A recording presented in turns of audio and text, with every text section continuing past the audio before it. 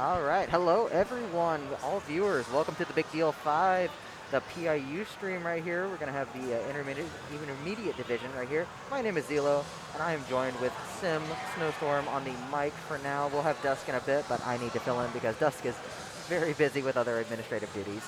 But we are getting set up in just a bit here. We've got our Johnny Pop, the tournament organizer, just getting the first players set up, and we will begin with round one of the intermediate division. I want to take a quick moment just to plug our sponsors real quick. We've got Kize, Red Bull, Blue Spring Express, CEO, Red Note Gaming, and Solstice Design Club, all for sponsoring our event this year. So big appreciation messages for them.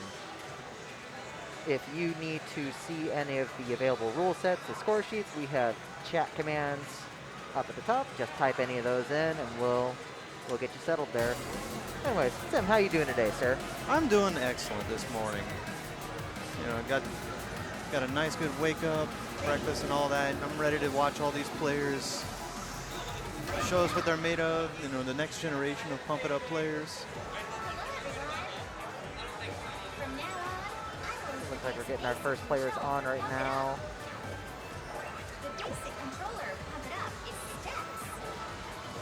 I think we forgot to log in right there. That might be a recurring theme for this event, just like last year. It's always pumped. There's always going to be at least a few, oh, I forgot to log in moments. It happens.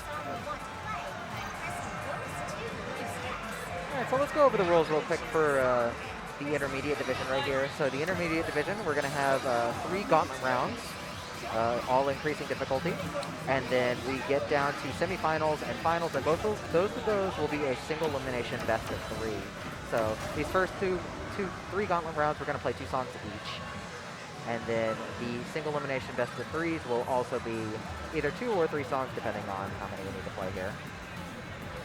So that's going to go, it is currently 11 a.m. our time right now. That's going to go to roughly about 2 p.m. And we'll have a small break before we get started with the first round of the main tournament later today.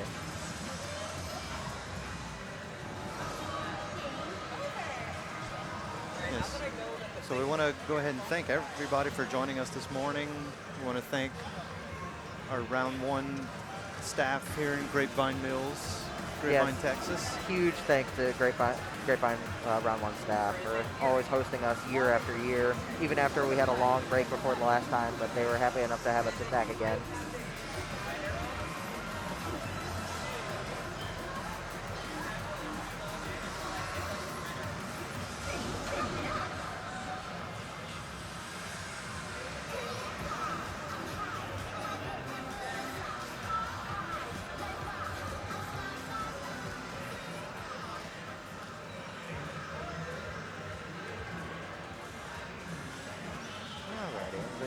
set up here. I don't know what the draw is just yet. We will get that info to y'all as soon as we can.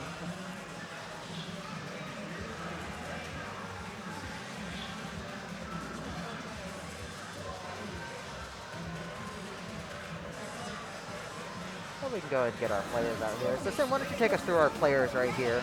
All right, so on the right cab, we have Leon, a very well-known player out of the Orlando, Florida area. He's been doing tournaments for quite a few years. And on his player 2 side, we have Hopecaster from Maine, who speaks a lot of languages, and his best one being Spanish and French. Very high-level DDR player, getting into the waters of Pump It Up here today, and he's been putting up a few scores himself as of late. We've also got Luigi Fan on the left cab on that side, actually one of our locals here in Dallas-Fort Worth. Then playing very versatile at both dance games, feature both DDR and Pump It Up. And then Lumina Ferris from the Oklahoma crew. Got to meet him this past December at an Arrows for Charity Pump It Up and DDR event. Very happy player, very proud to be here. Alrighty, well, it looks like the first song of their set is going to be Irelia S13 for the Gauntlet here. So Irelia being one of the brand new songs introduced in Phoenix. This is actually a BMS license by famous composer Hune. Sorry, I've got dust coming in right now, so we get set up here. But Irelia running at over 200 BPM. It makes for a pretty interesting early qualifier just because of the speed and having to do a lot of twists at this BPM. This is actually very twist heavy for a 13 at this BPM range here. But so far, all players are doing well. Lumen having just a little bit of trouble, but picking it up here in these 8-note streams. I do want to emphasize, because we are playing Phoenix, and the scoring system has changed since earlier games. So accuracy will be more important now than ever. It's not just about getting a big combo. It's going to be about making sure you keep good accuracy, because a bunch of grades will hurt you now compared to before. Yes, now Phoenix uses the million-point score system.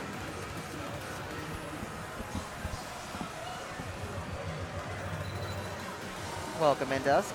Hey, how's it going? Can you guys hear me okay? Absolutely. All right, fantastic. So, absolutely good to see everybody here at the Big Deal 5. Thank you so much for joining us here. So, Sim, who do we got so far? So far we have Luigi Fan on the left, player 1, holding his own. Lumen having just a little bit of trouble, but staying alive, staying vigilant. And we got Leon from Florida, that everybody's known for many years, very proud tournament player experience. And Hopecaster from Maine, testing the Pump It Up waters, very well-known DDR player. Absolutely. And all players getting the holds in this slowdown side. It does slow down a little bit at the very end of the song. Can be very, can catch you off guard. Yep. So Luminiferous, representing Oklahoma City, competed in our Pump It Up tournament up there in December, Arrows for Charity. You see him repping the shirt there. The lovely Phoenix logo from Arrows for Charity Rebirth. You'll see a lot of those actually today. Got a good chunk of Oklahoma City players coming down and actually representing. So you and I are actually both wearing the jerseys as well. So you see a lot of those around there today. So Hope doing a really good job on that first song in the Triple S. So now we go to Heart Rabbit Coaster. Oh, fantastic. Another 200 BPM song from 20th anniversary. A lot of straightforward 8 notes pretty early on, you know, streams like that. Good solid intro stamina streamy song for those in the intermediate division. Definitely a solid 14 to be playing. And the streams do start to get a little bit twisty as the song goes. You know, you'll see players kind of turning or maybe even double stepping. Absolutely. You're going to definitely see which ones will take the turns, right? Yeah. Versus those that would go ahead and hit those double steps a separate way. So we'll see what happens here. You know, so far, yeah, Julian, Leon on the secondary cab, and Hopecaster had a pretty decent match there just a second ago. So see if it's going to be any closer here. And he's been putting some scores up, especially like the past couple of weeks, just really grinding it out.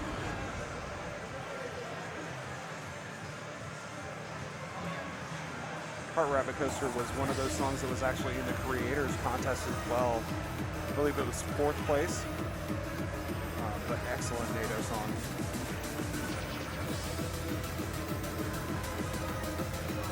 So far, both are keeping step with each other on each side as we cross into the 100 mark. It looks like Rooming picked up a few grades there, but otherwise everybody's holding steady. Oh, Blumen got a drop there. But all players holding strong in these early streams. You know, very straightforward streams. Just a couple of triplets. Goes into the jump section. Over on Cap 2, we definitely have an in-sync match. I've yet to see a grade on either side. May have missed it while I was looking at the other screen, but Lumen's still over there fighting, but Luigi's fan is definitely Leon picked up playing. 1 grade in those twists, but here we go after the break. Now it's going to be a stamina tester with these 8-note streams. Yep. Oh, it looks like we got a drop. Julian got a drop over there. Hopecaster keeping strong, as well as Luigi fan. Lumen giving it all, definitely working on his twists. They're not choosing to double step at all. So, oh, and we got a few drops over there on Luigi's side during the jumps. Hopecaster holding really strong as we go into combo 550. We could have our first full combo of the day. Good. Leon Getting struggling slightly nails at the end. triplets and the jump at the end. Just a few grades. Yep. Hopecaster, what a run by Hopecaster on that one. That was fantastic. 1 grade by Hopecaster. Wow. What a good run. Steps off, takes the picture. Well done, well done. Ultimate game there. Love A couple to of marvelous see it. games as well from Luigi fan and Leon. Lumen struggling slightly, but still in it. Gave it a solid run with the 99 2K. So He played it out. He put his heart out there. Absolutely. And I love the fact that Lumen, his footwork, right? He didn't fall for the typical, oh, this is just an 8th run, I can double step these things. He was actually moving and trying to hit those turns really, really well. So Absolutely. good solid runs from all of the players there.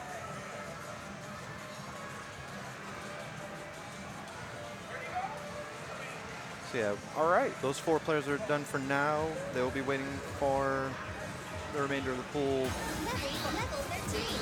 And again, a few players will be advancing to round 2 for the next set. All right. Looks like we're going to get a reset on the cabs here for a quick second.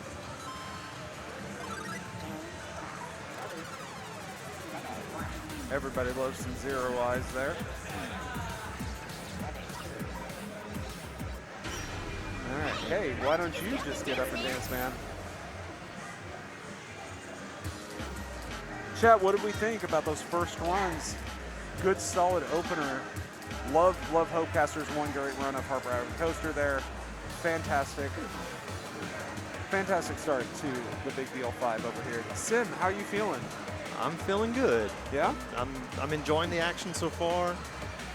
So this is some interesting facts that we have over here. So Hopecaster actually speaks a ton of languages, he says, with his best ones being Spanish and French. So if you're here at the event and you see Hopecaster, maybe, you know, Parlez-vous français? Yeah, exactly. So we'll see. All right, so if we're looking at the scores right now, so on Aurelia, It looks like Hopecaster got a 990, right?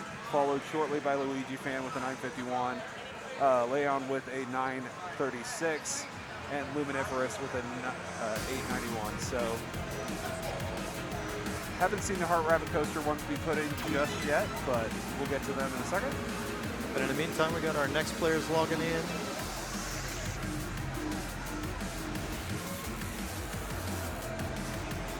All right, so I am very familiar with one of these players at the very least, in Honey, OKC local. Definitely a huge supporter of our pump community up there. She has gotten more people to play Pump It Up over the past 3 months in the Oklahoma City arena since Arrows for Charity ended. So great ambassador for the pump community. And then on the far side, we have another Oklahoma City local in Big Dan, primarily a DDR player, but started playing pump about 2 months ago. So be excited to see him participate as well. So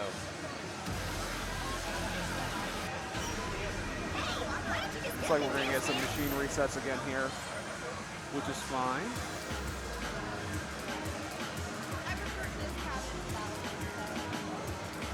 So it looks like Big Dan and B-Dude will be going on tab 1, and then it looks like Honey and Blitzy Boy, it looks like. So very cool to see. Kind of wish that, we saw the OKC players play on the same cab, but that's okay. Get to see them play at the same time, so. They've all been very excited. They've been ready to go. Talked to them, a few of them before we started here.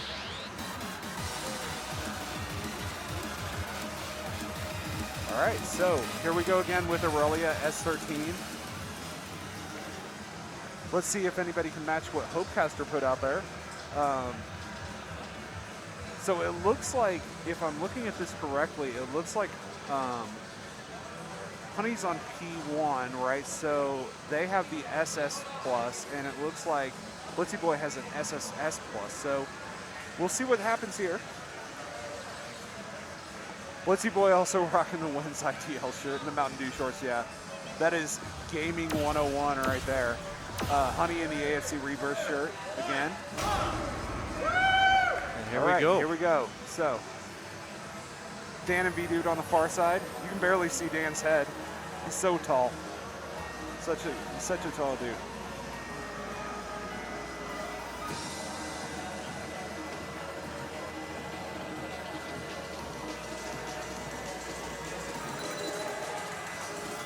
Both players holding strong. Dan picked up a few greats, but everybody's keeping combos so far through the intro.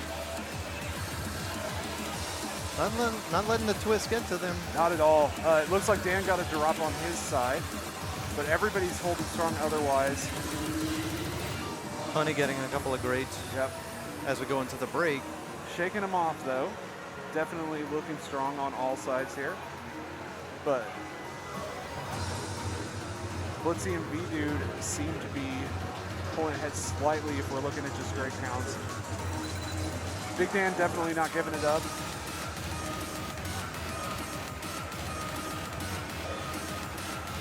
This is such a good song. And a really, really well done S13. I'm really impressed. Like, I'm really awed by these players. We go into the heavier 8-note strings with twists. 3 of the 4 still holding strong. And Big Dan getting that combo back up into the 200 mark as the other 3 cross the 400 area. Oh, it looks like V-Dude had some drops there as well. Blitzy Boy and Honey having a great match over here at 450.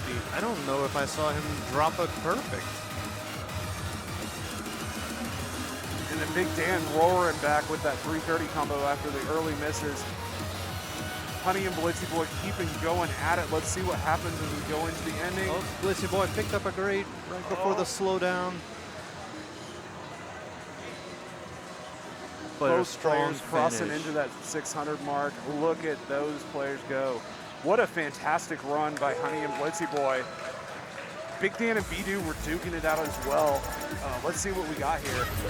Wow, look at those scores. So, Honey matching Hopecaster with the 990K, a little bit under it by like 300 points. But Blitzy Boy getting up there with the 998. What a tremendous run by both players, the Extreme Game and Ultimate Game. And then over on Machine 1, what do we got? Big Dan with the 970 stuck it out. You know, just one little miss early, but came right back. Right. And were you able to catch B-Dude's score as well? I saw the double S. Gotcha. Cool. So somewhere like around like 980.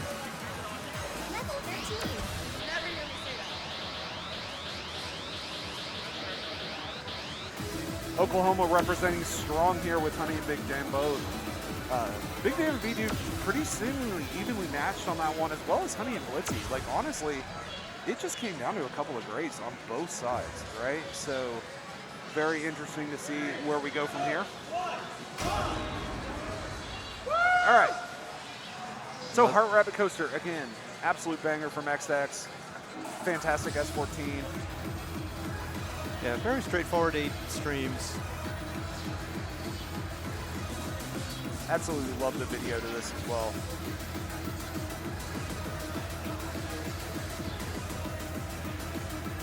All right, looks like everybody's keeping pace as we go into the 100 freeze.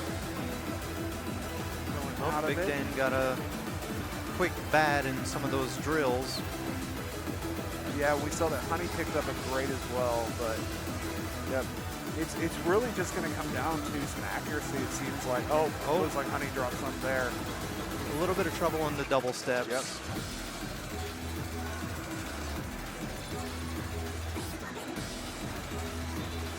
B-Dude and Blitzy Boy both still holding on to full combo.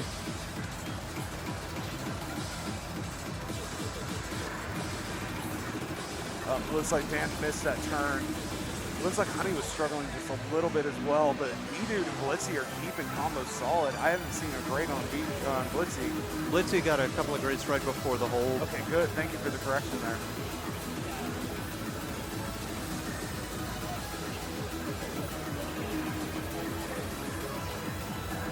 B-Dude getting the twists and turns. Yeah, it only picked up a good right there on the hold before all these jumps. Oh my God, these jumps. Yep.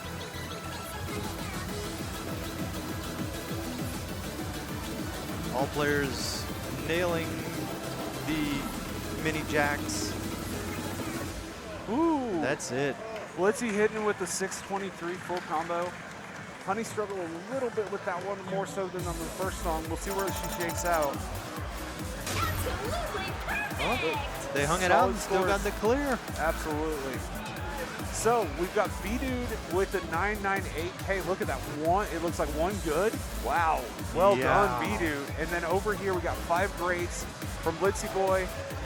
We've got a AAA from Honey, and we've got an SS++ from Dan. So we'll see where the scores shake out. Like, those were very interesting. It seemed like Dan was, you know, kind of solidly in that 970 range, right? Yeah. Looks like Blitzy was, you know, definitely at that 990 area plus. Blitzy was very locked in. B-Dude was as well. And then Honey's kind of the wild card here, right? Very, very strong run on Aurelia. Struggled a little bit with Heart Rabbit Coaster, but we'll see where they actually ultimately land up. So either way, I think all 4 of them definitely left everything out there on the pads that they could. And we'll see what happens when everything shakes out. So Sim, how are you doing? How are you enjoying the Big Deal 5 so far? So far, so awesome. Glad Really. to be with you here again. Absolutely, always a pleasure. Always a pleasure to get on the mics here. Always a pleasure to work with Zo and Harukaze to put together an amazing production. You are again live here at the Big Deal 5. This is Pump It Up Intermediate, kicking off a wild weekend of fun. Cannot wait to continue to see everybody and promote these wonderful games we've got. And absolutely. As far as promotion goes, we have some tremendous sponsors, right? Absolutely. Well, let's go ahead and give a thank you to a couple of them right now while we wait for the other players. First off, first and foremost, we absolutely need to thank Red Bull far sponsoring the big deal this What year. an incredible sponsor. Red Bull came through. Red Bull has brought everything from coolers to tremendous amounts of Red Bull, keeping everybody stocked this weekend. Cannot thank Red Bull enough. Remember, y'all, when you need to pick me up, Red Bull gives you wings. So who else we got? And then we have Kai's bars. Need a bit of protein on the go? Want to contribute to a good cause? Pick up a Kai's bar. Gluten-free and packed with clean proteins and all the food product ingredients. These tasty snack and energy bars will get you pumped and ready for the day's challenges. And not only would you make a difference for yourself, you'll also make a difference for someone in need through their Give First mission. Visit kaisconcepts.com to learn more. Pick up your first bar and make a difference in someone's life today. Kai's, changing lives for the better. Kai's bars are so delicious. They were a tremendous sponsor of us at Arrows for Charity in December. Really enjoy working with them. Glad to see them here at the Big Deal 5. So real quick, we've got everybody else kind of lined up here. So on pad 1, we've got the Battle of the Queens over here in Chaotica and Beyonce Pad Thai. So 2 amazing members of the community. Beyonce actually did commentary at Arrows for Charity for us back in December. Again, tremendous asset, great on the mic. We'll be doing some DDR commentary later on this weekend. And then obviously Chaotica, I mean, one of our close friends as well, one of my DDR rivals, fantastic person, fantastic member of the community as well. So Absolutely. Excited to see those 2 go at it. Yeah, So- Chaotica out of the Northeast has been mixing it up between Pump It Up and DDR for the past year or so.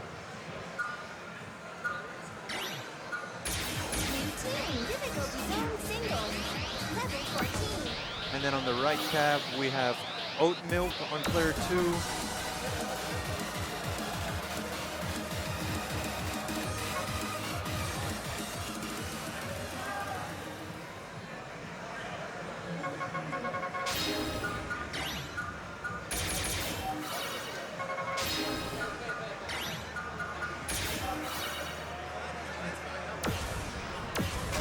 All right, who do we got on pad 2? You said we got Pad Joe 2. Mama Ratchet and Oat Milk, right? Yes. Cool. So it looks like they've gone ahead and started on machine 1 with Chaotica and Beyonce Pad Thai. Solid start to both. Chaotica picking up an early great, but so far keeping time. And then over on the other side, it looks like Joe Mama Ratchet and Oat Milk are also matching steps. No issues there. Oh, Joe Mama Ratchet picked up one miss right there in the middle of the center, it looked like. Chaotica and Beyonce both holding strong going into that break. A good opportunity to catch a breath after those early streams and crossovers. Is only going to get heavier as we go.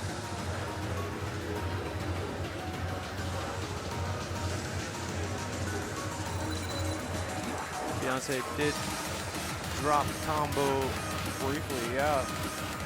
Joe Mama's fighting back though too after that early drop combo, so we'll see if Beyonce can do the same. Chaotica is actually going absolutely ham right now. About to cross into the 400 combo. Same with Oat Milk. Oat Milk's struggling a little bit there with the grades. Got a little bit off. Course correcting now, gets back into it. It looks like Joe Mama also was struggling through some of those parts. It looks like some of these twistier parts, they're opting to double step more. Oat Milk starting to turn and keep the combo there. Chaotica and Beyonce struggle slightly with those turns. So we'll see how it all shakes out there. Dam run catching both Chaotica and Beyonce. But a strong finish you on can their see their side. combo. Yeah, their combos are equal right there, and both hitting with 52. That Same M thing run. over here. Yeah, with Jemama and Oat, like definitely once the turns started coming in, it seemed like Beyonce and Chaotica both had that same mentality.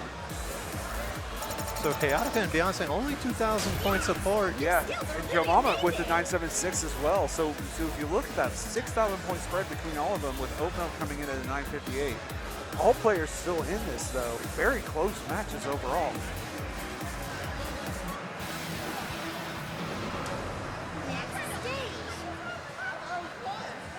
Alrighty.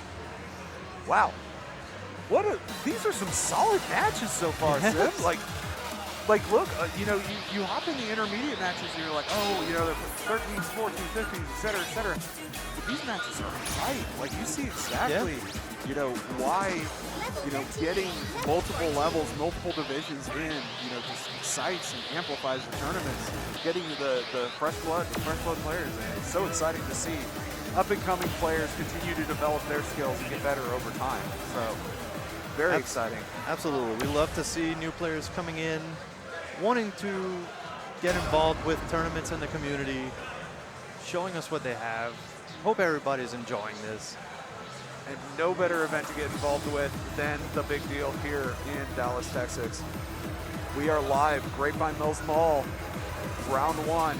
The largest rhythm gaming event in North America is here once again. All four players kicking in, and I just commentator cursed Joe Mama, I apologize there. But crossing over into the 100 combo mark. Joe Mama gets a good recovery point there. Oat Milk is firm on this one, and it looks like, is that which skin are they using on the? I'm not familiar with that skin. It's definitely one of the more customized skins. That's a really cool one. So I'll jump in real quick. The very right skin that Oat Milk is using is the Cheetah skin. This was the first place node skin winner from the contest we just had. That's awesome. That is great Wow. news to have. So thank you for that clarification, though. Appreciate you hopping in with that. So here we are. We all go into the break. Oat Milk and Beyonce Pad Thai still holding combo. Oh, and of course, Commentary's right, curse. yep. But it looks like Oat Milk's keeping it. And there I did it, right? All the competitors are really, really doing good on this song, though. They're putting it out there as we go into the big jump Chaotica section. keeping the 320 combo there, right through all that. Hitting the jumps easily. Beyonce had a little bit of trouble with some of the jumps. Oh, Chaotica dropped one right there. A few actually on the taps. To close out. And strong finish by Chaotica. Some struggles with the other three, but let's see how the scores shake out. Again, you know, with Phoenix, it's not as reliant on the combo as previous ones have been, right? Right. So Chaotica with the 990, that is a great score to have on Power Rabbit Coaster. I believe it's one of the top ones that we've had so far. 985 on Joe Mama, also very, very well done. Yeah, Beyonce had a 962, stuck it through to the end. And I think Oat Milk was around 950. So we'll see where they all shake out. But what a fantastic run by all four players. Definitely feel like everybody is giving everything that they have on these runs too. Like they did come to compete, they came to play. You know, we're gonna see where they all land out. So while we're swapping over to the next four, we've got some more sponsors that we definitely like to thank. So we're gonna start off, like Sim, who we got here? Project Storm? So we're gonna start off thanking Project Storm as part of CEO for sponsoring us here today. CEO Fighting Game Championships is back again, finally back in Orlando, Florida at the Rose and Shingle Creek, bringing back great rhythm game action by working with Project Storm once again.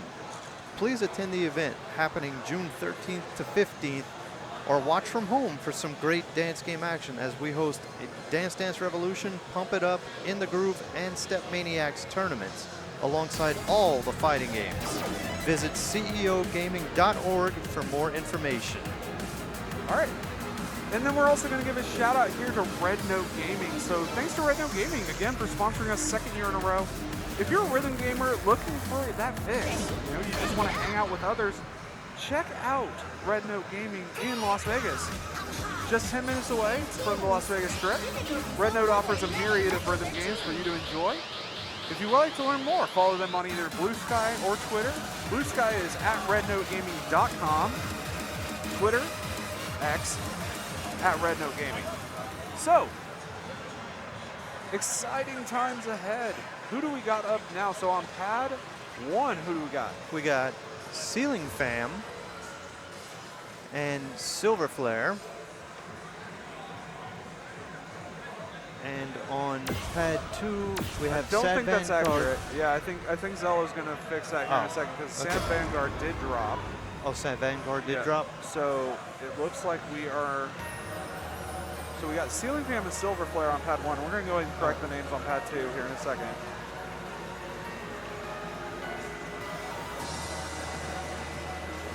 Oh yeah, I think that's Sora. Yeah, I believe so. Sora from the Ohio crew.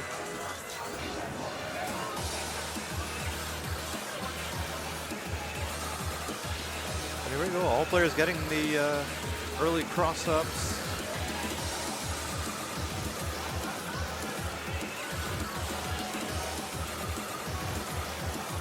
All 4 players holding very, very strong as we go into the first big freeze.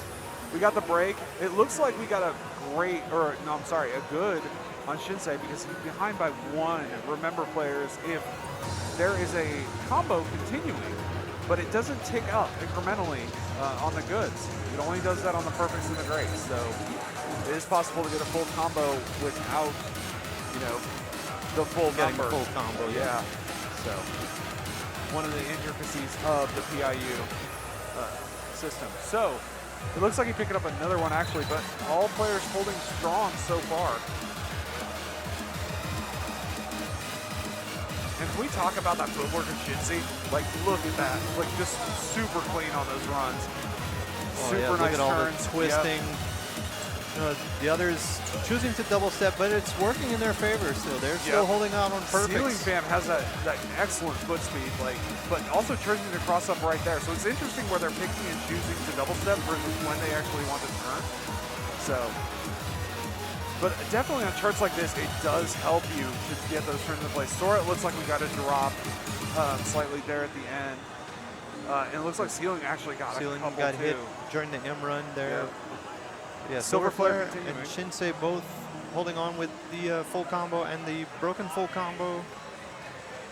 Well done. So it looks like Silver Flare got a full. Yeah, look at that. We've Oh got my our first God. one. Our first Silver perfect Flare, game. well done. What a run by Silver Flare. Fantastic.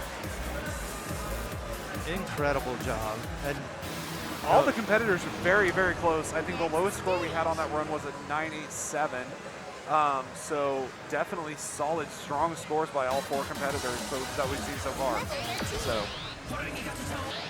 it'll be interesting to see how Heart Coaster shakes out. See if those double steps, you know, those who chose to double step on this can keep up with that 200 BPM runs, right? This is where it gets a little bit trickier. You know, if you're in that, you know, 160, 170 range, it's not nearly as bad. But that once you step into that 200 range, all bets are off, right? You got to really have that foot speed if you are going to. your stamina gets tested. It really does, and it gets us double if you're double stepping as opposed to moving and turning. Pump is definitely more brutal when it comes to those specific type of runs. So we'll see what happens here. Yeah, Chad is calling out that Silver actually has a PG on this, so we'll see if they can meet this again.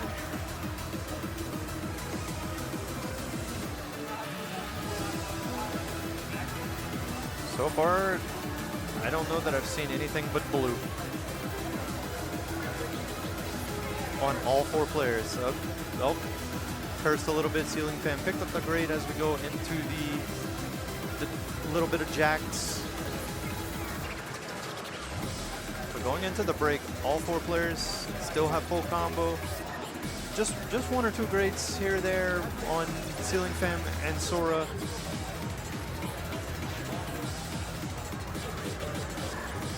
Oh, and Sora does drop combo in these twists.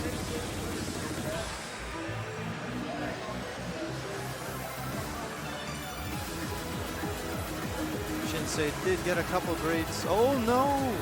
Yeah, it looks like Silver Sora Flare had dropped as dropped. well. Yeah. Oh, and another bad from Silver Flare. Uncharacteristic, but still fight.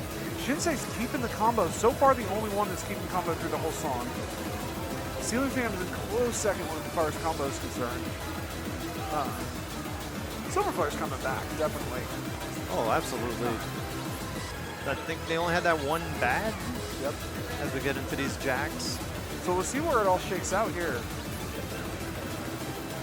And the ending triplets. All right. No well, looks problem. like Shinsei got the full combo, was the only one there on Heart Rabbit Coaster for that. 592, 31 grade spread. So Sora actually got him on score. So did Silver Flare. So Silver Flare only had, what, 2 bads and 4 grades. So 992, 989, 987, and 980. Silver Flare, Sora, Ceiling Fam, Shinsei in that order. Great runs. Really close. Like, honestly, solid runs across the board on those. And it's very interesting. Shinsei had the full combo. But again, this is where Phoenix's scoring changes up a little bit, right? Yeah. Shinsei had the full combo. In XX, this would have been a different flip on scores. Shinsei would have had a far higher score than, you know, Silver Flare with the two bads and the combo breaks and everything else. So that does come into play here because Shinsei's score was still the lowest out of the 4, even though they kept the full combo. So interesting paradigm shift in the meta whenever you're looking at Phoenix. So. But definitely great runs by all. So we'll see where everything continues to shake out.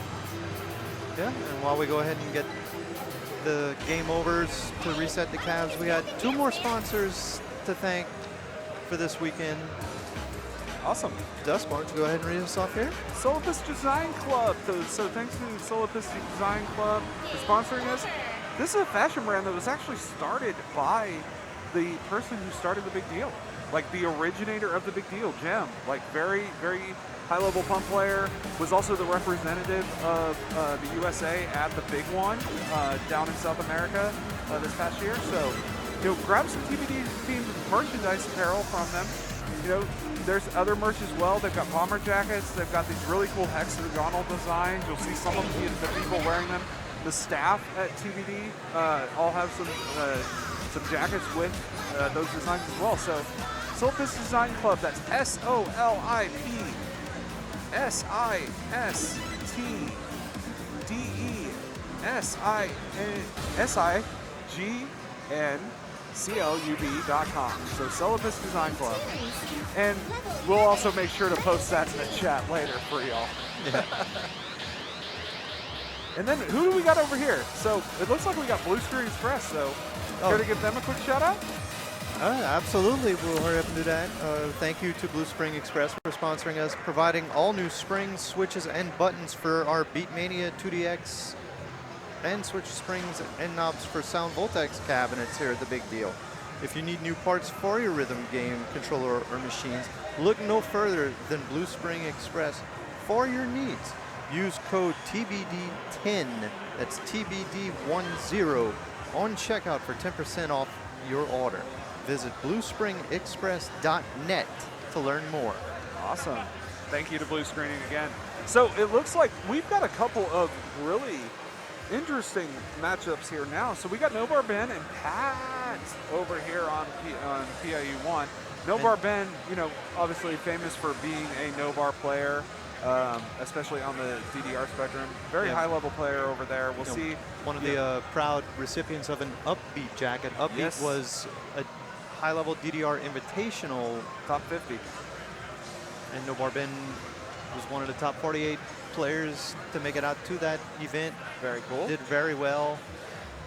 We'll see if that translates over here with PIU. Definitely, you know, have not seen him play on Pump, so it'll be very interesting to see, right? I think he played a little bit at Beast in the East. Oh, very cool. This past summer in Virginia. And then Pat over here representing, looks like Wisconsin, so the Great North. Also with MCAT on Machine 2 as well. From Michigan, we've got a couple of Northerners joining us here. So very interesting to see there. And then Chupa. Yep. Shupa also joining MCAT on the Machine 2 side. Yeah, MCAT, a very, very well-known multi-dance game player. You know, she's Represents the SMX community and some others as well. So yeah, and runs Midsummer Melody, right? yeah, Midsummer Melody, Love Arcade 2. She and Hints run those events. Very cool. As we get into Aurelia here. Aurelia is such a good song too. Yeah, so they were having a little bit of trouble on the left tab, getting everybody logged in. So yeah, it's a little bit behind. A little off sync. So, but MCAT and Shupa both holding their own. Haven't seen any greats going into this break. No, they're locked in. Absolutely. And then Nobar Ben and Pat also catching up. Nobar Ben did get a good right before the break. Looks like they matched there because they both got the 183 combo now. Yeah. So.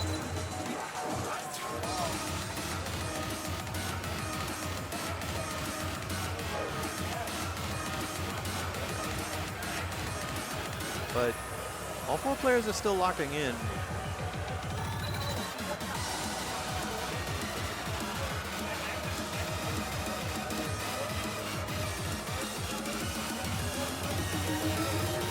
It looks like Shupa picked up a few misses there, but the other three are still locked. Oh, no, Pat picked up one as well. So we're down to MCAT with the full combo. No Barbara picking up that early one. Or no, they're a little bit behind on Machine 1, never mind. Yeah, so no MCAT Barbara choosing to double step a little bit. Look at Ben's form. Like that is ridiculously good. That takes you back. Absolutely. It looks like MCAT's going to finish with the full combo. Nails the M run flawlessly. I didn't see a great. Do we got another PG over here? I think so. Maybe. We'll see what happens. We got another PG. Well done by both players. Shupa with the 991, but MCAT with the perfect game. Well done on the Machine 2 by both players. And then over here, Pat with the 992 and Nobar Ben. Like, this is some high-level gameplay right here. Well done. Wow. Very well done. They came to play. They came to fight. That was absolutely incredible. So, well done.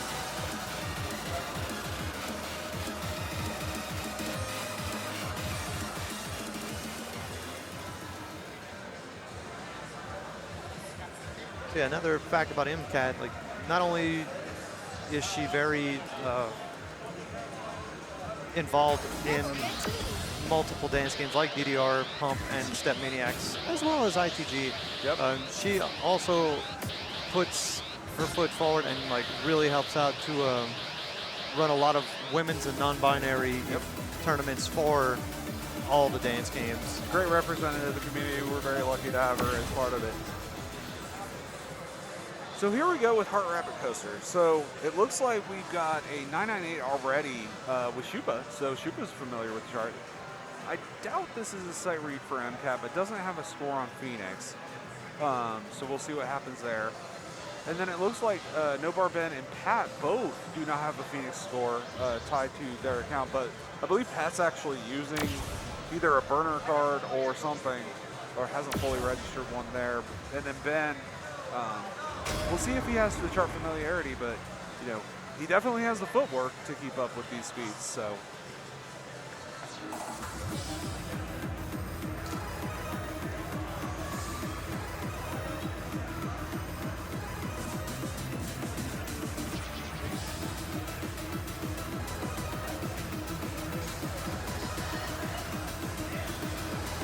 So all four players completely locked in here as we cross over into the 125 mark so far. It doesn't seem like the 200 BPM is bothering anybody so far. Nope, and everybody's doing a good job with these little jacks hidden in the streams. Yep, picks up the 16th drill there for Triplets. a second. Or the triplet. Sorry, that wasn't a drill. Cross jump, fine. Little break there. We got a little twisty going into the break. The turns. Everybody hits the turns perfectly fine. Here we go. Oh my Everybody's going in. This is so close.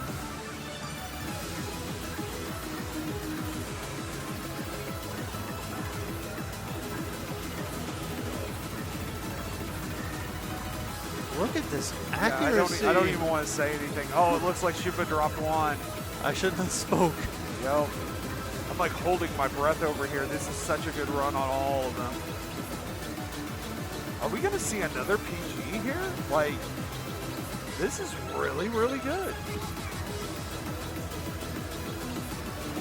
Everybody nailing the jacks. Yep.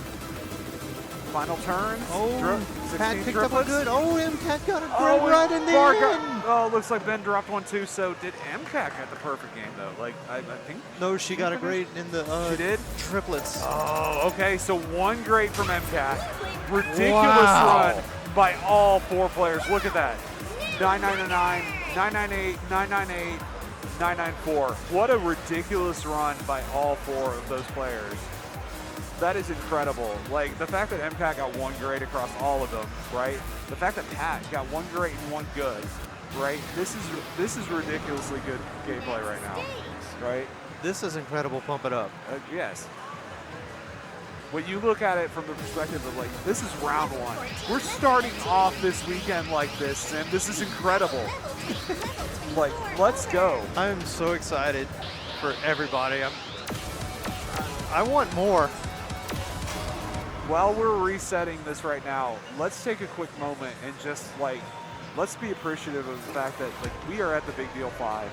We are here at round 1, Grapevine Mills Mall in Dallas, Texas, the largest rhythm gaming event in North America. We are so happy that you've joined us here on Twitch. I'm Dusk here with Sim. Sim, like, what are you thinking so far, man? This is crazy. At times, I will say I'm speechless. I am very awed by all of these players. Isn't it incredible? Coming out here, showing what they're made of, you know, just having fun, giving their best, you know, don't look back on anything. You know, I genuinely love and respect all of these players, and I hope that they keep pushing themselves, win or lose, to be the next generation of talent, to bring in even more people, to inspire more players, and maybe even one day They'll be up here. represent us at the big one again, or all these worldwide tournaments. Absolutely. And let's take a quick moment and give a shout out to Anna Miro. I mean, you know, the support for the pump community has been amazing. The quality of these releases, you know, especially with Phoenix, kind of changing up how they've done things, but really the quality of the songs, the videos, the outlay, the incredible cabinets. Like Anna Miro has been a tremendous support for the community and keeping everything going. So definitely huge shout out to Anna Miro. We appreciate you. Please letting us keep on pumping it up. So who do we got now? So on player 1 cab, we have Malkier, another Michigan player, well known in also another multi-game player for. It looks like they got the PG here as well. Oh, okay, and then we got Anvil on player 2. Yeah. And then on Pump It Up Machine 2, we got Isaac. And then we got Tajima. Do we have that as how that's pronounced here on our card?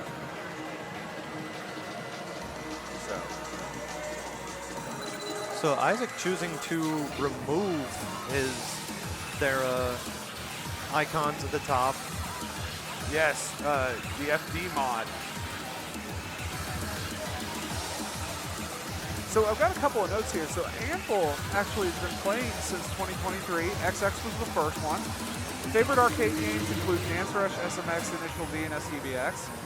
They're a cosplayer as well, and a huge fan of Hololive. So hopefully we'll get to see them on SCBX and Dance Rush. I believe that they did sign up for both here. Very cool. Glad to have them here. Yeah, now Anvil did pick up a great a little early. Isaac gets a bad going out of the break. But right back on it.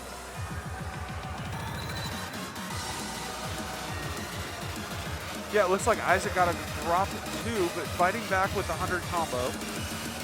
So Isaac is from Utah. They mostly play Ghidorah, and they love making music. Well, Isaac, we would love to hear some of your music at some point. So we'll have to connect it there and see if we can get some reviews there. So yeah, Malkier did pick up a great and I believe a good. And he'll drop combo a little bit as we head into these final streams. So Malkier still holding on to the combo, nails the M run. Looks like we had Malkier that's just ran away with it a little bit there. Anvil, Isaac, and Zima having a few difficulties, but overall, looks like we're going to have a solid run from Zima with the 990, but Malkier takes it with the 996. Anvil in third with the 982, and the Isaac there with an S plus of 978. So we shall see.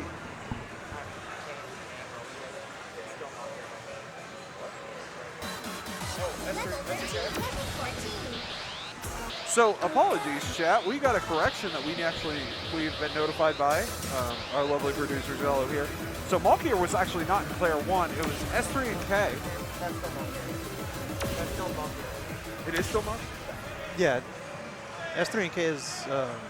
Yeah, I'm sorry about that. Malkier is registered as S3 and K, so this was just a slight mix-up on our end. Oh, sorry about that. Noted, noted. Thank you for the clarification there.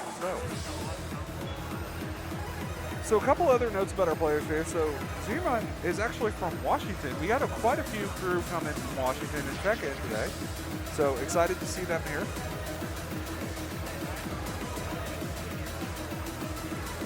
Right, so Isaac picked up a couple of greats in the opening notes.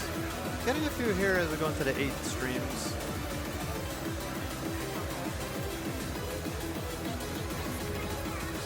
Everybody keeping combos so far. I saw one great with Isaac, but so far everybody's holding true. Another one picked up by Anvil there. But everybody keeping combo into the jump race. S3 and K with a great going into the jumps.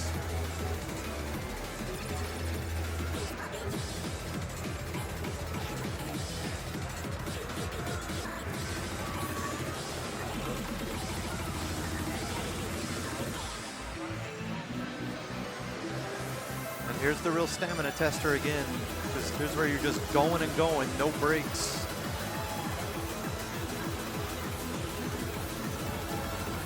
But everybody's still doing a really good job. What's crazy is that if you're watching the footwork, you can see everybody is in total sync with the turns and the moves. It's absolutely wild. It's like watching synchronization. It's poetry in motion, everyone. This is fantastic stuff.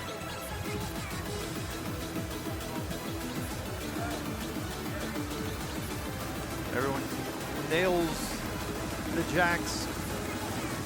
Oh no! Isaac with a miss right on the last step, but everyone else kept full combo. We'll see how it all shakes out. That jump step is so tricky. rough. Yeah, it's literally the game breaker there. So look at this. So we got 997s. One is a 436 and one is a 444. What is this ridiculousness? Oh. Shiva 8 points? Yeah, wow. Isaac coming in with the 958 and S3 and K with the 996. So I don't know that that's enough to take over MCAT because MCAT did only have that one miss, but definitely puts them in the, I believe, top 4. So if we can look at the actual sheet here, if you don't mind, Captain Zello, we could look at the sheet over here. Right now, as it's currently shaking out, we have MCAT in first, Nobar Ben in second. It looks like we have Blitzy Boy in third. And it looks like we have S3 and K in fourth. So those are our top 4 right now. Now, I believe, if I'm not correct, how many do go ahead and move on to the second round, Sam? I'd have to look at that again 1 sec. Yeah, let's take a quick look. Let's make sure that the chat's updated of who's moving on to what. So it looks like the top 16 is going to be the ones that actually move forward, right? So we'll share this schedule. I believe that we have. Is it pound exclamation point schedule? And there, we'll show that in the chat here real quick while we're on break. But the progression is going to be 32 cuts to 16, 16 cuts to 8, 8 cuts to 4, and then it's best 2 out of 3 from there, with 4, 2, 2, 1. So we'll see what ends up happening. Little single elimination tournament once we get down to the top 4. So we'll see what happens here as we continue to go forward. But it looks like we are going to have the top 16 here move on. We'll know who that is after, I believe this is our last set of round 1. Is that correct? Yeah. So right now we've got 3 players, I believe, that are running. Or do we have actually 4? We have 3. Looks like 3 right now. So we're running 3. We'll get the names corrected here for you all and give you some cool information here. It looks like we got Datacore Doe, Ordinary, and Ayo Deo.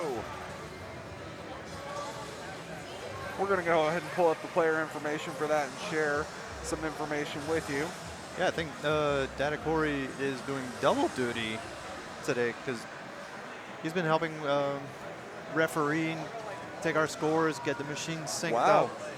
So, very helpful person. Thank you for your help in running this tournament and event. Data.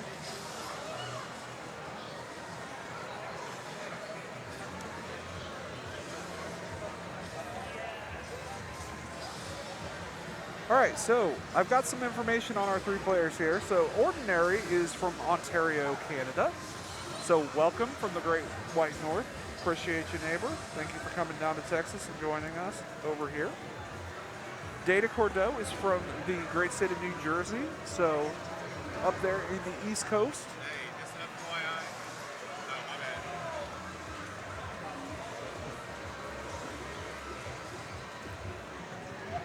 my bad. A small interruption there, Chad. Apologies. But Data Cordeau is from New Jersey. So we'll see what happens on that one, that front. And then Ayo Deo from the great state of Oklahoma. Joining us from Texas's hat. They like to carry a gallon of water is a fun fact that they gave us. Very interesting, right? So Ayo Well, you know Deo, what? We can laugh about it, but at the same time, we know it is a very essential part of being a dance game player. You absolutely need to stay hydrated. Absolutely. And it looks like we also have the governor, and the governor gave us some very interesting facts. They're from Texas, but this is what he put on his facts. Founder and Chief Executive Officer of the Boss Corporation with Jim Nance, aka Seamoth, and alias Node. Member of the RAR Squad, aka the TRX Army on X, with Rollo Tomasi, Brian Stone, Jack Napier, Nuclear Cadallo, Red Hawk, and many others who inspired him to train hard. So, shout out to the RAR Squad. Okay, so this is interesting, actually. The governor is playing with reverse grade enabled. So he's playing, he's actually getting perfect steps when you see the misses. Because as you can see, his life bar is maxed out. Reverse grade was actually a feature back in Pump It Up 0.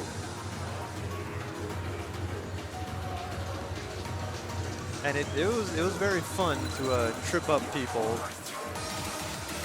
Yeah, it's very interesting. Definitely keeping the full combo there. It looks like Ayo Deo and Ordinary both got some drops around the same time. Deo's up a little bit with the 137 versus 132 for Ordinary. Datacore is absolutely crushing it right now, though. Looks like the governor got some real misses there for a little bit. Yeah, the early twist caught him up. I want to say he got a perfect instead of a miss like this, but but no, all players still hanging in there, getting through these streams. That Corey's still holding full combo.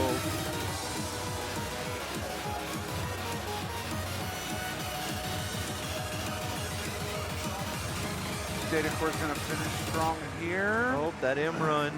Got one great in that M run, otherwise solid overall. The governor picks up a few real misses again. And it looks like Ayo Deo and Ordinary were about right at the same time.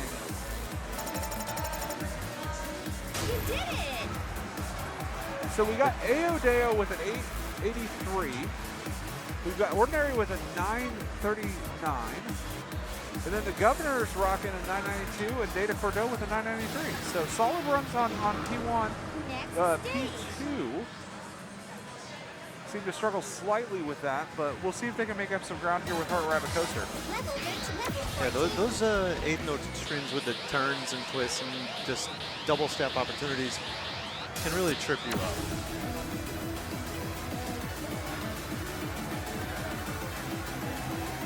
And there's a few of those in the last 1/3, like the chorus section of this song. Yeah. So both players on P1 have the Triple S Plus, and it looks like over on P2 we got Aodeo with the SS Plus and Ordinary with the S Plus. So we'll see what happens here. Also, it's very interesting. Chad actually called out something cool, which is like with the Governor using the JR mod, right? The contrast between the mist and the green-gray, it might be helpful, right? So maybe that's why, you know, sort of some color, some chroma effects, right, with the eyes. So we'll see. Strong runs coming out for both. Aodeo a little trip up at the beginning, but is fighting back strong. Ordinary coming through so far with the PG. Data Cordeaux gets a few drops there. I haven't seen any misses or any greats from the Governor as well. So Ordinary and the Governor keeping combo strong. Oh, there's a great there for Ordinary. But the Governor's keeping strong. I think Ordinary may have gotten a good as well because it looks like he's one tick off from the Governor. And they did start at the same time, maybe? No? Yeah, the Governor's no, Ordinary's a little bit behind on this one. So. Governor with a full miss combo going into the bigger 8-note streams. Oh, gets a couple of bats, and again, I'm going off of what I'm seeing. Yep. So Governor just dropped about 60 steps or so ago, right there.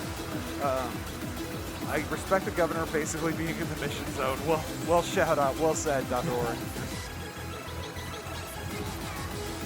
So Ordinary fighting back for sure. And struggling slightly with the jacks there. Looks like everybody's struggling a little bit with the jacks. Jacks are hurting, the triplets are hurting, but everybody pulled through, finished. We'll see what shakes out here. See which one of these players will be moving on to the top 16. So a 982 and a 989 on P1, 902 and 961 on P2. So Ordinary and Aodeo give it their best efforts by far. It looks like a little bit under their personal grades or their personal best, but definitely got up there and gave it their all. Gave it their all, got the pass. Yeah, absolutely. And sometimes that's all you can ask for, right? Yeah. Data Cordeaux and the Governor both had very strong scores, so we'll see where they all shake out. It looks like Data Cordeaux is actually placed in 13th place as it currently stands.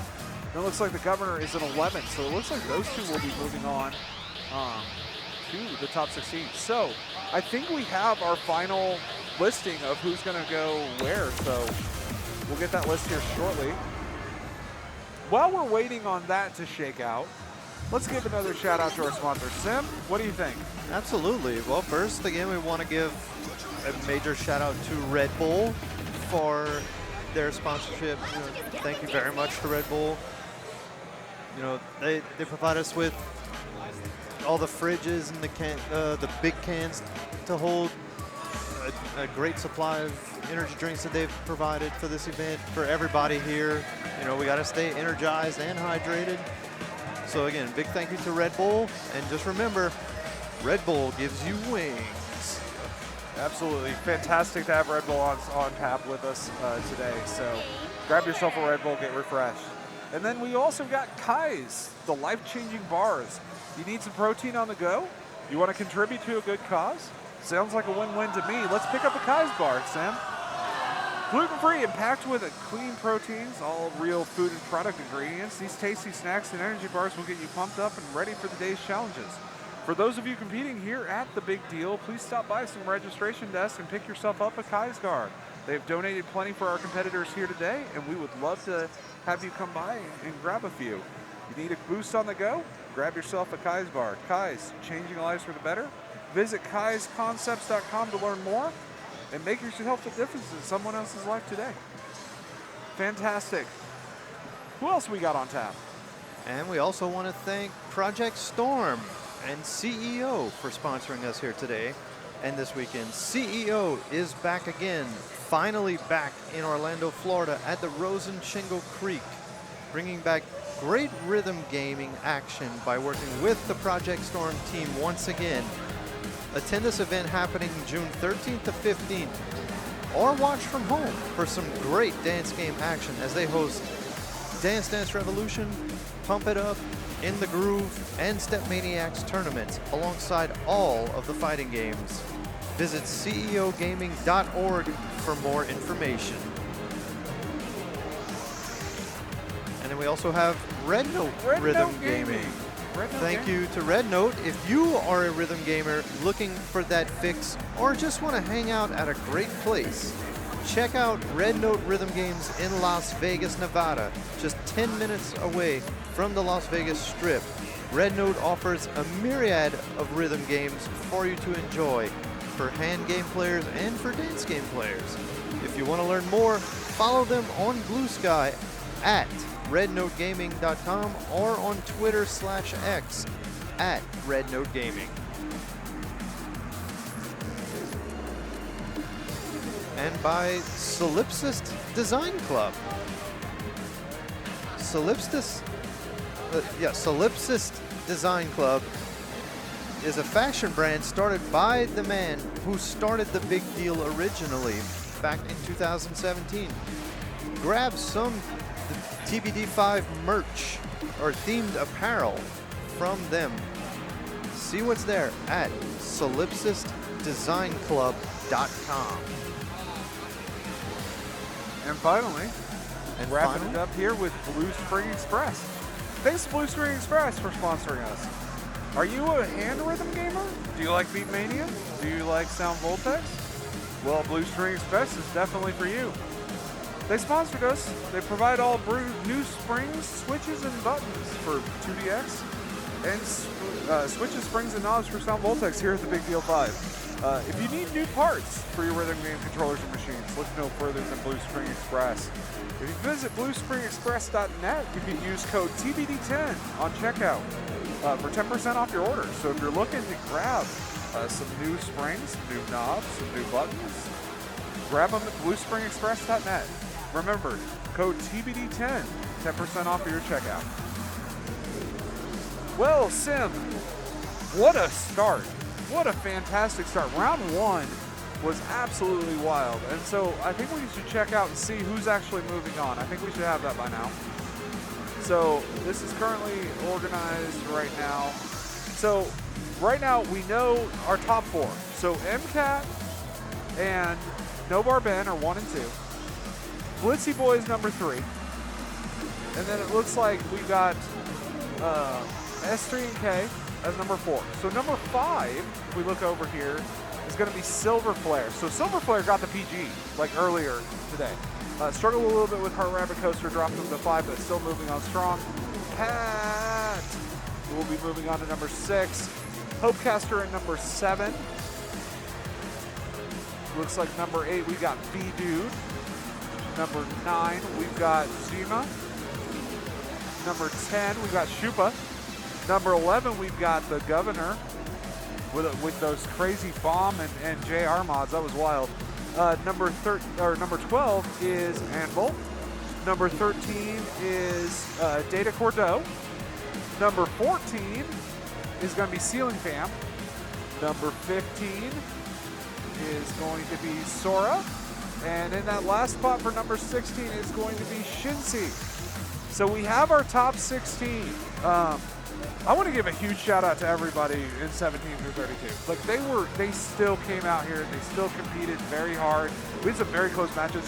I'd actually like to take a quick look and see between 16 and 17. So the cutoff of the score between 16 and 17, we got 1971776 for Shinsei.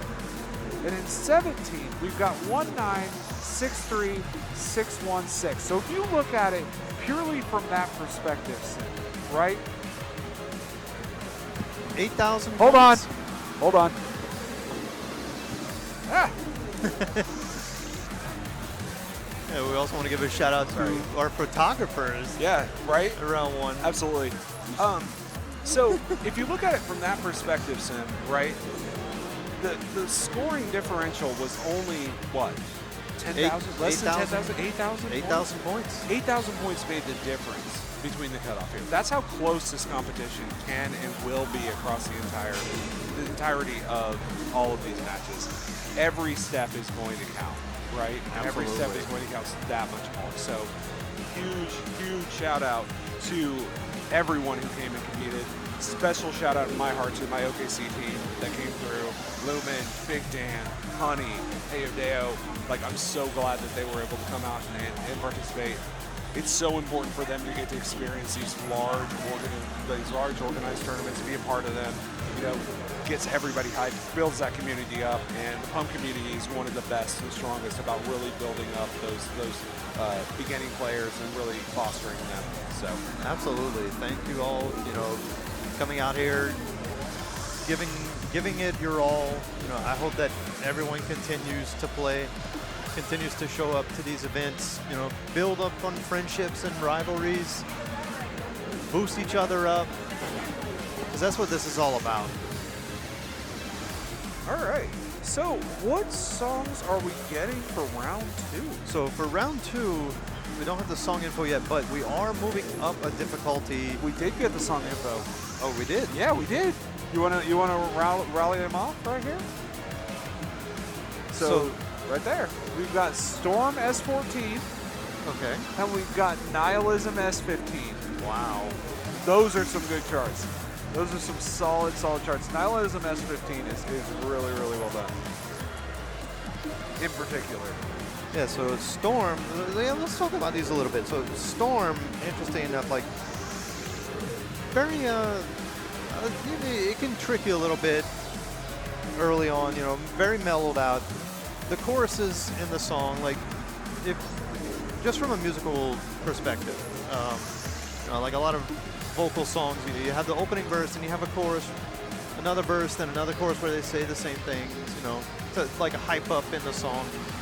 The chorus sections, like they'll about 35, 40 seconds through the song and towards the end of the song, for something like this chart, they're going to be a little bit stream heavy, 16th note stream heavy. But about a little very straightforward, I'd say. You know, nothing too twisty. No, not at all. You know, not too worried about like double step situations. Yeah. But they can test players' stamina a little bit. Sure. 16 note streams are fast. It's a solid entry S14 for sure. Get you prepped for some of the faster charts, like ironically Heart Rabbit Coaster, right? Yeah. So, and then Nihilism. I mean, Nihilism it has that abrupt start at the beginning, right? Yeah. There's some triplets and there's little bursts, right, in the hallway break. But the second half starts with that quick drill, and that's where a lot of players get tripped up, right? There are some jump start patterns in the streams, so you got the streams and then you jump, stream, jump, right? I do believe that you can bracket some of them, right? Yeah. But, you know, Heart Rabbit Coaster had the thing where you couldn't just, you know, quickly just use one step for each one of the jumps and just, you know, bracket those through those. You're having to do those spread jumps, and it's a little bit more challenging for the stamina, especially for, you know, intermediate players. It's one of those things you have to get adjusted to. But on Nihilism, you have the ability to actually go through and just slap your foot down on it. Here, I just want to cut in real quick, y'all. We're having our organizer, Johnny Pop up there. He's actually doing a pad check because apparently we were having some center panel issues. So we'll hopefully have that checked out in just a bit. Tech can get that checked and we can continue this tournament. So sorry for the wait, everyone. Okay, cool. So with that, do we want to go ahead and take just a quick break? We can grab some. Yeah. Get a hydration break. Yeah, we'll get a hydration break, and we will return shortly with round 2. Thanks for seeing in with us at the Big Deal 5 here, Wild Steps at Grapevine Mills Mall in Dallas, Texas.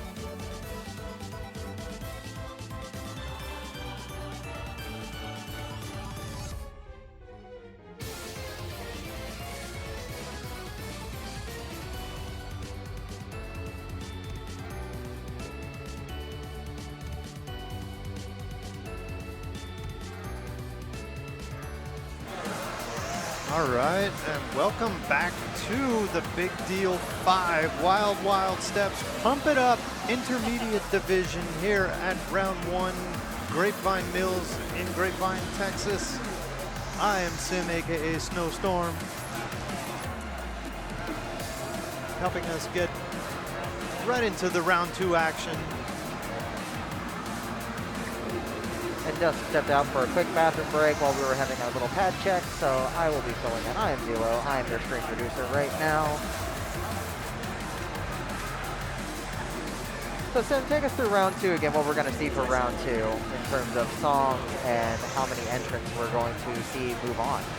Okay, so we had 16 participants, I think, promote from round 1 to round 2. And so we're going to be moving on to level 14 and 15 picks, one from each difficulty in a curated song list. We have Nihilism S15, which again, as we said, just a lot of triplets and bursts, 16-note bursts on each side of like a halfway break. You know, second half really starts with some quick drills that'll catch people, some jump step patterns, but we are going to start with Storm S14 for the 14 range, which again, all the chorus sections that are like repetitive lyrics, a lot of 16-note streams, but nothing insane. Like right here is one of them. Just very straightforward patterns, no twists. It's an oddly very straight chart, but it has a lot of 16s for a 14 at this BPM. So it actually ends up being one of the harder ones to pass, but very easy to score on once you have a handle on it. So we got on the player on the left cab, we have Sora and Shinsei. Sora had an early trip up, but starting to make a comeback. Shinsei getting a little tripped up at the end of the chorus. And on the right pad, we have Ceiling Fam and Data Corridor. Data Corridor just finishing up the round 1 of our pool, so going straight back into it. So he's got to be a little warmed up. Now, just as a heads up, we are starting these pools from the lower seeds going up to the upper seeds. So these players are the ones that have struggled a bit more with the early rounds. So hopefully they're still warm so that they can do better in this round right here. Got Corridor and Ceiling Fam really getting a good start here, both maintaining looks like full combos all around and keeping good accuracy. Shinsei struggling a little bit more, and looks like Sora had at least one extra drop, but overall all players holding it well. And with that, I will let Jeff take it back over. Awesome. Thank you, Zello. Appreciate you. So, we are here in round 1. So we've got, who do we got on here so far, Sim? So right now we have Ceiling Fam and Data Corridor both holding full combos. I don't know if I saw any perfects. Oh, but Ceiling Fam does get a miss right at the end. Commentator's curse again. You keep doing it, brother. You keep doing it. I know. I'm sorry. It's okay. But yeah, Ceiling Fan with a 997, Data Corridor with a 996. Looks like excellent runs by all the players there. I think they accidentally hit center on the P1 cab, so we did not get those scores. Next stage. So, are they going off of the scores that were? Because I believe neither player had a score on their card. Is that accurate? I believe they took a screenshot of that. Are you going to use those scores? So, Yeah.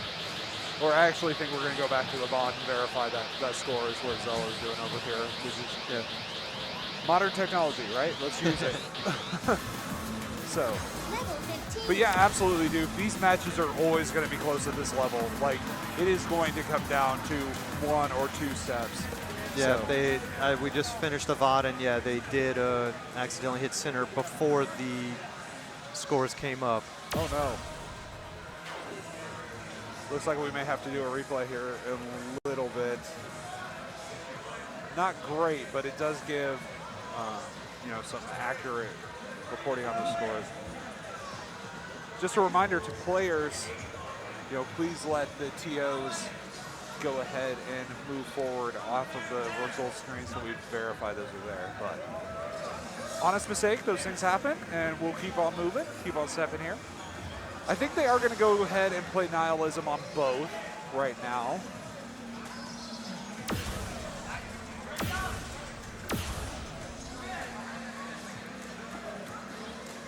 Yeah, they are going to go ahead and go with Nihilism.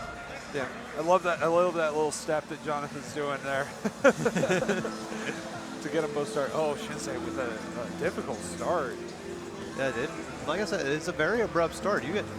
Yep.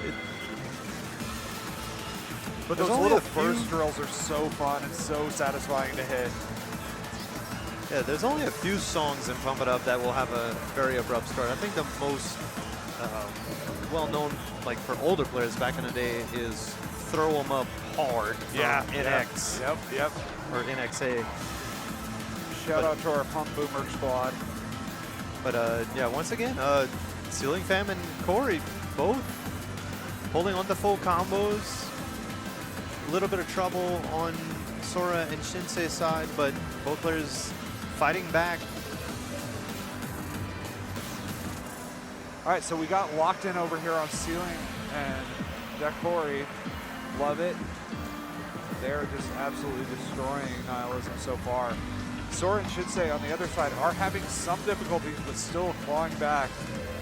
Shinsei had that rough start with that abrupt beginning. We'll see if that trips up some of the other players. Ceiling Fam getting a couple of grades during the 12th node stream. NATO does absolutely make incredible songs. All of the Elder Tour theme songs are fantastic. And then Corey also picks up a couple grades. Yep. Shinsei's keeping combo though. He got a good and a great run in there. Oh, breaks it with the bad there. Ceiling Fam did pick up a good at the start of the triplets.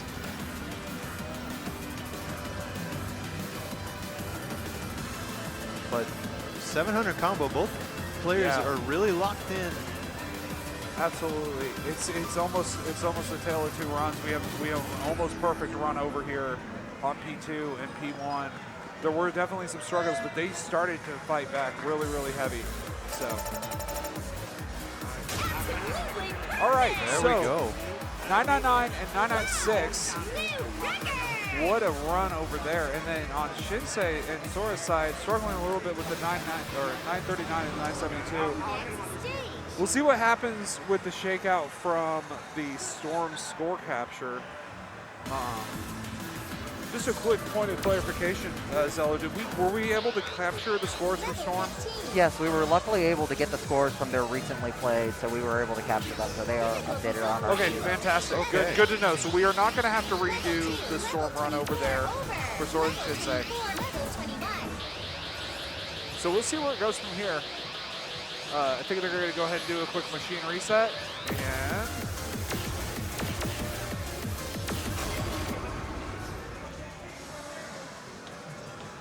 while we were on break, I did stop off and get a very refreshing Red Bull. As did I. I see that you got the sugar-free edition. I did. Yeah. Do you prefer the sugar-free editions? Actually, in the can that I went over to, it was mostly just the sugar-free and I think the orange ones. But I was like, I wanted to hurry up and get back here. Yeah, no, I get you. I get you. I do like the sugar-free is ones. good. Sugar-free is good. Yeah.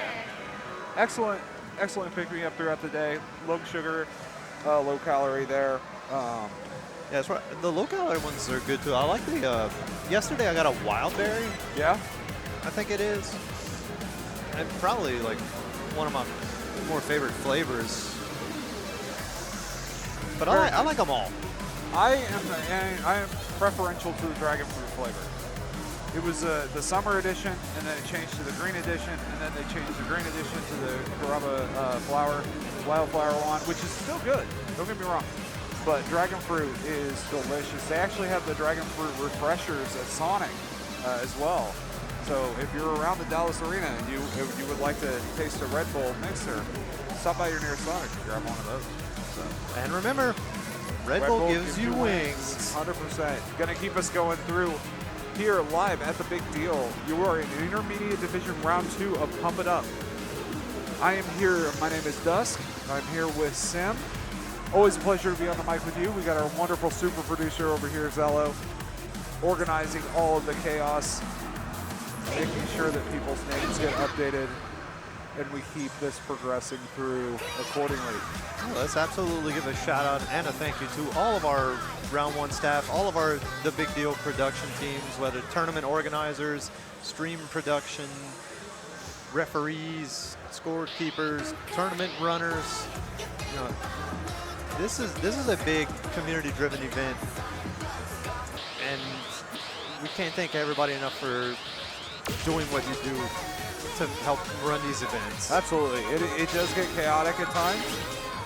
It can be a little tad overwhelming, but it is 100% very enjoyable to be a part of this incredible community, and we're very lucky to have it in our lives.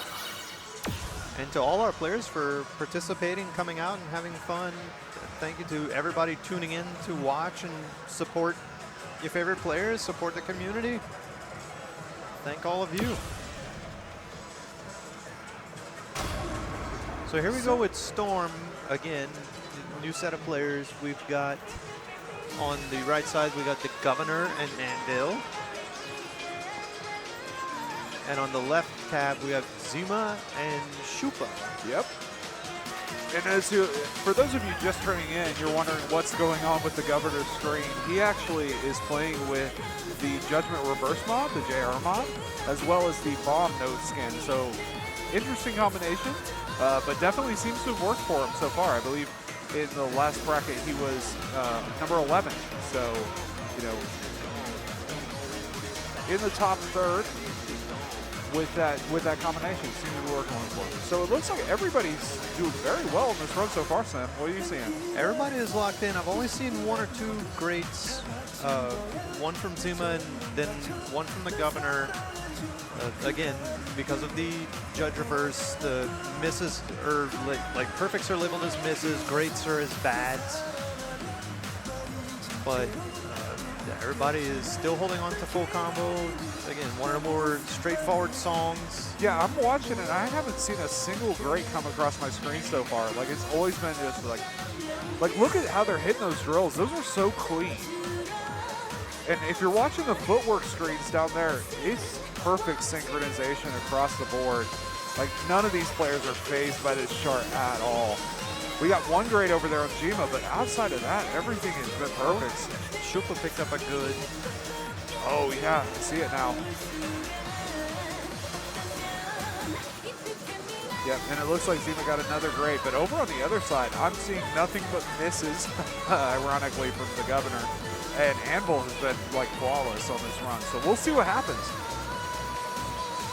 What an incredible run by those players. Let's see how this all shakes out. Let's see. Anvil's got a smile on his face. I think he knows. Yep, we got He's another happy. PG. Well done by Anvil. Perfect game. Well done. Perfect game. But look at these other scores. 998 for the Governor, 994 for Shupa, and 993 for Zima. Wow. Like, everybody with the triple S, everybody with those incredible runs. I think it's like, what, a 10 great run over there for Zima, and then a 3-1 for Shupa. Wow. Next stage. Look at this. Is some good pump, man. This is exciting to see. Absolutely. So, but that just shows you, like, the margin of error is so thin, right? You know, you got somebody who got 10 grades. You got somebody who got 3 grades and a good. And they were 3 and 4 in this run, right? This is how razor thin this stuff is at this level. You cannot slack off on any of those steps whatsoever. And I don't think any of these competitors did that right here, right? They didn't let it phase them at all. No, absolutely. Everybody looked calm and collective. You know, just a little bit of strain. You know, when a great or maybe that good by Shupa, but everybody was locked in. You know. Now we're going to see barely if the phased. 190. We're going to see if they can do 190, right? You know, this is where it's going to get a little bit more real. But like, you look at it, Zima's already got the PG on this. Like, this could be crazy. Abrupt start, everybody hits it good. Zima gets to pick up a few grades there. But looks like everybody's ready. Hits the grills, no problem. Coming up on 100 here. Everybody's pretty well locked in. Yep.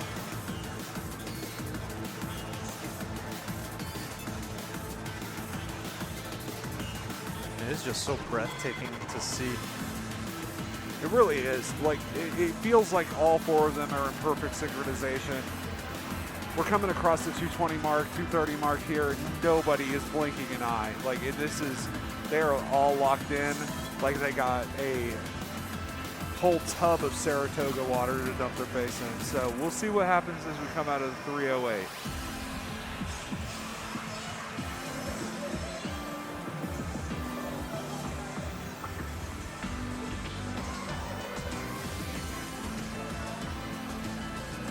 Such a good breakdown right here, like musically. Oh, everybody picking up a few greats in that little 12-note burst. Oh, but the governor loses combo on the drill. But he's still in it. Absolutely. Looks like after the rough start, Zimas seems to be pulling ahead with Anvil not far behind. Yeah, Anvil is just nailing his triplets very, very, very calmly and smoothly. Anvil crosses the 700 mark, so does Shupa. Let's see who can nail this. Oh, Shupa drops. I think this is Anvil's to take. We'll see. Crosses the 807 mark. What a run by Anvil. Everybody gave it their all, but Anvil seems to pull ahead with a 5 great run. What a 997. Shupa there with a 3 run and a miss. 991 for 991 for Zima, 996 for Shupa, and 986 for the governor. Stayed strong even with a few drops. I don't know, man. I think all four of them might end up in top 8. Like, that was such a clean run by all four of them. But again, it's going to come down to the wire. You might get a 987. You might get a 989, and it still might not be good enough at this level. You've got to get into that Triple S arena to continue to move on. So it'll be very interesting to see how it shakes out. But all four of them gave it their all. Special shout out to Anvil for getting the PG in the very beginning. Again, you love to see it, especially at events like this. Why don't you just get up and dance, man? Yeah, So- Anvil with a very good placing. Well, while we wait for them to Game get the over. next set of players up, let's go ahead and give a couple of shout outs to a couple more sponsors. Absolutely. So everybody knows Red Bull's been an amazing sponsor so far, but we also have an additional few sponsors that have helped us get this across the goal line. So Sim, who do we got up? So first we want to thank Kai's for their life-changing bars. If you need a jolt, do you need a jolt of protein on the go? Do you want to contribute to a good cause? Pick up a Kai's bar. Gluten-free and packed with clean proteins and all real food product ingredients. These tasty snack and energy bars will get you pumped and ready for the day's challenges ahead. And not only would you make a difference for yourself, you'll also be making a difference for someone in need through their Give First mission. Visit kaisconcepts.com to learn more. Pick up your first bar and make a difference in somebody's life today. Kai's, changing lives for the better. All right, so it looks like we're all set up here. So thank you for that shout out for Kai's. If you are here at the Big Deal and you are registered, please stop by registration and pick yourself up a Kai's bar. We've got plenty of them. They were gracious enough to donate an entire case to us. So thank you again to Kai's for keeping us healthy and fed well over this next weekend. 100% DJ Panica, come grab a Kai's bar. They are in karaoke room 9 where we are doing registration. So right now on PIU 1, we've got V-Dude and Hopecaster, and we've got Silver Flare and Pat on P2. So on P2, so I want to give a shout out to Silver Flare. Silver Flare did pick up that PG earlier. Absolutely crushed. I can't remember which one it was. It wasn't a Heart Rabbit Coaster. It was the S14 that we played. The 13. Yeah, 13, sorry. Oh yeah, Irelia. Yeah, Arizona. Thank you. So starts off great on all of them. One great from Hopecaster so far, but everybody else seems to be perfect. Another good picked up by Hopecaster. Seems to be having a little bit of struggle with that center. Oh yeah, that's definitely coming into play. Picked up a couple of center misses and goods.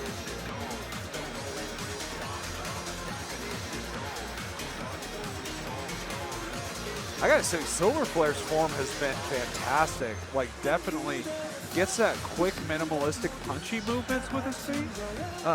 Pat opting for the more like stretch type style. But both players are really, really locked in on P2. Over on P1, what are you seeing? Now we're seeing B-Dude. He got a couple of grades early. I haven't seen too much trouble on his end. I don't know that I've seen any greats or goods. Hopecaster is starting to pick up combo again after that earlier incident, but locked in again. All four players are locked in. Yeah, P2, like, I have yet to see a great from either player. They're absolutely locked in. I would not be surprised to see at least one PG come out of this. Glad to see Hopecaster not giving up, though, on P2 and P1 after that difficult beginning. Seems to be locked back in. Haven't seen any real struggles from his side. I have not seen a grade in 30 seconds. And I'm not going to see one Wow. now. All right, let's see Awesome let's see job. how this shakes out. So, they're smiling. Wow, Oh double my PG. God! Double PG. No, triple PG. Triple PG. Bravo. Kidding me. Bravo. Standing ovation over here, triple PG. I didn't even see P1, I was so focused on PG. But that's what I'm talking about, Sim. Like, you got 3 PGs out of this. Hopecaster did a good run. You got a 987. But that's the level of competition that we're bringing here at the Big Deal 5. This is absolutely incredible. What a pop-off to see. Absolutely. I mean, that's what it takes sometimes. You know, you just got to get the legs warm, get laser focused, and you set the stage on fire. Absolutely. Now, here's the thing, though. Like, this is really where, like, it comes down to, like, mental stamina, too. Because imagine, like, you're Hopecaster, right? You know, how do you mentally prepare for this? How do you shake that off and, like, say, okay, nihilism, let's go. Like, let's take advantage of any mistakes that these 3 do, and let's catch back up, right? Right. So let's see what he's got. So, in here, so far, good starts for all of them. A couple of greats coming out of Hopecaster's area. I think I saw one over on Pat, but I may not have seen that either. So we'll see what goes on over here. Crossing the 100 mark so far, perfect across the board. All the players hit the drill with no issues. Oh, we got a bad coming from Pat's side in the center. Let's see if that costs him, but Silver Flare and B-Dude are locked in. Like, I think Silver Flare is definitely, like, just trying, absolutely trying his best to get that going. And there is the commentator that's a Chris on the quick side, right? So over here we got Hopecaster and B-Dude with the combo. So it's almost like the opposite effect, where P1 is now the full combo section versus P2. So we'll see how that shakes out. Yeah. Now Hope did get a good earlier, but again, you know, broken full combo. Still in good shape.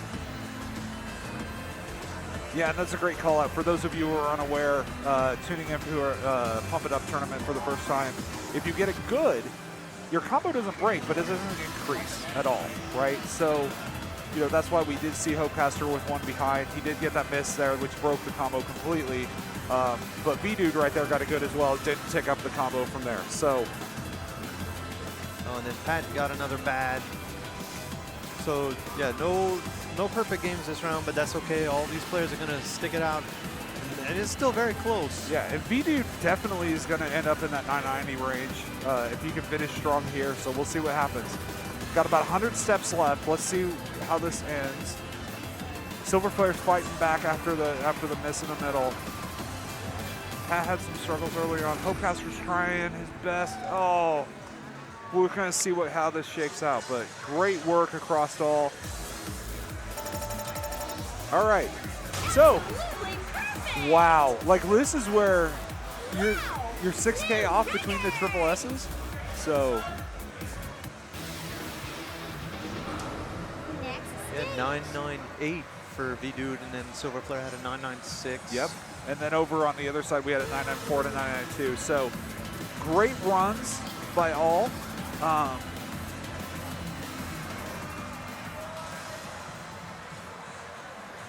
I'm sorry, I'm still shaken up by that triple triple PG perfect. Oh, yeah. on Storm S14. Like, I sincerely hope that somebody like either got a screenshot or clip that can dump that in the Discord. Like, let's get that. You know, I think I got to think about it. Maybe they all hit the Red Bulls during the break. Oh, absolutely, absolutely. Like between 1 and 2, they're like, all right, you know what? I need some wings. And we're not talking about Buffalo. We are talking about our #1 sponsor, Red Bull. Game over. And speaking of sponsors, while they are getting the next crew up, we'll go ahead and give another shout out to one of our sponsors. We'll go ahead and say thank you to Project Storm, part of CEO Fighting Game Championships. CEO is back again, finally back in Orlando, Florida, at the Rosen Shingle Creek, and bringing back great rhythm game action by working with the Project Storm team once again. Attend the event happening June 13th to 15th, or watch from home for some great dance game action as they host Dance Dance Revolution, Pump It Up, In the Groove, and Step Maniacs tournaments alongside all of the fighting games. Visit ceogaming.org for more information. All right, so now Thanks for that shout out there, Sim. So look forward to hopefully seeing a lot of these competitors at Storm. Right, Storm is a tremendous event. They have been for many years, very supportive of the rhythm gaming community. Excited to see them again as a sponsor here. You know, the cool thing about the rhythm gaming community is we truly want to promote all events, not just, you know, the big deal. We're not competing with things like Storm. We absorb and we definitely want to promote other organizations and other events in the rhythm game community too. So Absolutely, and we want to give a big thank you to Alex Jabali for all of his hard work bringing us in. So what do you think? Can we get another PG? Like, can we get another one on Storm here? Right? Let's see. Let's see here. Well, all we're off to players? a great start. All players holding full combos, all perfects. Okay, we got our top 4 seeds from round 1. We got No Bar Ben and MCAT on player 1, pad 1, and Blitzy Boy and S3 and K on right cab. So far, like, I'm just seeing perfection. Like, if you're watching their step and their footwork, it is so in sync. There's just, especially with Ben. I always watch Ben, and I'm just in awe of his balance. He's almost like a ballerina on these pads. You know, it's just like he has that true, like, that leg work, that footwork that is so quick. And I'm like, wow, man, how are you keeping your balance that level? You know, it's really, really amazing every time I watch him play. As we go into the second chorus streams, Ben did pick up a bad earlier, but right back on it. But everybody just getting blues across the board. Yeah, it's going to be very interesting to see how much that one step cost Ben, because everybody else is in pure perfection. Oh, MCAT did get a grade. Grades. Yep. Wow. Let's see how this shakes out. So first off, what happened here? Blitzy with the PG. Wow. Let's go. Blitzy with the PG. S3K and MCAP both with what, 2 and 1? Yeah, 2 and 1. So that's what I'm saying. Like, literally came down to one step for Ben, for S3K, even for MCAT, which is 2. That is razor thin margins of error. Razor thin. It's only going to get more dramatic Isn't as it we though? go. Right? 14, level 16. But this is incredible. Like, just imagine if Blitzy, because you saw Blitzy at the end, right? He's like, oh man, this is crazy. you know, you can't tell if that's, you know, exhaustion or mental fatigue or whatever it is. But whatever it is, he shook it off and completed that PG. Did not, like, he waited till the end. Whatever you do, wait till the end, right? Held on. So very excited to see what's going to come out of Nihilism here. Now, this is, again, you know, Nihilism has a, you have to have foot speed here. It's not too terribly complex. There are twists, right? But it's really, where I've seen people struggle, at least in phase 2 so far, has been on the drills, right? Those drill bursts, those 3 and then 5 drill bursts, right? Yeah. So I think that if you have the foot speed, like Ben has the foot speed for a heavier chart like this. So it'll be very interesting to see how it shakes out. So it looks like they're starting a little bit late, so we're going to focus on P2 for a quick second as they cross the 50 mark. No mistakes whatsoever from Blitzy and S3 and K as they cross into 100. What are you seeing on P1 now? On P1, all perfects for both Nobarbin and MCAT. Yeah, I'm just seeing blue across the board, right? Oh, one great by Blitzy, so he won't double PG. S3K, again, is just keeping right up. Got a great from MCAT as well. So far I'm only seeing 2 greats now. One from M and one from Blitzy. So far, Ben and S3K are still carrying that PG. As we go into the break. Now all players still holding full combo. The question is, can they hold it after the break when it starts to get significantly faster and that foot speed comes into play? Oh, both getting a grade at the same time at the end of that 12th note burst. Oh, Blitzy picked up about 3 grades in that drill and picked up a few there coming out of those freezes as well, but hits the drills and recovers really, really nicely. All right, here we go, down to the wire here. We're in our final blitz of the last 200 steps. M picks up a couple more grades there. So far, Ben's been perfection. So we'll see how this all shakes out.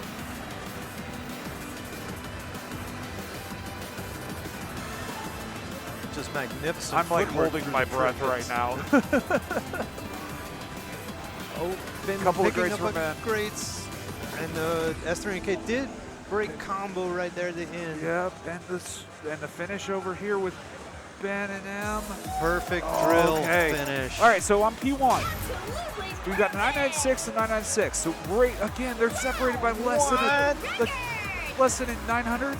And then 999 from Ben and 997 Wow. from MCAT. Wow. This is some good pump, man. This is crazy. Absolutely. One from S3. Like, this is wild. next stage. This is absolutely wild to see this. So, This is insane pump. it really is. Like,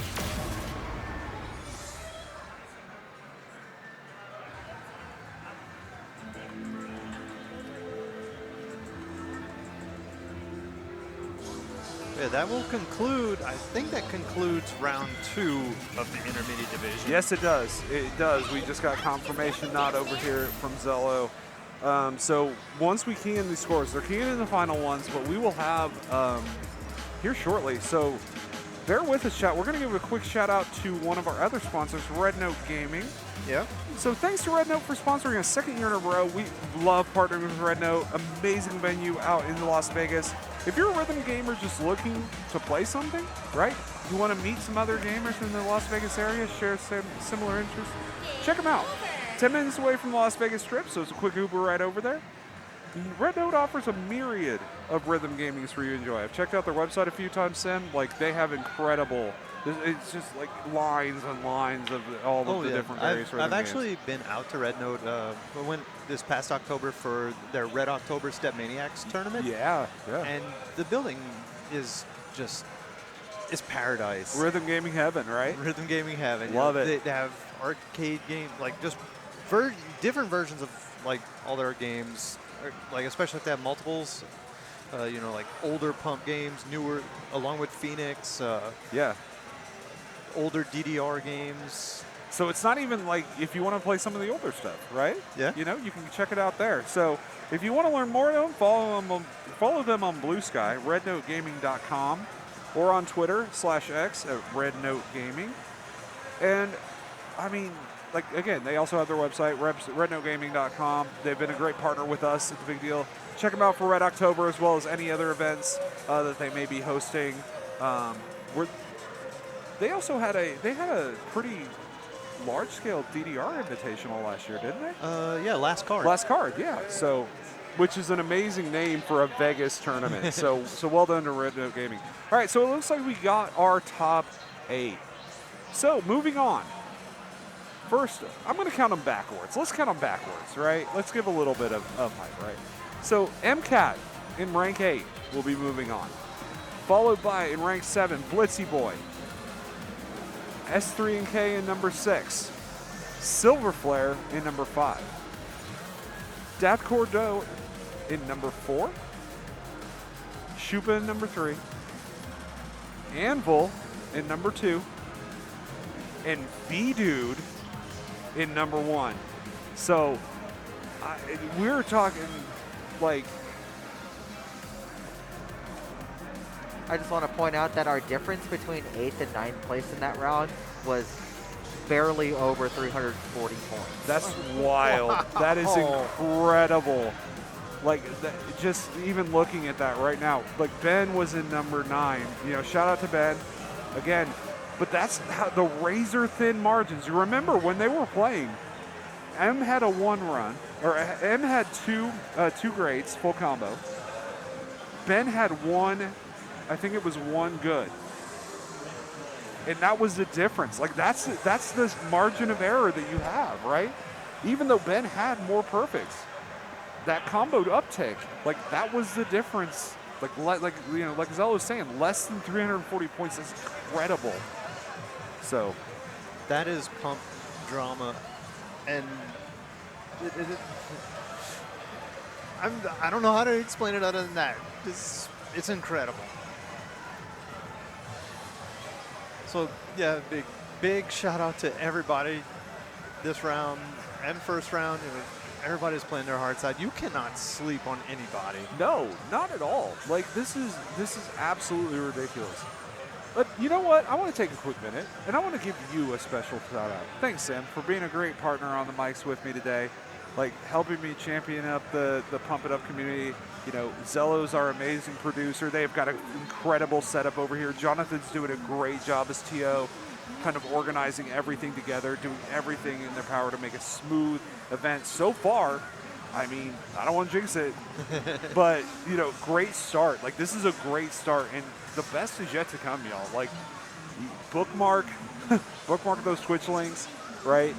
Keep them up in different tabs, you know, throw them up on your TVs, you know, whatever you want to do over the weekend. Keep informed with us. We are just now starting here at the Big Deal 5 live from round 1 Grapevine Mills here in Dallas, Texas.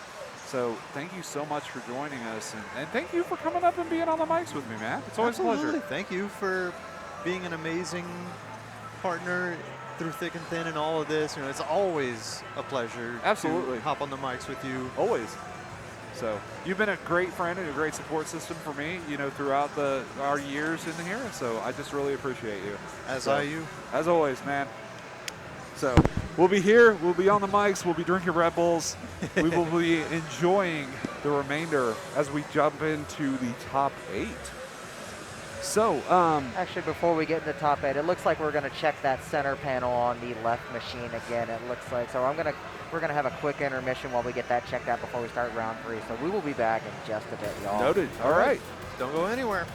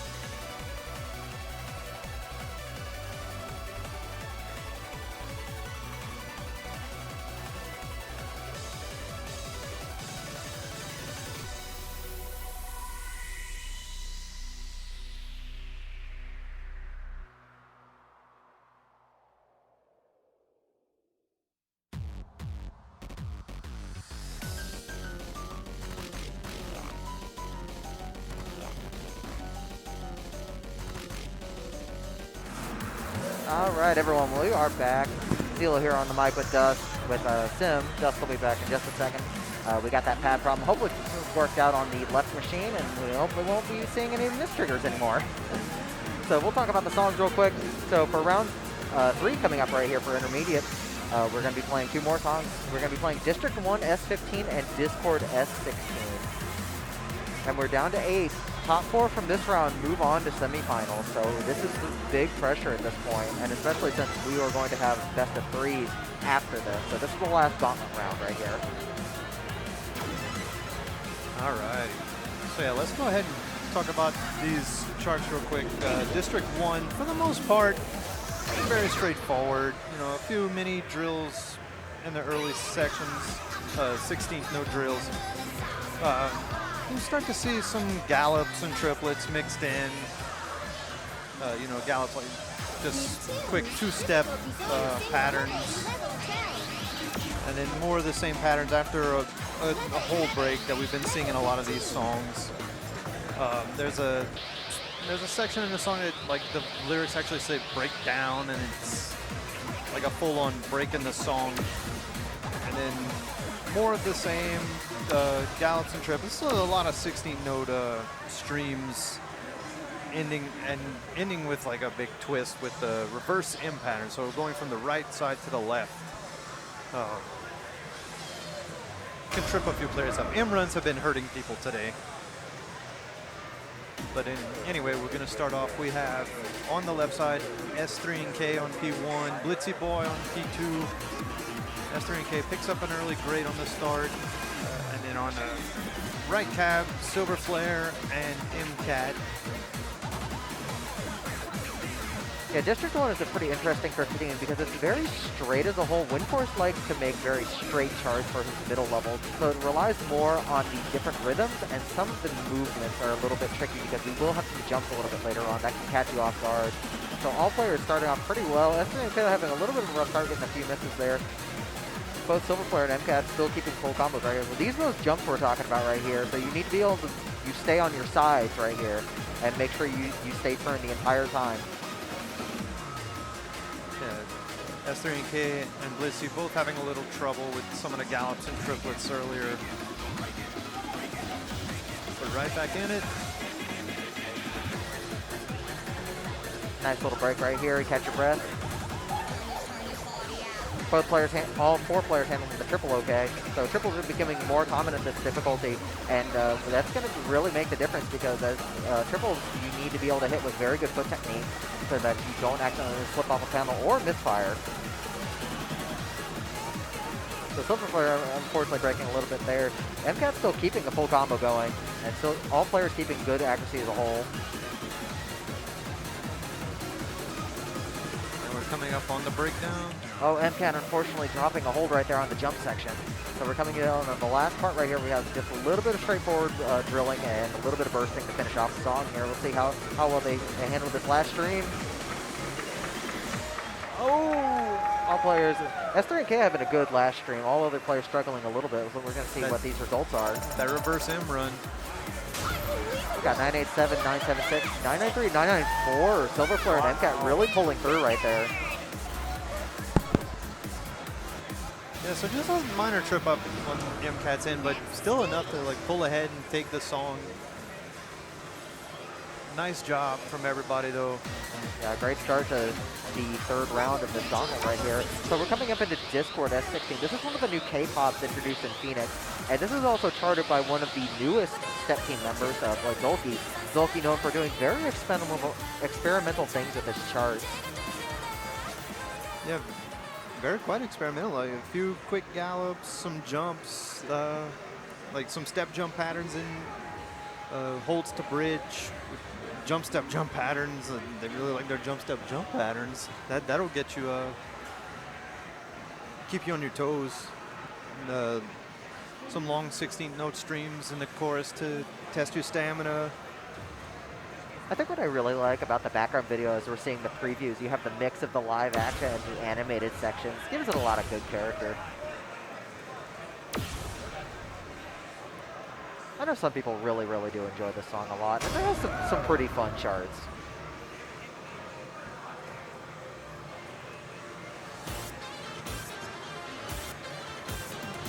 this one's a mostly backloaded chart, so there's not going to be too much happening in the very beginning during these slow sections. When we get to the choruses, that's when things are going to pick up a bit more. There are some rhythms to check and watch out for. There's a lot of gallops, a lot of syncopated notes here. All players off to a very good start here. And then you just got to be careful towards the end of the song because it can get very twisty. Yeah, that's definitely standard pump charting where generally the ending will be much more difficult and have the hardest section. Not always, but usually. And in quite a few of the songs for the duration of this tournament, you're going to see a lot of those 8-note hold runs that are going to come into play and really trip up combos from some of these players. These are intended to force you to turn because if you just kind of try and tap them, you're most likely going to drop the tail end of the hold and get misses. So they're intended to try and make you turn. Oh, Blitzy Boy unfortunately getting a miss and a bad back-to-back, dropping that combo. So the max combo bonus in this game is 5,000 points, and dropping at this point means you can probably only pick up about half the combo, which means you'll probably only have about 2,500. So Blitzy's got to really pick up at this point. So MCAT still holding full combo. Silver Flare did get a good earlier. All players really handling the stairs well right there. And with that, I will let Dust take back over. Awesome. Thank you, Zello. Appreciate it. As we address some of the craziness here at the Big Deal 5. Oh, but MCAT gets a batter on this right at the end. But held on for so long, though. It looked like Silver got one right at the same time, too, because they ended up with that 20 combo right there. But 997 for MCAT, 991 for Silver, 990 for S3 and K, and 985 on Discord for Blitzy Boy. So, now, this is where we start to hit brass tacks, right? We're in the 16 range, right? Yeah. 16s are typically where you start to see some of the intermediate players hit that wall, especially those coming over from other dance rhythm games such as DDR or SMX. You know, people can typically have their application of the other footwork, you know, applied to pump. They get a range, and they're like, okay, I understand the concept of hitting 8 notes and 16 notes and stuff like that. 16s are really where the pump tech starts ramping up, right? So, you know, you saw it a little bit with Discord, right? What was the second one that we're playing? Oh, we're playing. So we're District 1 and Discord. So getting my bearings a little bit here. Apologies, chat. But District 1, S15, fantastic song. Love District 1. Then the Discord S16. But that 16, that's really where I start to see the wall hit, right? A little bit. Would you agree with that, or? Oh, absolutely. Like 16s are where you start to see a lot more of like the 8-note hole runs that get a little twisty and turny. That players got to watch out for, and some 16-note streams here and there that also, like Zello said earlier, bring in like staircase patterns. Yep. So you got to watch your crossovers. Yep. Your footwork. And that can be a big problem for a lot of players. But everybody did great here.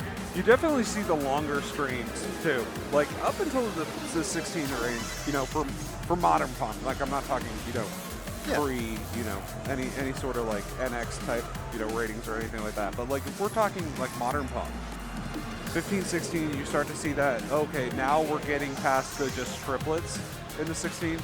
Now we're really gonna go and ramp through, like, can you carry the 16th runs, right? You know, can you carry them as long as they need to? You know, whether it's, you know, for a full measure of nothing but 16s or multiple measures, you have those elongated runs, and you start to incorporate the twist tech in it, where double stepping, you can't do that anymore. You can get away with it on some of the lower charts, but 16 is where you start to hit that wall. So we'll see what shakes out. Let's see who can overcome that wall. So as we go on forward, we're now with Anvil and Shupa on P1, and then V-Dude and Data Corto, right? So V-Dude was our #1 coming out of that gauntlet of Pool 2, like where there was just PG after PG after PG. Every step mattered. Let's see what happens here. Yeah, NX Kid here. Yay, 1 skulls. Yep, the old skull rating system.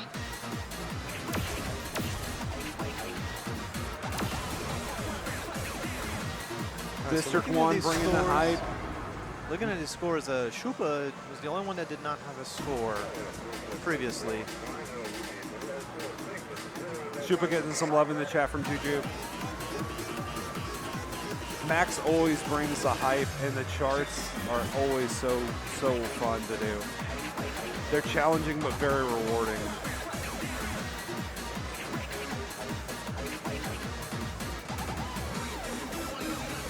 All right, as we come up to the first gallop and triplet section, Shupa picking up a grade. But all the players are really handling them well.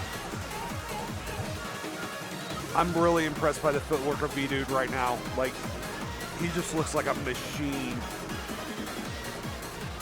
Data Cordeaux taking it ahead, though. Looks like we got a little bit of a miss there on one of the transition freezes for B-Dude.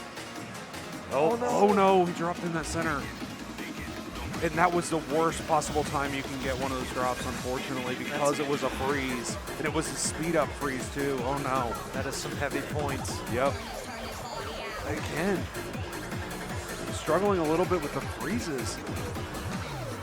Now we got a 1 or 2, but like they are warmed up, but at the same time, we're getting to harder charts. Fatigue could start to play a little Absolutely. bit You see it a little bit with Anvil, actually. Like, right there, it seemed like that was a fatigue miss.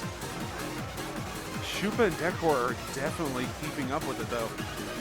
Oh, I love Decor's move there to twist. And we come up to the breakdown. I'm doing everything in my power to not chant go, go, go, along with the song. Now Corey did drop combo. Yep. Oh, that no, reverse M Shupa. run. That reverse M run. Oh no. Oh no. Yeah, because that body was turned a little bit the wrong way on that run, but still gets the 993. 996 for Decor though.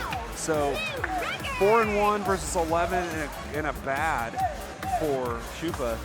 And then B-Dude with a 981 and Anvil with a 985. Yeah, those 12 misses, like that's the thing.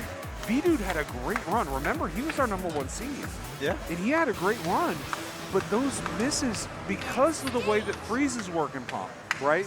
For those of you, again, who are unfamiliar with the Pump mechanics, freezes count as ticks. And different songs based on BPM or a variety of different factors, whether they're gimmicks or whatever, when you hold those freezes down, they count as extra steps. It's not like DDR where you released a freeze, okay, cool, you got one miss. No, this is like, it can be anywhere from like, 50 misses and you tank out, right? Yeah. Like I'm almost immediately on some charts, so. But yeah, worst possible time for that. Let's see if he can overcome it though. Like, here's the thing though. I think if anybody can overcome it, it's Vidu. We saw what he did in Pool 2, right? Absolutely. So, let's see him lock in here on Discord. Has anybody made the Discord joke yet? Like, let's see if he can lock in on Discord, but we're not talking about chat. Lock in. Yeah, Which, speaking of lock in, all our players are doing a great job of that right now. they really are.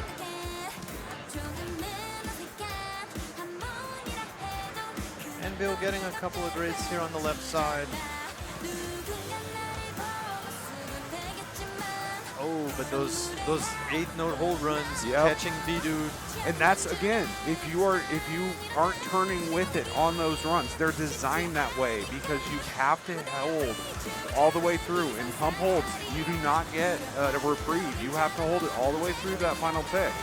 And if you can't, because you're trying to double step or release early like you do in other rhythm games, pump will punish you for it. And Anvil is taking advantage of that to his, they're absolutely working it the right way. Looks like Deck Cordero is as well. So Shupa and B-Dude got some making up to do here. But both Anvil and Decordo still holding full combo. Yep. Nailing the 24th note triplets. And see, this is where those extended 16th notes run come into play on the 16s. Like, Discord has some very good runs, especially as you're getting into the 16s and want some good practice on them. Discord's a solid entry into the 16 realm, but you start to see the difference in between just the 15 and 16 layer like that, right? Right? And that corridor did get a good right at the end of that stream, but still walks away with the Triple S Plus. Yep. Wow! New record! 993 for Anvil. Really strong showing. 976. And 982 for Shuba and Vidu respectfully, yeah. But that's, again, you know, there were only 3 misses. Again, these aren't like they had these massive wave of misses or anything like that. It does come down to 1 or 2 steps or 1 or 2 holds that you don't follow through all the way through, and it can cost you. It definitely can at this level. So, you know, we'll continue to see. But I think we're about to get everything shaking out okay. So, so Pool 3 is complete, and we'll see who's going on to the single elimination tournament here at the Big Deal 5. Again, my name is Dusk. I'm here with Sim and our super producer, Zello. Why don't you just get up and dance, man? We are going to continue rocking it through the rest of Intermediate. You get to partner with us here. So, hey, chat, why don't you shout out for me what your favorite 16 is? You know, we talked about the 16 wall. Type in your favorite 16. We want to hear. We want to hear what you got for us. I'll start. Witch Doctor. We got moved to a 17 in Phoenix. It was a 16 for a long time, but I'm still going to stick with it. I love Witch Doctor. Love Witch Doctor. But, yeah. I'm kind of cheating with that, so, you know, I'll also throw in Club Night. I do love Club Night. So, I think, did that get re-rated too as well, Zello? I don't think so. I think it's still an S16. So, My top 2 choices, I'm having a hard time juggling between them. I'm a little wonky on them. it did get re-rated. That's 2 in a row. Oh my God. Maybe I just like, yeah, 86 is a great one. 86 is fantastic. Emperor, what's wrong with Emperor? Why does he like Emperor? Emperor's a good chart. When I was young, Yeah. BS Power Explosion, that's another really good one. So, yeah, I think I Pump Me Amadeus. Pump Me Amadeus, yeah, that's Yeah. a good one. The old crazy chart. Uh-huh. Absolutely. What's yours? You know, I'm having a hard time picking between 2. Like, I'm a little biased. All right. One of them is more. I like the 16 so much because it's probably. I still haven't been able to clear the 21 yet, and that is 1949. 1949, yep.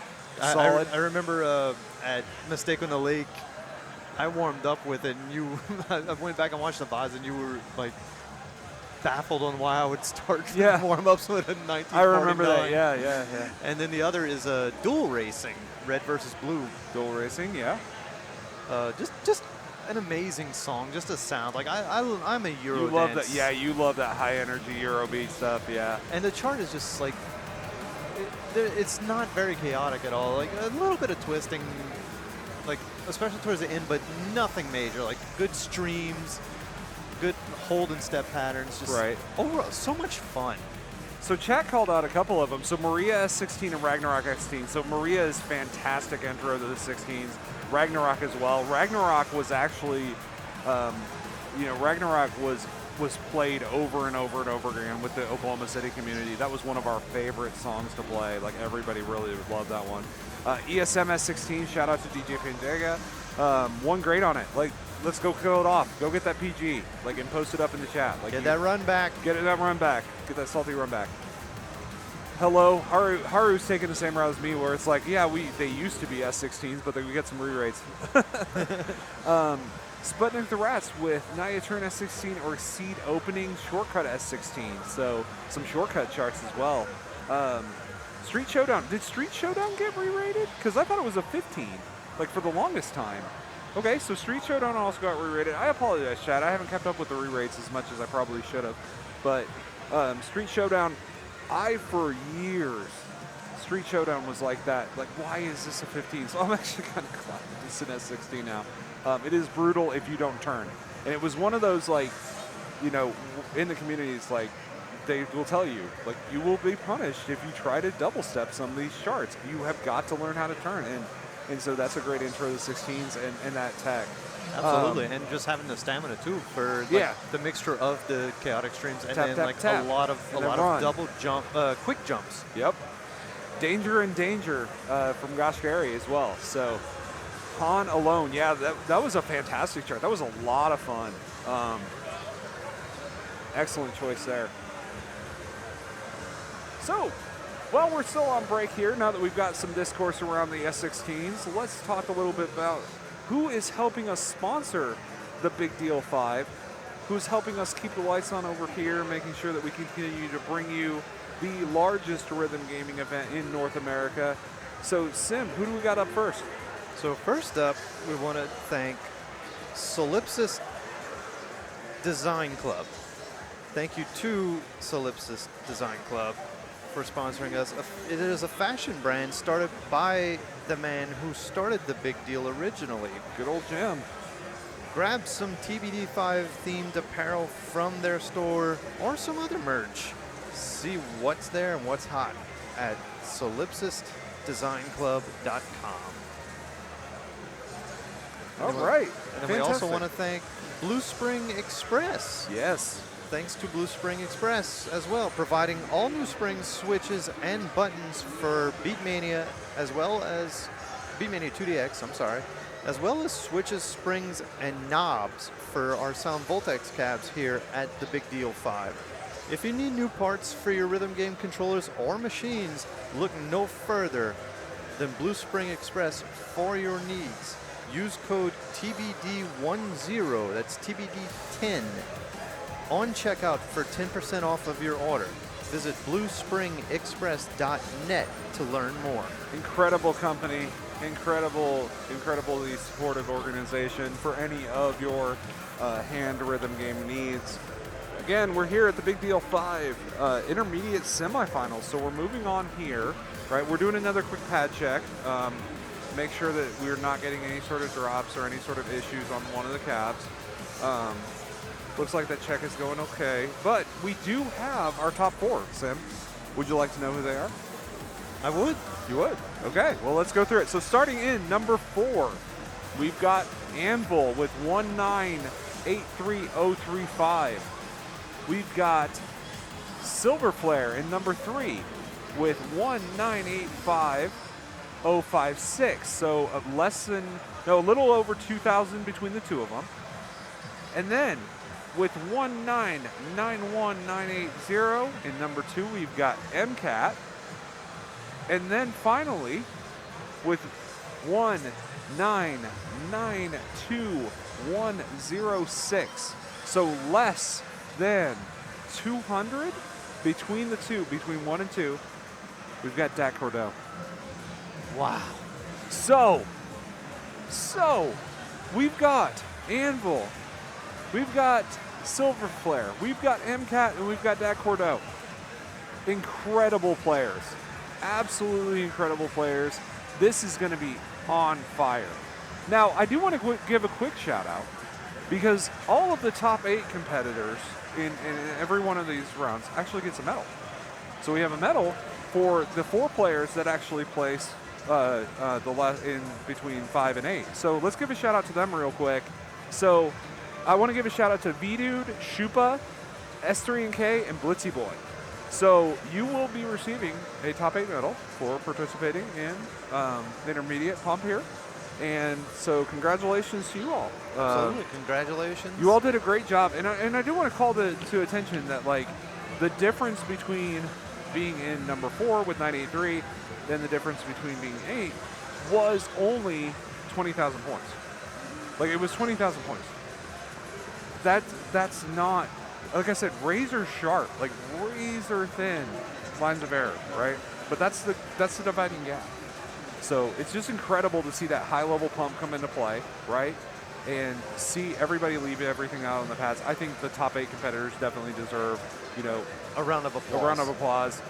Well done. Well done. Okay, so it's Core E. It's Corey.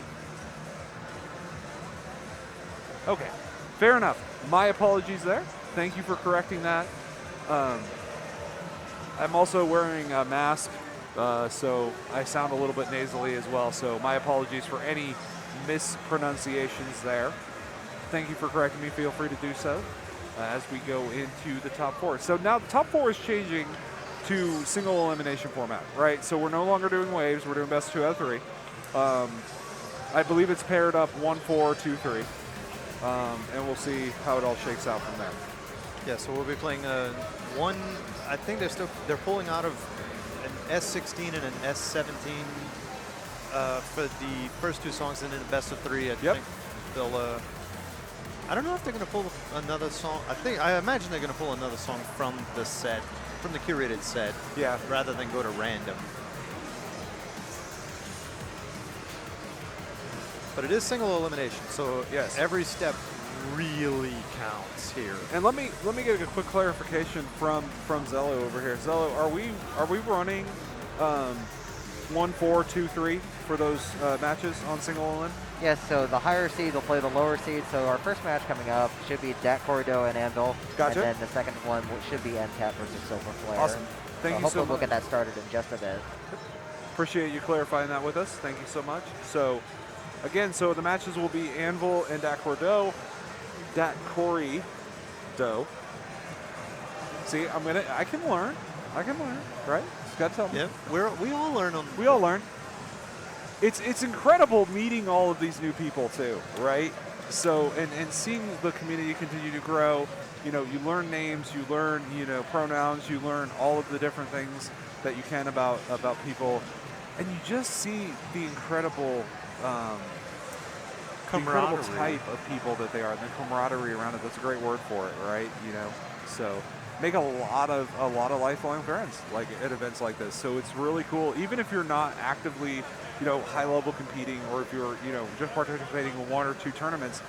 Being here for the weekend, seeing the community in action, seeing all the support, getting involved, whether it's through volunteer work or whether it's through commentary, stream assistance, organization, like building that community is so important to keep it going. And people have turned out in spades. We had the most amount of volunteers that we've had. We ended up having 47 people volunteer this year, which is double what we had last year.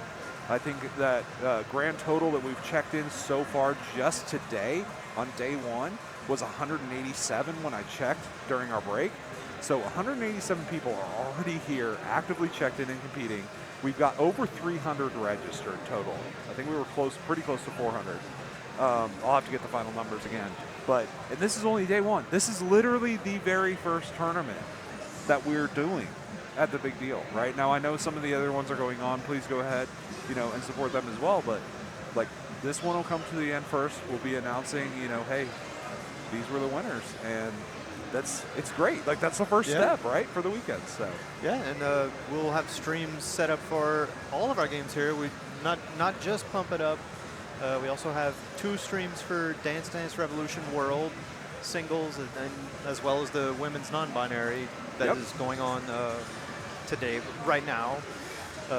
Tomorrow, later today and tomorrow, we'll have Beatmania 2DX and Sound Voltex, and then tomorrow I think is Dance Rush Stardom. I gotta give them a shout out to my Dance Rush boys and girls. Like this is going to be incredible, right? Like I got to be honest with you, we've reworked the format for Dance Rush this year. We're gonna be doing both freestyle and a single elimination tournament.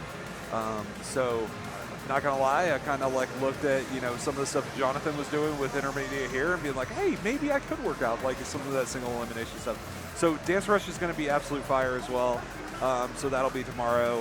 STBX and 2DX will go throughout the weekend, as will DDR and Pump. So we've got an entire weekend of some great matches and great moments. I can't wait to see what actually comes up that only happens organically at things like the Big Deal, events like this. So thank you for being patient with us while we continue to do a little bit of pad maintenance and checking out things, but I do think we're about to get started.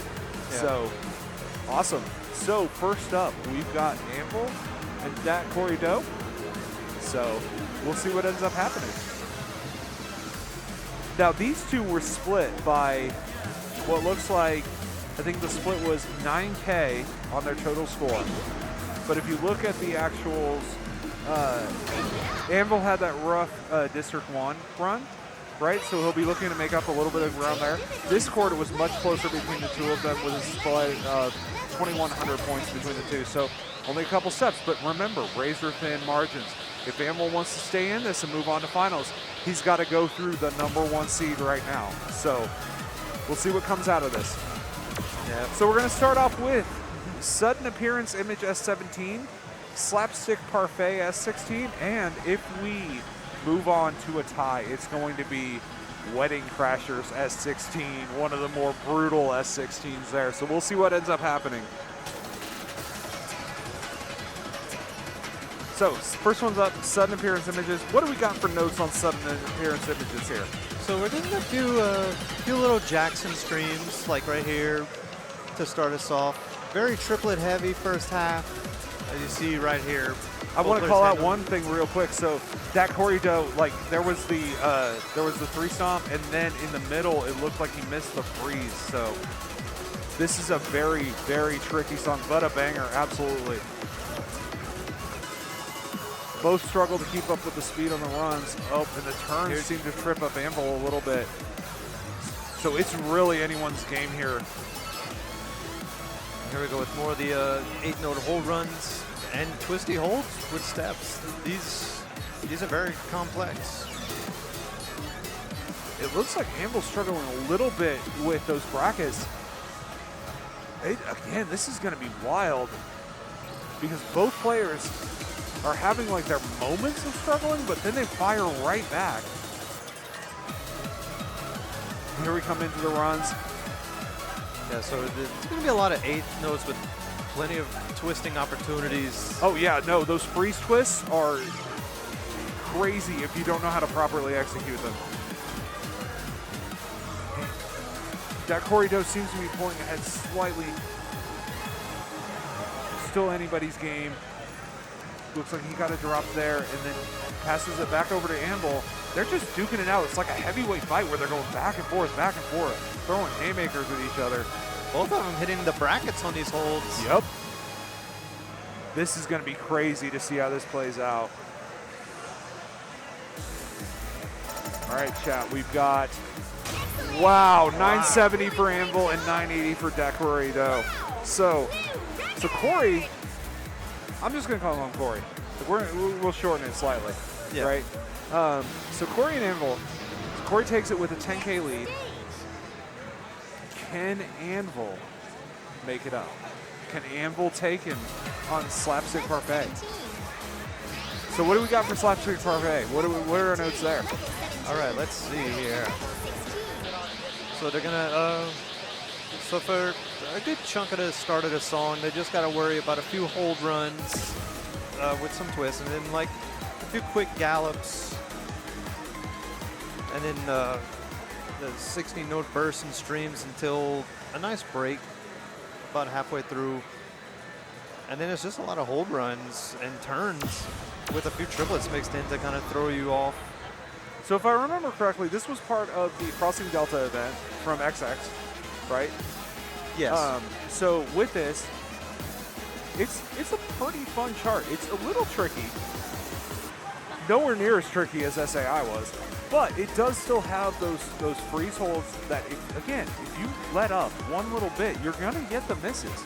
And if you don't turn with it, right, and you try to do something like you get your right foot up on that up arrow and then try to heel toe down to that down arrow, you're going to get a miss or two every time. So both players are really, really focusing in on getting those turns accurately and hitting those drills. Now both of them perfectly nailing some of these drills. Corey did get a great, but having some trouble with the twist into this long drill. Is that Anvil's moment? Is this Anvil's moment to come back? We're going to see. Can he take advantage of it? All right, here we go, Corey. Let's see what you got. Can you come back?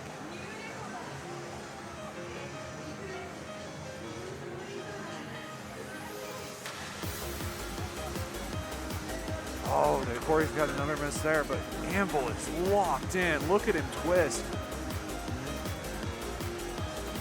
Nailing all of these twisty triplets. No, he's on got fire. pretzel moves out here. It's wild. Crossing over into 600 combo now. Corey's trying to make up some ground. Oh, Anvil that drops one it. is- Oh, but Corey drops it at the same time. I do think that Anvil still got the lead on this. But we'll see how it all shakes out. Oh, Corey's got another drop. Corey's struggling a little bit on this one. Boom, boom. Okay, so both struggled with the ending, but Anvil was locked in for a good 3/4 of that song. And you can see it right there, 994 to 971. Wow, Incredible job. that is the difference maker right there. Some of those early twists and gallops did not phase him whatsoever. Corey was getting a few grades in some of the Jackson drill bursts going into the break. Yeah, And the triplets in between the 8 hold runs caught him off guard a little bit. Anvil barely dropped the perfect in that section. all right, so But yeah, we are tied. we're 1 to tied now, 1. so we're going to Wedding Crashers. Wedding Crashers is brutal for an S16. Like it is definitely one of the tighter ones. If you're hitting the wall, this is one of those songs that you hit it on. Oh yeah, there's a lot of stamina like early, like with a lot of drills, some streams. Just you gotta move and It's your song. There you go. Zello's song that he shouted out earlier. They stopped on Emperor. All right, so we're seriously going on to Wedding Crashers. Let's see what happens here. Like, look, Anvil, if Anvil gets another one like, oh, so wait a second. Are we not going to, oh no, we're doing Yosei Ferry. why are they doing USA? That's interesting. So, okay, so that was incorrect. Wedding Crashers was in the other draw. So my apologies, chat. Okay. Let's do a quick correction. This is the tiebreaker, Yosei Ferry. So what do we got for notes on Yosei Ferry, real All right, quick, so while they're getting started? A pretty calm start here with some of these holds. You gotta worry about a few gallops and mini drills early, and it's like some quick jumps. Going closer to the halfway mark, you get a little more bursty, and then just like long 16-note streams after like a quick hold break later on in the song. So Both hit pretty those jack stamina jumps testy pretty indie. easily. Anvil's getting a little bit behind.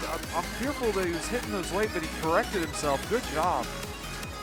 Okay, both are locked in. Anvil got a couple of grades. I didn't see anything on Corey's Oh, side. no, but Anvil not the kinda missing drop. the hold. Not on the drop on the hold. Oh no. that's gonna hurt. Let's see. Well, look, we saw what happened. We saw what happened on Slapstick Buffet. So who knows? It's still anybody's game. Can Anvil lock back in? Like, that's the real question. And can Corey just keep him off? Because he's nipping right at Corey's heels. If Corey screws up one step, Anvil can take advantage. Oh, there we go right there. Just Yep. gotta miss in some Oh, of those here twist we go. holds. So it is neck and neck. Look at Anvil, like, just absolutely kill that run. Are we going to see 4/1 here? Come on, chat. Let's get some hype. Don't blink.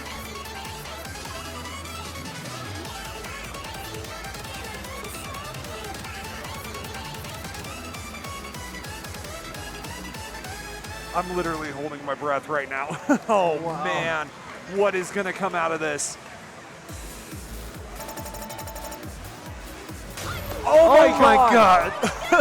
That corridor wins it 993 to 991. Oh, my God. It literally came down to 4 steps. Like, what an incredible match between those two.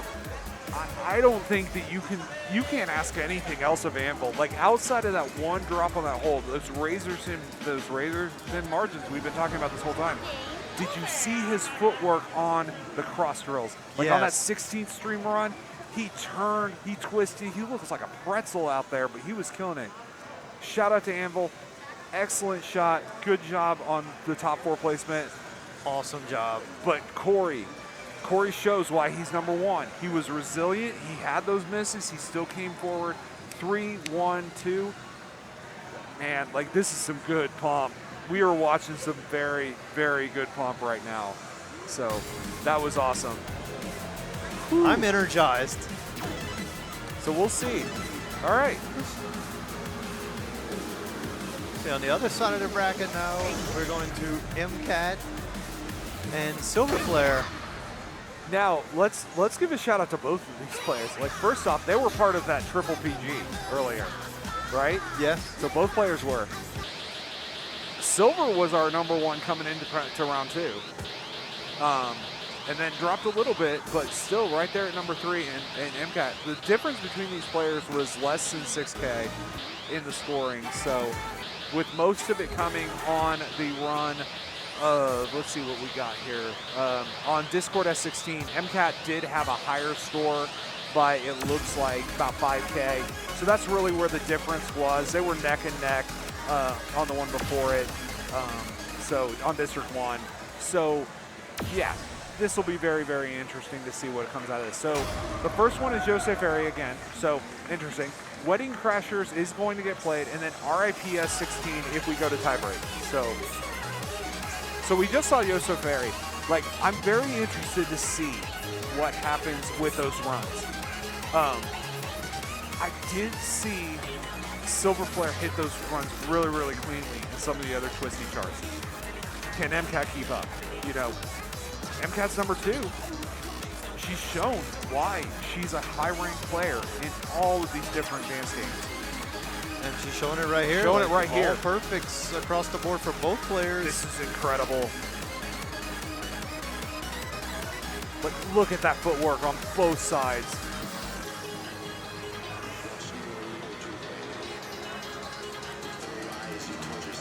Minor note, I really like Silver's blue shoes there. They look so cool on the pads.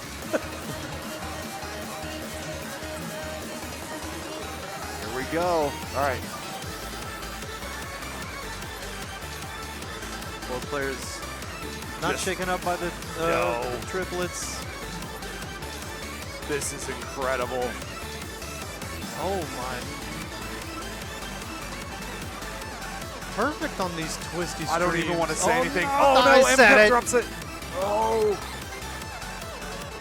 And here comes Silver. Silver dropped it too. Oh no.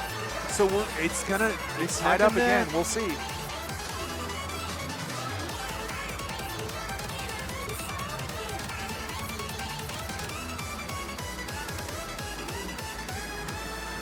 What an incredible run by both players. Great job. This is going to come down to the wire. Like, who had...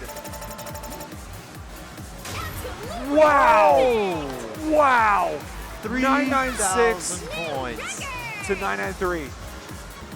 You don't get much closer than that. That was incredible. Neither one of them had a miss. Both of them picked up the bad and the goods. It's just, Silver just had a few more greats. Like, that was really the gist of the difference. Still set a PB though. Like, also got a PB of plus 200 or plus 2,000 on there. So shout out to them for getting that. We celebrate up scores here. We do celebrate up scores. Absolutely we do. So, all right. So MCAT is one win away on Wedding Crashers from moving on to the finals and facing Corey. This is incredible. Like, I know I keep saying it, but like, this is some of the tightest pump matches I've ever seen. And it only happens at an event like the Big Deal 5. Like, this is where excellence happens, and we are seeing it in action right now. And this is just intermediate.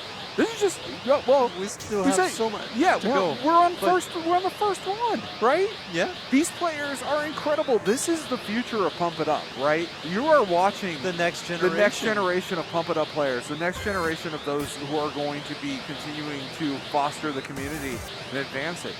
Like, you watch all of these matches. You go back and watch some of the VODs. You go back and watch some of the clips that will be coming out. And you are going to see some incredible tech. Like, yes, they are playing at the 16, 17 levels. These are not 20s. These are not 21s. But those fundamentals of tech, right? Those advancements and those challenges get more progressively difficult as this tournament goes on. Your fatigue sets in. Your mental capabilities step in. You start going in and saying, okay, I got to brush off this greater. I got to brush off this good. And I got to focus and lock back in because every step matters, right? Yes. So, Absolutely. And remember to take those breaths when you can between songs, or Yeah. even like during the hold breaks and stuff. know when to pause. Know when to take a breath. You know?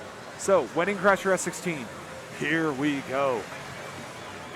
Can MCAT win again and take the set, or will Silver Flare tie it up? Wedding Crashers is such an amazing song.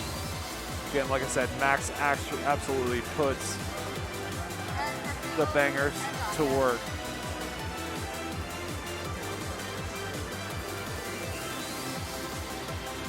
All right, so it looks like M got a drop there during the first series of hold runs. Silver Flare is absolutely killing it and crushing it. M's coming back, picks up a great in that 16th run on the right. But both hitting the M runs like it's nothing. Can M lock back in? Because again, we saw what happened in the last one. Now, Silver Flare did get a couple of greats in that last burst. Right. But can M shake off her drops? And can Silver, like M's nipping right at his feet. So Silver's locked in. Nice job on those quick jumps. Yep. From both players. This is very high level pump tech. Silver Flare drops in the Keep stream. going. Oh no, oh no. We got a couple of drops from Silver Flare. That might make the difference. M might get this 2-0. We're going to see what happens. Oh no. Oh. And back and forth. Oh no, they are punching back and forth. This is where that mental acuity is going to come in. Can they shake it off? Oh. Long streams here to close it out with some drills. Oh, but Silver Flare is just getting so many misses right there. Yep. That's fatigue setting in. Yep. Like I said, S16, this is one of the most brutal S16s because of that ending run. Let's see what happens here. There was a lot going on in that last run here. So, who's pulling ahead? It looks like MCAT with a 985 to a 974. Well done, well run by Silver Flare. Fantastic. Well done on both sides. Played his heart out. Yes. I would just want to point out real quick that MCAT didn't even have a score recorded. That was her first play on That was Phoenix. a sight read? And also Silver Flare got a 10K improvement, so both players really playing it out. Wow. Big That is congratulations excellent. to both Excellent of them. to hear. MCAT will move on to the grand finals to face Dad Corrido. But again, shout outs to Silver Flare for an amazing performance today. All the up scores, just phenomenal. So, real quick, Zello, if I can ask a quick point of clarification. Yes, are we having a third place match? I don't believe we are. Actually, I can check in just a second. Okay, thank you.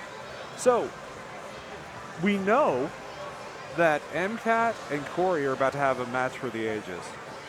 But let's take a moment and really reflect on, you know, Anvil and Silver Flare's, like, guts and determination that they brought here. Like, absolutely incredible. So, yeah, I was very awed by their performances throughout the day today. Just absolutely breathtaking play from both players. I'm very, very impressed with how all of this panned out. So we're going to get some clarification around what's going to happen with third place. But coming up, we are going to have, again, the match for the ages. They're doing their card out right now for MCAT and Corey. Heavyweight fighters going at it. Like, they were less than 1,000 points separate. I think it was less than, so 991, 980. Yeah, it was like 120 points separated them. Like, that's not even like, you can That's they're barely so a tight. Yeah, like it's literally like tiebreaker levels of coin flip type between the two right now. And you saw it. I gotta say, like, I'm very impressed with both of their skills in shaking off like what could have been, you know, crushing in their matches. Like Corey, he had to go 3, right? Shook off Anvil's like advance because Anvil was fighting. Anvil was coming out swinging, but Corey finished it off. He didn't let it get to him. And then M, we saw what M did. You know, M had those breaks in combo. I don't even think they were misses. I think they were just like goods and bads. But right there, what happened? Shook it off 2-0, right? So we're going to see what happens here between these two. You know, you look at both, and, you know, M's definitely looking a little bit tired, but going to shake that off. You know she's going to bring it, right? 100%. Absolutely. And She then, is very, like, I mean, both players are very fantastic players in multiple Yep. rhythm games. MCAT especially, like, she's very high level. You know, one of the top SMX players. So a lot of that carries over as well. But yeah, once they put their foot on the gas, they just go. yeah, absolutely. So point of clarification. So we are not going to have a third place match. So tied for third place will end up being Anvil and Silverfoot. Congrats to both of those players. We're very, very proud of them. Well done in your placement. So this will be the final match. And we are going to have Boom S17, I Want You S17, and Beautiful Liar S17. So a series of S17s across the board. Beautiful Liar is going to be our tiebreaker. So Boom and I Want You. It's a coin flip as to who's going to win this match. I'll be honest with you, chat. Like, if I had to gun to my head picking like who is, you know, ahead, like it's Corey. I think because he played first, so he has a little bit of more rest, right? Right. But M did only do 2-0, and Corey did have 3. So we'll see. Like, are the legs tired for Corey, right? You know, he's been through some brutal matches so far. M's got a lot of support. Like, I think M can take this 100%, but we'll see if she's too, like, we'll see what just happens here. So, But here we go. So Boom, First match. very hyped song. What do you got for notes on this one? So a good bit of 16-note triplets and more 8-note whole runs a little early. And then just some 3-note jumps, like a lot of bracket jumps later on. A lot of stamina throughout. So we'll see what tech they opt for. See if those jumps, if they do the brackets. I'm betting both players do actually opt for it. Such a clean match so far. Oh, very nice job with these step jumps. Corey picking up some Oh, good, both but of them struggling a little bit there. trading blows. Yep. Yeah, these step jumps are brutal. And this is where that BT comes into play. They've been playing all morning. What's going to happen here? Oh, both of them going into the red slightly. Corey staying alive a little bit. I don't think M fully lost her health bar. So we should be okay here. Ellison Park, this is level S15, or sorry, 17. S17. And yes, Sneasel, M is performing extremely well, as are all of our competitors, but M has been absolutely killing it.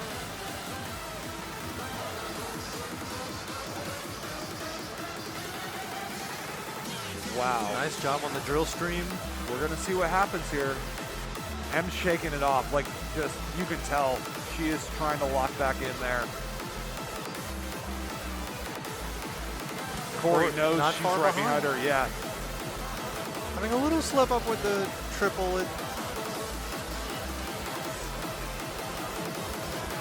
Oh, Corey. Corey's Oh, no. twists. He got a miss right there in that last run, but so did M. Let's see what happens here. So, what a great song, too. All right, so MCAT takes it. Wow. Wow. 963. That is 965 to 951. Okay. yeah. Just those 3-hit jumps. Just they caught both players. And it does look that, like, it does look both of them didn't complete life. It looks like both of them had the cracks. Corey broke life bar. MCAT stayed alive. She got the clear. Okay, got it. All right, very interesting to see what happens. Both players are just exhausted right now, so let's see who has the capability of finishing it off right here. This is that time while going through the songs. Catch your breath. And here's the thing. In and out. Yeah, you've got to have that. Get the water.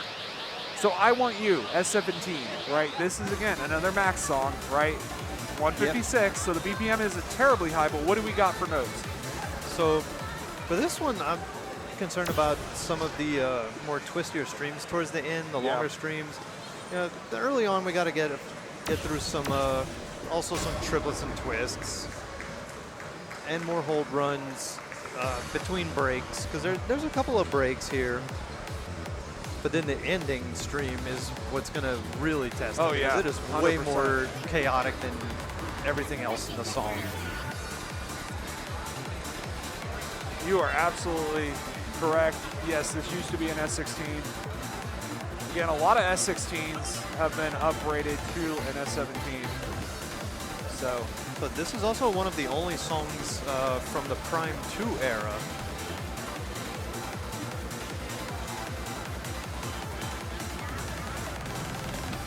Both players All right. nailing this first stream into the first break.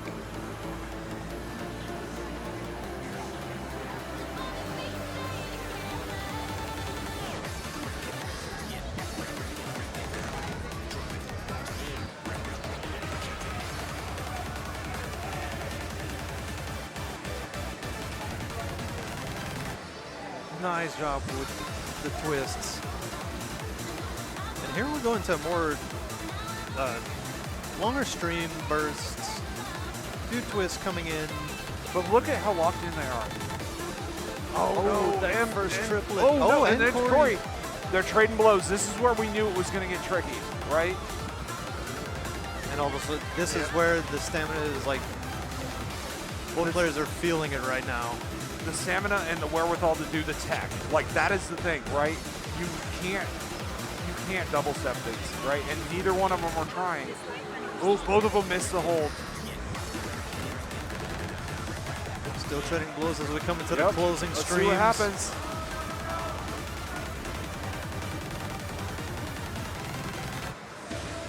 Wow. Wow, let's go. What an incredible final. So we couldn't even ask for a better match here. These two are so evenly matched.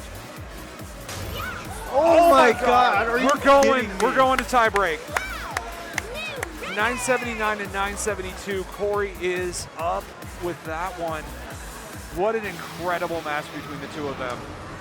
So, for all of you who have enjoyed this so far, we are going to tie break. This is now winner take all between MCAT and Corey.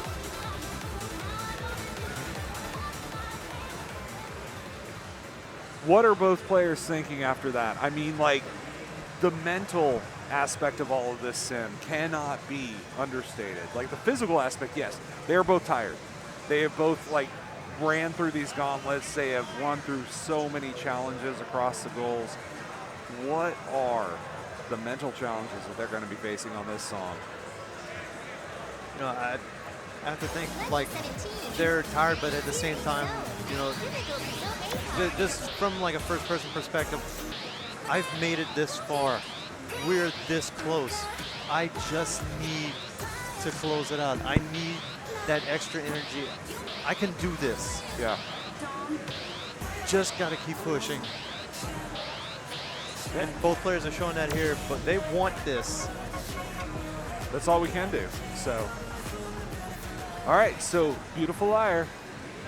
This will be it. And this is one of those songs that uses a completely different time signature as most of the other songs. This entire song is in a 3/4 time signature. So like most songs you think is like 1 2 3 4 1 2 3 4. And this one's more 1 2 3 1 2 3 1 2 3 1. You know, Yeah. like that. Pardon me. I'm sorry. I took a few years of like rhythms and piano. Hey, you're when I better was than me growing at up. it, right? I just know one. I just know 4/4. So, But yeah, the song is, the chart itself is like just a lot of gallops and twisty streams. You know, some step jump gallops here and there, and some bracket jumps as well in the middle. The last stream again is going to be a decider. A lot of these songs in these later charts have a very hectic final streams to test you. right. And don't be fooled by the BPM. Like, this is, if you don't do those skips on the sides, right, especially, they're tricky because you think like, okay, cool, I can just tap up and then down real quick. It's 130 BPM. I can probably get away with some of that. No, you really can't. Like as you can see. Okay, so both players had a few slip-ups at the very beginning, but M's pulling away on the combo. Oh, but got some miss on one of the triplets. or Yep. bracket hits. But she's going to fight back. All right, okay, so the brackets with the freezes seem to be tripping her up a little bit. Corey seems to be working through them.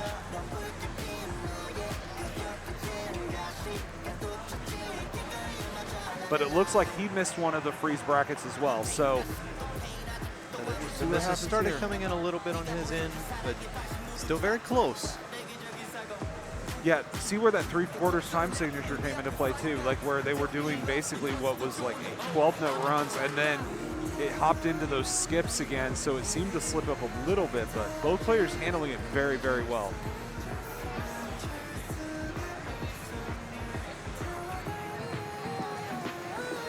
Oh no, Corey dropped one of the turns. This is a very tricky song. Absolutely. M is locked back in, while Corey seems to be struggling with it. It's going to come down to the wire here. Yep. Oh no. Corey missing that hold may have sealed it, unfortunately. But don't forget, we still got the long Yep. stream at the end. Both players handling those Oh, twists. M dropped as well. Here we go. Okay, All right, so what is it? What we got? what's going to come out of this? 981 and MCAT. 977. MCAT MCAT. takes it. MCAT. MCAT takes it. So, your second place finisher for the Big Deal 5 Intermediate Pump It Up is Corey. Dat Corey go. But taking it first, Sim, take it away. MCAT is your Pump It Up Intermediate Division champion. Congratulations. Absolutely incredible runs by both of these players. They showed why they were in the finals from the top going on. So, with that, that ends the intermediate play for the Big Deal 5. I'm Dusk. This is Sim. I'm Snowstorm, Yep. aka Sim. Sim, as always, it's been a pleasure being on the mics with you. Absolutely, always a wonderful time. We'll see you around again. You'll be on the mics again over on some DDR later. I'll be on a Yeah. DDR later tonight. Very nice. So best of luck to you in your tournaments as well. Thank you. As always, shout out to Harukaze as well as Zello for being amazing super producers and supporters of Pump It Up. We're going to go ahead and sign off for now. We'll get set up later here today, I believe, with women's and non-binary next. Oh, no, what is... No, what is women's the- and non-binaries tomorrow. Oh, Next okay, is the so main division. So we are moving on to main division later on today. So stay tuned for some of that. Otherwise, this is Dust signing off. from the Snowstorm Big Deal signing off. 5. And Zelo here real quick. So the main event will start. We'll start with the early rounds of the main tournament at about 3 p.m. That's about an hour from now. For now, we'll go ahead and take an intermission. And we will see you all then. Thanks for watching, everyone. We'll be back.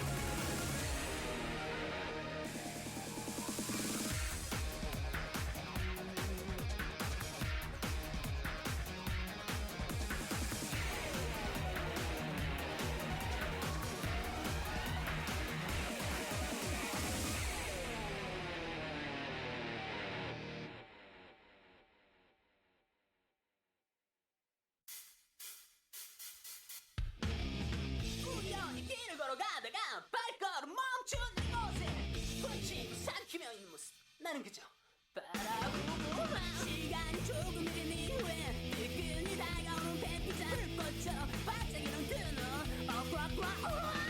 그녀는 빛잘 좋아해 그녀는 빛잘 좋아해 그녀는 빛잘 좋아해 그녀는 빛잘 꽉꽉꽉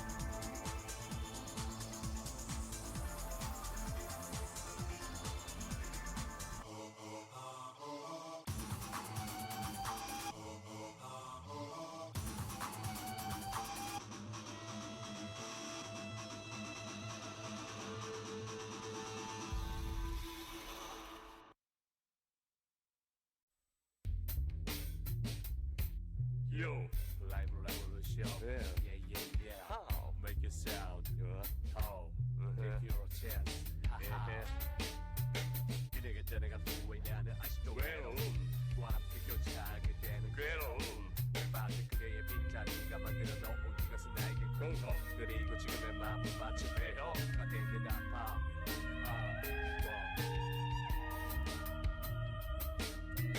그녀를 찾고 싶어 다시 내게 지금 얽혔어 사랑이란 감정 이 늪에 빠져만 드는 기가 바로 함정 그녀를 잊지 못해 아파하는 이내 심정 그 누구도 이해를 할 순 없지 더 이상 버틸 수 없는 이 마음 우울증기는 기다음 매대한 희망을 갖는 내 가슴 그 그녀에 대한 기다림은 결국엔 내게 돌아오기를 바라게 되는 너만의 바람 참하게만 느껴지는 내 자신의 초라함을 그대는 나누지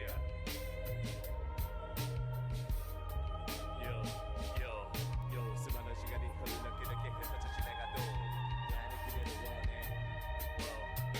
날 원해 내게로 와 다시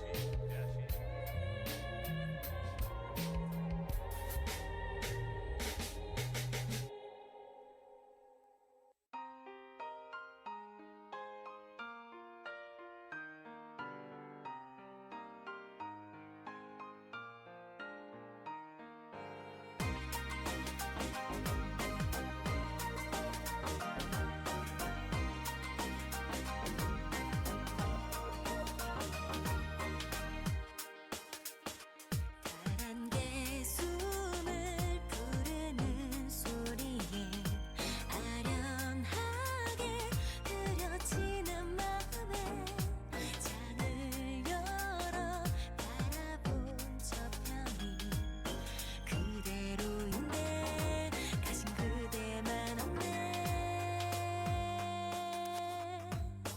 더 이상은 쉬지 않는 그리움이길 잡아준 손이 이제 없어도 한 조각 나에게 한 조각 그대 홀로 기억한대도 함께라고 만일 돌아오는 길을 알고 있다면 다시 한 번 더 두 사람의 손 마주 잡을 수 있을까 바라노니 부디 행복하세요 잊혀진 날 모두 없는 그곳에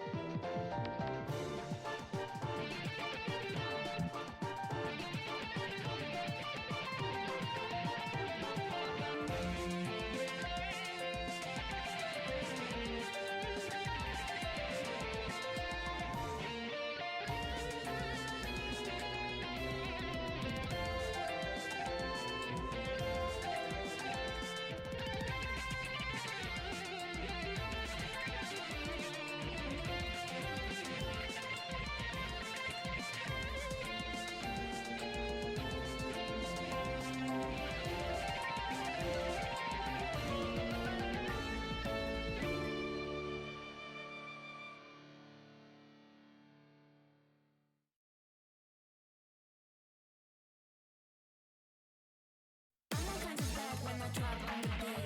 Take a down here, got your eyes on me. You need it, you want it, can you handle this? This lollipop is rocking me.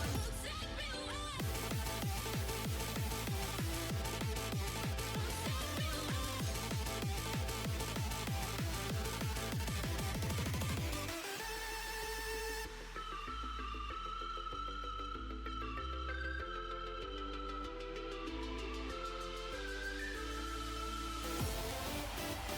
away.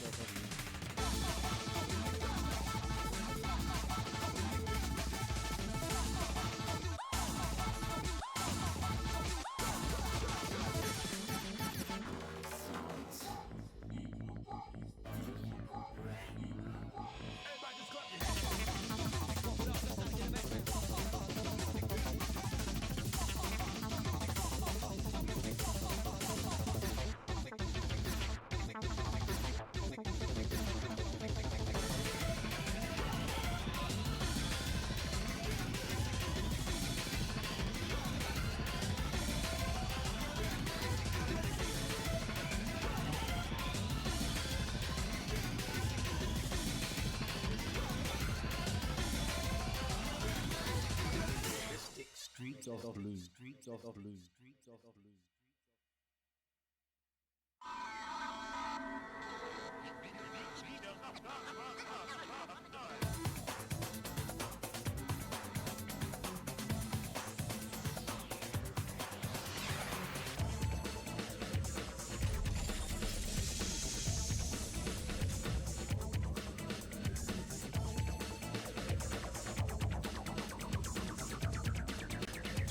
I will make you understand.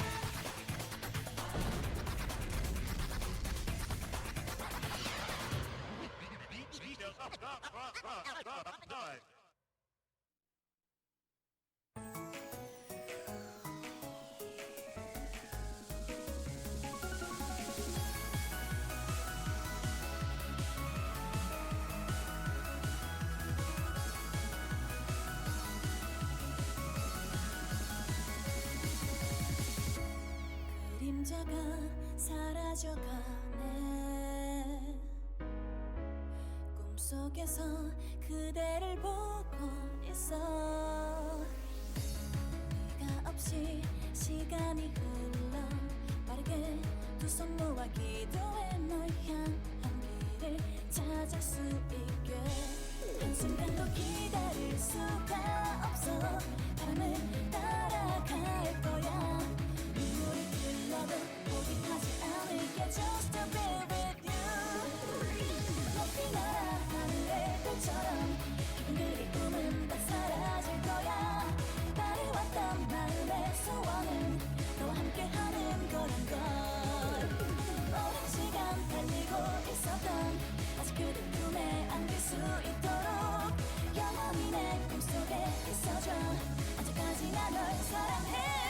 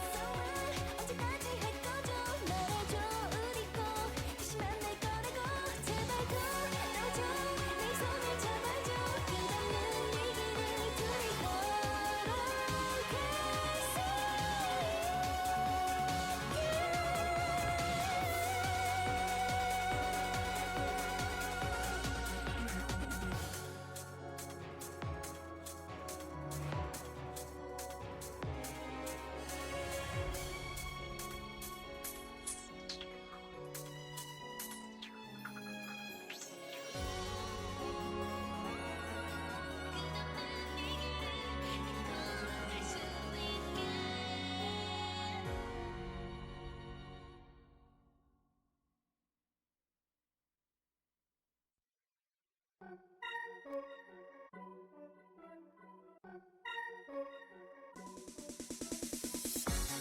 never saw the world until I looked into your eyes, and then I knew everything was gonna be okay. I feel the sun, like the dawning of the day for the very first time. You smile at me, and 1,000 stars are twinkling in the sky, and it'll be alright. 'Cause you're by my side. Everything's okay. If you say you'll be mine, I'd fly away with you beyond the forest rainbow. I'd cross the Milky Way if only I could be with you. You are my world, the breath that I need every hour each day. You make me whole. Just say that you're never gonna go away, and it'll be alright. While you're by my side, everything's okay. Oh, if you say you'll be mine, and guess we'll be okay. Yes, we'll be alright. 'Cause I'm by your side. Oh, till the end of time.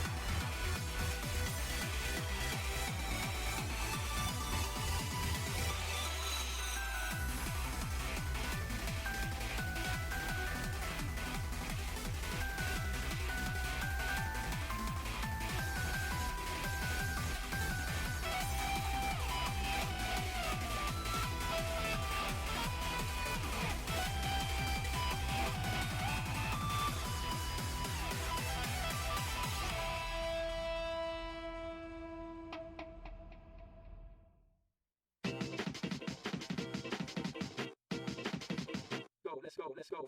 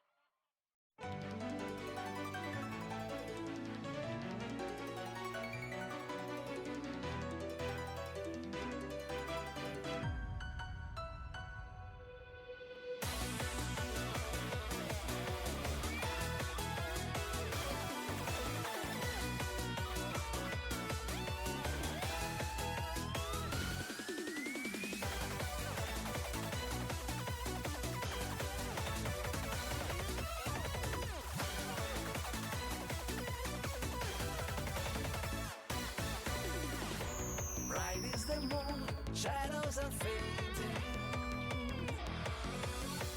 Winds of the night, I hear your call out my name. Shades of the past, mirror in your eyes. Wish upon a star, a play that I can see you one more time, my love. Just a moment, stay with me and hold me tight. 'Cause I know all I need is your love. Losing my mind, I go running through the night, baby, just to be with you. Now we can shine like the stars in the sky. Looking up like a fire, 'cause I need you tonight. Deep in my heart, there's a dream I desire. Is to always be with you, my girl. Crazy for you when I look in your eyes. Wanna take you away, do you want to be mine?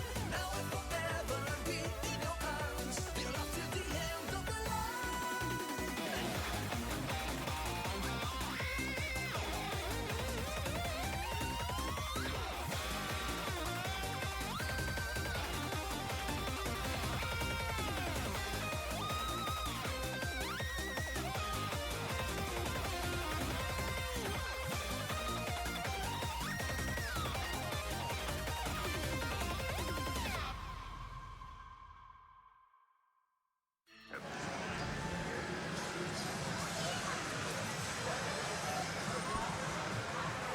Good afternoon. We are here about to start the main Pump It Up tournament at the Big Deal 5 Wild Wild Steps. Coming to here, you have Jelly Slosh, and then Tusa will be joining us shortly. Starting off with Pool 1A, the songs have been drawn. We have Jupin S17, Cosmic Railroad S18, and I can't pronounce it, Appassionata S19. Pretty tough set.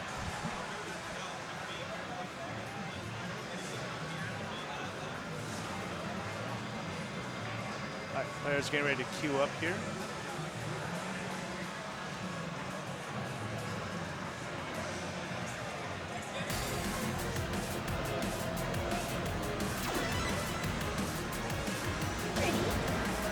On the left stream cap, I see Maiku and Katie Weber queuing up to play. Pump it up. New tunes. And joining me in commentary is Tusa. Tusa, how's it going? Pretty good. Thank you for joining. Thank you for having me here. Level 16. Looking forward to it. What do you think about the draw? Did you see the songs that have been drawn? Wow, we have quite the lineup of players today.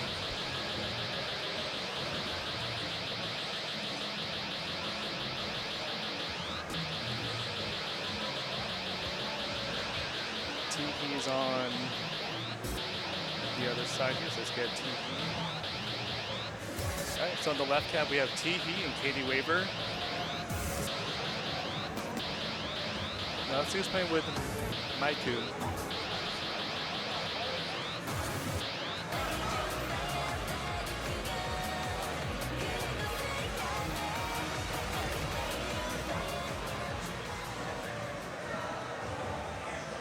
All right, looks like for the first round, we have 3 players because we have a pool of 11.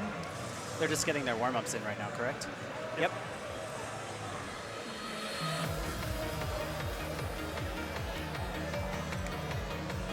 Wow, quite the lineup of players we have. So I guess I can kind of go through and give a little bit of information about them.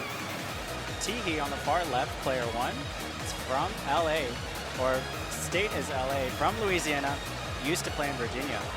And then we have Katie Weber, second from the left, from Texas. And fun fact, I'm a depth supporter specialist and ASL interpreter in training, so I use ASL every day. So if you know any sign, please come and chat with them. A huge Macaroon fan, so if you have any recs in the area, for those of you in Dallas watching from home, definitely please. Yeah, and before we move on to Maiku, Katie Weber has been working on the advanced titles as well too. A lot of new players leading up to the event. They play at the San Antonio round 1 locally. Oh, gotcha. From Dallas, maybe about 5 hours away from here, driving. But I see them almost every month because I go to San Antonio once a month. Nice. Play with them quite frequently. They also like to play co-op mode a lot, in addition to standard pump. Standard. And then last but not least, we have Maiku, also from Texas and from the Austin area. They specialize in timing. They also play DDR and SMX as well. And in the SMX team, they have a lot of perfect scores on the co-op equivalent on SMX. Oh, wow. That's going to be a huge asset for these earlier rounds where it's really going to be a toss-up between a lot of these great players. Yeah, especially when timing has become a lot more important in Phoenix with the scoring change. Oh, absolutely. I know I popped in here a little bit late, but I was wondering if you gave an introduction of the format and like what we're going to be going through, what all is in store for everybody today. I have that. Would you like to walk us through that? Sure, absolutely. While they finish up their warm-ups, I'll try to breeze through it as quickly as I can.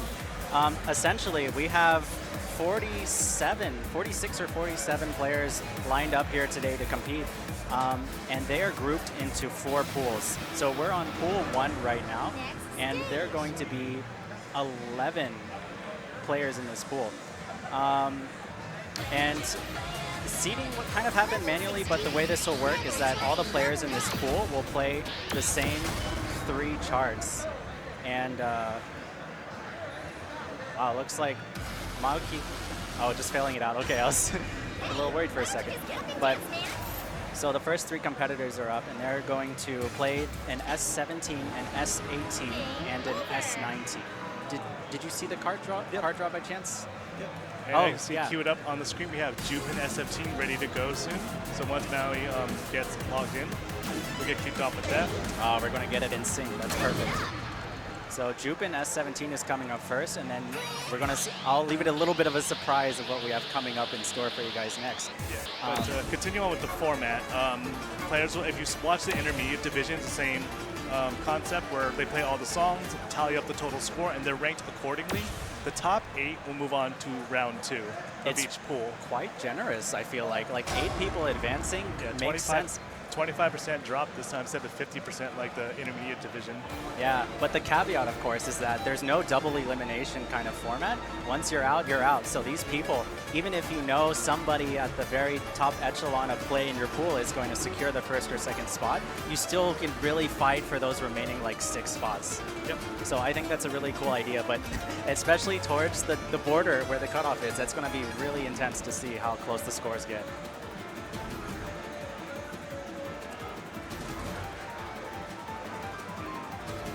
Player 1 on the second cap is really just missing everything over here. But more importantly, let's focus on these incredible combos that are coming through. And overall, I'm seeing like really good accuracy from all the players as well.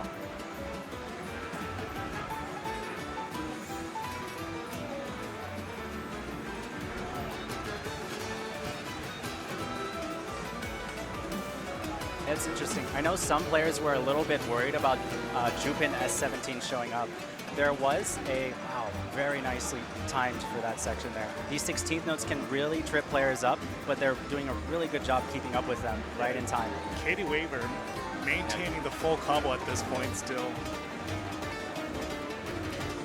Yeah, a couple of stray bads and misses are fine, but you really got to kind of like lock in and find that timing because people will take advantage of that when you got 10, 11 other people that you're going against. Big hold note, there we go.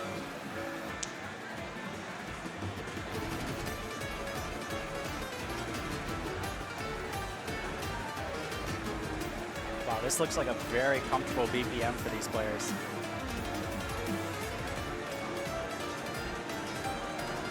Last final drill, very easy to get bads or misses here. Oh, there it is, a slight drop. Full call right at the end. Right at the end. But yeah, all the players did a really good job keeping the timing on that ending drill. You know, despite all the bads, Maiku had really impressive timing. Very, very awesome job keeping the greats very low. This is a great showcase of Phoenix scoring and why, like, even if your combo looks massive, I'm sure everybody was kind of gravitating towards Katie Waver's score, but Maiku over on the far side. Not too far behind thanks to that accuracy. Really incredibly close, yeah. 2 very, very different play styles that we're going to see a lot of today. You have to really pick your battles. Are you going to fight for the very strong timing or the very low miss count? But that was a very, very good first chart that these players had to go through.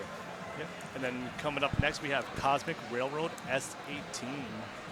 Cosmic Railroad S18. It's a little tricky. That one's a tricky chart.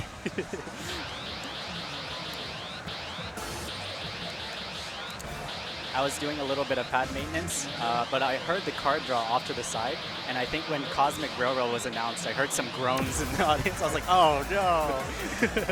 That's the fun part about watching the card draws live. You get the suspense of what's going to show up because Fung Poppy, the TO, or Johnny Pop, is running a spinner in real time, so everyone's watching it. Click, click, click, click, Oh, click. that's so fun. All right, and players are queuing up for Cosmic Railroad. Once again, it's cumulative score, so even if players have a little bit of a setback on this first one, we're going to see if they can really pull through and like pull ahead on these second and third charts.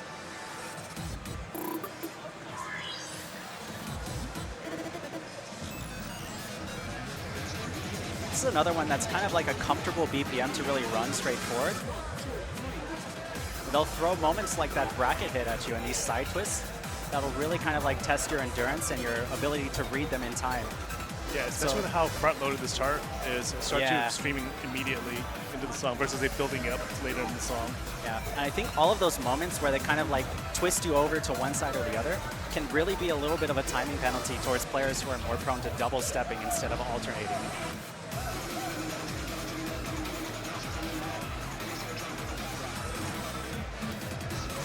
A lot of brackets here.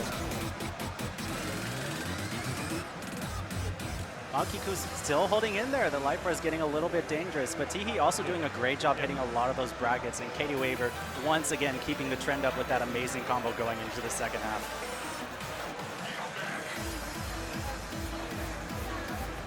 Lots of time for rest here. They're going to need it for this back half.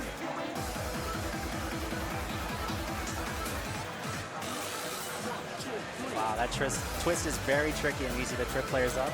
See Katie Waver get the first combo drop. I'm still looking at Maiku's timing.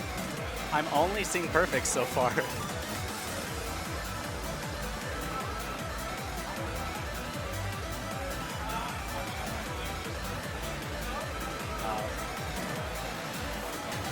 Teehee hitting a lot of the back crossovers. It's going to get very twisty here. Especially the sustained twist runs. Yeah, they just have to hold on a little bit longer. Sumai could go get the low life bar here, but once again, all of those perfects are going to work in their favor. Ooh, and Teehee maintains a life bar, doesn't drop it at the end. Survives. Let's see this ending. Now here's the verdict. Who do you think it is? Katie Waver's combo's looking pretty good. It was a really good combo. There it is. Very, strong very performance. dominating. And Maiku and Teehee were really close. Yeah. Within 1,200 points from each other. One has a stage pass, but one has a slight edge in the score. But more importantly, I think that puts Katie Waver in a great place. Very favorable position. Yeah, very favorable position for the players thus far. But once again, we have, let me count real quickly, 11 players in this pool. Yeah, so unfortunately, three players do go home. Yeah. Every point counts in this format. Oh, absolutely. The scary part is, what if you are the very top performing person in your cluster of 3 or 4 players, but overall in the pool of 11 people, you still end up being the last unlucky one. Yep, and you have to consider that as your win condition. You have to consider I'm playing against everyone, not just the player next to me or on the adjacent cabinet. Yeah, the mental gymnastics are going to be really fascinating to see how they play out. Yeah. And it's a format that's very familiar to the international community. You see it a lot in South America, in Mexico, and Korea. They use the combo format pretty commonly, dating back to the World Pump Festival even. Yeah, I love seeing the live update leaderboards and it's a cool way to just kind of showcase every player's ability. So, and then I was watching players in intermediate division. They were calculating how many points they needed or what their opponents need to get in order to stay within range to advance. Yeah. Some of those differences were within 200 points of each other. God, they were neck and neck. They were incredibly tight. 200 points of pumping up is 1 or 2 notes, Yeah. or not getting a miss. Maybe on something. even less. Yeah.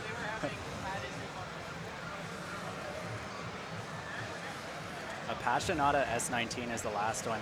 And this one is fast. It's rough. It picks up very, very much towards the end. And I think the fact that the BPM changes can really throw players off in terms of their timing. I'm very curious to see how Maoiku does timing this one, knowing that it starts slower and then towards the end it really, really picks up to be very fast. Yeah, but a big thing with this format, pass fail doesn't matter. You want to do your best to get the best judgments possible. So if you get a couple misses, but the rest of your notes afterwards are perfect, that's a worthwhile trade-off sometimes as a strategy. I think these gallop rhythms are also very tricky and very easy to mess up. You can see Katie Waver with a quick bad drop there. Yeah. But Tihi and Maoiku doing very great on that section. But then this shuffly section as well is also very easy to kind of like either get a little bit lost or kind of throw a little bit too much weight into them, and then you have to like really reset to find it again. And then this is the first time I've seen Tihi take a commanding lead in combo count. Tihi's Almost doing a great 400 job. combo there. Looking really comfortable with the streaming. Awesome job on these twist sections by all players. And then you'll see on Maoiku's side, a little bit of hopping, a little bit of hitting two panels with one foot to try to just get through the song. Going from a 17 to a 19 in the same set's really rough. Yeah. Huge spike in difficulty. Yeah, not too much rest in between each chart as well. We're really picking this tournament up and getting things running. We got some jacks here. All players are kind of finding their way through it, but they need to like kind of get some of it here because it's only going to get faster.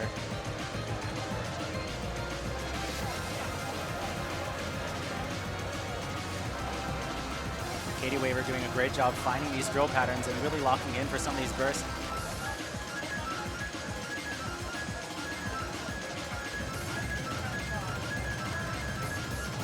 Really twisty ending, really twisty ending. Barely secures it. That's the pass, right, by Katie Waver?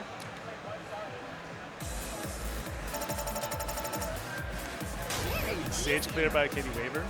Clutch clear by Katie Waver.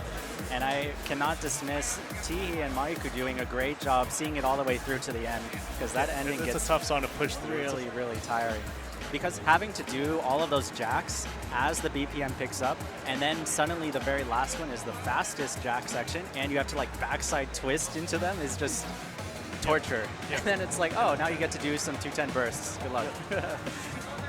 So, And then that concludes our first set of players. Game over. Coming our up first next, set. let's see who's on. I see on one cab, I see Udachi and One Punch on one cab.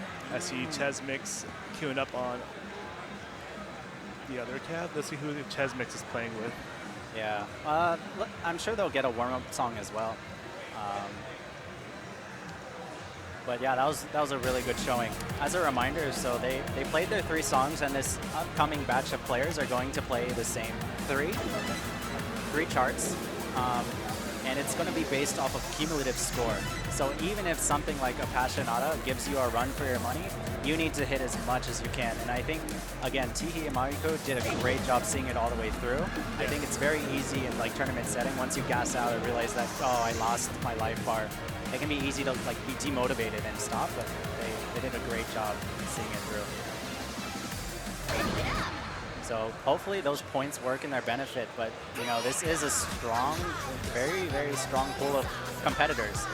And the way the ordering for their play order works, they go from lowest observed seed to highest. And I say observed seed because we didn't do like official qualifiers per se. Qualifier charts, they were manually seeded by head CEO or people who, if your kind of like relatives sort of ability and career performance in Bump It Up in tournaments is known. Yeah, based on what data that was visible online. Right, exactly. So who knows, there could be some dark horses in these earlier rounds too that might catch a lot of people by surprise. All right, let's say we got our players queued up. So on the left side, we have Etsybun, Chesmix. And then on cab number 2, on the right side, we have One Punch and Udachi. Great lineup of players. Yeah, so starting off with Etsybun, they're from the Virginia area. They are part of the Aero Eclipse community. Aero Eclipse encompasses the DMV area, the DC, Maryland, Virginia area. Really big community. Not the motor vehicle place. commonly confused, of course. Nice choice of warm-ups, by the way. Yeah. And then on player 2 side of that machine, we have Chesmix coming from Las Vegas. As you look at our stream layout, there's a slideshow of sponsors. You'll see Red Note Gaming.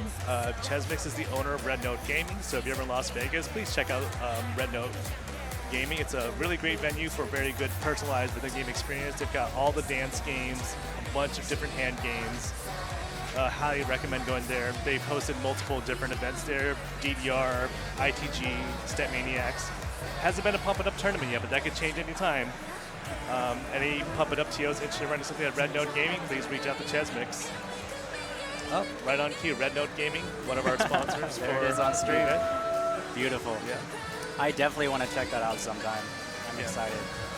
And on cab number 2, while they're warming up, we have One Punch and Udachi. Both players are local to me in the Houston area.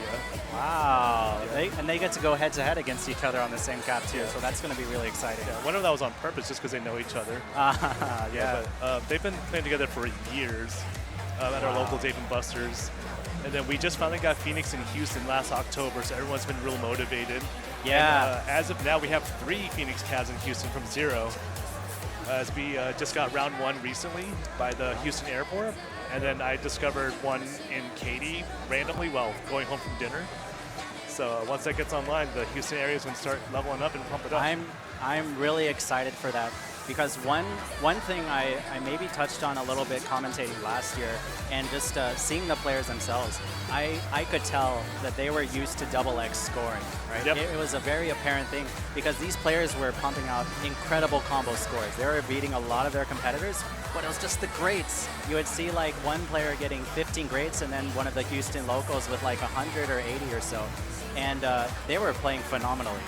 But you could tell, like, when you have that feedback from the game itself to tell you that you need to time better, it changes your approach to the chart. chart. Your approach to how you study your sessions and inevitably play the charts, as you said, ends up being so different. So I'm excited to see how the Houstonians do today. And then just want to touch on Udachi real quick, too. Back at the Big Deal 3, they were a top 4 finisher for the lower division. Wow. So for them to go from like the lower division to graduate into the main division, it's a huge accomplishment to make, especially since Big Deal 3 was back in 2019. Yeah. So, we've had a couple years without good access to pump it up. They've been pushing themselves hard. They've been trying to break through the 2021 barrier locally. They're getting there.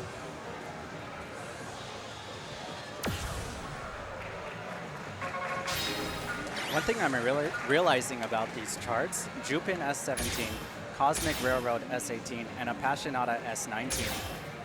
All of them are kind of, well, Appassionata is more crazy, but I think Jupin and Cosmic are very kind of drill-focused sort of charts. Like, they're a little bit twisty, they're a little bit drilly, but looks like left cab is getting into it right away. Zeal here to troubleshoot, make sure they can start right away.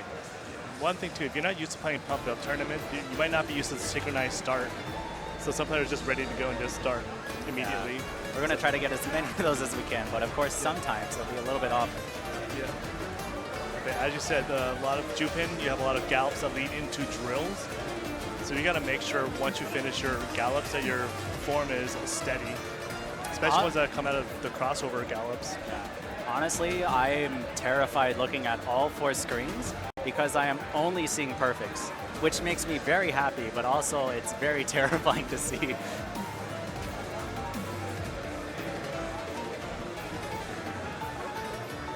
These players came prepared.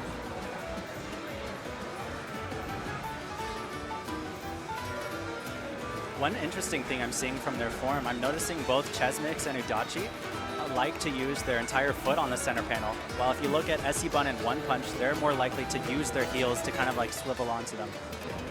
I think Essie's playing on Skinners, while the other 3 competitors are using shoes. Yeah, and you can see that too, that the players who really main pump, they have a very tight form where like Udachi and Chesmix play multiple games like DDR and SMX and ITG. So they're used to having to be very dynamic with their form. This is a very terrifying match to watch. We got a slide drop by Udachi there. But looking at the overall judgments, I think they're all in very good shape. We see a little bit of great training on these drills, and this is what I'm worried about. Look at it on the left side here. We're looking at this ending. But they did that very, very well executed. Now on the right side, we're going to see the same pattern. Wow. Wow. A 999 by Chesmix. Very comfortable BPM. Oh, and a 992. One Punch takes it by just a little bit. Against Udachi, yeah. Look at Super all of close. these scores are terrifying for the first round. Yeah, so as you see, Udachi, despite getting the misses, his timing was good. 10, that was 10, right? Yes, yeah. Only 10 grades on Jupin. Impressive. Very well done. Across the board, very great scores. I'm curious to see how that accuracy will preserve as we get to the, like, crank up the dial a little bit onto this S18 and then the S19. As a reminder for those of you just joining us, we are doing a pools format tournament. So there are going to be 4 pools, and we're in pool 1 currently. But within pool 1, there are 11 players. And we've seen 3 of them already finish their set. Tihi, Maiku, and Katie Waver are currently 3rd, 2nd, 1st, respectively. But that's very, of course, going to change as we have more scores are filled out. these next batch of 4 players play their set of an S17, an S18, and an S19. And its cumulative score, 8 are going to advance out of these 11. So the stakes are high. There's no double elimination. Once you're out, you're out. And you could say, I mean, it's 8 spots, but there are still 3 people who have to take these lower ones. So. And don't forget, if you want to follow the scores live, go ahead and press, type in the !" scores to see the score sheet. There you go. Thanks for that. Or check out thebigdealgaming.com to see all the links for all the different tournaments as well. All right. I think the players will be in good shape seeing their Jupin plays. But once again, I'm a little bit going to be keeping an eye out for these side twists. But it looks like all players are going for them very nicely. Chesmix takes an early bad on one of these, but still only getting perfects otherwise.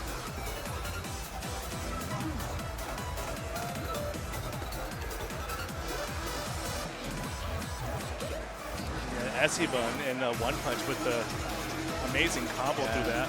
You can see all the players getting these little blips of greats here and there, but I would say it's very, very neck and neck right now. They're all looking pretty stable. SC Kit with the combo, but I think has the most goods so far, so it's still anybody's game. I think I saw 3 or 4 goods. But I think One Punch, Udachi, Chesmix also getting their share of like either combo breaks or great chains randomly.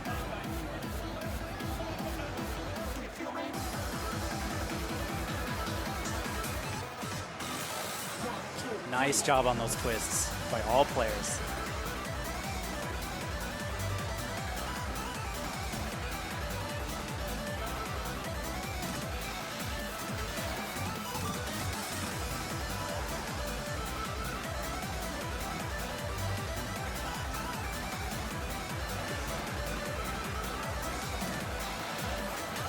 Esibun still keeping up a very, very strong going into this ending, but it's going to get very, very twisty and tricky soon.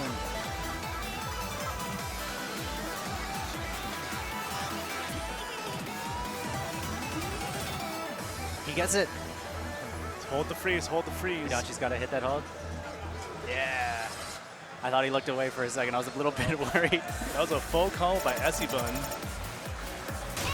990, but Chesmix with the accuracy. There's the grades that we're talking on that. Yep, yep. And one of those bads was in kind of the intro section. So really, that end run was very, very stellar job by Chesmix. Awesome job by all players. One Punch with a 983 is not far behind. And I think so far is on pace to be ahead of Katie Waver, which is a little bit of a sigh of relief. I think Katie Waver, was the top of the last 3 competitors with TV Maiku. So One Punch might be able to slip by for this round. But that accuracy is, it's very terrifying how much the timing is mattering for these early rounds. These are players who I'm sure are able to play for clearing at like S22, S23 difficulty range. They're working on those. But when you're playing S17s to S19s, it almost feels like an entirely different objective that you're going for. Yep. And you can see the players as they queue up for their 19, they're trying to catch their breath. It's a pretty stamina draining set right here. Yeah, the sweat is on all of the players. I can see it from here. And I don't blame them one bit. They're working really hard to get these great scores.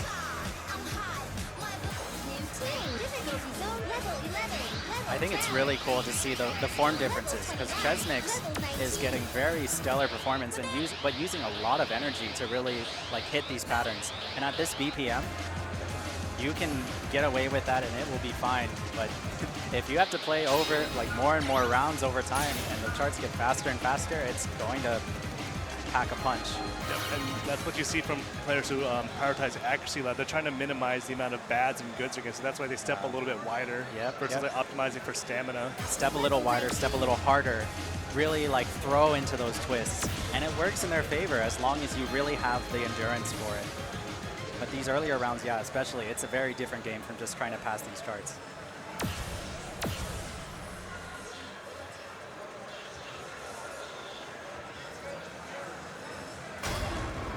Appassionata S19. Synced start.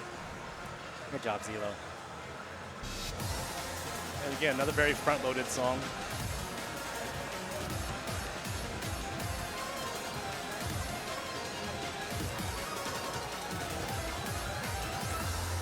Pretty tough intro to combo through. I'm holding my breath right now. You gotta watch out for this double jack on the middle. They have to actually step on both notes.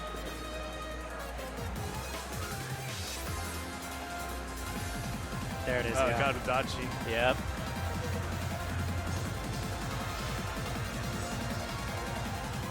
All players doing a great job timing those gallops. Then we're on the foot switch or foot shuffle section. I think One Punch has found the timing. He's probably feeling warmed up from the other two songs now. Yeah, absolutely. We see a combo break by Esibun, but still all players in very, very good shape. Udachi's hanging on for dear life, but it gets way too twisty there. Yeah, at this point, his goal is just to finish out the song at this point. Since at this point, you got to get as many points as you can. Yeah. But he's looking tired though. Absolutely. Those twists will eat you alive after a while. Here come the jacks. Yeah. And that's a very big consideration in these formats. You have 3 songs to play through, so you want to conserve enough energy between the songs to complete the set and your warm-up. Yeah. Yeah, here comes the jack section. Fastest of the set. Players opting to double step instead of like do that backside twist, and it makes sense. Here come the drills. Shuffles. You see Chesmix crouching forward to hit those. Oh yeah. Got to use the gamer posture to really lock in. Yeah, that ending is so tricky. You can see Chesmix getting a little bit of drops and a little bit of frozen in place. One Punch and Essie with very, very solid life bars, but we're here to see the scores. We're crossing our fingers to see. 9-8-4 by Chesmix and a 9-8-2 by One Punch. Nail biters. Very, very good shape after the Cosmic Railroad play. And, you know, for Udachi, despite the shaky start, still managing A+, 80K. Nothing to snub at, especially since he stopped playing at 1 point. You know, I gotta keep going. Absolutely. Look how tired Udachi is. Udachi gave it their all. And who knows? That requires the next person they have to play good enough to at least beat that too. Yeah. So you know, you're not giving your opponents a free win by still trying to play it out. Exactly. Yeah, it's a hard tournament to be in. These are hard charts. Level 19, level 18, level 19. And that concludes the second set of players, pool 1A. Yeah. I'm waiting to see the final totals to see how the ordering has shifted around with the players. But yeah, once again, excellent work by all 4. Doing their best in this round and persevering through to the end, because once again, anything can happen. 3 of these 11 players that we're going to see in this pool are not going to make it through to the next round. So we're going to see which 3 those are going to be and which 8 are going to make it on. But yeah, in this interim, while we get players kind of situated and figured out, the next 4 players up on the pad should be Kaze, who can see lining up on the right side. Also, Jem from the Dallas area. Chadley. If you've been in the pump scene for a while, you know Chadley. And also Lulu. Not a newbie to a tournament at all. These are all players who have been in the Pump It Up community for quite a while. So, all right, going to have some very, very, very exciting matches for you guys coming up. And you'll notice at the top of each pool, you might see more known players that you see other events on them. So those are your manually picked out top seeds at every pool. They're like, yeah, we know these people. But yeah, we got Jem, Chadley on left side and Kaze Lulu on the right side. And I'm very, very excited to see all of these players give it their all. Because these are all players who are, I think, capable of PGing at this difficulty level. But it'll really come down to, can they do it? Anything can happen on tournament day. What a legendary lineup. This is a stacked, like, pool 1A lineup. Yeah, this is it. As Diesel pointed out, this is an insane stack for players. Are they going to warm up with Nade? Oh, that's a great chart to warm up with. And you can already see the PG by Kaze and the 9 and 8 by That's Lulu. an insane PG. That is a flex if I've ever seen one. These players are trying to get the people in their pool have already played. I'm curious if they're trying to get them to shiver. But I would say, honestly, I very much agree with this nade pick because it's very 200 BPM equivalent. Very bursty chart, you know. Very bursty, and you can. It's a lot of non-twist, so you don't have to conserve a lot of energy. All right, so while they're warming up, let's go ahead and introduce our players. So starting on machine number 1, we have Jem. He's from the Dallas area, and he is one of the staff members involved with making the big deal happen. Long-time Pump It Up player, super old school. Usually has respectable placements at all the tournament he enters. Very strong at doubles, strong at singles. Just a well-rounded player. Has a very old school style, like we were talking about earlier. He's very combo focused, so big shift in objectives in Phoenix. So he's been trying to work on his timing a lot more. And you can see it showing here already in this warm-up. I'm only seeing like pretty much all perfects. Slight burst of greats, of course, right when I try to point it out. But and then player 2 on that machine is Chadley, the legend. Chadley has been to most of the big deals. He missed out last year, but Chadley got second at the big deal 2, I believe. Right behind Zelo, our stream runner. But coming off of a year-long hiatus. Yeah, he doesn't have Phoenix and New Orleans at no all. Phoenix, but like look at the accuracy. He's got such insane fundamentals of the game because he's been playing for so long. And a fun fact, outside of speed, Chadley's a great freestyler too. Oh, absolutely. If you're an old school player, I feel like that's a necessity. Yeah, his Guilty Conscience freestyle from way back in the day is very legendary. And then coming up to machine number 2, we have Kaze. He's from the Washington area, Seattle, I believe. And he was formerly from Florida. I used to play with Kaze way back in like 2011 or so. Probably one of the most dominant players I've ever seen in every rhythm game he touches. I'm talking about popping music, 2DX doubles. He was a KEC representative for DDR back in 2017 when DDR Ace came out to America. He had a top 4 showing last year at the Big Deal 4. Yeah, definitely one of the favorites coming into this tournament. And he's been going on a tear with his PGs on the different folders if you follow his Twitter account. Yeah. He has a very completionist mindset when it comes to games. It's very, very cool to see. And another fun tidbit, he has the Final Fantasy trophies on, I think, PlayStation. So he's collected every trophy basically on the Final Fantasy. Completionist mentality. Even Look at those scores just as he's sweeping through the all folder. the triple S, all the PGs. So many. And the last person we want to introduce is Lulu. Lucas, from the Florida area. He says here's his last year of competing for retirement, but Lucas is a very singles-focused player. He has really good foot speed, really good at pattern manipulation to avoid turning as much as possible. Pretty solid timing on more straightforward content. Now you see. Gotta be careful about the beverages. Make sure we don't have any happy little accidents on tournament day. All right, we got a synchronized start on Jupin S17. luck to all these players. Now, there's an unofficial rule in this tournament that was talked about in the Discord.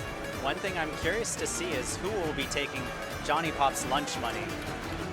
Because there's a bet on the table. There's a PG bounty out. There's a PG bounty to be had for these tournaments.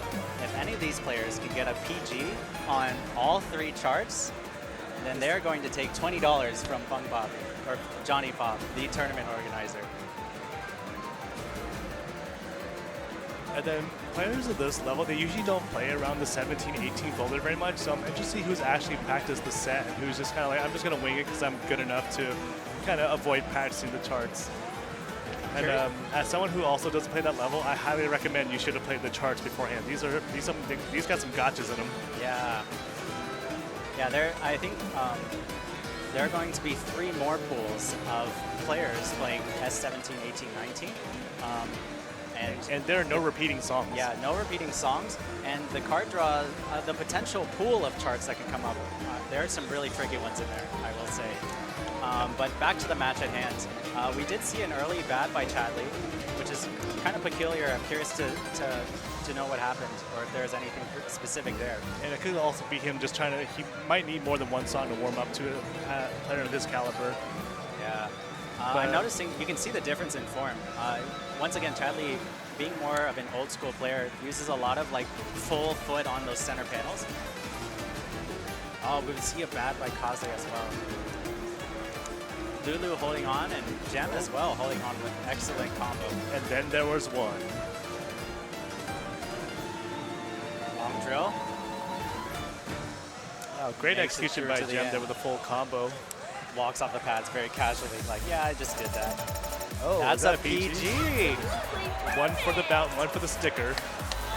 But look how close all these scores are. 10 points separated Chadley and Lulu. Yeah.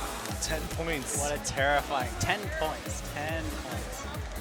Interesting breakdowns by all the players. A PG, a 4 grade 2 bad, a 1 grade 1 bad.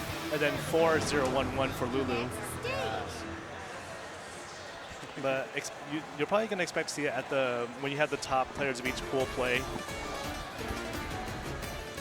All right, Gem is just 1 more PG away from a $5 bounty. And then 2 PGs away from $20 bounty. New tunes. Full song. Series zone. All of our hopes to see, well, and then to be fair, all of these players could still win $5 bounty from they tend to just PG the next 2 songs. Yeah. Oh, you know, statistically though, like the 17 should be the easiest one to get, but you know, it depends on your preferred skill set too. You never know. Or like now that you've played 2 songs, you get more a bit of gotcha. A little more familiar with how the pads feel too after a couple songs. After the first round is $5 for 1 PG, but for this very first round, 17, 18, 19, 2 perfects for $5 or 3 perfects for $20, just to spice things up a little bit. Yep. Just to clear up a little bit of confusion in the chat. Look at everyone's scores. Lulu's the only one without a triple S, but he's only 300 points from a triple S on that, so everyone's got pretty impressive scores. He probably doesn't play this level very often, to be fair, too. One thing I want to shout out very quickly as they get into it, the results from the last round of players have been shuffled around, and I wanted to point out Chessmix, of course, with those very stellar performances, is currently first. One Punch is second, with that amazing performance on Appassionata S19. Essie Bun third with a great all-round performance, and Katie Waver is fourth. And Udachi is sixth. So still hanging in there, but these players are already showing these remaining players currently on are doing a great job so far going into the rest of their set.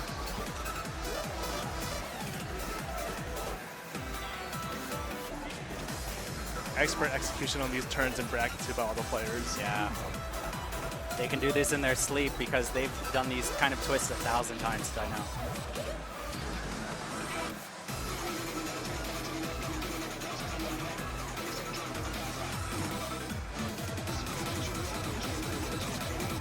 That timing is very, very tricky, by the way. I want to give huge shout outs to Jem, Chadley, Lulu for I think PGing through that section. Kaze with the one grade through that part. Just but- one grade. I've only seen one grade so far. Yeah, but like that, I think that if you're going for a PG, I would say that's probably one of the trickiest because it's not a very constant rhythm.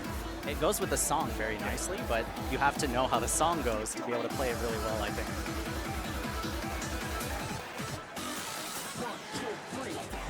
And especially used to the rhythms from like the more difficult charts. Yeah.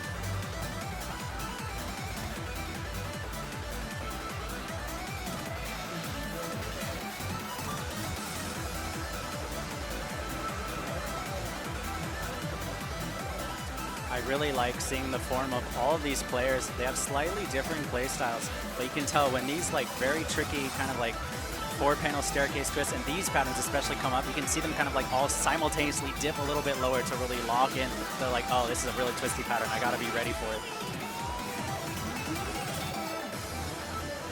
We have 2 full combos on the screen. They have to hit this last hold. Oh, the dab. Kaze with the dab. Tried to psych us for a second. He was like, oh, am I going to drop it? No, no. Oh, 999s all around. Two Gem and we have a tie. Kaze tie. We have a tie on the board. However, Gem burned more calories, so therefore. Yeah, that's the winner right there. But so we're talking about Lulu had a 989 prior to the match, so Amazing a new up PB score. right there. Yeah, new PB. I see Gem has a PB as well. Yeah. Chadley, of course, with the hiatus. Yeah, being like that, still able to perform like that. Excellent, excellent job. These are terrifying performances, if I do say so myself. But yeah, we have one more chart left to conclude Pool 1A. We're finally here. This is the last time you'll have to hear a Passionata for the S19 today. It's coming up. Yep. And It's once coming up again, real soon. follow the score sheet in the exclamation mark score command to see who's coming up in the next pool. I'm still crossing my fingers. All of our hopes and prayers rest on Gem to secure that $5 bounty from Johnny Pop. We got to see if somebody can take his $5 lunch money. A Passionata S19 coming in hot.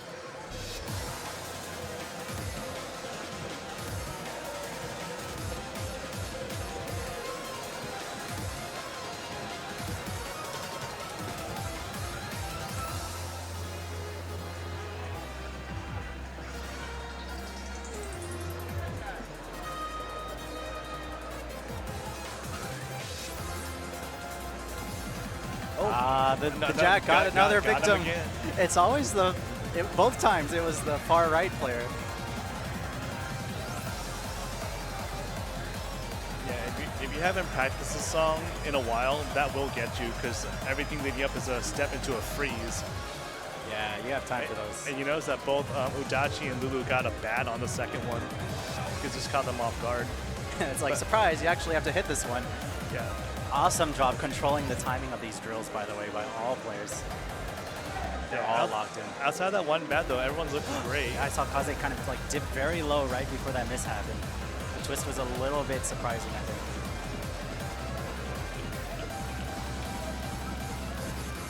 think. We saw a great by Gem. Unfortunate, but all players are doing phenomenally so far. Now fighting for first in the pool. Yes. Still have to get bragging rights. Looks like Gem's time is a little cleaner than Chadley's. Yeah, just looking at these jack sections, yeah. But we still have this crazy end section here. Very, very fast BPM. Very easy to pick up grades if you don't really like secure the timing at the start of each burst. There's another by Gem.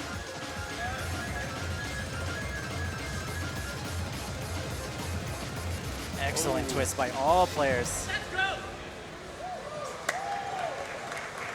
Applause from the crowd.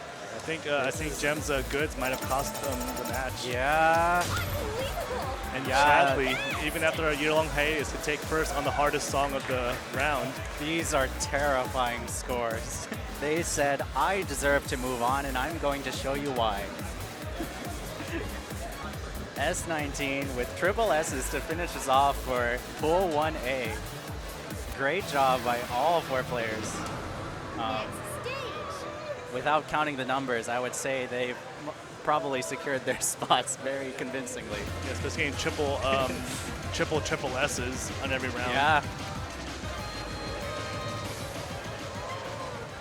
And we're going to be moving on to Pool 1B, but we're going to, please stay tuned. We're going to announce the results of Pool 1A as soon as we see them updated here. But yeah, I hope all of you watching, I hope you're having a wonderful day today so far. Thanks for joining us. Yeah, and while we're waiting for the next rounds to be set up, scores to be tallied, and then upcoming players to be pulled up, let's go ahead and give a shout out to some of our sponsors. So on the screen now you see Blue Spring Express.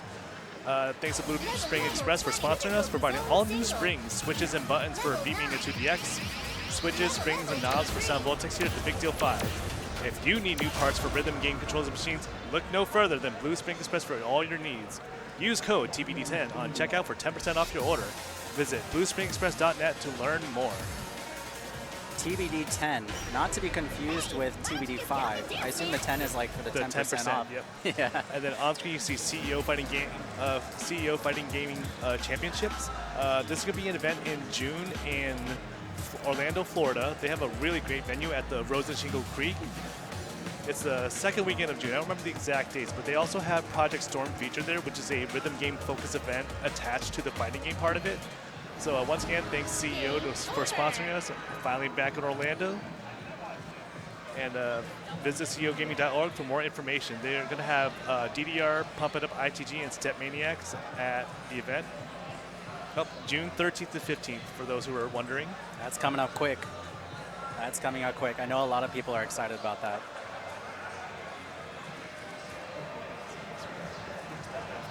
I believe the final results are out, and oh, nope, sorry, Appassionata's still not in. My apologies. All right, let's go and give a quick shout out to Red Bull. Yeah, gives you wings. Red Bull has sent a supply of Red Bull to the venue, so players have been able to get free Red Bull, which is a lot of caffeine for us, but caffeine to power us through a long day of gaming, commentating, staffing, all the things that are needed to make an event run. It definitely helps. I would say make sure you have food when you get your energy drinks in. It'll definitely help you out there, but get the best of both, and it'll get you through the day and through very, very long, strenuous tournaments like this. Yep. And a quick shout out to Red Note Gaming on screen right now. If you're in the Las Vegas area, 10 minutes away from the Las Vegas trip, visit Red Note for a myriad of rhythm games for you to enjoy. Learn more about them at rednotegaming.com or just check out their Twitter account, Red Note Gaming.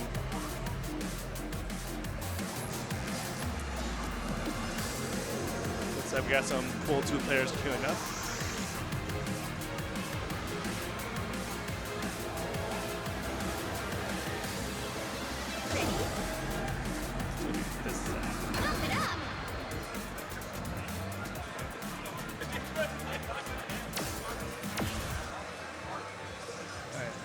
What songs are drawn for us?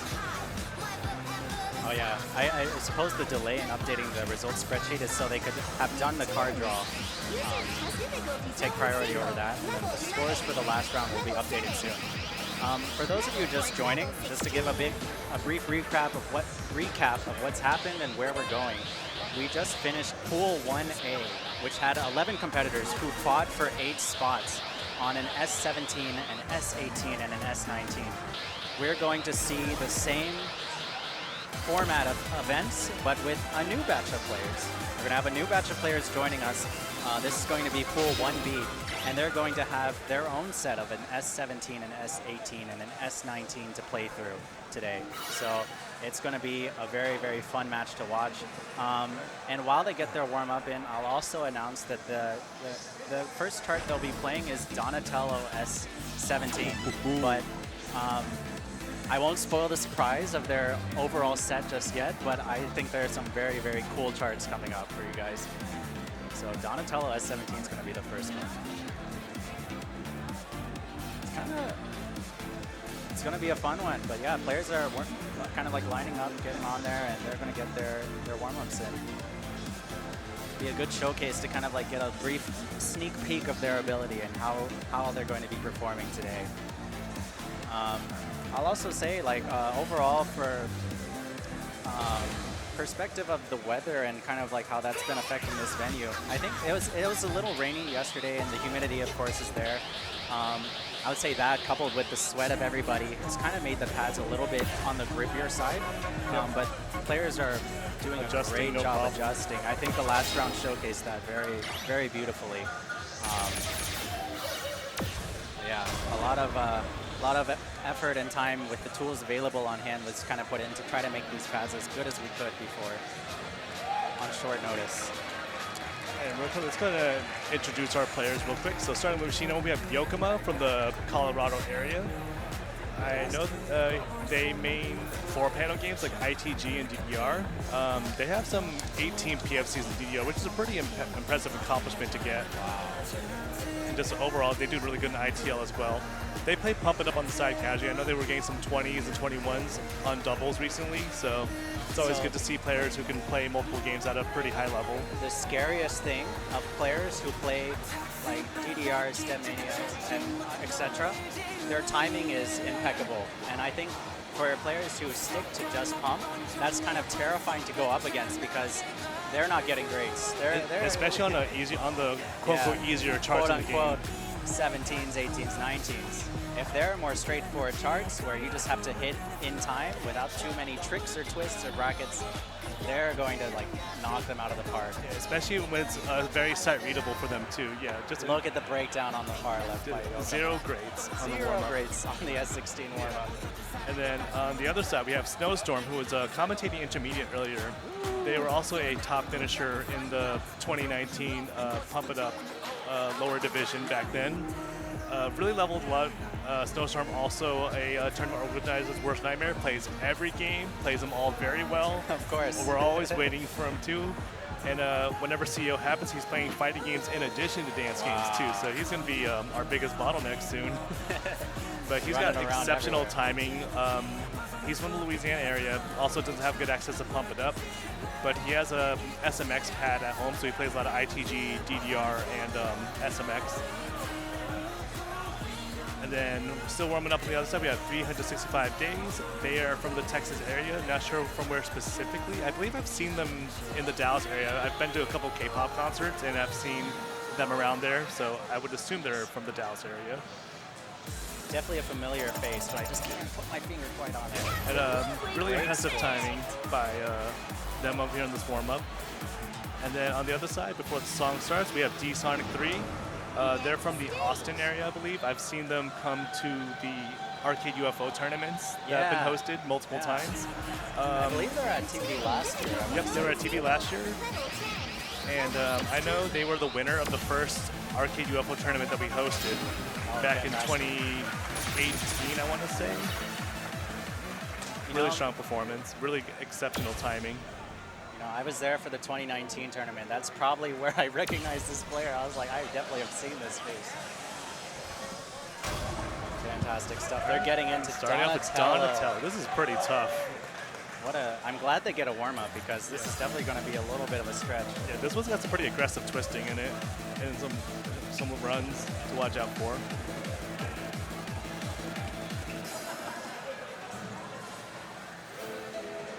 What a great song, though. A little bit of foot switches here. All the players nailing that first turn perfectly. Yeah, we're seeing a couple of grades kind of scattered by all the players, but I would say it's pretty evenly distributed. I think Yokoma is still holding the PG, if I'm not mistaken. And then this part is a little bit tricky to parse rhythm-wise, especially with not having beat-based notes available to you. Yeah, I think especially if your AV is a little bit on the more slower side, it's hard to tell if it's like 2 notes simultaneously or if you have to alternate. There's like a 16th note apart from them. Staircase, nice. Oh, we see a drop by Yokoma, but that's still okay. I think all players are in very good shape going into the second half. All right, all players maintaining combo through the M run, but unfortunately misses that last note after the freeze. Yeah, I saw Snowstorm go for the manip idea of the staircase instead of full twisting it, which when you're doing a backwards facing staircase, probably a good call if you don't want to waste the energy on it. Long unbroken stream coming up here. Yeah, If you get off on that Wow, entire section of snowstorm. drills, it can be very tricky, but I think all players at least holding life bar through it very nicely.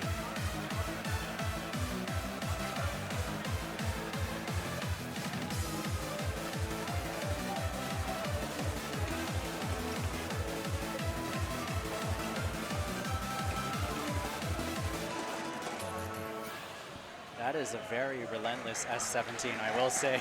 Can't even tell who got the lead in that one. Yeah, so it was close. a lot of back and forth by all the players trading blows, but I think Yokoma overall with a very, very strong accuracy. Yeah, as we Coming mentioned, in you know, clutch. that four-panel background really coming into play here with a 5 great count. Overall, the grade count is the lowest across the board, and in terms of combo breaks, also only having 2 of those versus I think 5 by both D-Sonic and Snowstorm following up. Across the board, very strong play by Yokoma. I'm excited for this next card. They're gonna pop over to the Fly S. high S8. S18 will be their next card. Yep, fly high. It's a great chart. I introduced in Double X, and the run patterns just flow so beautifully. And it's a lot of these like side twisty patterns. I think if your player's play style is more prone to double stepping, it might throw you for a loop. But if you're twisting these, it twists like butter. It's so fun to play. And there's one little tricky bit that'll stop these players from stealing Jonathan's money if they're going for the PG. Or sorry, Johnny Pop's money if they're going for the PG. There's this one section where there's the guitar solo kind of like popping off. And basically, it's like 5 notes drills. It's like, I don't know what they're called. Like you have 4 is 16th notes, 6 is like sextuplets, but what is 5? It's like 5, 5, 5, 5, and then the whole note. But I don't know. There's a 24th. specific. Yeah. Not even 24th. 24th would be like your like triplets but doubled. But it's like a really weird like 5 groupings of 5 drill. 20ths. Yeah, we can call them 20ths. But yeah, it's a very, very fun chart, I think. It just flows so nicely. And then real fun fact here, Dreamcatcher has come to Dallas Yeah. back in 2023. They've been traveling around the U.S. It's very cool to see. Very, very loved group by the Pump It Up community. Especially giving a lot of higher BPM charts and a very different musical style than you see in typical K-pop. A little more rocky.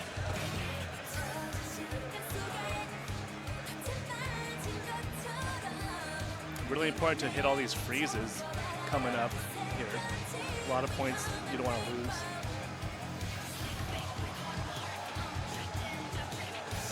All right, here comes the twisty section. Here it is.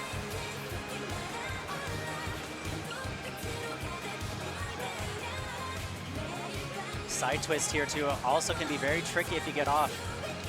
And then having to make sure you hit the freeze that follows up afterwards. Brackets as well. It has like a little bit of everything, but I think that makes it such a very cool chart. Very twisty though. You can see Snowstorm. All right, here comes the A drill. little bit of life bar. Yep, here's the drill. It's so jarring because it's like a little bit faster than you expect it to be. And I think that definitely you can see it how it tripped up all the players here. But now Snowstorm's chance to build that beautiful life bar back going into the second half.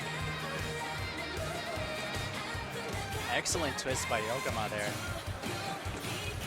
See, 365 days really trying to like throw into those brackets.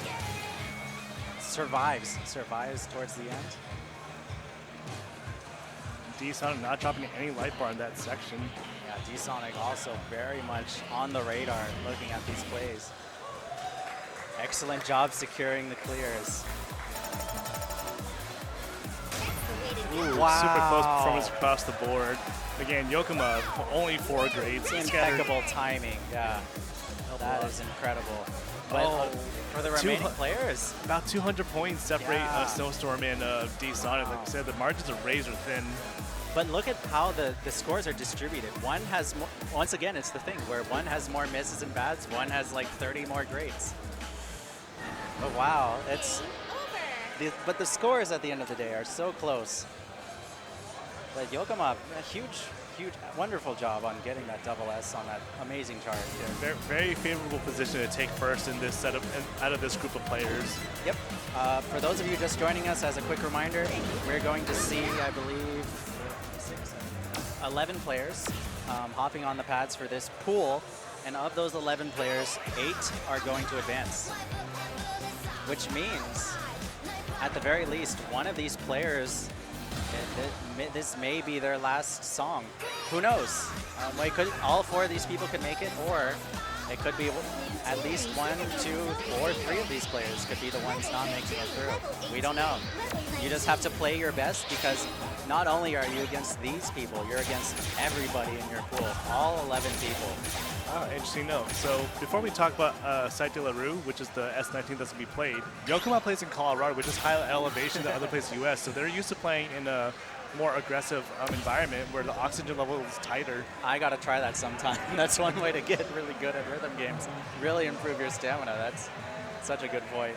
I remember back in WPF 2007, players were traveling to Mexico, and they were not used to the higher elevation, so a lot of players were having trouble with their stamina. That was a consideration for Big One before this most recent one as well.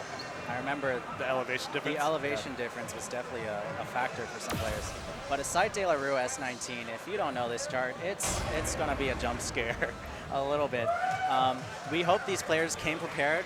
This was definitely one of the charts that was potentially going to be announced for them to be played, so they had some time to prepare, but that doesn't mean it's any easier just because you have a little bit of awareness of what to expect. One thing you gotta really watch out is the bracketing, the freezes, and then the rolling brackets coming up. Yeah, the rolling, here it comes. Very easy to pick up grades there, but I think more importantly is like you have to combo through it. It's not just a drill, it's also brackets, and you have to be able to time those very intentionally to play it well. And then here you can either use one foot in this part or use your heel or toes to tap the center panel coming up to alternate a little bit. Again, with the rolling brackets. The blue, yellow, blue rolling brackets are very, very tricky to hit. And very easy to rush too. Yeah. I think it's very, because you have to kind of pigeon toe into those brackets, it's very easy to be a little bit shy of how rotated you're supposed to be there. But like, Sam looking really comfortable in the alternating bracket steps. And then having to deal with the flashing visual gimmicks too can be really tough on the eyes. Yeah. And again, these freezes are hard to cheat. You have to turn them or else you're going to drop them. But fortunately, if you do the turns correctly, you're led perfectly into that pattern just now that just came up. Yeah, I would say like it's definitely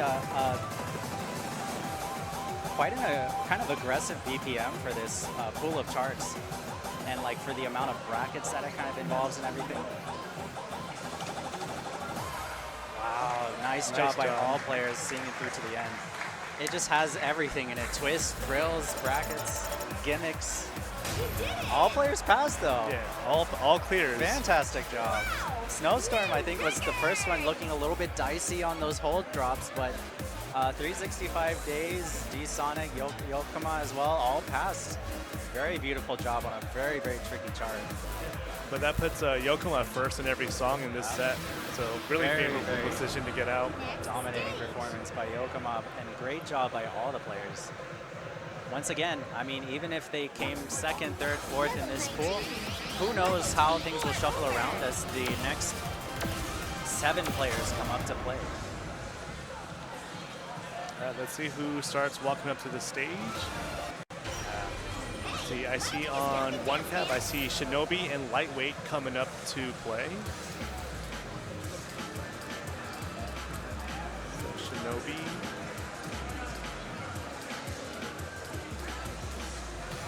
I see Caesar 10 on the other cab, kind of walking up.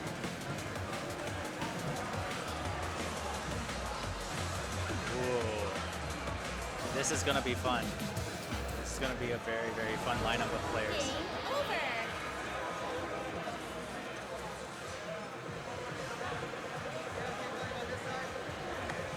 Yeah, as a quick reminder, these are going to be they're also part of Pool 1B. They're going to play the same S17, S18, and S19 that we just saw. So we're just waiting to see how they will perform relative to their peers. And then given that there's an odd number of players in this pool, I wonder if this will be the 3-player round. Yeah, I'm curious if it's this one or the final round that'll be. But they're also going to get their warm-up in. It's their first time playing for today. So a lot of new faces. That's the cool thing about Lightweight is coming up to the stage with so we get Shinobi. all 4. Or oh no, it looks like Caesar's going to play solo. Okay, so we're going to have the 3 players here.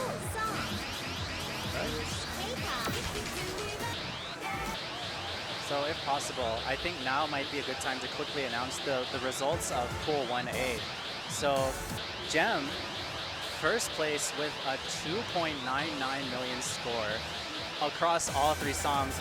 Really, really close to stealing a little bit of that $5 bounty from Johnny Pop. Kaze, second place with a 2.99. Oh, wow. I have to go 1 decimal further.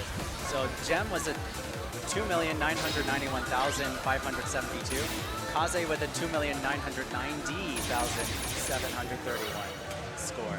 So literally 800 point difference between them. 8 to 900 and points. Chadley, one of the crowd favorites, of course, also coming in third with a 2.98 million score.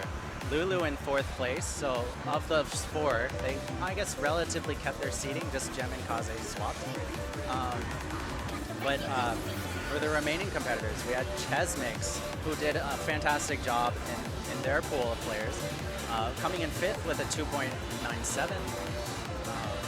One Punch, looking a little bit dicey on the earlier charts of the round relative to the peers, but he ramped up and made it into the 6th spot of the round with a 2.958. And Essibun with very great combo game across all 3 charts, I want to say, with 2.945 coming in 7th place. And Katie Waver barely hanging on, doing the best in their pool and securing that It's final, a tough pool to advance of Katie Waver. Good job on making the next round. Place spot. Yeah, that does mean Maiku came in 9th place with a 2.78 million score. And Udachi, who just Appassionata was a little bit too tiring towards the end, but did a great job overall. 10th place with a 2.76. And Teehee coming in 11th with a 2.67 million score. Yeah. And then despite Teehee being last place in the pool, let's not forget that out of the pool of players that played first in Pool 1A, Teehee did have the highest combo on Appassionata. Oh, yes. Yeah, that was a very, very last kind of like hurrah for the so overall that's set. a cool flex. I got the highest combo in my group. Let's go. Yeah, I get bragging rights. Now back to Pool 2B, Pool 1B. Shinobi from the Virginia area, mains Pump It Up, has been working on the 22s lately, like really hard, working on her doubles play as well. Very awesome. She hates turning so much. She will, if she doesn't have to, she won't. She's turning right now, which is very uncharacteristic. I was gonna say, I think Shinobi's doing an excellent job. She actually beat me at B-Hop Ball 4, so she's leveled up a lot. Shinobi's been in a lot of tournaments. I think my first encounter was at Fight 5, and we played Mope Mope. We both did not have any preconceived agreement, but we both spun the chart every time we were supposed to. You just knew. We knew. Yeah. It was like, yeah, you're one of the cool kids. You know also. And then next up, look at score differences on their warm-ups. It's like one had a UG, but one had a triple S. So. And then you have Lightweight coming up.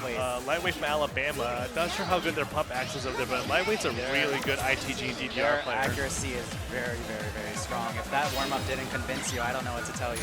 And I gotta tell you, Lightweight was in the, I believe, Diamond Division last year. They were in my pool. They were the one who won my pool overall, so they're like extremely good. Yeah. And I think they placed pretty high at MomoCon's Pump It Up tournament as well. I think they were top 4. Yeah, definitely a very, very strong player to look out for. Yeah. And then before Don tells us, let's talk about Caesar 10 real quick. He's from the Houston area as well. He's playing for 13 years, and he's from Ecuador originally.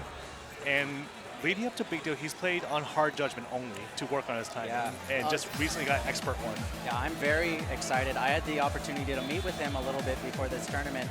And yeah, as you said, a big focus for him. He kind of like forgo doubles to really focus on singles and HJ to really harness the timing and try to do very well in these early rounds. Especially coming from double X timing. Yeah, so I think the fact that another Houston player who has access to Phoenix now really, I think, played this tournament, his card smart for this tournament, and was like, okay, I mean, I know what kind of charts to expect are in the potential pool to draw, and I know it's going to be singles focused, so I can really focus on my timing. Yep, very intentional practice here.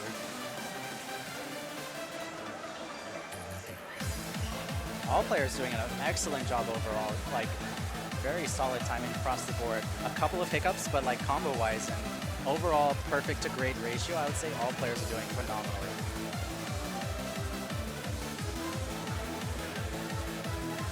Especially on a chart like Donatello, it's very, very nice to see because it's very easy to rush these twists because you really want to just hit it as fast as you can and find your footing. And just not miss it. Yeah.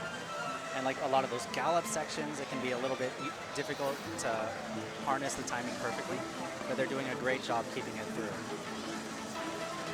Very, very long drill here. They have to like very lock in for this. All right, everyone cobble through the unbroken stream.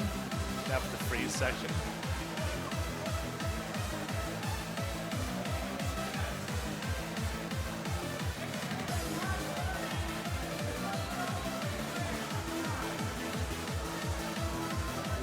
You see a triple full combo here. It's still technically, it wasn't a miss. So. It wasn't a miss. A very slight drop by Caesar, but overall, very, very back and forth judgments. But lightweight, we were talking about it in the warm-up, but a 998 with only one great and one good. But across the board, once again, no misses. No misses anywhere. And as we said the first time this chart showed up, this is not an easy chart. But these players are showed, hey, I'm comfortable at this BPM, which makes me very excited to see how they do on Fly High S18, because that's these twists these players were comfortable with, and that BPM they're comfortable with. Fly High is going to be really, really cool to see how these players do. Look at the scores across the board. They're all very, very incredible scores. And then for a player like Shinobi who prefers not to turn, this is a very scary chart to play. So that's true. To see if she chooses to actually do the turns legitimately, because you can see on her scorecard she's been practicing getting a double S score on it. Yeah. I'm curious to see how Shinobi tackles this one. I'm curious to see Caesar's form. I think Caesar is a player who's very comfortable with like singles running, singles twisting style charts. And his score on his cards on HJ as well. You have to consider that too. So we don't know what his normal judge score is. Let's see what it is. Because Caesar prefers to turn a lot when he plays. So it's going to be another accuracy versus hitting the notes battle. I think all players are in really good shape to full combo this one, but I'm not going to say too much just yet. I'm just really excited to see how they do. Yeah, this is the type of chart that when you miss one note, you'll miss like 5 in a row. Absolutely. No one has missed the brackets. Perfect. That chorus, this upcoming chorus section after these brackets is going to be very telling for how their scores will play out.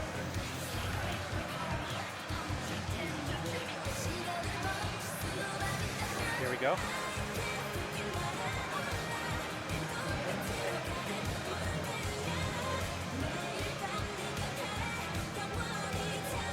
Threading the needle through those side twists. Great job by Caesar and Shinobi for keeping combo there. We're going into the second half. All players going for the twist. Caesar still has a combo coming. And lightweight still, I'm only seeing perfects. The combo is so deceptive sometimes in terms of how these players are doing in terms of Phoenix scoring. The very, very tricky part, lightweight, I just saw all perfects. Not tripped up by the very like sudden change in drill speed there. Here it comes the second half. One more big run. Unfortunately, this one's shorter than the first choruses. Slightly drops the freeze. Nails that last twist, though. Shinobi did a great job manipulating that and still keeping combo. Just a couple of greats, but that's fine. Lightweight, once again, only perfects. I'm going to see probably like all perfects and maybe like 2 or 3 bats or misses. That was phenomenal.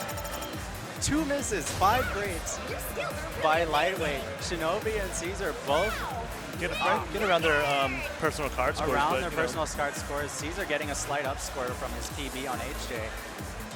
Yeah, but lightweight looking clean with the triple S there. Yeah. In timing at least. I think for Caesar, it was just those, all of those like side twisty patterns. I think maybe Slightly rushed him a little bit. maybe nervous or just rushing, or maybe the machine differences versus what he's used to playing. Oh, you used to play on an LX cap, yes. Yeah, yeah. Like Although Shinobi plays on GX pads, so it's a big adjustment too to go from GX to TX or LX pads.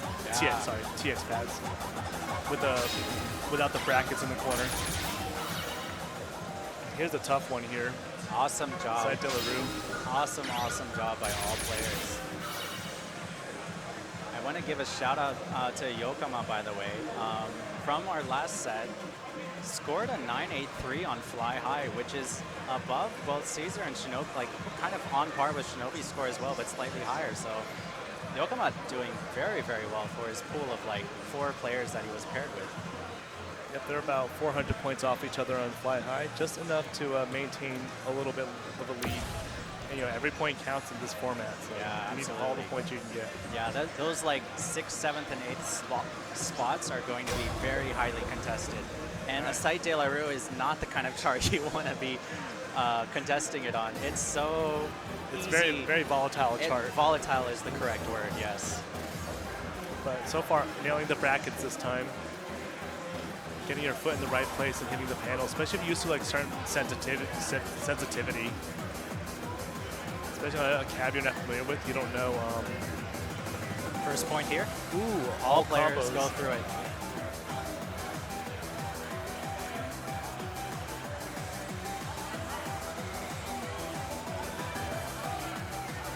Great turn execution there. Players opt to use 1 foot on the 1 foot jack parts. Here comes the harder. Nice. Ah, Caesar combos through that. Shinobi gets a slight drop, but I would say overall all players are still very much in contention to make it through this very well.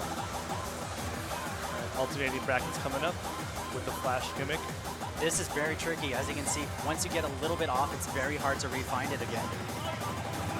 Shinobi does a great job coming back from that slight hiccup there. Let's see how players handle this upcoming These are all M-run 3 coming up. notes. You cannot miss any of them. It'll tick for a lot. Caesar getting a little bit behind on that run there. No That's miss is risky just a bad. Oh, dropping into freeze there. run. Made it through the hardest part, but not. You see the bads and grades on the Shinobi side. You really have to kind of lock in. There it is. Shinobi found it right at the end. Hold the freeze. Awesome. Amazing awesome job. execution by all players. You can see that all players are kind of shaking their heads, but that's the kind of chart that a Site de la Rue is. Wow, You- 9 there's- by lightweight. Yeah, a 9 grade, 1 good, 3 bad, 1 miss by lightweight with a 988 score. A 971 and a 955 by Caesar and Shinobi respectively. It's also very impressive. This is the first song that Caesar was ahead of Shinobi on. Caesar's been last in every song, so it feels good to not be last in every single song. Yeah, but I mean, regardless, stellar, like very consistent performances across the board, like kind of hovering that 9.8, 9.9 kind of range. And I think that'll really like come to benefit comparing against the previous competitors that we saw, D-Sonic, Snowstorm, 365 Days, and Yokama. But yeah, as the final scores are kind of getting tallied in for those, as a reminder, there are going to be 11 people in this pool, Pool 1B, and we've seen 7 of them so far. So now we're down to our last 4, just like we talked about in the previous pool. You usually have your highest seeded players in the playing it around this time.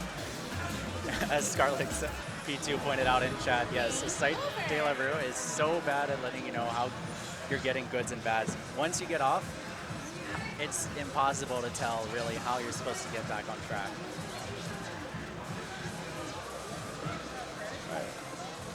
It's a very volatile chart, and I know Shinobi wants to have done better on that chart. I can tell, especially given the performances on Donatello and Fly High, but it may, I believe it's enough so far to carry through.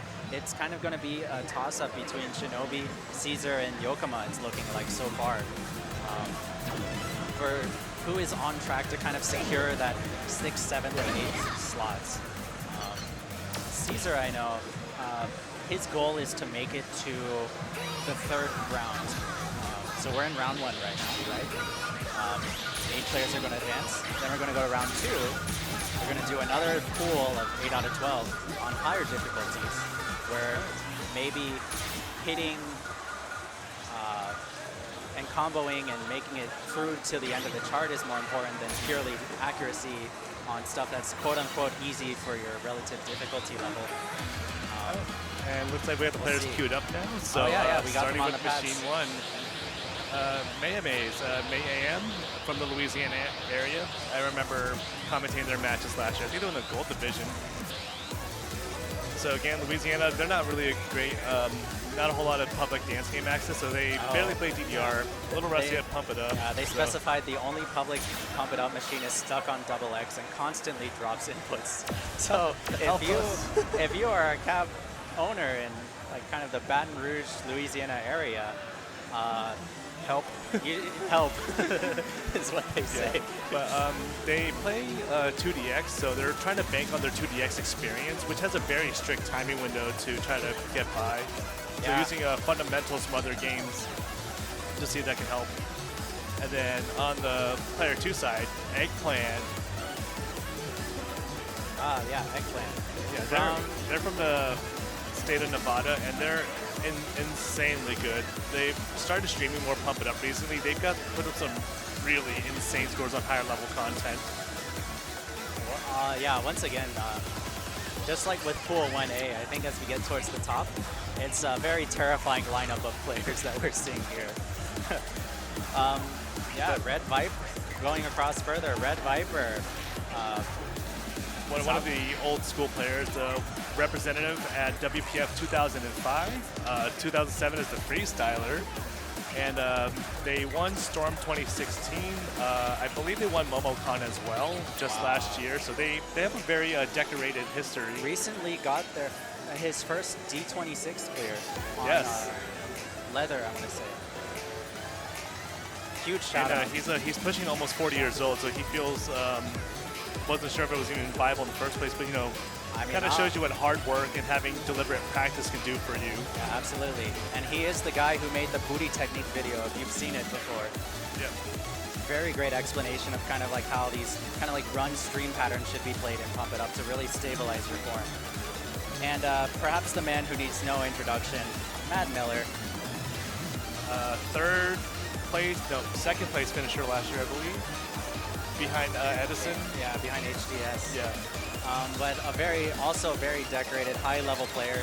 If you go on any of the probably level 20 leaderboard charts, chances are you'll see his name there in the top half. And then if you look at tournament results in the U.S. in the past, yeah, I don't know, a couple years, you'll see Matt Miller at the top. Always one of the tops. Definitely one of the favorites for this tournament here, the Big Deal 5, if I dare say so myself. But we do have a very, very stacked lineup of players, and I'm just very excited to see. First things first, they have to get through this first round, Pool 1B, where anything can happen. And I need to add one more tidbit about Matt Miller. His first tournament, I believe, was USPF 2011. He drove all the way from Ohio to Las Vegas and took it all. Oh my gosh. And then he went to China to represent the US. Yeah. And after that, he just skyrocketed in ability. So that's a way to make a statement to the scene. He has been very active in the Pump It Up scene, and only getting just very jaw-dropping scores. Yeah, and you know, outside of the playing itself, he likes to consult on rule sets a lot too, try to reshape them, try to, from a high-level perspective, what they want to see in a competitive event. Anyways, here they go, getting into Donatello S17. This will be the last time you get to hear it for Pool 1B. Just like with Pool 1A, for those of you just joining us, we're here to see today who is going to take Johnny Pop's $20 and PG all 3 charts of their set.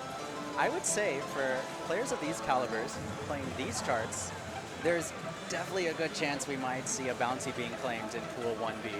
Assuming they've practiced the charts or played them somewhat recently, because I know back in Prime, DJ was ranked mode was a part of gameplay for leaderboard. Yeah, So a lot of them played 14 and below. Yeah, Mayame is getting the quick drop here on the very tricky rhythm section. But I would say Eggplant, Viper, Matt Miller all doing a great job holding PG pace. Very good job, like controlling those M runs.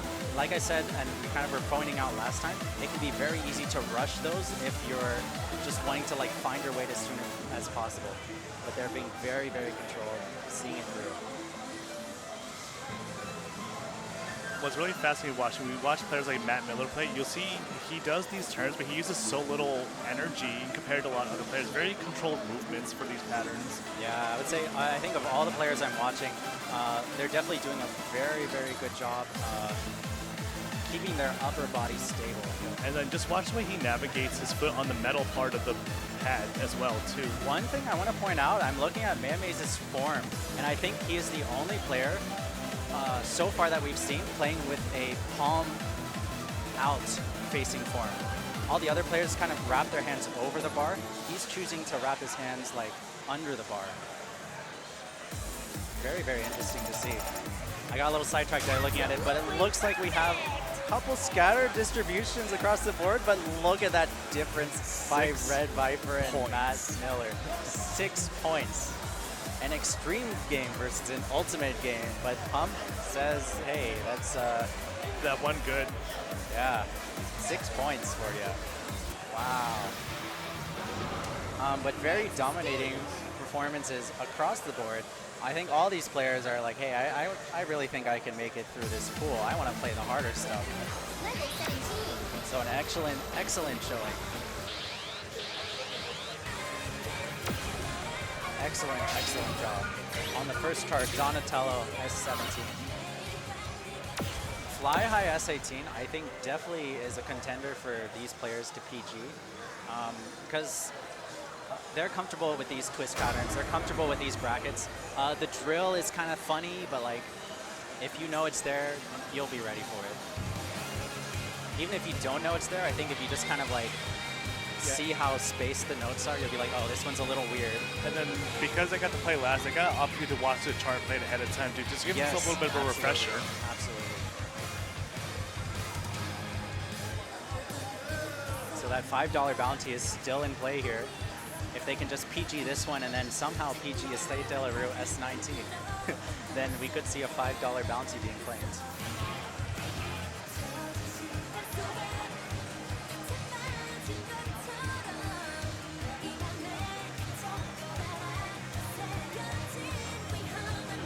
Man, Maze is really like throwing onto those holds to make sure they stick.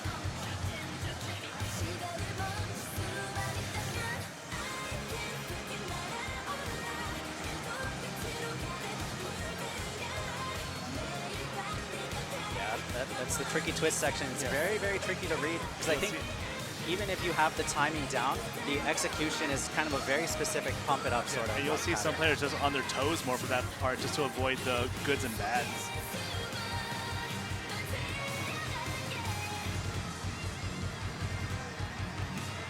Here comes the drill. Here we go. We see drops by Red Viper. But Eggplant and Matt Miller coming through that.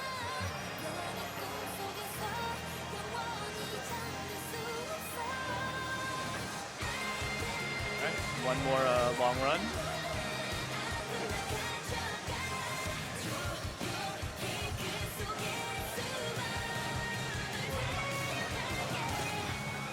Grapes by Matt Miller, but I think Eggplant's still on pace.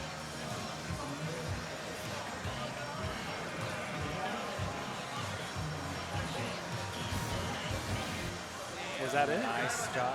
It might be. It might be. Eggplant's very happy with that PG performance. An applause by the crowd. Just one chart away from getting that $5 bouncy, but more importantly, just the first PG of Fly High S18 out of everyone in this pool. PG in this pool. Mayamaze with the fist bump. I love to see that sportsmanship. I will say, I think all players, Mayamaze, Eggplant, Red Viper, Matt Miller, those jumps at the end, even though it's kind of the interlude between the fast running sections, it can be very easy to drop combo on them, and all of them combo through it very phenomenally. So excellent, excellent work on that chart. So, yep, last we're going to see is a Site De La Rue S19.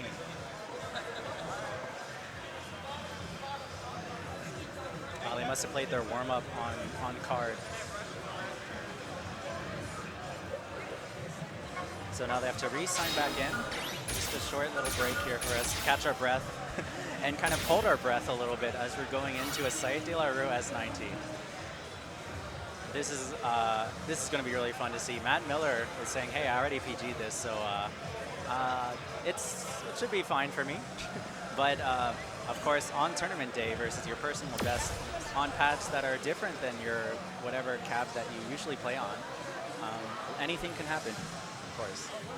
Especially with a chart as volatile as the Site De La Rue S19. But we're going to be keeping tabs on Eggplant. I want to see that $5 bounty. And then Matt Miller's got a PG on personal cards, so we'll see. But yeah, just because you did 4, you got to do it in the moment. That's the thing with tournament play too. Everything you do before the tournament, quote unquote, doesn't matter. It's your job to execute it during tournament day on new conditions.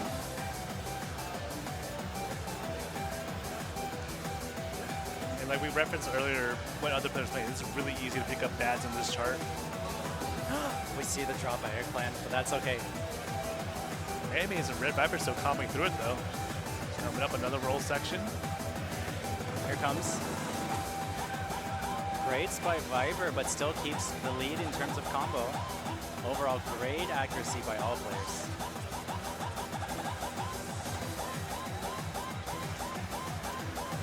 Those blue-yellow bracket drills are very easy to mess up. They survive. They can take a little bit of breath here, but they still have to twist very much for all of these holds. Each of them worth 3 in combo. And here comes the M run. Nicely done. Very, very controlled execution by all players. Mayume's really throwing into this, really wants to make it through to the end of this chart in one piece. There we see. Very comfortable life bar. And the Red Viper still the last one with a full combo. Can we see it to the end? Beautiful job. And he does it. Very, very beautiful job to finish this out. Absolutely perfect! Matt Miller with the 995. Superb game. Only 3 bads breaking versus the 14 greats. That's very, very impressive for this chart, I want to say, because especially those rolling brackets, yes, it is pump timing window, but you have to be kind of strategic on which foot you're using to play the rolling bracket, because pump timing windows. And then also delaying it up, not hitting it as like a perfect drill either. Yep. So you have to offset one foot slightly. Yeah. I think typically it's preferred to, if you see a rolling drill, to play it with the offbeat foot should have the bracket. Yes. Because pump timing window is slightly biased towards late. But I mean, regardless, we can go back and see Matt Miller's execution on that one, and it's just phenomenal for all of them. The 3 bads is a small price to pay for otherwise perfect gameplay.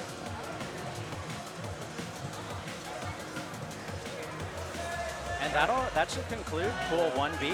So as they tally it up, let's go ahead and shout out a couple more sponsors we didn't get a chance to earlier in the previous pool before Pool 3 comes, or Pool 1C comes through. So we have Kai's Energy Bar. Do you need a jolt of protein on the go? Contribute to a good cause? Pick up a Kai's Bar. Gluten-free, packed with clean proteins and all real food products ingredients. These tasty stack energy bars get you pumped and ready for day challenges. Great for tournament day. And not only would you make a difference for yourself, you're also making a difference for someone else in need through their gift first mission. Visit Kai's Concepts to learn more, pick up your first bar, and make a difference in someone's life today.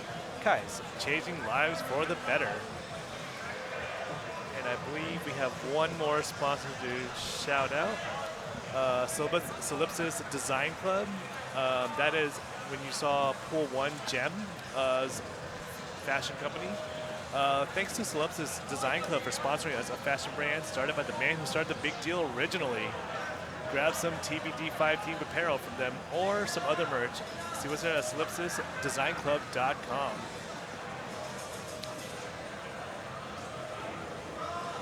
It's always cool to see what the players do outside of the game. So being an entrepreneur, design, fashion, it's really cool.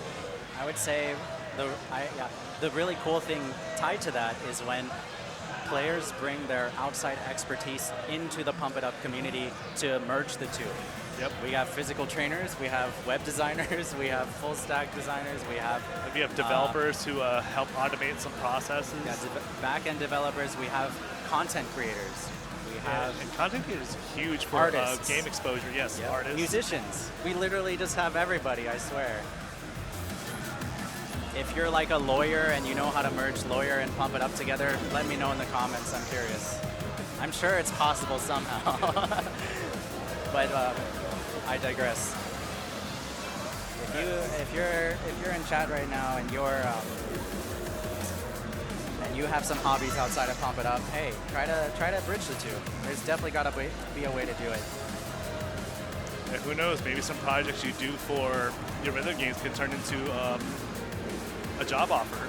Yeah. I speak from personal experience. I used to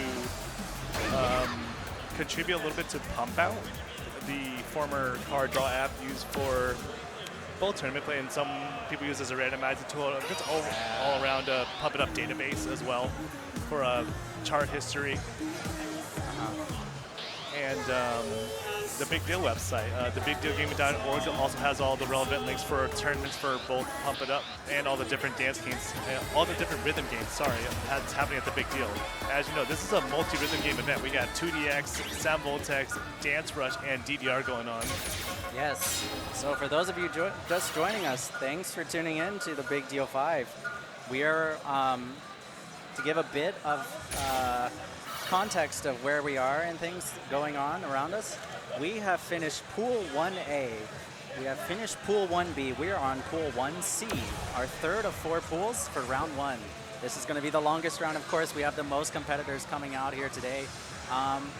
But in this difficulty range, these players are playing 3 charts, an S17, an S18, and an S19. And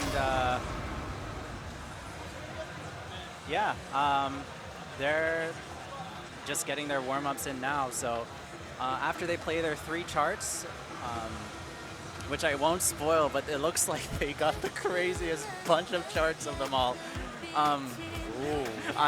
Some of those charts are ones I want in my pool, actually, so I'm a little disappointed to see it happen because then they can't come in my pool. I'm laughing right now. You guys are in for a huge treat for this, but let me explain a little bit more quickly. Yeah, they're going to play an S17, an S18, and an S19, and there are a total of 11 players again in this pool. So of the 11 players, 8 are going to move on, and 3 are going to get eliminated. It's single elimination, but even though there are 8 spots, 3 people, this is going to be their last round for the day. So it looks like we have 4 players up here now, and 11 for the 11 players who are currently on this pool. Fun fact, Ive has also come to Dallas as well last year, March. Yeah.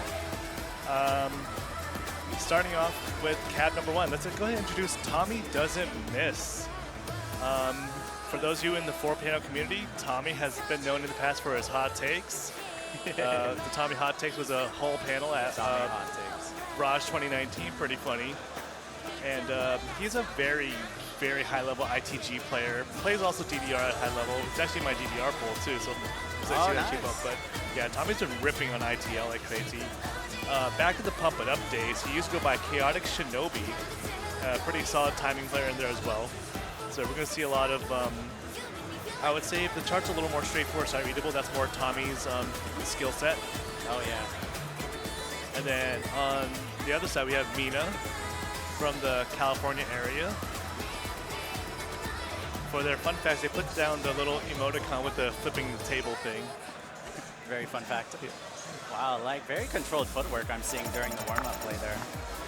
But don't know a whole lot about them, but they did enter an SMX tournament in 2023 at Red October. and I believe they main 4-panel. So that's where I've seen them before in the past. Nice. Yeah. And then we have on the other cab, Bruh from Maryland, also in the Aero Clip server. Yeah, flashing that big one-player title. Love to see it. Love to see it. Very excited to see their performances today. They also, I think, just like Kaze, kind of are in that completionist mentality.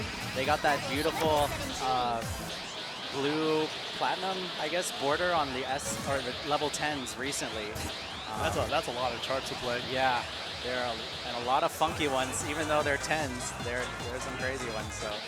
And you still got to do them too. Yeah. And then last we have Andrew Dandy from Washington. Andrew Dandy. They are 26 years old, and they're on the autism spectrum. They've been singing, performing music since they were in the 2nd grade. So it's pretty cool to have like music experience come into naturally lead you to rhythm games. Helps you out a lot. And they competed at Shine Invitational and placed top 4 at Panini Fest last year. Panini Fest, let's go. And the Shine Invitational was an invitation for ITG. They did a triple elimination format, so it was a long triple elimination. Oh, it's ITG, of course. Yes. They have to make it as long as possible. Yeah. And then this is their first time in Texas. They're excited to try out some good Texas food and meet some new friends. Oh boy. Tournaments and other events are great ways to meet people. It's such a great socializing experience. I'm here talking with you right now. Of course, I know you. We met from Pump It Up, too. We met from Pump It Up. So many great friends from this wonderful rhythm game. And then the great thing about events is it's easy to spread. You like Pump It Up? I like Pump It Up. Let's be friends. Let's be friends. And now, coming on to Blazing S17. Blazing S17 is the first card of the day for Pool 1C. And as they kind of get into the crazy stuff in this first half, I'll give a bit of overview of how the card draw system, or the chart draw system worked. For each difficulty, S17, S18, and S19, there was 3 Phoenix charts, 3 quote-unquote modern charts, and 1 Banya chart. And this one is the Banya chart. As you can imagine, they were lucky enough to draw the Banya chart here. So watch out for these diagonal turns here. Very, very twisty diagonal and backside twist. I hear in some countries they call them slashes. It's like a sword slash shape. Yeah, you really have to like kind of like dip and like throw your weight onto them. The really terrible part, I think, for those type of patterns is that not only are they very difficult to hit, regardless of whether you hit them or not, they're very tiring to attempt. So the fact that this is their first chart of the entire 3 that they have to play, and there's so many of these like very sudden movements, it's really going to take a toll on their stamina. So I'm really crossing my fingers and hoping all of these players, who are, by the way, doing a fantastic job making it through the entire first half of this, I hope they're going to be able to see through the S18 and the S19 as well. Make sure you don't miss the brackets here. Unfortunately, the notes that precede the brackets do lead you into the correct direction or foot placement for Wow. Look how close that distribution is. Look at all the S's on the screen right now. Oh my gosh. But it looks like 600 points separates Bruh and Tommy doesn't miss. Andrew Dandy takes first in this cluster of players. First, yeah.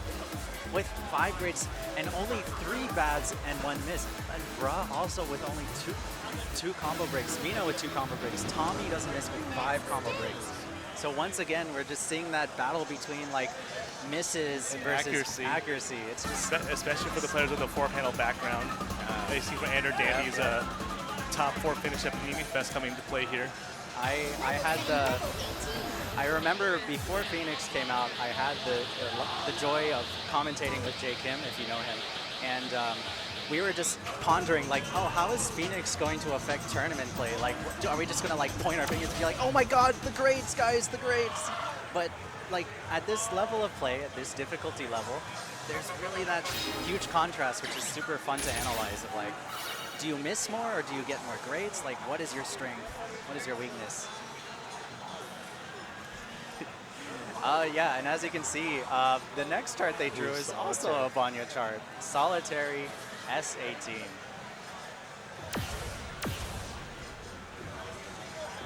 This is probably one of my favorite 18s in the game, as weird as that probably sounds. It's a very, very difficult chart for it.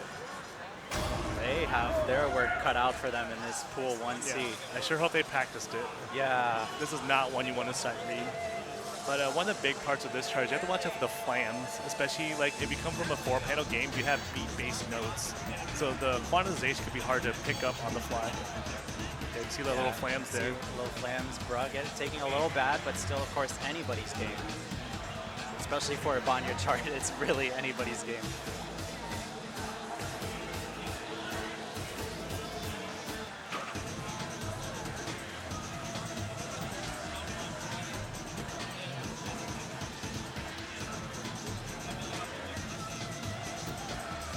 These are really tricky because if you get lost or on the wrong foot, if you try to double step, suddenly you'll be backwards for a lot of it. And then you have to like find another double step to really like slide into there to make it work.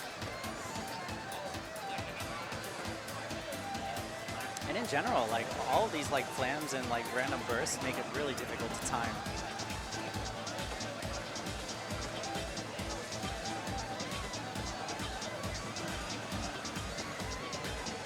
Seeing a couple combo breaks is getting really dicey here. These diagonal twists pick up once again. With all players seeing it through with very comfortable life bar so far. Mina's life bar dropping a little bit, but still all players are going very, very strong to try to close this out. That's what a brutal chart. And especially like what could be hard too is like the notes go to the violin in the song and they might not be here in the arcade setting. I see, yeah.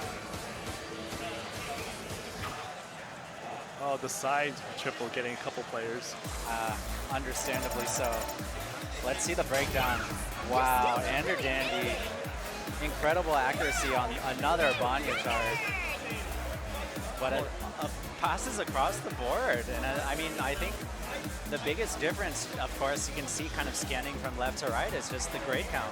It really is the deciding factor here for their distribution of scores. But yeah, that was their second chart. The first was their warm-up, just to clarify on screen for you guys. Yeah, and then as we said the other pools, you know, they're fighting for a top 8 spot in order to advance to round 2. So Ender Dandy having a first place finish on the first 2 songs puts himself in a very favorable position. He's basically guaranteed, right? Because he'll have 3 players below him. So if Ender Dandy can close this out, he can rest easy. He doesn't need to bite his nails and wait for the rest of the charts. But they still have one more to see through, and things could switch around. We don't know. Very curious to see.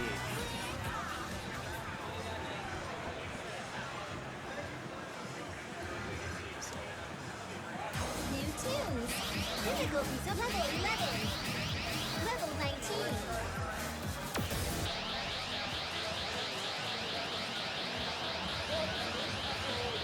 All right, do you want to introduce our next song? The next song is going to be Phantom S19. We got a Banya set just all around here in the Pool 1C.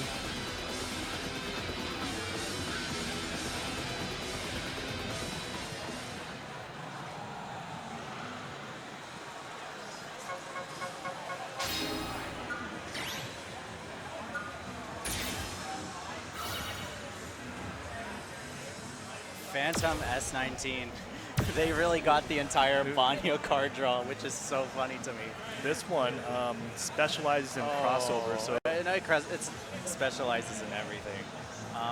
So the most curious thing I want to look out for is if players are going to try to Hail Mary twist these, or if they're going to perhaps do the more common collected thing of rolling into these triplet patterns. But also, there will be a jump scare gimmick if players aren't ready for it. Let's see if it's who's prepared for it. Now we can already see the double steps, but Mina's going for all the twists so far. Hopefully the stamina can hold out for the entire chart. Here comes the jump scare. The quarter BPM slow down. Yeah, bruh, going for the 5-barrel mashing. You just got to get through it. But this part, you just do a gallop into a jump if you know the rhythm's coming up. Now, the second verse gets pretty hard. You have the crossovers into jumps coming up. The life bar survived for bruh during that section. But the accuracy will take a little bit of a hit there. Tommy's going for some of the twists now. A mixture, a hybrid between the two ideas. I Those think- side jumps make it really hard to double step, so you have to kind of end that way. Very tricky one to score. Great double step by Ender Dandy on that. Yeah. It kind of like prevents it from being a really side twisty heavy pattern to something a little bit more reasonable. There are some ending bursts coming up here. We're going to see how these players are at foot speed. And it's only going to get twistier. And then at the very end, it's going to just get crazy. You can see Bruh going for a little bit of double stepping, Ender Dandy as well. But at this point, coming into a triple freeze here. Oh no, just 2 notes. Just 2, yeah. It's such a brutal chart. Such a brutal chart. You really do not. Scoring it is just a nightmare. It's a very, very. Bruh's method got the pass though. Yeah. But Tommy Doesn't Miss did a really impressive second place finish on this chart. Nice finish by Tommy Doesn't Miss. And Ender Dandy, I think, secured the entire pool. First place in all 3. So we will be seeing Ender Dandy again. But we still have 7 more players coming up to the pads to see if they can take some of these spots and secure their place out of Pool 1C. And while we're waiting for the next player's kill, let's go ahead and announce the results of Pool 1B. Yeah, Pool 1B, which came right before this, since we're on Pool 1C now, but Pool 1B results have been announced. First place finisher is Matt Miller with Matt Miller. 2993. Very dominating performances across the board, all triple S pluses. Coming up in second place, Red Viper with a 2983, and you won't believe this, Eggplant also in third place with a 2983. Yeah, only about 500 points behind. And yeah, Eggplant with Red Viper had 1 triple S plus and 2 triple S's. Eggplant, the only player to get a PG in the entire pool. On a Fly High S18 if you missed it. But just the Aside De La Rue S19 was a 989, so just barely below the triple S cusp. Yeah, fourth place was Lightweight with a 2.98. Yeah, pretty solid around. Similar to Eggplant, just fell a little short of the triple S on Aside De La Rue. And Yokoma from our first pool of players in 1B came out of there with a very, very dominating 5th place finish. Which is really impressive. Usually the players who play first are typically quote unquote the lower seeds. Yeah, so a bit of an underdog finish by Yokoma coming in 5th place, which is very impressive with a 2.93 score. And another Texas local here, Caesar at 6th place. Caesar on pace to make it through. And behind by about only 7,000 points is Shinobi at 7th. Definitely and one of the crowd favorites as well. Last advancer is Snowstorm, who, Snowstorm. despite not having Pump It Up access, still put up a really good enough performance to make it through round 2. Yeah, mighty big applause to all the players. Matt Miller, Eggplant, Red Viper, Lightweight, Caesar, Shinobi, Snowstorm, Yokoma for making it through. May Amaze, D-Sonic, Kama. Those are the players advancing. May Amaze, D-Sonic 3, 365 days. Unfortunately, this is the end of their tournament run, but they did a stellar, fantastic job making it through all the charts with over 900K score across the board. So huge shout outs to them. Thankfully, they didn't have to play this entire Vanya set. This Pool 1C is just picking up, guys. They have we have some crazy players coming up.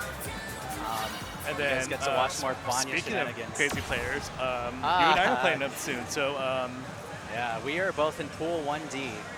So you'll be seeing more of us soon. We're going to be signing up to get ourselves prepared for our matches. So once again, this is Jelly Slosh on comms. And Tusa. Thank you so much for having us, and enjoy the rest of Pool 1C. 또 모르지 내 마음이 전 날씨처럼 바뀔지 나조차 다 알 수 없으니 그게 뭐가 중요하니 지금 내게 완전히 푹 빠졌단 게 중요한 거지 아마 꿈만 같겠지만 분명 꿈이 아니야 달리 설명할 수 없는 이건 사랑 Hi everyone, Zilo here. I'm taking over Haru's spot for producer, and she's going to fill in on the commentary. We're waiting for Doma to come. So we got our players right here. We got Viola, Carter, Fun Puppy, and D-Million getting their warm-ups in, and we will get set up with this very stacked Vanya set.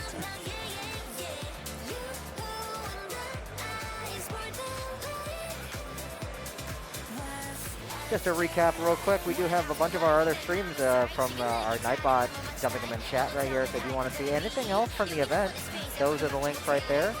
And if you need anything else, such as the rules or score sheets, we have Nightbot dumping them in the channel, as well as the commands in the title right there. So big shout out to all of our sponsors for the event. Couldn't have done this without them. It looks like Haru's ready. How are you doing? Well, hello there.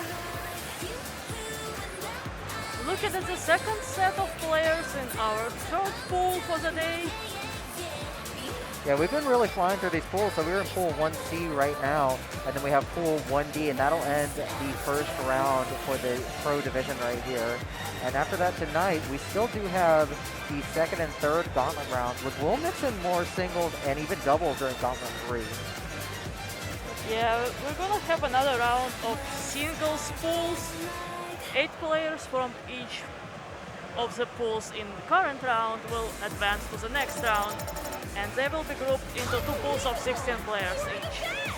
They will be playing one single 20 and one single 21 in the next round. Tusa and Jolly Slosh already talked about this, but let's touch on this set again. This is like amazing old school set right here. Blazing S17, Solitary S18, and Phantom S19, all from the Exceed to NX era, which is pretty hilarious.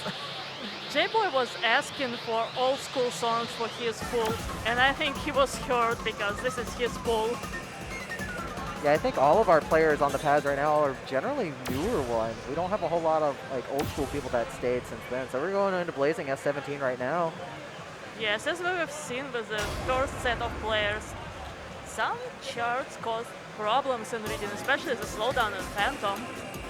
Blazing is a good one still for how old it is, but it's also very rough with a few of its jerky patterns. You have to be really ready for some of the flying. Thankfully not as bad as D21, but you do need to be ready in this chart.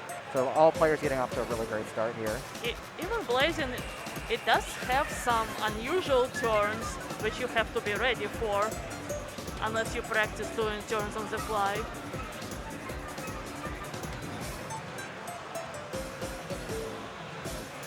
Carter having a little bit of an early break, but should be able to get that combo back up. Yeah, Emilio unfortunately having a little bit of a break right there. But there's some of those really rough turns, especially involving like the diagonal slashes where you need to move from down left to up right or vice versa while your other foot is still in the center. And those are very difficult to do consistently. Biala is still holding the combo, great job. Yeah, not just the combo, but also the accuracy. Really doing a great job holding steady here. I want to see their footwork. Are they actually doing the turn? So it's really good manip.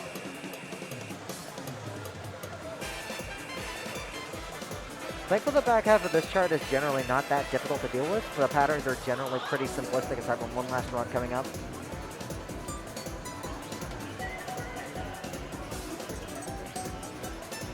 Yeah, the difficulty in this chart is mostly in the first half. Once you get past the turns, it's all straight.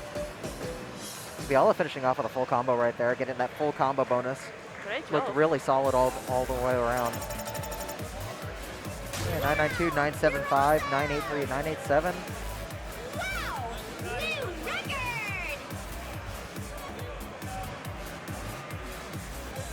And with that, we have our Domi hopping on, so I will go ahead and get her on, and I will be here.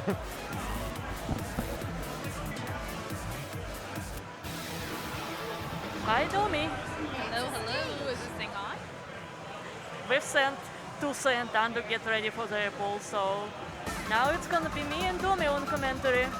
Level 17. If you guys don't know me, my name is Tommy Gaming. I've been playing Punk for a few years, and you might have heard my voice at the Big Deal.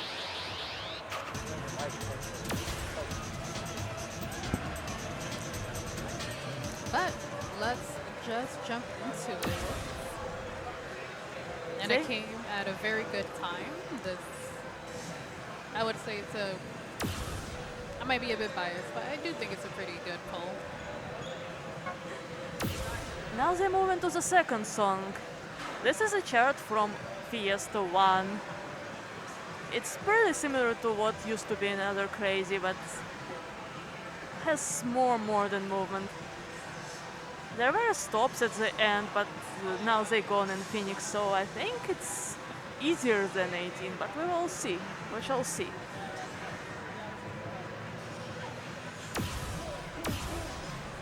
I didn't even realize they removed the stops at that. Yeah, it's hard to follow sometimes with the re-rates. Yeah, that's true. But hopefully all the players know that they don't have to worry about the stops. Something happened. Kung Papi just left.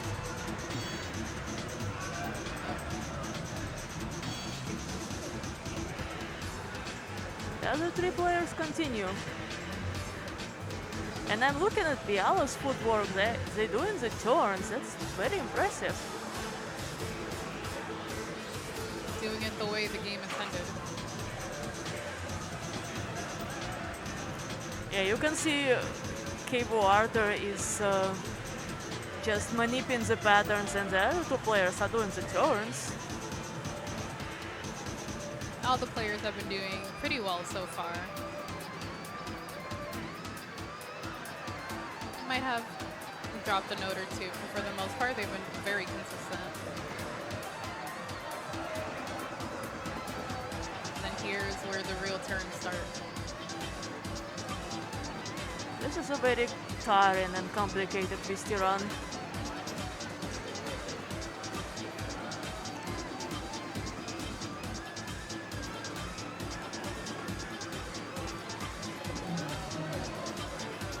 Everyone's been turning this part here. Keeping up. This is the place where the stops used to be. Just get to relax these last few notes. Hold on to any combos. It's beautiful. Ah. Nice, Cabo Arthur got the last jump. Unbelievable! You are the This is a very, very good score on the minion side. new record! Yeah, so Punk Papi is the one who's running the tournament. It looks like the fatigue of preparation and just organizing everything got caught to him. Yeah. Big shout outs to him too for running this huge tournament. We have 70 players total between three categories, I believe. And he's been working really hard to make everything run smoothly. Yeah, just all the background stuff. You don't realize how exhausting it can be, even with all the planning. Just the day of, it can drain you a lot. Speaking of draining songs, we're going into Phantom S19. Let's see if the players know the slowdown on the Phantom. In the previous group of players, we've seen one of them try to just grab all 5 panels. Oh, just trigger all the sensors. Yeah. Hope they hit enough. That of can it. be a strat if you can catch the rhythm. But with Phoenix scoring, you probably want to get more perfects and grades than bad and goods. Yeah, it might have worked better with the old scoring system. Yeah.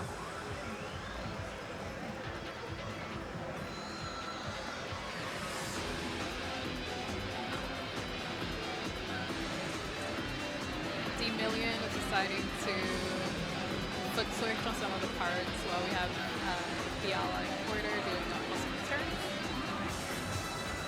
Here is the slowdown. Nice, they're all keeping up with the slowdown. Nobody's lost combo.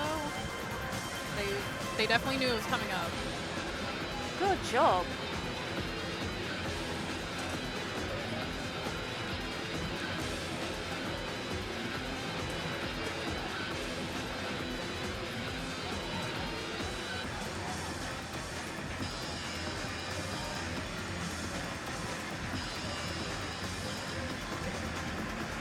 Dimidon is still keeping the combo very high.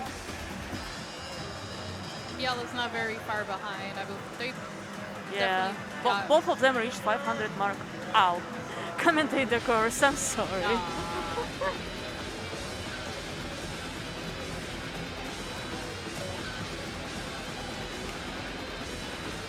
chart throws so much stuff at you. All of them doing the last twist with actual twists. That's impressive. Great job, players. Cheers erupt from the background. And Cable Arthur got almost 900 combo by the end. Wow. 987 for Cable Arthur, 983 for Demillion, and 959 for Fiala.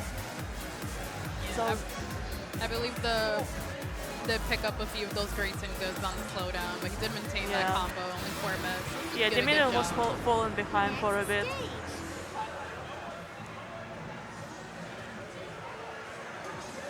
This was the last song for this set of players, and now we're moving to the last 2 players in the pool, I believe.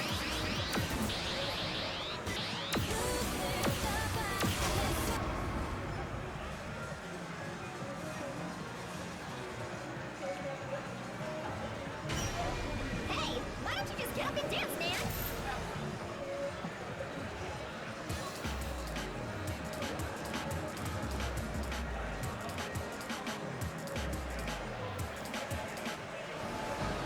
Game over. We're trying to signal players to play on the machine we have sound from.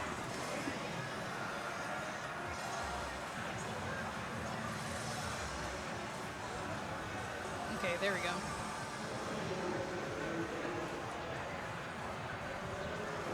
These players definitely started a very long time ago and should be really familiar with this set of step charts. Yeah, I believe neither of them will have issues with the slowdown.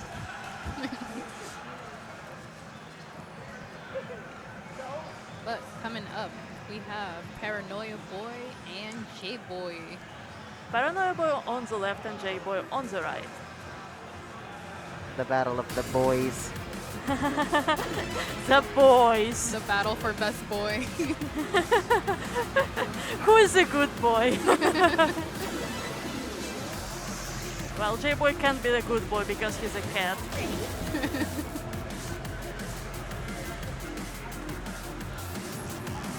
We can't have an expert one versus a beginner.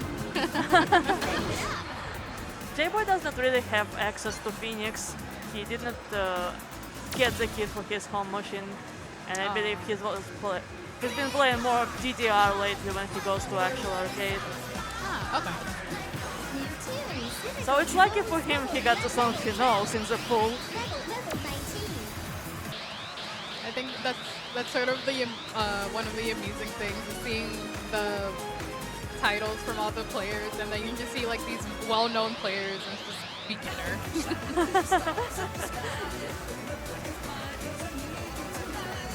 Yeah, I think Antamiro actually made beginner title selectable because people wanted to get beginner title even after acquiring new titles. Because it's funny. Have to go back to the basics. It's a good way to hide your actual skill. That is true. Psychological game.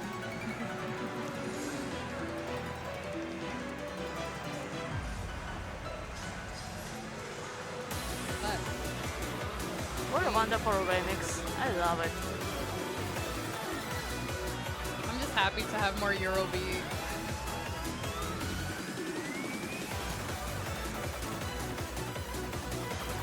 Very streamy 19.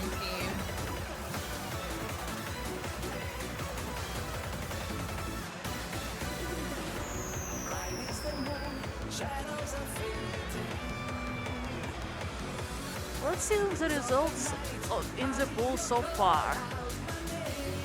We have Demillion in first place with 2,964,000. Then in second goes Under Dandy with 2,936,000. Cable Arthur with 2,930,000 in third place. Then goes Fiala, Mina, Tommy Does Not Miss, Brock, and Fun Papi who gave up. So I guess we will not count his score. Yeah, one more person for some reason forfeited their play. And that means out of remaining players, only one will not proceed to the next pool. We have -1 Puppy, -1 other player, and that leaves only 1 out of 9. Okay. Because 8 players proceed to the next round. Yeah, so it's sort of a given at this point. Who moves on? But Yeah, considering the results and if J-Boy and Paranoia Boy will do good, that means Bro is the most likely person to leave.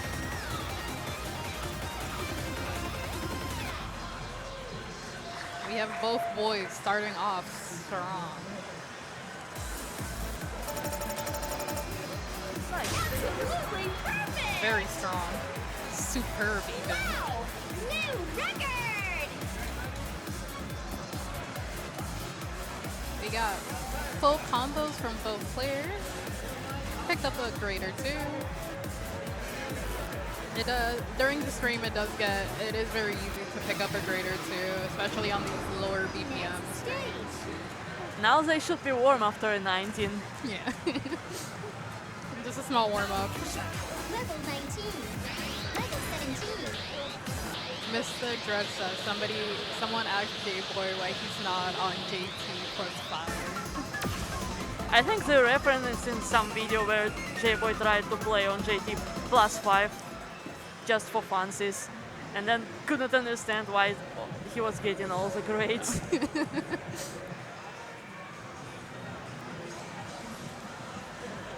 But for real, you don't really need JT if you used to adjusting from playing for a long time. Yeah, I believe especially it's a buff for players that have been playing for a while. They're able to, they played on different machines, different hardware. Let's go, let's see the masterclass. I hope they turn. I hope so too. It feels so nice when you do the turns on this. Synchronized turns.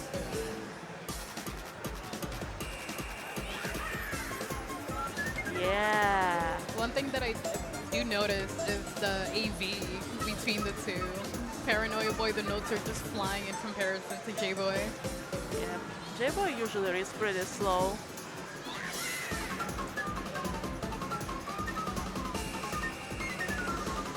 Oh, here it comes. You have the pad shuffling from the force of the turns.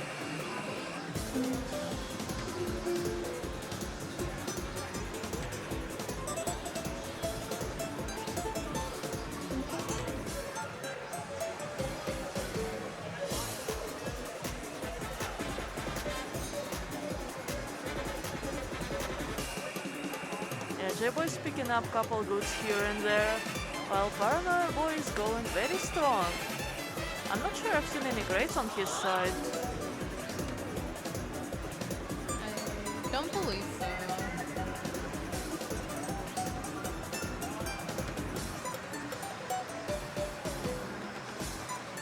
Pretty chill end here. Don't worry too much. There we go. J-Boy decided to do the old school thing at the very end. Oh, there were 2 grades.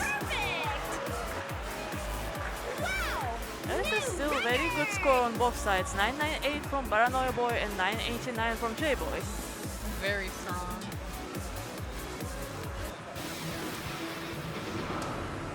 Can definitely say I can say they're probably, making it out the pool.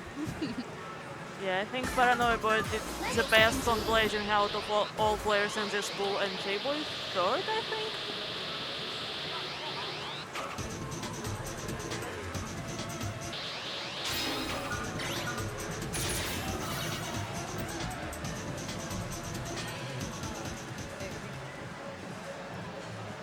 Getting hydrated, getting those stretches in.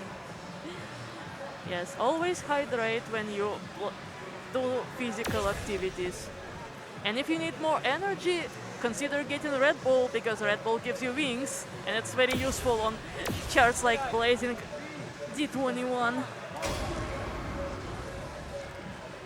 I probably should have grabbed the Red Bull before I started.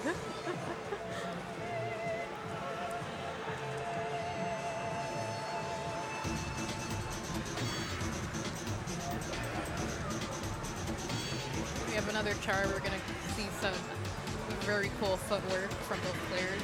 Yeah, let's hope to see more twisty runs here.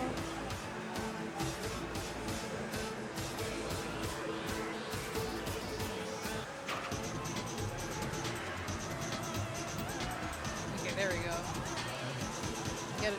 Do your turns.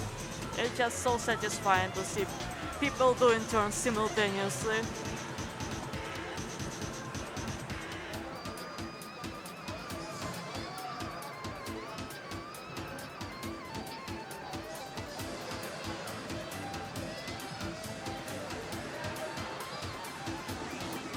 We're gonna see some cool footwork.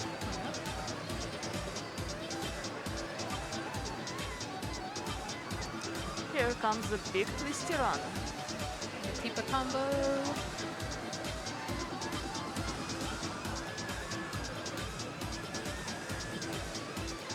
Beautiful footwork on both ends. Got a good or two. Keeping it up. Very strong. And here we get to relax.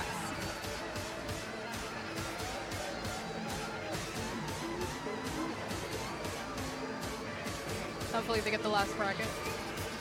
There we go. Nice. Gotta do the fist bump. Oh wow. 998 on Paranoia Boy's side and 994 on J Boy's side. One bad. Yeah, Paranoia Boy only got one bad and nothing else. But J Boy kept the full combo with only 3 greats and 3 goods. Next stage.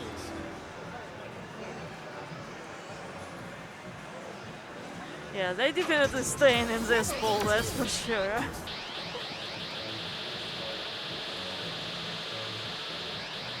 And with that, we go to the final song of the set. Phantom S19. More fancy footwork. I'm fully expecting an FPC from both on this.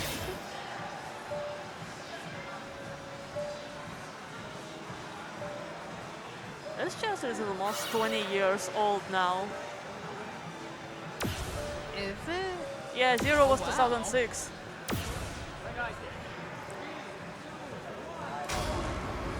Well, they've had more than enough time to study it then.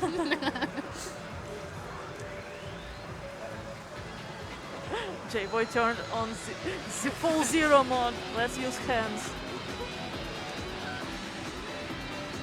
I mean, if you have muscle memory, just go with it. Don't try to fight it.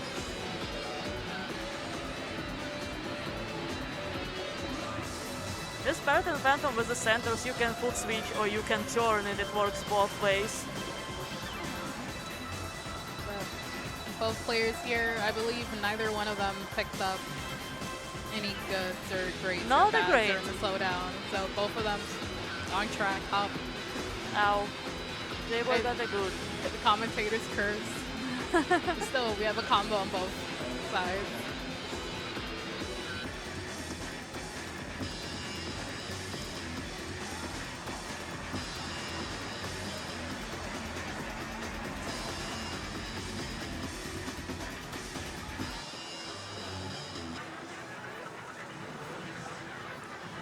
Can use this time to rest up before the rest of the chart comes. I think J-Boy lets the hold go slightly early.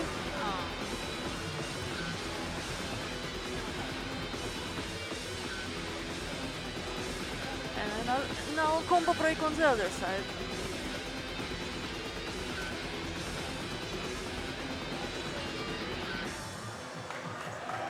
Very clean play. Very clean. Both of them kept up on that. Yep, only one miss on both. 995 from Paranoia Boy, 992 from J-Boy. Only one miss for each. Very strong set. Adrian says, oh my god, so clean. Yes, it was very clean. Next stage. And now we'll be moving to the last pool of this round.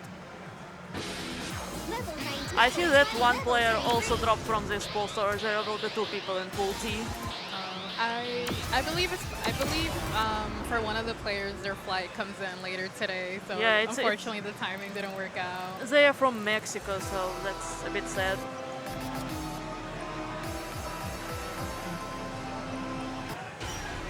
Hey, why don't you just get up and dance, man?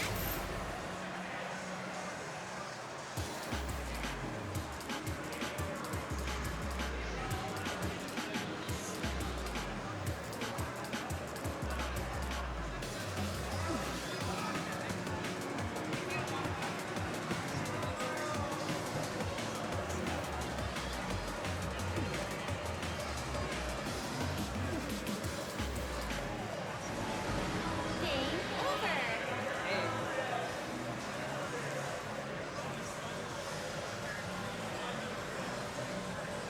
I'm currently doing song selections. We can see what songs.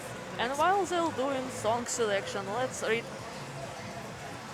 let's give a thanks and shout out to our sponsors. We have quite a bunch of sponsors this year. One of the first ones we want to mention is Red Note Gaming. Thanks to Red Note Gaming for sponsoring us. If you're a rhythm gamer looking for that fix or just want to hang out at a great place, check out Red Note Rhythm Games in Las Vegas. It's just 10 minutes away from the Las Vegas Strip, and Red Note offers a myriad of rhythm games for you to enjoy. If you want to learn more, you can always follow them at Blue Sky at rednotegaming.com or on Twitter at rednotegaming. Thanks to Blue Spring Express for sponsoring us, providing all new spring switches and buttons for Bitmania 2DX as well for Sound Voltex here at the Big Deal 5. If you need new parts for your rhythm game controllers or machines, look no further than Blue Spring Express for your needs. And use code TBD10 on checkout for 10% off your order. Visit bluespringexpress.net to learn more. We also want to give a special shout out to CEO. Thank you to CEO for sponsoring us. CEO is back again, finally back in Orlando, Florida at Rose and Shingle Creek, and bringing back great rhythm gaming action by working with Project Storm once again. You can attend the event. It's happening June 13th to the 15th, or you can watch at home for some great rhythm game dance action. They'll be hosting DDR, Pump It Up, ITG, and State Maniacs tournament alongside all the fighting games. You can visit ceogaming.org for more information. And special huge shout outs to Red Bull for providing us with lots of energy drinks. We have coolers all around the floor. And remember, Red Bull gives you wings. You need that for dance games. We also want to give a shout out to Kai's Life Changing Bar. Need a jolt of protein on the go? Want to contribute to a good cause? Pick up the Kai's Bar. They're gluten-free and packed with clean proteins and all real food product ingredients. These tasty snacks and energy bars will get you pumped and ready for the day's challenges. And not only would you make a difference for yourself, you'll also be making a difference for someone in need through their Give First mission. Visit KaiSconcepts.com to learn more. Pick up your first bar and make a difference in someone's life today. Kai's, changing lives for the better. I actually tried one of the bars and they're pretty good. And last but not least, thanks to Solipsys Design Club for sponsoring us. A fashion brand started by the man who started the Big Deal originally. Grab some the Big Deal 5 team apparel from the store or check some other merch they have at solipsysdesignclub.com. Now, while the players warm up, let's see who we got on the pad. On the left machine we have G Plus from Maryland and Vincent ITG, who sadly we don't know where they are from because they registered the last moment. Oh, they're from Cali. Okay, thank you. And on the right machine we have Daft from Arizona? Yeah. And also A to Z from Texas. We have a local. A to Z mentioned that DDR inspired them to get a degree in music. That's very cool when your hobby inspires you to get a new profession.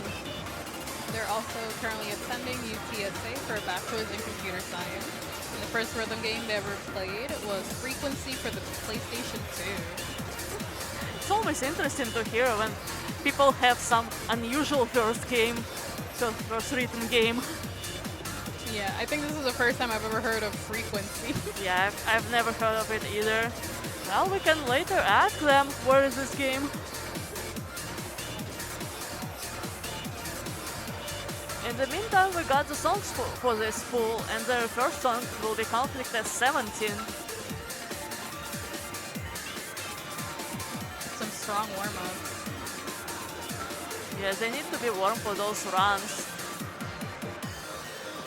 There are not many turns in S17 for Conflict, but there are lots of runs, so you're gonna keep your accuracy straight.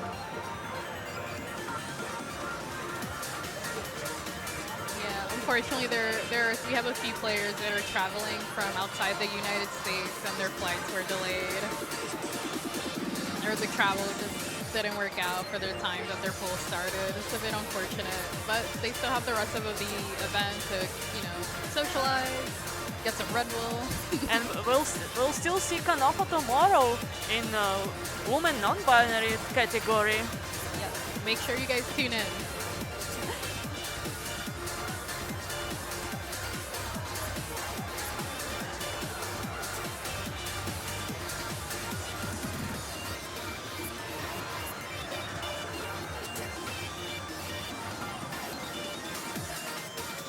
We have G and ICG. They're just waiting for Daft and A2Z to finish their song so they can start their set. Already. Absolutely perfect! I like how they all have the bronze-colored titles. Next stage. Rough gamer, gold member.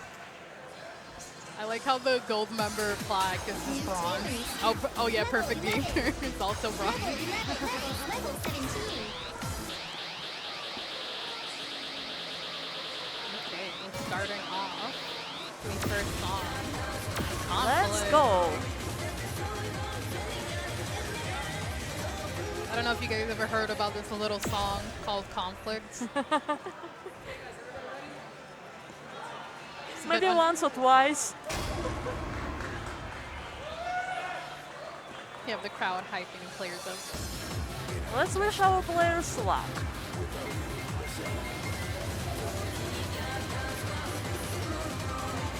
Just starts off so aggressive with the stream. J Plus picked up a bit of grades at the beginning, but I think they caught the rhythm.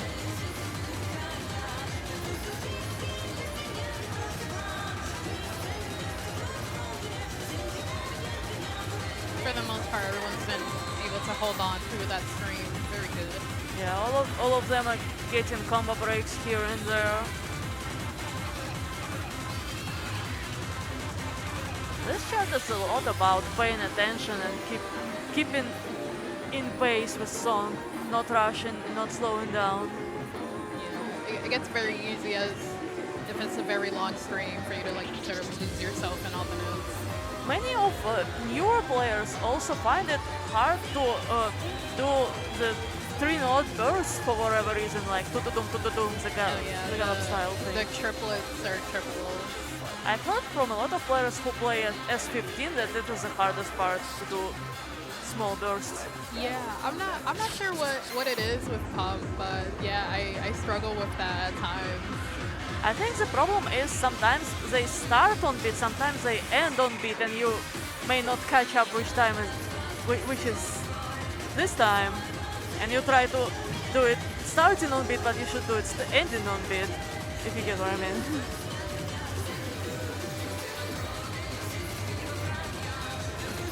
In the meantime, G Plus picked up good combo, and the moment I said it, they broke it.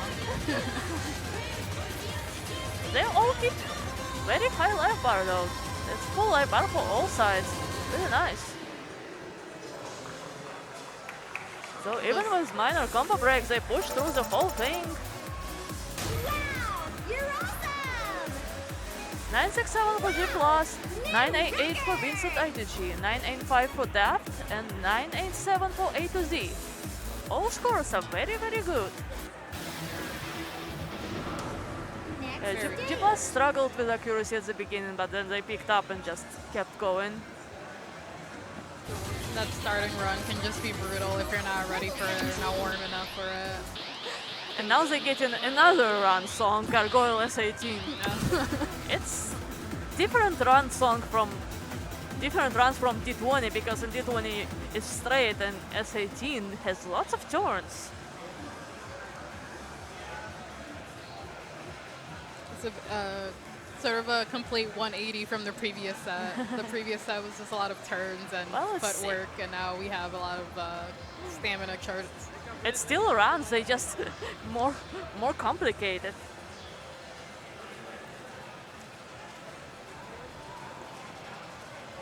But this is another little underground unknown song, much like Conflict. You guys ever heard of Gargoyle? Yeah, Gargoyle is very popular. From ITG to Pro, and now to Korean version of Pump. Nova 9 says iconic. Yes, it's sort of an iconic set. That's a good way to describe it, the song selection. Yeah, this chart does not get much love just because of how weird it is. Compared to Gargoyle D20 and D23, which are mostly straight. Can use this time to build up some life. Yeah. This used to be a slowdown, but now it's gone. It's been modded. The Phoenix removed a lot of gimmick slowdowns, stops in older charts. Yeah. I guess it's easier for players who just start to not learn all the things in old charts and only learn the new charts. Yeah, but it sort of it loses a bit of its charm, especially since these charts have been around for a while. Well, in a couple generations of players, they will not know, and they will think, "Oh, the old pump was so boring, no gimmicks anywhere." Meanwhile, Vincent ITG keeps a very high combo here, more than 500, and Daft also keeping the combo. They probably played it on ITG before coming. Well, ITG wouldn't help with those turns. Definitely not. You can see all the players are doing the turns. Very tiring. Come on, G+. Don't drop. Great job. GG to all the players. Yeah, you may also notice that 3 or 4 players use JT because Gargoyle is very late in pump, and JT helps to time it. We get 942 for G+, 977 for Vincent ITG, 987 for DAP, and 979 for A to Z. Next stage. Very solid set of scores. And the last song for this set of players is Violas Nightmare S19.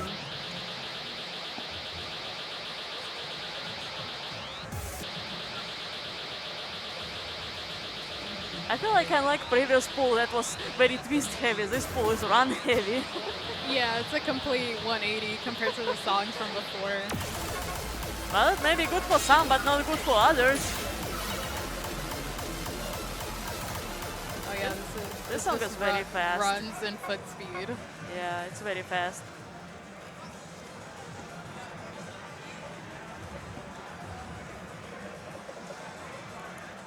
But let's see how the players do. The previous 2 songs were lower BPM, but now we're jumping into 220. Yeah, they did better in straight rounds of Conflict, so they may do well in this.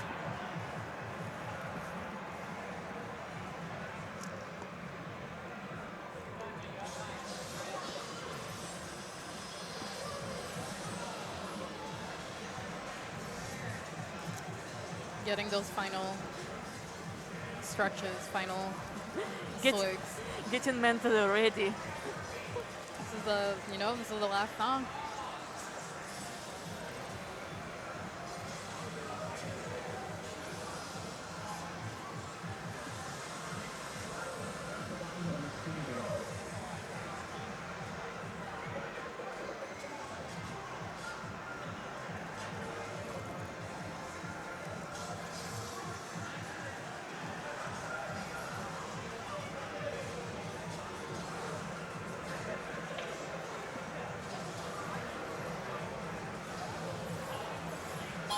And while we're waiting, we got the results for the previous pool.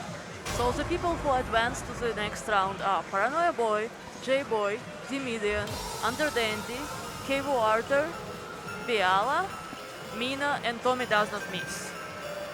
Sadly, we have to say goodbye to Brook, but they showed great performance.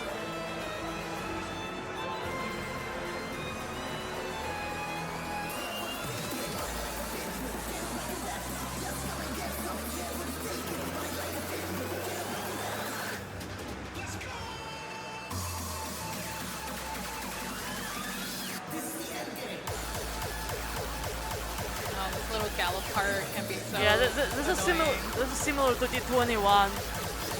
It's more less of the foot speed and more about movement. And players struggling a bit here. Yeah, I believe the first time I tried the song, I didn't notice they were gallops, and I think I was sort of hitting them as eighth notes.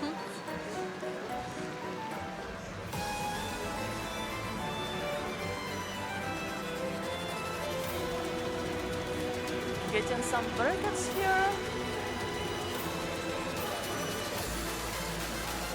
The bracket holds can really trip you up also. Yeah, looks like Duff had a bit of a struggle with those bracket holds.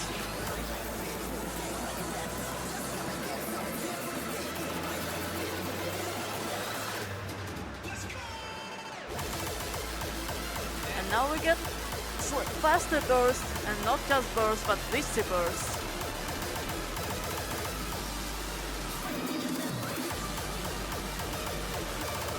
Vincent ITG is keeping up really good. These bursts can be very annoying.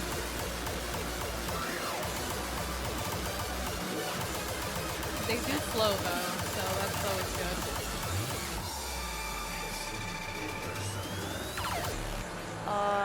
I think G Plus failed at the very end. Aww. That real got them.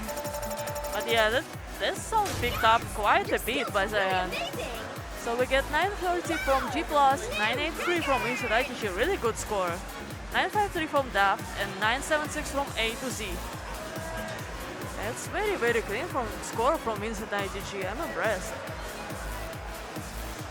Great showing from all players. Yeah, A to Z was not too far behind.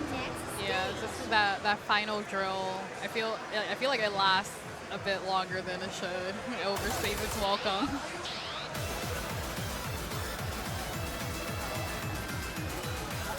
But with that completely set from the previous four players, we'll have some new people coming up.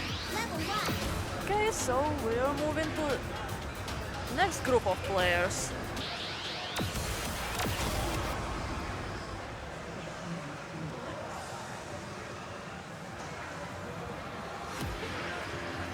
You've heard Tan before, now you're gonna see him on screen. Hey, why don't you just get up and dance, man?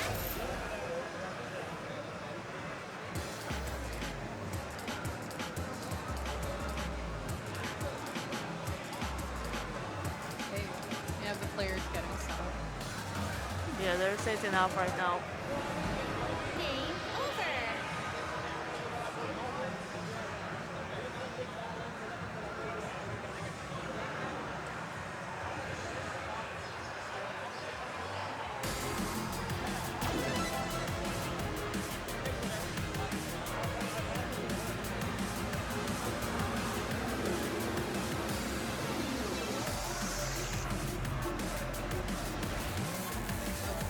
We seem to have an issue logging in.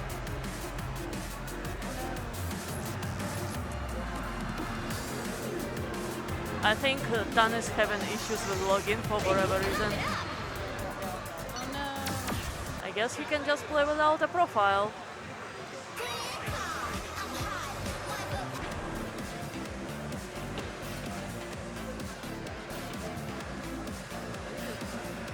Yeah, we've never seen this happen before like this. Maybe he tapped his card too early. No, we've waited, so probably the card is not working anymore.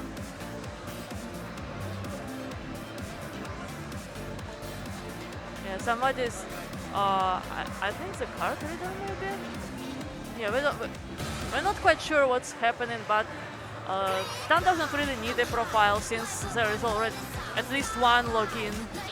So this means if they have, well, the Yellow Nightmare is a premium song. Yeah, since they have at least one login, they should have access to all the premium songs, so they should be fine. Okay. But while the players are warming up, let's introduce them. On the left tab, we have Astrofel and Helix. And on the... They're both from Colorado, that's interesting. Yeah. I'm assuming that they know each other. Who knows? Some states are pretty big. You would not know everyone in Texas because how big the Texas is. And then on the other cab, we have Ralph Caffrey and Jelly Slosh. Yeah. Ralph is... Now these two people actually do know each other. You may have noticed they gave each other a hug before starting the game. Let's see, Ralph stated that they were from LA and Jelly is from Texas. He's a local. Louisiana is not too far from Texas. We go visit each other.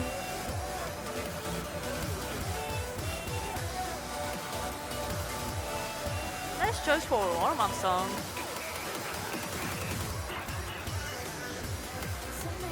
Maybe they just wanted to hear a nice song.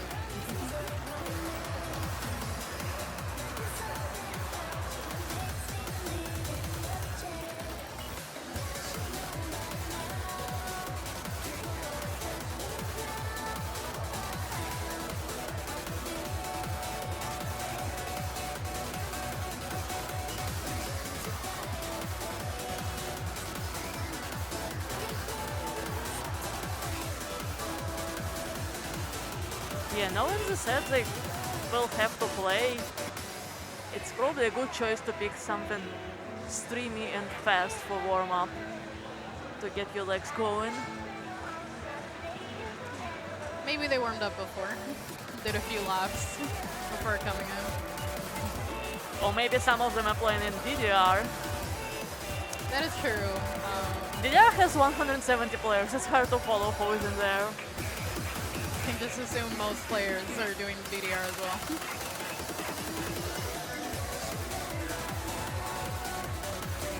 But we're just waiting for Ralph and Jelly to finish their warm-up song and start the set.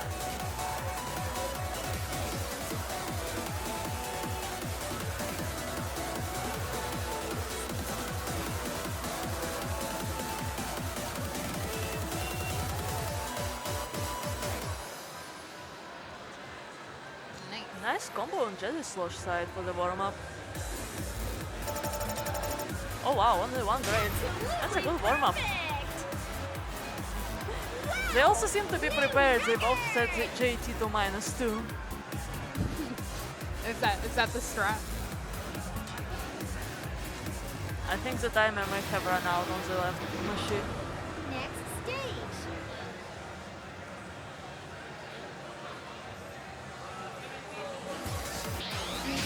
Tuning difficulty zone level 11. Level 16.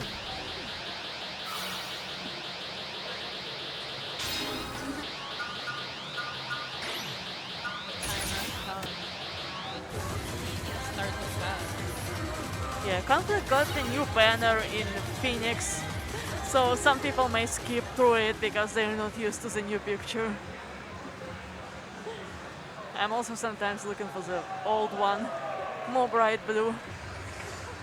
Yeah, I got so used to the old one. It's sort of like, where's the weird robotic eye thing? The laser. Well, this one has nice shout out. Nice shout out to Ultimatum.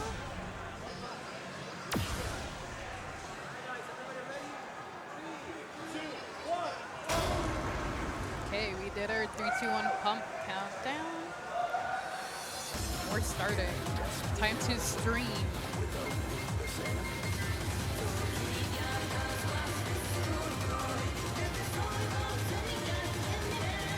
For those in the chat, if you know the lyrics, type in the lyrics. They all look locked in into those runs. Look at this perfect stream.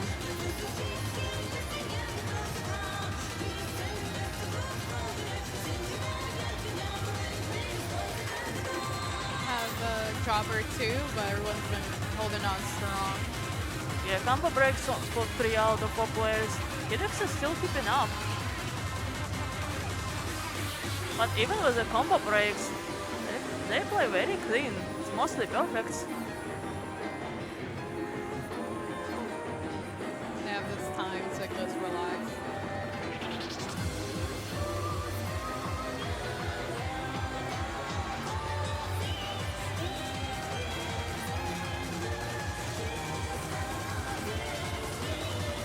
Nice. No issues with the triples or the triplets.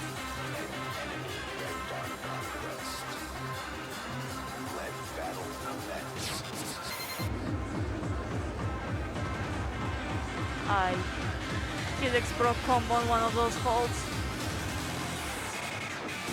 Might have gotten a bit tripped up when the gimmick started. Yeah, those lasers are made to throw you off.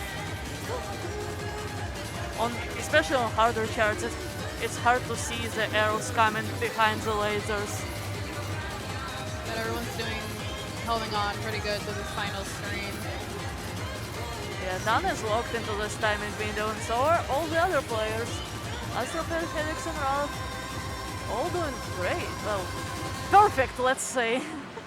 Because we have not seen many greats on either player side. Wow. Look at this close match on the left machine.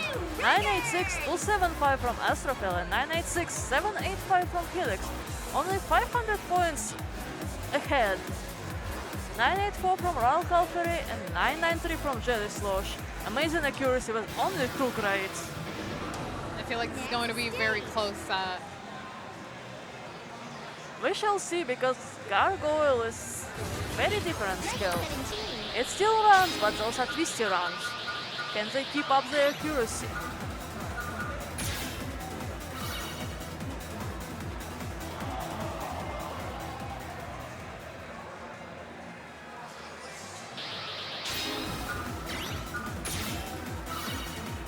You gotta stay hydrated. Yeah, Jelly Slosh did amazing on the first one. Let's hope he can keep up.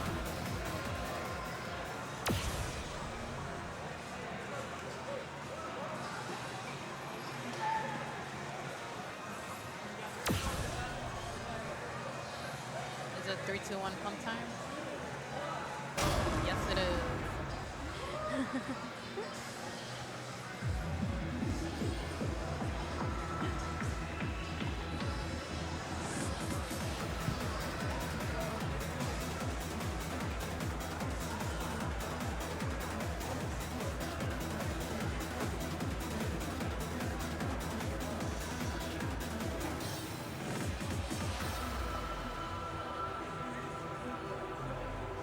This shirt looks so awkward.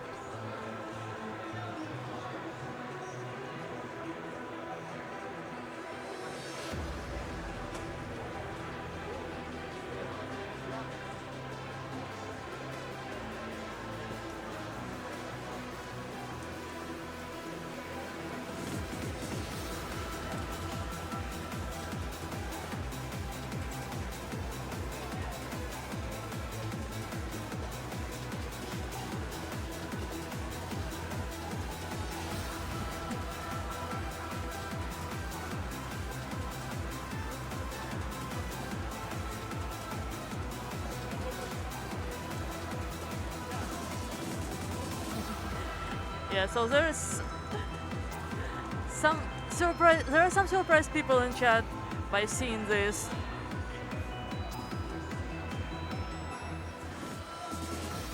This step chart was made by a different person, not the same person who made double 20.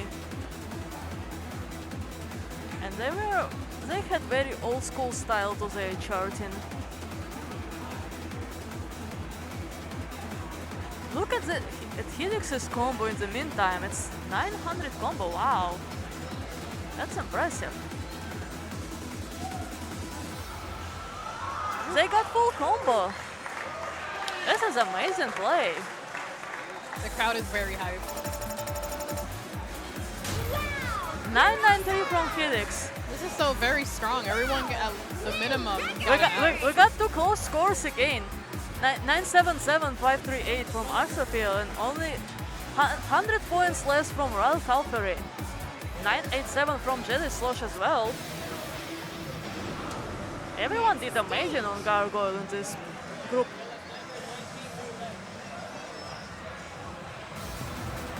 Level 18. Now let's hope they're ready for those fast bursts in VL's Nightmare. Okay, so let's see how they do with foot speed.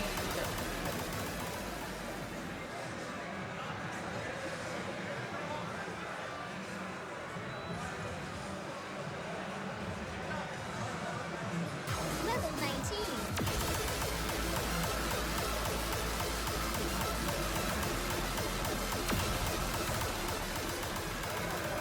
Gosh, this song is so loud.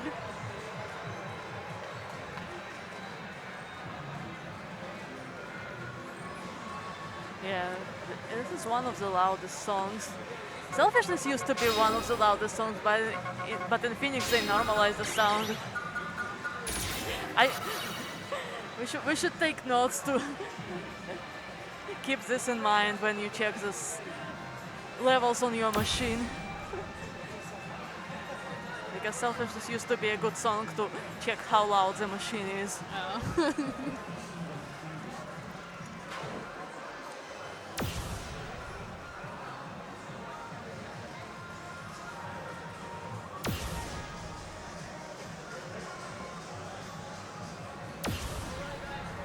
Final fist bumps before the final countdown.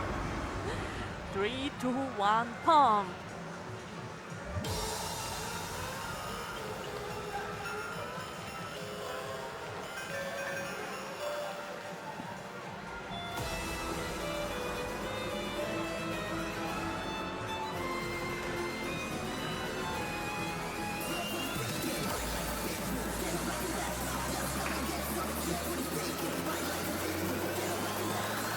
Let's see how everyone does on these gallops that are coming up shortly.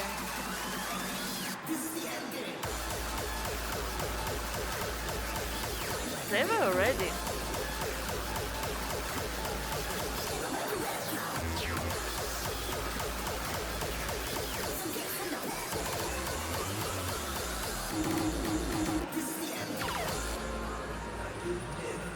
Jelly Slosh is still keeping up the combo.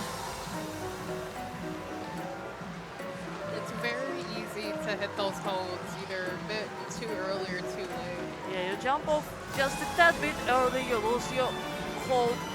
And while Phoenix does not have full combo scoring like it used before, combo can still matter in case of close ties.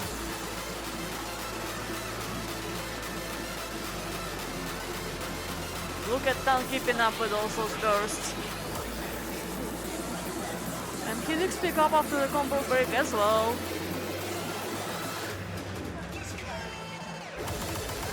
Let's see if everyone turns for these little triplets. No, Dan was Jelly Slosh was actually manipulating those patterns.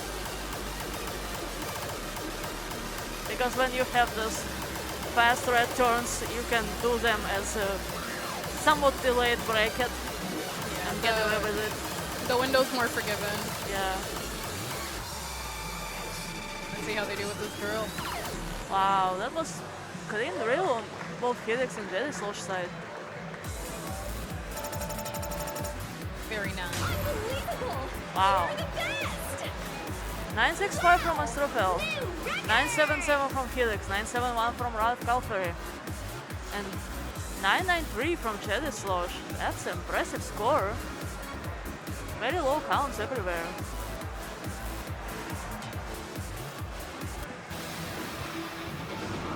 The whole set, score-wise, is very, very competitive, very close.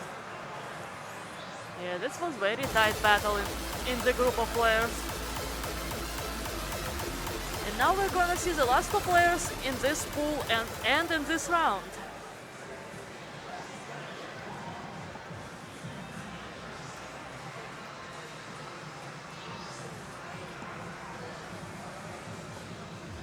Okay. We have our final gamers coming up. Level 19. Our own Texan Everson Bird Level 22. and our own Texan Tusa. So we got two Texan players for the last set.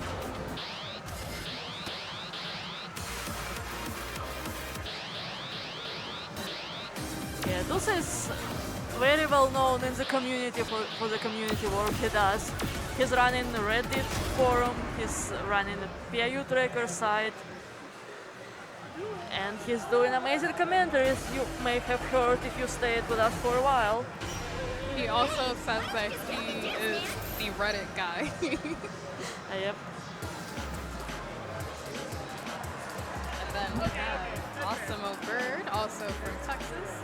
Fun fact is he's been playing comp for about 8 years now, and currently 325 is away from Expert 6.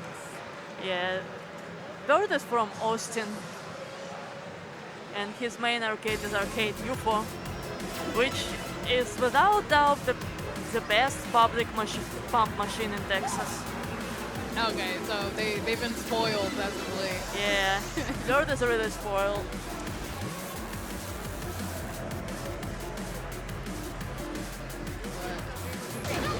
Oh, I see Awesome Bird's title is Expert 6, so I guess they got those 325s since I guess, then. yeah, he did. No, that was Tusa's title. Oh no! Oh no, they're both. Yeah, they both have Expert 6, that's nice. Okay, so this is gonna be a very close match for the both of them. Hopefully so. Well, chat, now y'all have to decide which of these experts is the real expert on this set. I can't decide who to root for. Only one Texan can make it out. Nah, they both can make it out of this pool. Yeah. There are lots of spots to make out of this pool.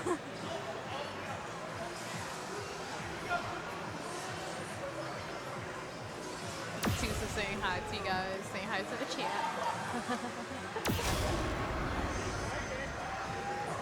Okay, so And they picked a great song for warm-up. if you're just joining us, they're just playing their warm-up songs before they go into the set. Yeah, we've also heard this early in one of the intermediate pools.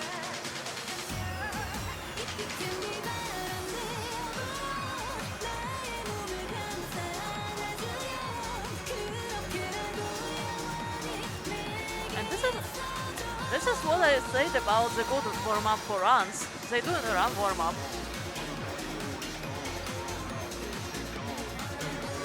Get to watch some good, amazing footwork. Just looking how tight their form is. Yeah.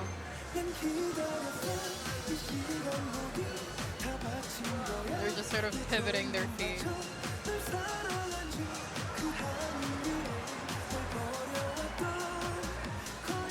Lots of ankle work from both of them.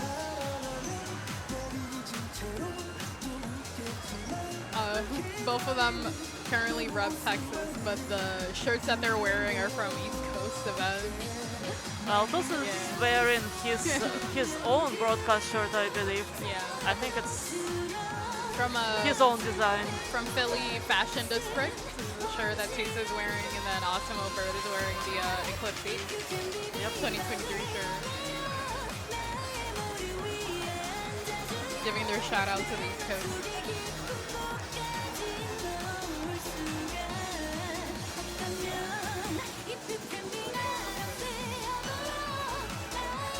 And while we're waiting, let's see what the results are so far in the pool. We have Jedi Slosh in the first place, followed by Helix, Vincent ITG, Daft, Ralph Caffery, Astrophel, A to Z, and G+. Absolutely perfect! Very nice warm-up scores. Next stage. Yeah, Jedi Slosh crashed his pool so far. New tunes. Level 16.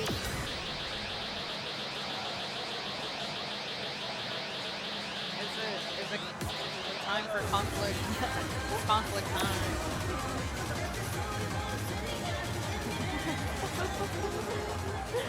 It almost looks like they don't want to play 17 them on something harder. Yeah.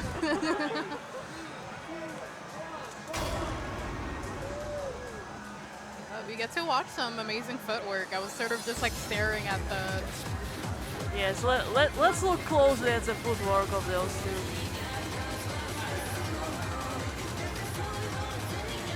You can see how they barely move in their heel. They don't like going all the way to the center, but just moving it slightly to just reach the center. Just shuffling and pivoting.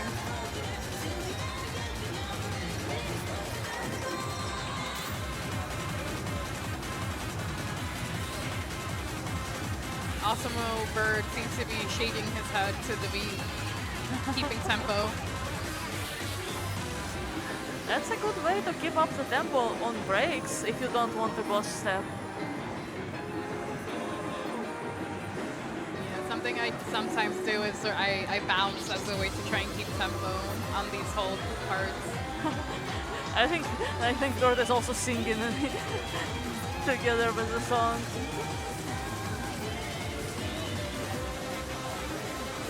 Both players are extremely locked in.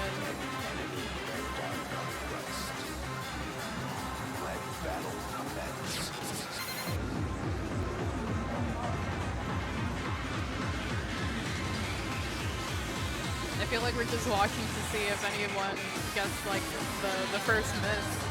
Yeah, barely saw a couple grades on Tusa's side. I don't think I've seen any on Birds yet. No, but these have been very clean runs so far from both players. I did see a grade or two on Tusa's end, but it's very easy to rush on these screens. Just we have one turn at the end. the last few turns. Nice. Uh-oh. Was there a miss? I think Bird had a good, yeah. Oh no! Oh no. Just one good away from PG. And UG on Tusa's side, only 10 grades. Maybe that's why Bird was shaking his head. He saw the good. It's good energy. They're having fun. Next stage. Yeah, in old scoring system, Tusa would definitely have won this, but with Phoenix scoring one good, it's not as bad as 10 grades. Let's see if they're gonna turn this or they're just gonna manipulate very accurately. Tusa decided to put it on GT4. That's a good decision because Gargoyle is late.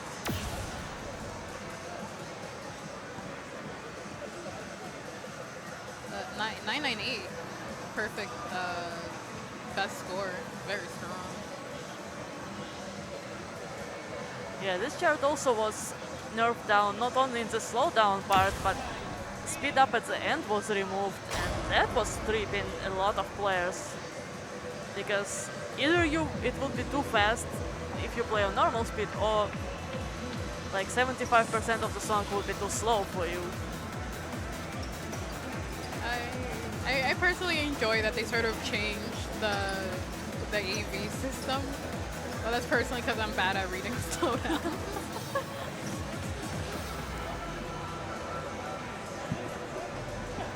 Oh! They both let go of the bar. I don't think they realized there was a, They were raving too hard with the song. yeah, they.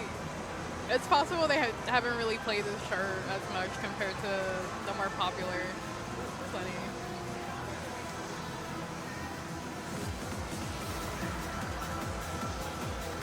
Time to scream. Yeah, you may have noticed the famous head shake after the good on Bird's, great on Bird's side. Yeah, he sort of just swept it off. Whatever.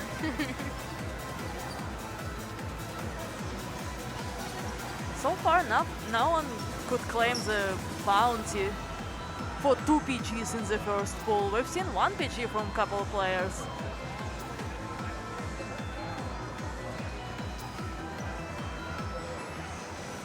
I mean, it's hard to PG. Well, if you want $5, you may try. Sort of people always say, you know, pump it up. The windows are so wide, it's so easy, but it can trip you up. Well, if you're not used to machines, screen or pads can throw you off easily. Yeah. New hardware, new pads. Nice full combo on Tusa's side. Nice. Absolutely perfect! The scores are very close. Yeah, triple S's across the board. 996 EG on Tusa's side and 992 MG for Bird.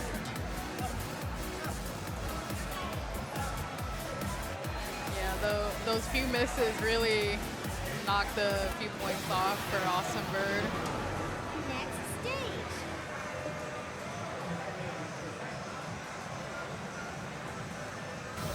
Just one more song in this round.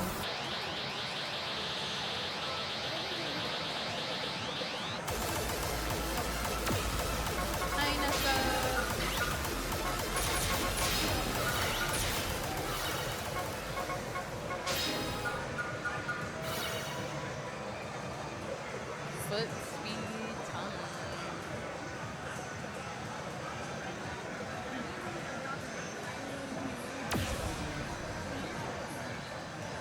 I just want to see if if they both do the pattern manipulation or if they'll turn. Discussing what's the best strat with your opponent.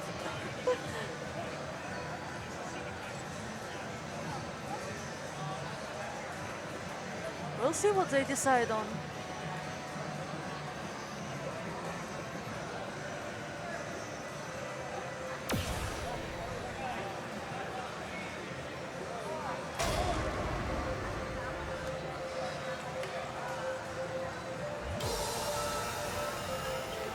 The final song.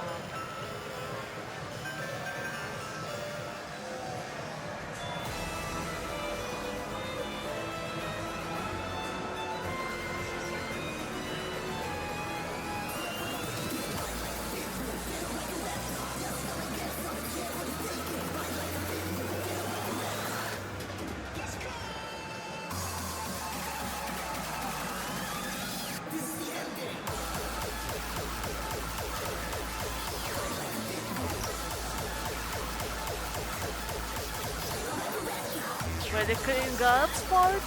Yeah. Also wondering if they'll trip up on these holes. But very clean. No problems going into a little break.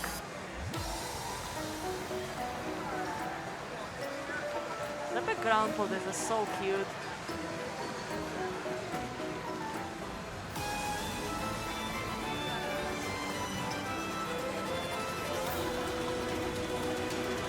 Ay, ay, ay. Oh no. Small drop on Tusa's side. Still does not mean anything. Yeah, especially with the drill at the end. Yeah. You get off that drill, you stagger goods and beds.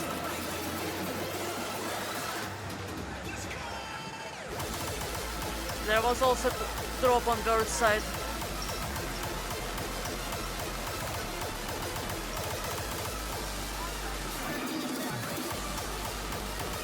sort of look like anyone's game at the moment. Awesome Bird recently broke combo. Yeah, it looks like they both decided to just turn the whole thing and not try to manip it. Here of the girl. Ay. Very clean drill on Bird sides. Slightly fell behind on Dusu side. And this is still very, very close. 990 for Dusa, 993 for Bird. And with this, we're done with the first round of pools. We're gonna take a short break because apparently there needs to be done some pad maintenance, but don't leave, don't go too far. We'll be back in about 10 to 15 minutes. Well, before you do that, why don't we quickly announce the 1D winners, because we know these two made it. So let's go and announce the 1D winners who we have advancing to pool 2.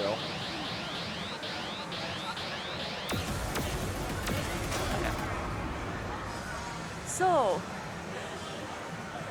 we would assume Dusa and Bird are first and second.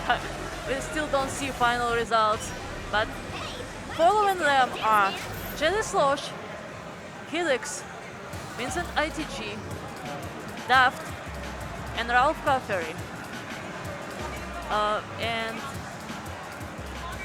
leaving the pool are Astrofel, A to Z, and You've got a new title. G+. Game over. Alrighty, y'all. We're going to take a short intermission real quick while we get the pads checked out. We will hopefully be back in the next 10 minutes or so we'll see y'all soon. See you.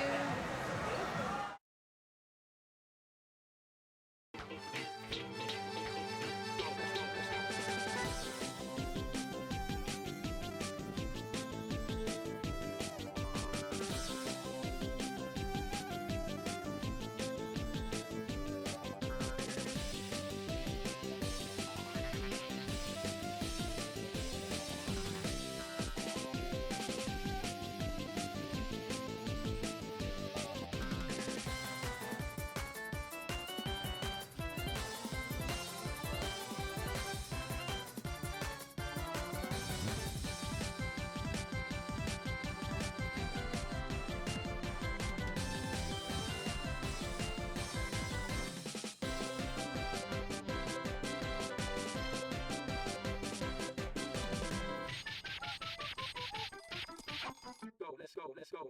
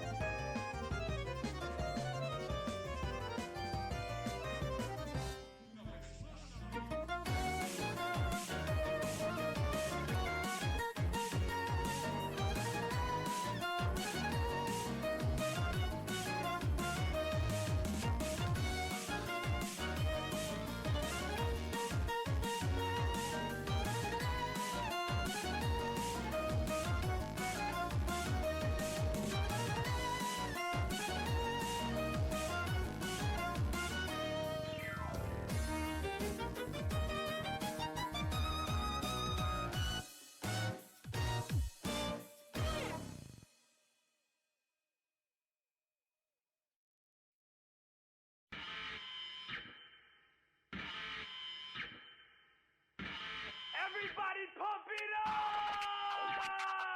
Everybody jump, everybody pump, everybody in the place shake your rump. Everybody jump, everybody pump, everybody in the place shake your rump. Hear ye, y'all listen close to the funky dope jam, make it jump the most. Party people in the place don't stand around, get off the walls and help us break it down. Gonna make you sweat, yeah boy I bet. Gonna give you an experience you'll never forget. Step right up, you know, and take your chance, cause the reason that we're here is to make y'all dance. Everybody jump, everybody pump, everybody in the place shake your rump. Everybody jump, everybody pump, everybody in the place shake your rump. Everybody jump, everybody pump, everybody in the place shake your rump. Everybody jump, everybody pump, everybody in the place shake your rump. Rhyme to the rhythm, rhythm to the rhyme. I'm back on the mic one more time. PUMP, that's the reason. Dance, dance, 'tis the season. To be wild, go out of control. Pump, dance, body, soul. Things you need, or it may seem. Have it or not, everybody scream. Everybody jump, everybody pump, everybody in the place shake your rump. Everybody jump, everybody pump, everybody in the place shake your rump. Make you jump, make you pump, everybody shake your rump. Make you jump, make you pump, everybody shake your rump.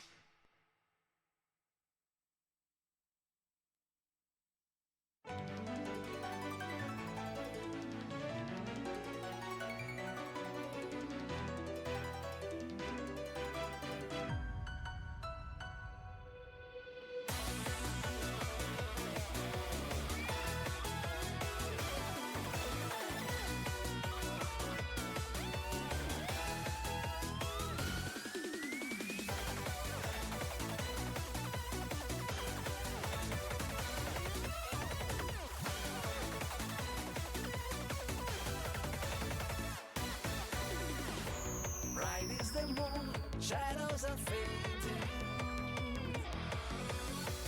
Winds of the night, I hear you call out my name.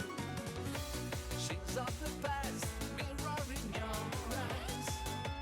Wish upon a star, a play that I can see you one more time, my love.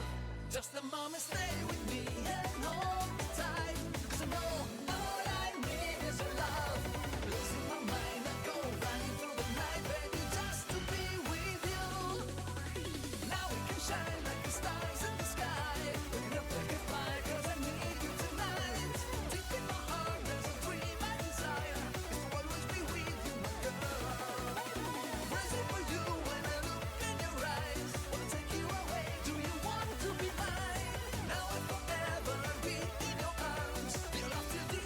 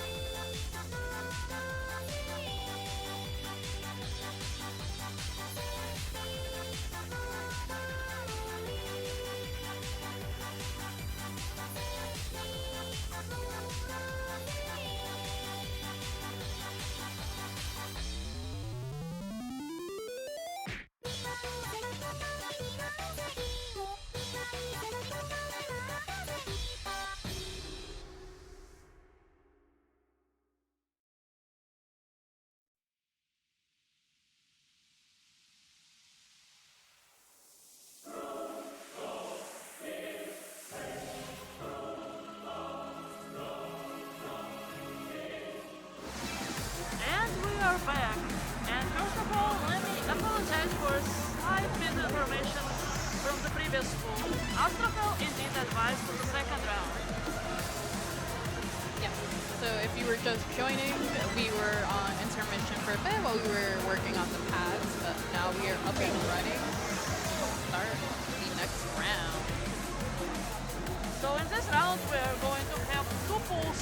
Each has 16 players, and they will have to play two songs, one single 20 and one single 21.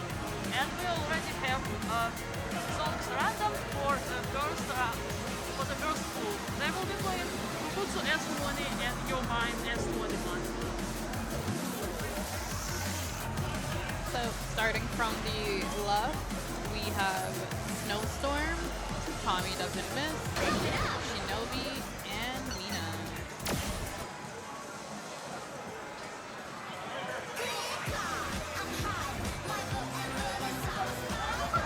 Snowstorm is from LA, Tommy Doesn't Miss Level 11. from Massachusetts, Level 17.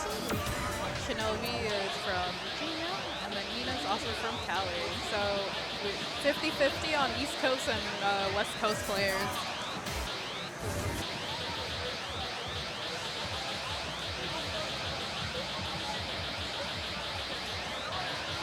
It never stops to amaze me how Snowstorm doesn't really have access to any modern games, but still keeps doing really great in all the tournaments. And he's showing great performance across many games, including VDR and BUM. That's sort of the Snowstorm special. It's sort of like they don't have access to anything, but then they'll still sign up, put their everything, and they always get really far. So they're having one song for warm-up, and then they will proceed to their designated two songs.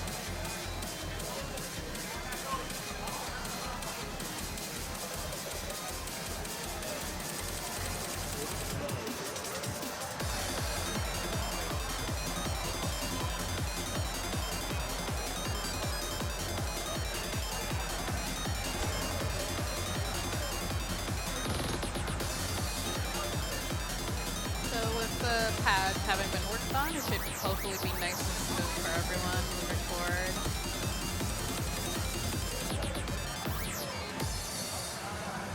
During intermission, while we were working on the pads, Tommy Doesn't Miss, he had like a video playing on his phone, and he was like leaning on the bar, pretending to play the song to try and stay warm.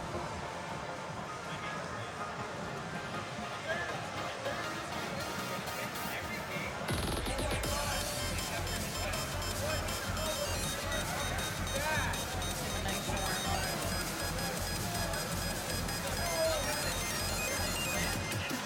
So we're just waiting for Shinobi and Mina to finish their warm-up song. We can jump into the set.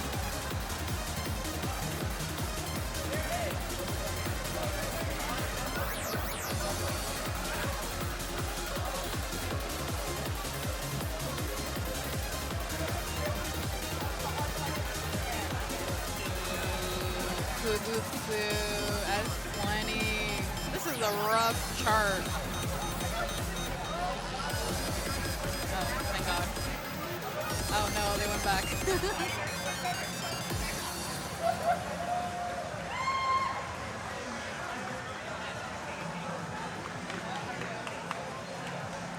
Kugutsu is rough. I don't know how else to describe it other than rough. Yeah, Kogutsu is 20. It's pretty hard for S20.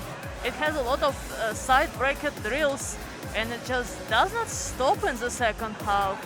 It keeps going and going, even though it's not actual 16. No, it's such a high BPM too. Yeah. You just need to go into it dedicated and not give up.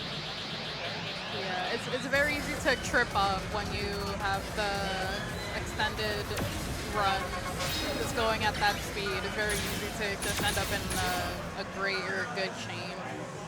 I think there's been a few times I've played the song and it's just like, I don't, where are all these greats or goods coming from? It's very tricky. It does not seem any of them have a score except Mina. So let's hope they know what's gonna happen in this chart.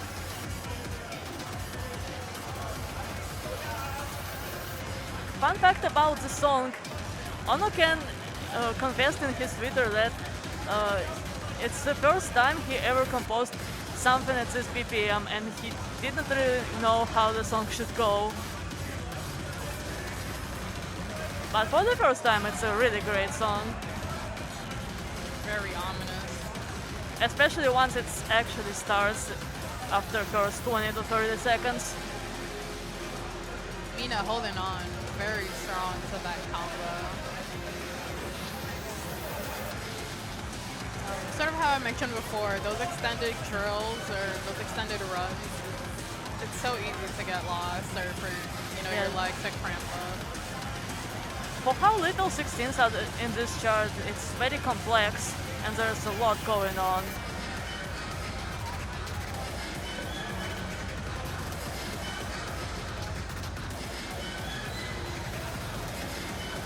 Here we have the build-up.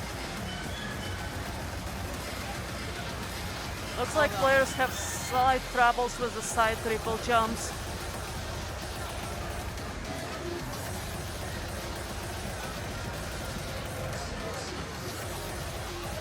Everyone hold on.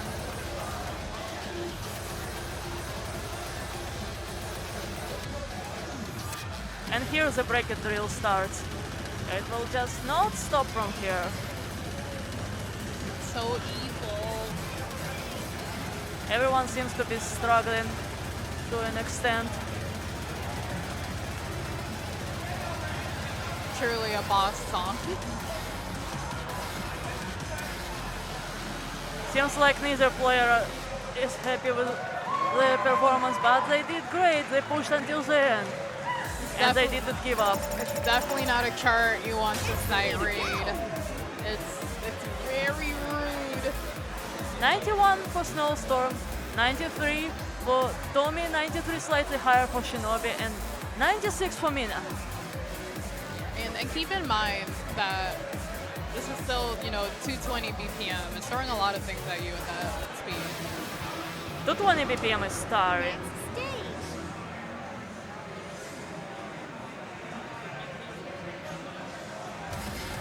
Level 20.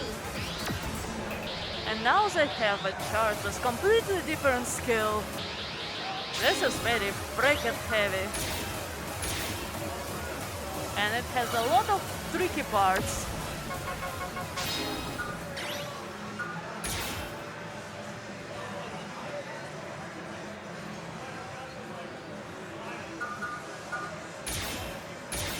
Gotta hydrate.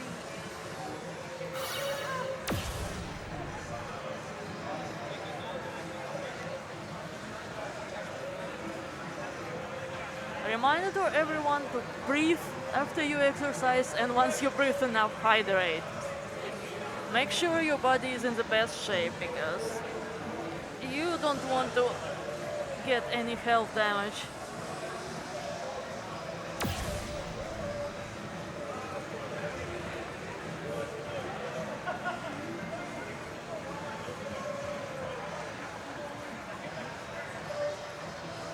Getting those final sips of water and final towel wipes. Getting mentally prepared. It seems like Kugutsu put its stall on everyone. It also seems that Shinobi's the only one that has a score on this song. Well, we couldn't know because Your Mind is a chart from XX. They may have just not played it in In the new Phoenix. mix, yeah, that is true. I don't know, I just always get worried when I don't see a score. Well, sometimes you get so tired of playing chart over years and years, you just don't want to play it again. But that doesn't mean you don't know it. Okay. Good luck. Looks like from the start, Unfortunate. yeah, Shinobi had a triple hold problem. Very rude to start with the bracket home. very tech intensive chart.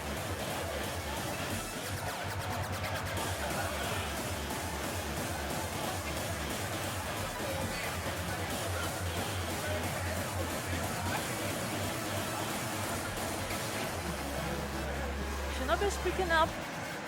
Did not give up after that hold drop. She's been holding on. She's been going very strong. It was just that first hold, which could sometimes be a bit demoralizing to get something like that so early in the song. Yeah, Just looks, gotta push through. looks like Tommy also picked up the tech in this chart. You can use this time to relax, gain some life. Yeah, while the holds are not rest because there is some pretty unusual foot movement and you need to know where to use your heel, where to use your toe, when to turn.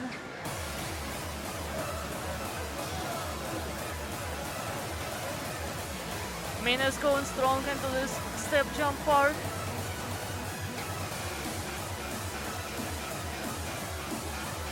These always I feel like I move so aggressively to hit these.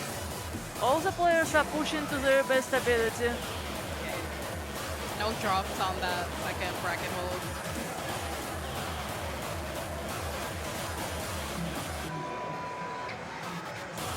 Okay, nobody was thrown off by the little gimmick there. That's good.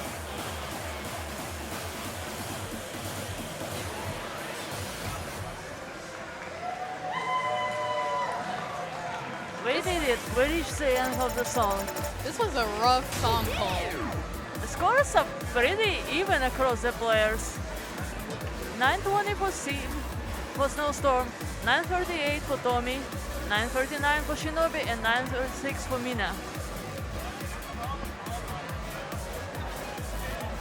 Her song pool. Yeah, I imagine if you used to play on more flat pad, you would get troubles controlling your brackets if the pad is slightly less flat, which our pads are.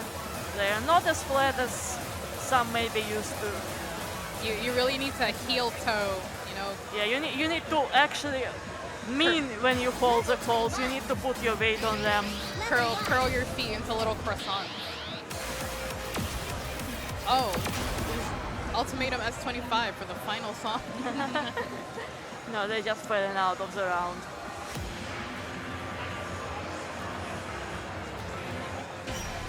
Hey, why don't you just get up and dance, man? And now 12 more people will play the same songs.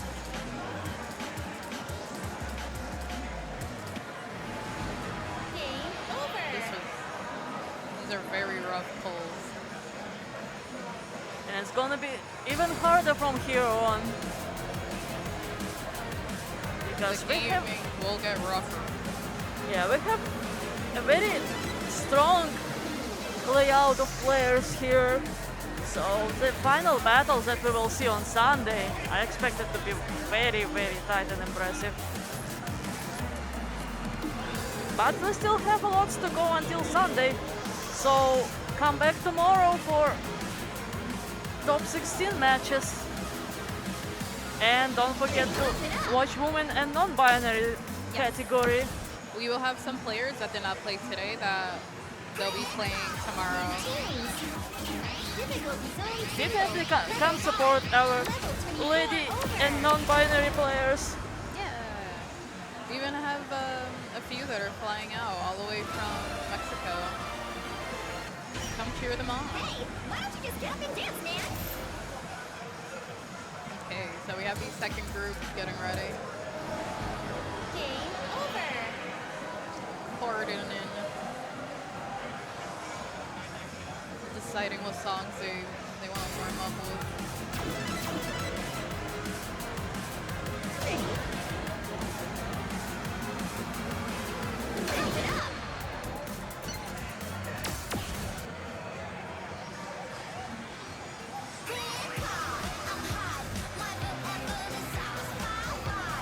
New tunes. Level 17. So we have Cesar and Biala on the left machine and K-Water and Yukama on the right machine.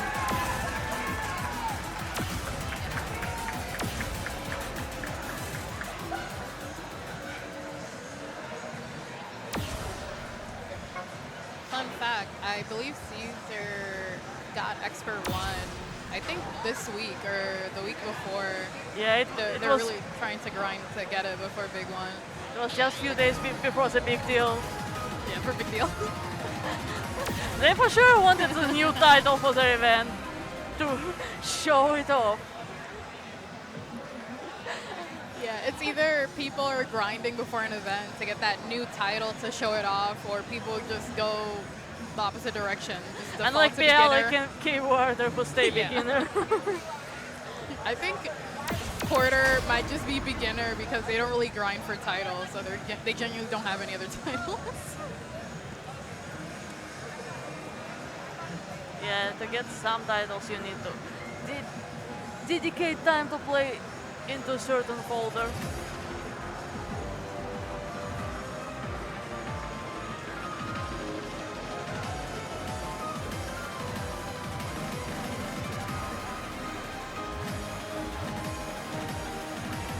There's some fun warm-up songs.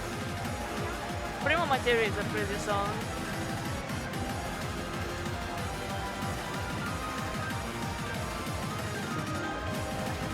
Yeah, Also relatively fast, so good to warm up like for Kukutsu. Yeah, you definitely need to think carefully about what's a good warm-up song to play before Kukutsu. To be honest, I think a great warm up for Kukutsu would be Chimera S18. It's 2 10s, mini runs, but you get your legs warm enough.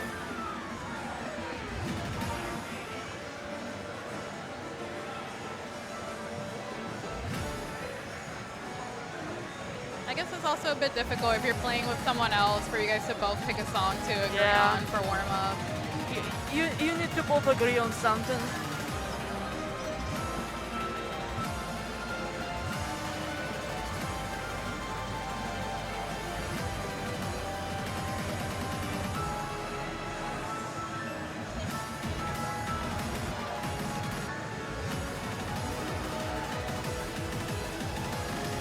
But while we're waiting for everyone to finish their warm-up, I can give you some quick information on the players on the screen. Caesar 010 is from Texas. His fun fact is that he's been playing for over 13 years and from Ecuador. Yeah, we have a couple people here from different countries. And then Biala. They didn't put a fun fact. Oh. Unbelievable! You are the best! Wow! New record!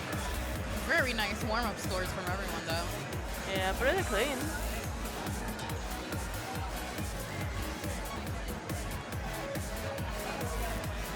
Do we have any Latin American players in the chat? Next stage.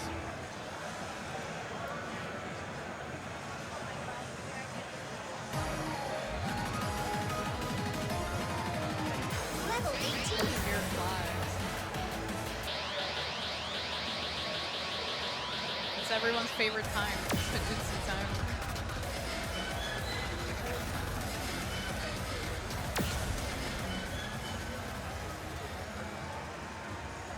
I'm told it's me, I'm from Latin America. No, you're not. Oh, Biala's accidentally on the... Okay, there we go.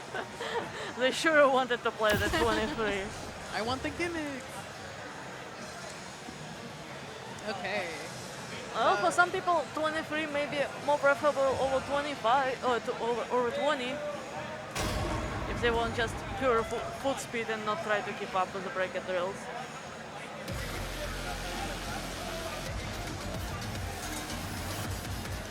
But Caesar and Biala, they both had scores on this, while Quarter and Yokohama did not.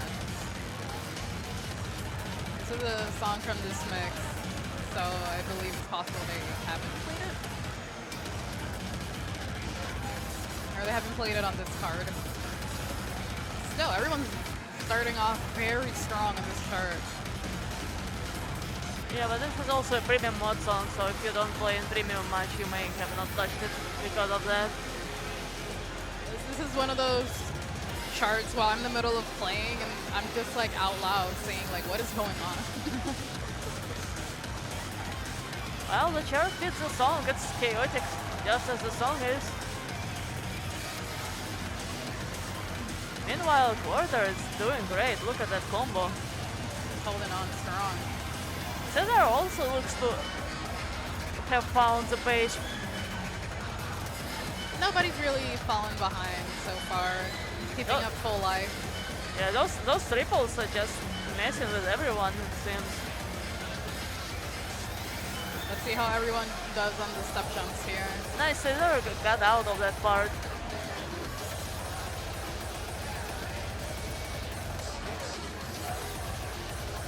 It's very easy to panic on this. Yeah, it requires a lot of attention to not drop. Here we go, bracket time. Look at Fiala's perfect stream. Come on, hold on. I think. Yeah, this is the hard part for everyone pretty much. Cesar better to drop any life bar though.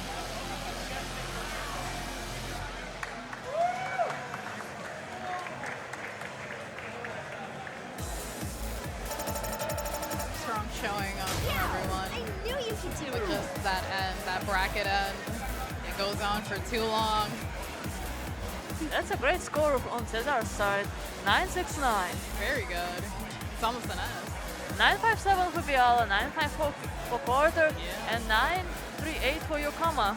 These are really good, even with, like for a stage break also. It's very strong. Well, we here don't care about stage break as long as you score good. We're only here for the numbers. We're not like the game. We will record any of your scores, no matter if you fail or pass. Also, if you want to know what's gonna happen next, we have 2 pools in this round. This is the first pool of round 2.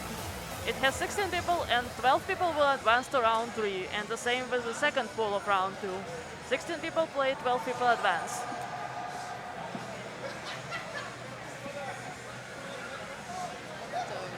This should hopefully go by a bit faster.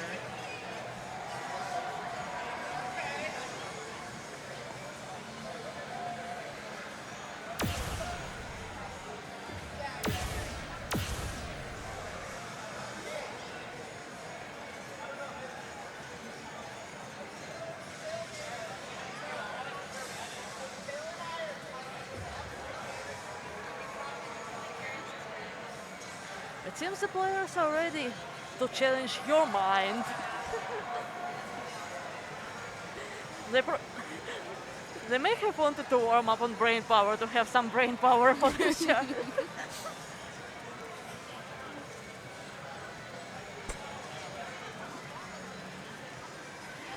It definitely trips me up. So let's see how everyone does on these brackets. Oh. Quarter also dropped that fault. I'm not sure if it's a bad fault or something. Yeah. For those that didn't see the previous round, Shinobi was where Quarter was, and they also had a similar issue on that first hold. It may be just poor footwork.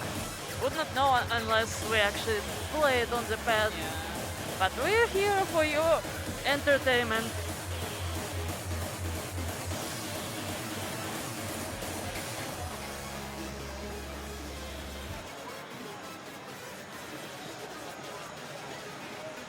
But they've recovered pretty well. Putting more weight Yeah, I like onto how the panels. I like how they fight for every point they can get. Not giving up anywhere, pushing for it.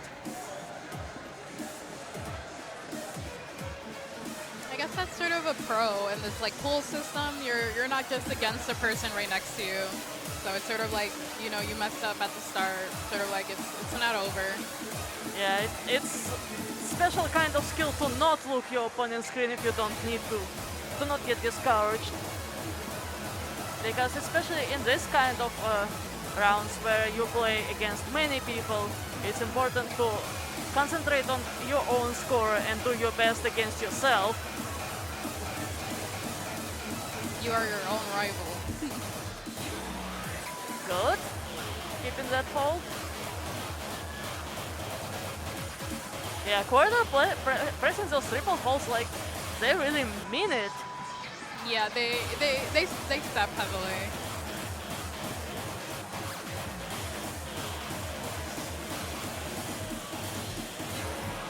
Ay ay ay. Those holds, they trip you up. You did it! I actually got one stage pass in here. 955 for Cesar, 935 for Biala. It was they moved too fast on the right machine, but it was somewhere around 9392.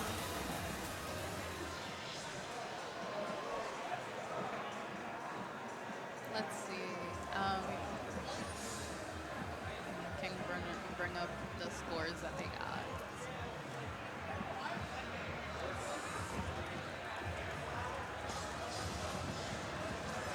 Level 21. Level 1. Oh, they're playing Kukutsu again. Yay.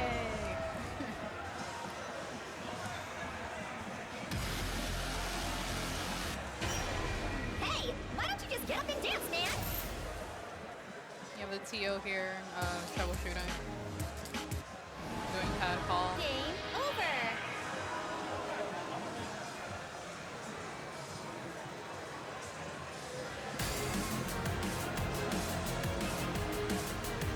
What's the verdict? I am not sure.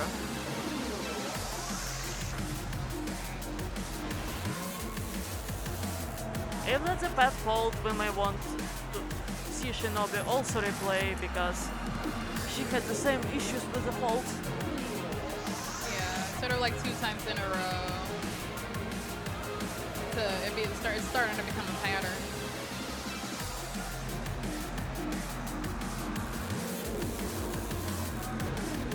Okay, it looks like they continuing with the pull. Okay.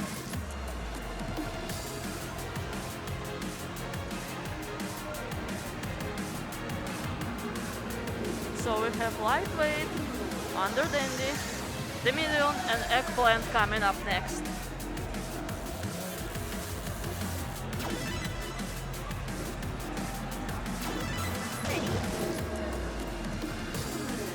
While they're setting up, I'll give you a few quick fun facts.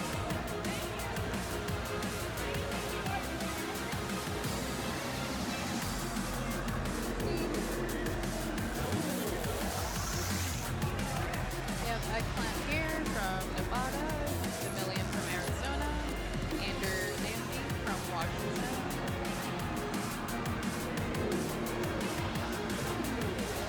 The eggplant showed a really impressive play in the first round. Let's see if she's ready for faster things.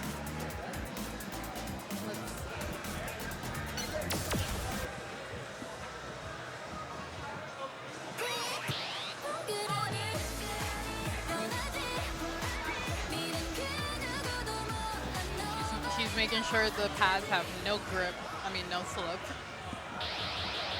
Follow the grip.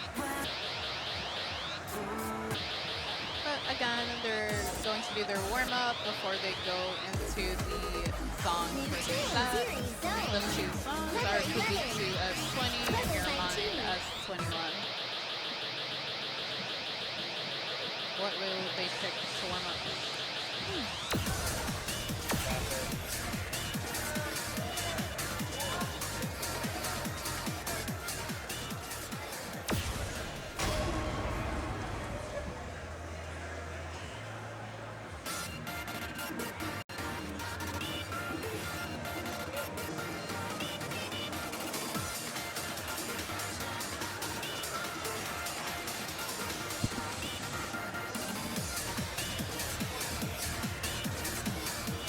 Momo seems to be very popular for warm-up. I'm pretty sure we've seen this couple times already today. And to be fair, it's pretty fun songs.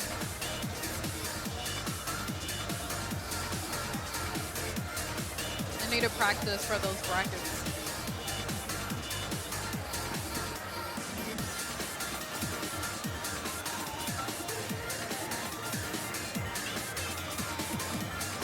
holding on to a pretty nice combo on the warm-up song. I think they're doing EOM.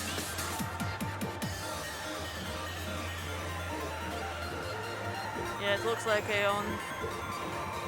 I believe Eggplant's also holding on to the combo.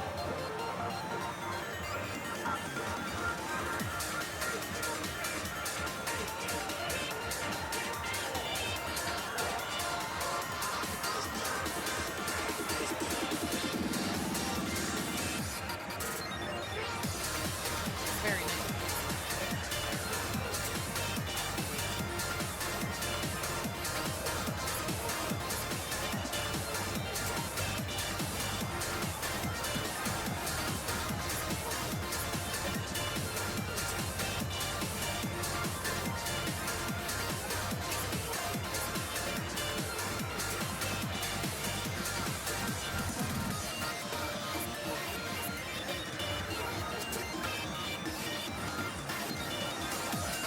Clean warm-up for on left cat side. Nice. Oh, they're not joking, warming up on 19s. You're awesome! They're gonna go into it.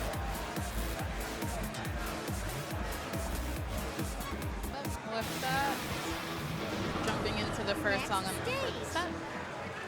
For round 2, the players are just playing 2 songs. They're not playing 3 as they were before. So we're doing duels.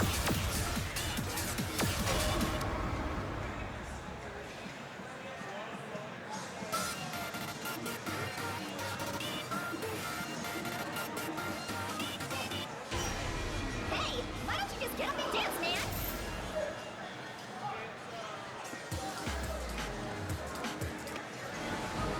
Game over.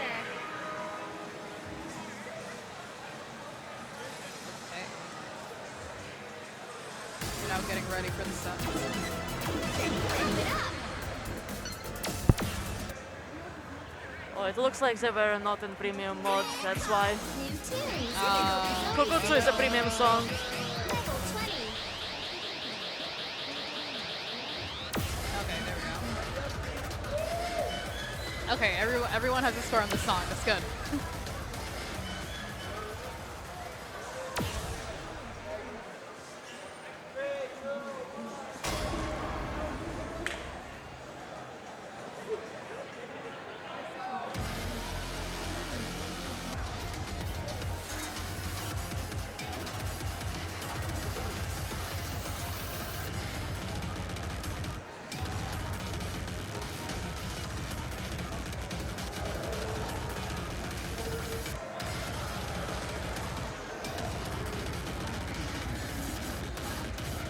Everyone's been doing pretty good on this first part over here.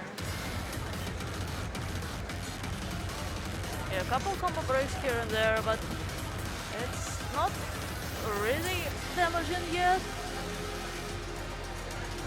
As long as they can keep up with the second half.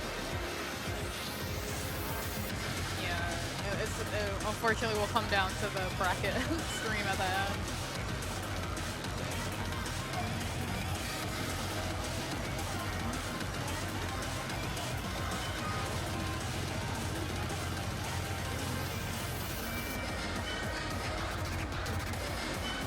Let's see how they fight those triples.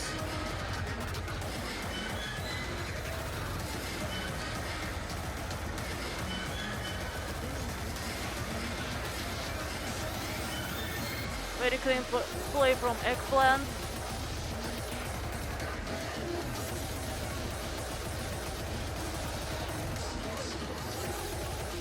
Here we have the build up before the final run.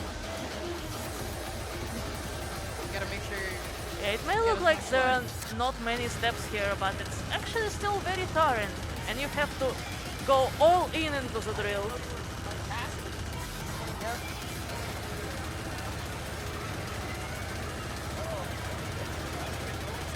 Wow. Yep, all Eggplant clear. is just smashing it. Not mashing, smashing it.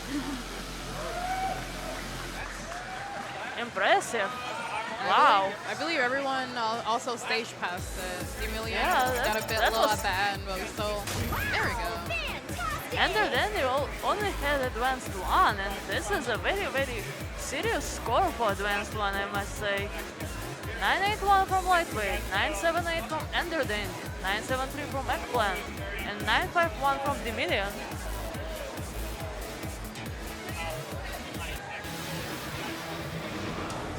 Next stage.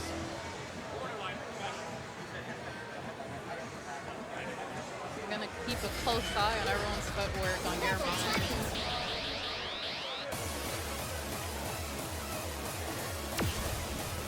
Here we have, everyone has We have played three. on this song. Pretty Yeah. close scores too.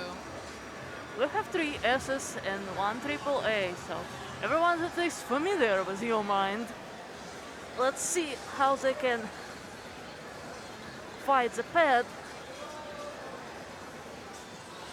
I hope Eggplant was watching the previous people on the same spot and she's ready for that. Gotta croissant those feet. Heel toe. On those holds. It starts so immediately also. I just want to point out, you'll probably never hear croissant your feet in any other context anywhere else. Pretzel your feet is what we usually say. Well, I mean, if like when you heel toe, I feel like bringing your toe in your heel. It's like a little croissant. You must have the very side. crooked croissants. It's probably like that breakfast sandwich croissant that is all round. Oh yeah, the ones from Dunkin' are pretty round. Okay, I'm used to straight croissants. Nice. Oh, Eggplant kept it. Okay, so maybe it wasn't the. Yeah, you just have to mean that hold. Push it with all your mind.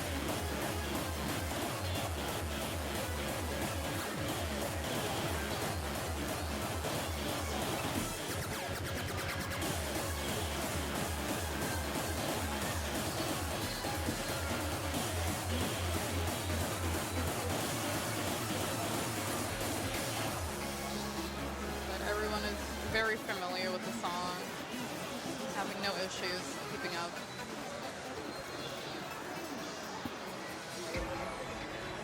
Yeah, I think both players on the right machine are playing in Skinners.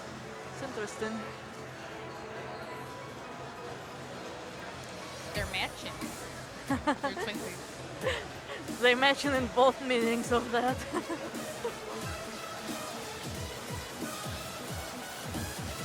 Pretty good combo from Eggplant and on the left machine as well.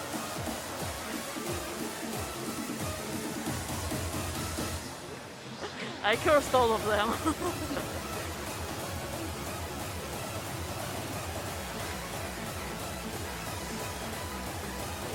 Come on, T-Million. You got this. Come on! Push, push, push! You got this! It's about the number on the head. Yeah, they all look very determined to get out of this pool to the next round.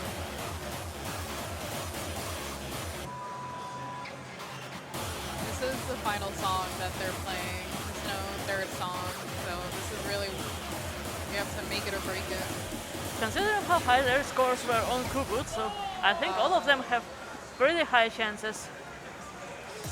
Oh no, Eggplant dropped the last The call. whole draw. That's sad. So very strong, 962. It's a personal best from Lightweight, at least on Phoenix. That's impressive. Great job. Also personal best from Ender Dandy. Next stage. They really push, they really want to get out of the pool.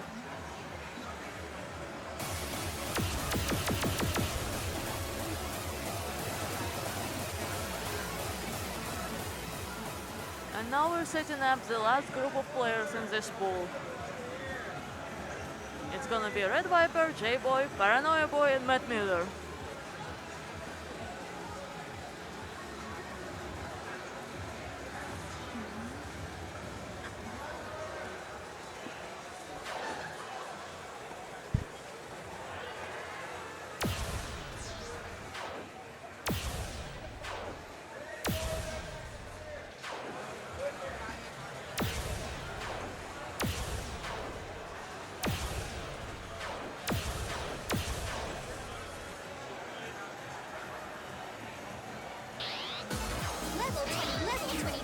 Difficulty zone new tunes. Difficulty zone series pulse remix. Series zone. Difficulty zone single.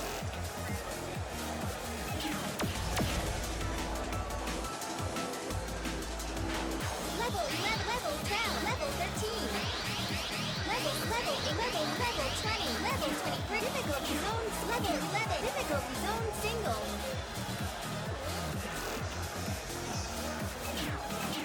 Difficulty zone single. Level 11. Difficulty zone single. Difficulty zone single. Difficulty zone single. Level 11. Difficulty zone single. Difficulty zone single. Looks like they're having a quick look at that pad. Feels like Red Viper was looking at the previous people and is concerned about the triple holes on your mind. Level 11. Level 11.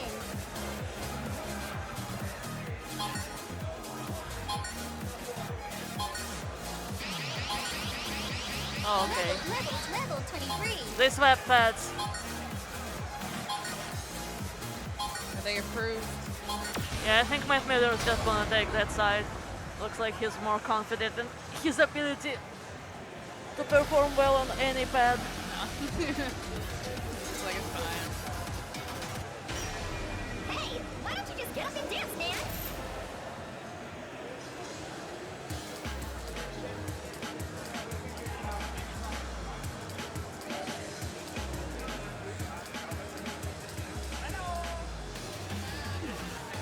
I guess they're bartering.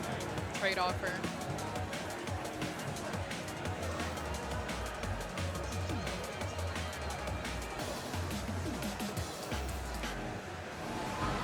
Game over.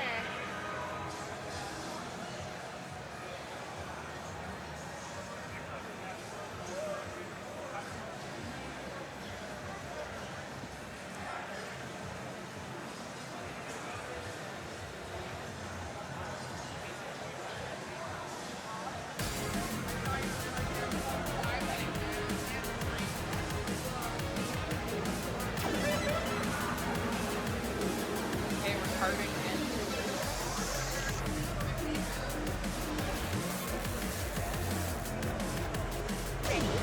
We're locking in what pack size they're playing on.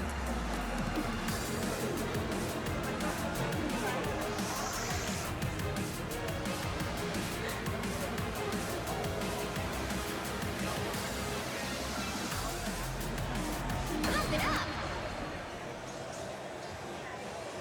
Hello, everyone. Or they might still be troubleshooting.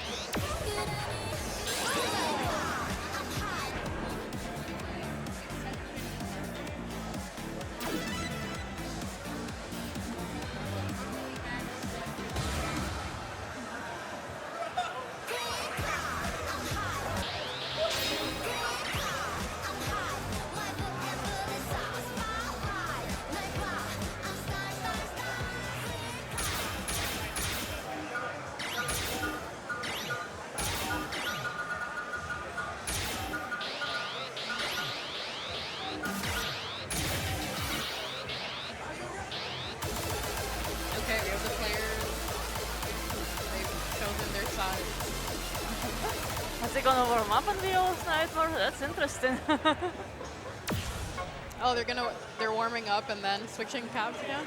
No, we've seen the Yellow's Nightmare in the previous pool. That's why I'm laughing.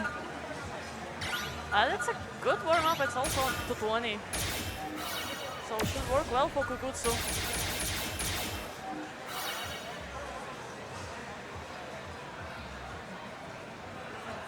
But starting from the leftmost cap, we have K-Boy, then Red Viper. After that, we have Matt Miller and Paranoia Boy. We got the boys round again. We have the old school.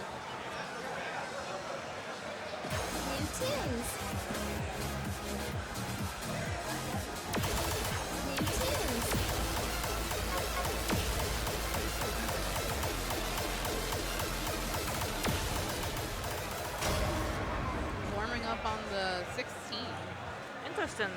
kept picking 16 and not a 19.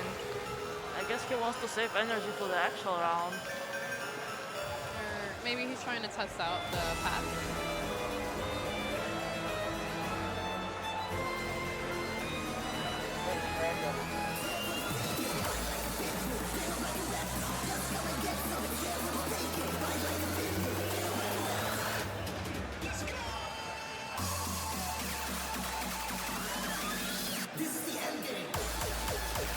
Oh, so Zill's mentioning in chat, Matt is playing on random step? No. Not sure. That is a very Matt move. Oh yeah. Oh yeah, now that I'm looking at it, That's this is not a definitely 16. random step. This is not a 16. Now it makes sense.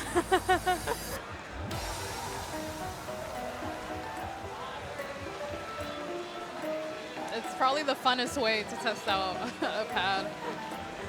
Well, some people don't really need warm-up, maybe. That is true.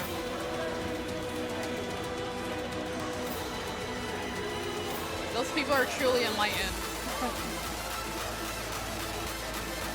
They've reached some sort of physical conditioning I can only wish to achieve one day.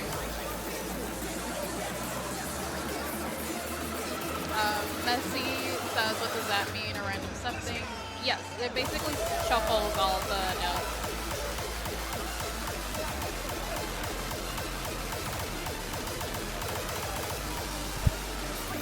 So it won't be the original song, all the notes just get moved around and it's done randomly. So you don't really know what you'll get.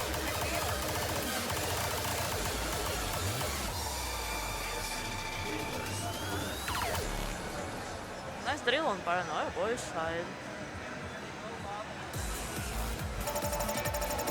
Oh yes, he did have that on. You're awesome! Some people do it for fun. Some people use it for training to see if they're able to like shuffle around, get better at Some chairs are actually easier on random step. Are they? Like, what do you really want? The S19 may be easier on random step. I know some people had better luck with Loki S21 on random step than trying to foot switch it. I've never really thought about trying to use random stuff on some charts. I think the most I've done is maybe mirror. Mr. Larpus S20 I feel is a bit more comfortable for me on mirror. So I think that's the furthest I've gone with chart manipulation. Well, on mirror you know what result you will get. On random step you never know. New tunes. Level 10. Level 23. I guess they were not playing in premium mode either. Needs to fail out. Hey, why don't you just get up and dance, man?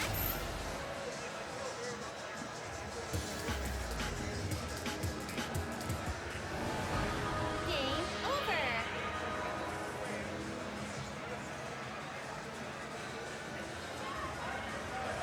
Okay, they're getting ready. That's everyone's favorite time, Kugutsu time.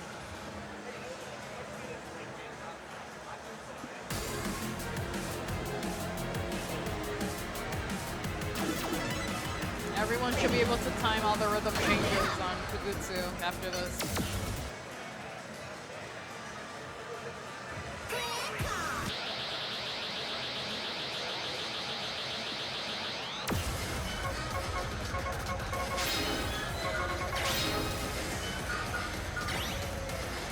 We have some very cool scores.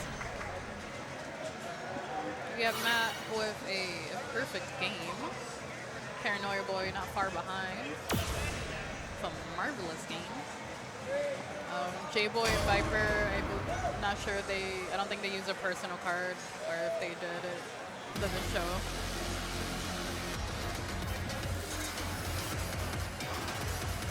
But I'm pretty sure they played it. Well, J-Boy doesn't really have consistent access to Phoenix, so he may have not tried this chart. Or at at least some sort of chart knowledge.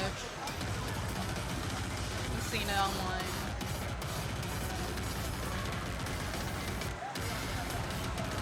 Everyone's been playing pretty strong, so I'm just going to assume they've known it before. So we just got a notification from the organizers team that after this round they will be letting players who suffered from hold drops to replay your mind. Yay. Okay. That's good. I guess we can also watch Matt and see how he does on the stat song. He's playing on the same pad that some concerns were raised. I have faith in Matt Miller. And you should too look at this combo. Also on J-Boys and Red Viper's side. And then Paranoia Boy not far behind. I believe he might have gotten one miss or one good. it was probably just one break. Yeah.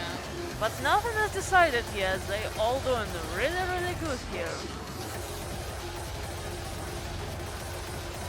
Someone's bracket. Getting into the drill. That's very clean for everyone.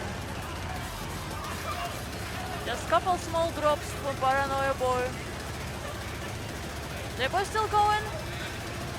J-Boy don't drop. Yes. Wow. Nice. Yes. The crowd is hype.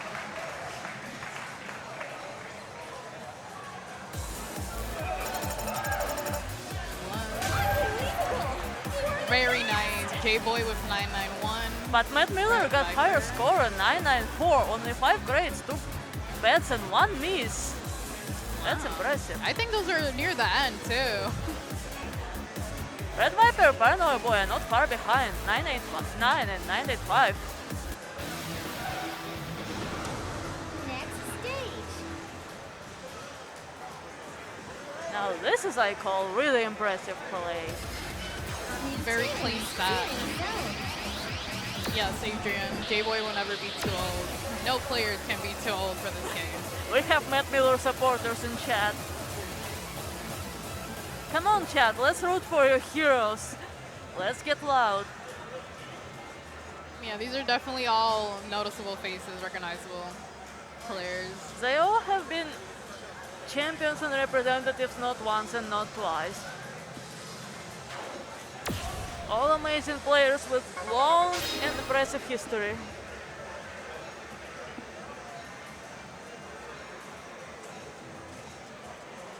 I believe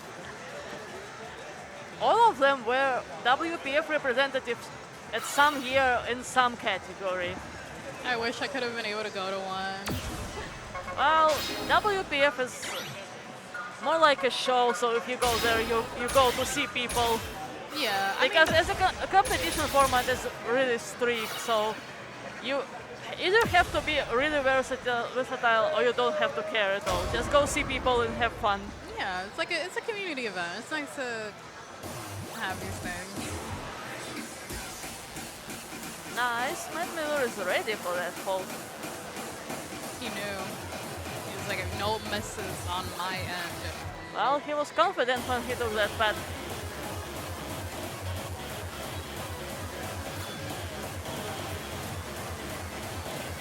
Pretty. Both Matt Miller and Paranoia Boy got through the boost switches.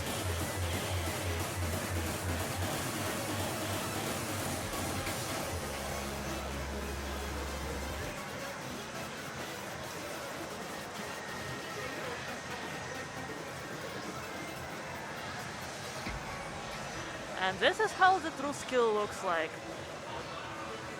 You do the best you can, even on not the most ideal pads. Meanwhile, Paranoia Boy was doing some small dance on the center hold and not letting it go, which is important. Yeah, a lot of the players, they have fun with it. They're here to have fun.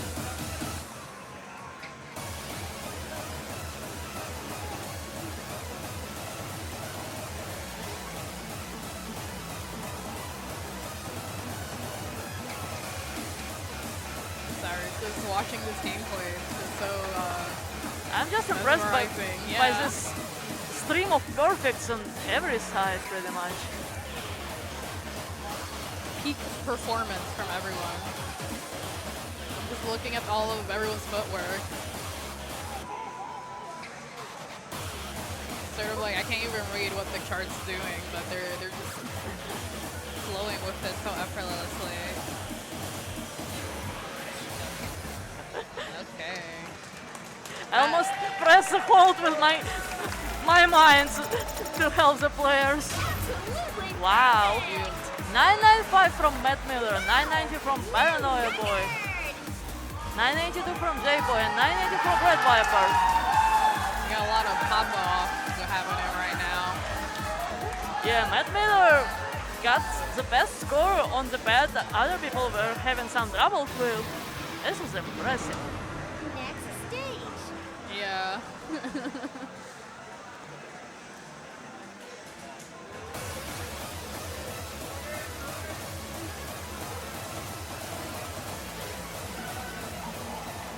Okay, so now two people gonna replay Your Mind on a different machine. And with that, this pool will be complete. Yep.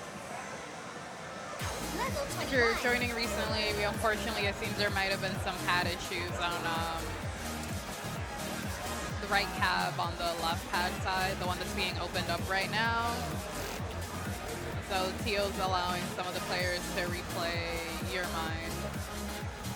Yeah, I think they will be replaying on the left machine while the right machine is undergoing maintenance. But if they do play on the left machine, we will not have any sound, sadly. Difficulty zone single.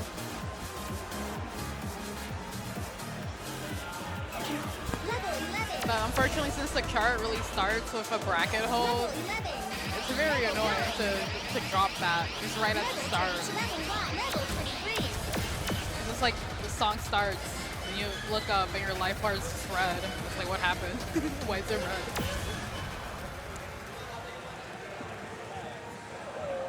Matt Miller with 929K on Kugutsu S25. Yeah, Matt Miller is a really strong player, and he's been deliberately practicing to improve on, specifically on the high end. Okay, and on the left cab, we have Shinobi and Quarter. They were the two players that played on the right cab that had the hold issue. So they're going to get to play Your Mind again. Yes, and we will not have any sound, so just imagine Your Mind playing. No, I guess they get to play both songs. So they'll play Kugutsu and Your Mind. They basically get to play the whole set again. Hello, everyone. And then we get to hear the pad maintenance. Call Block says, I didn't see Chadley yet, my boy. I believe they will be coming up soon. Once this one wraps up.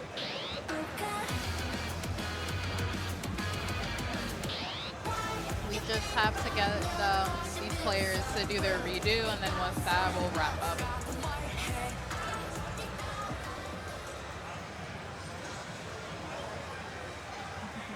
So sit tight. We have more gaming coming up.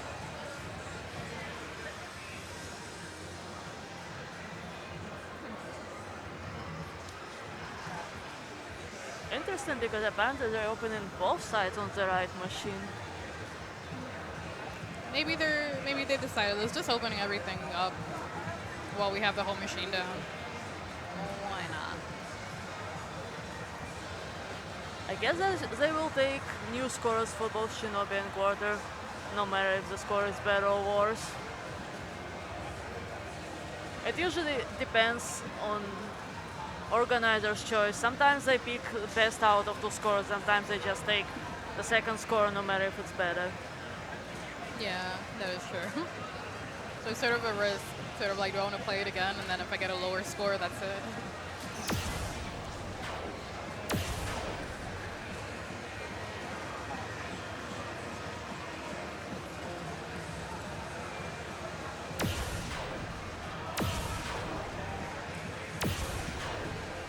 Okay, this is definitely going better for both of them Yeah. in the drill.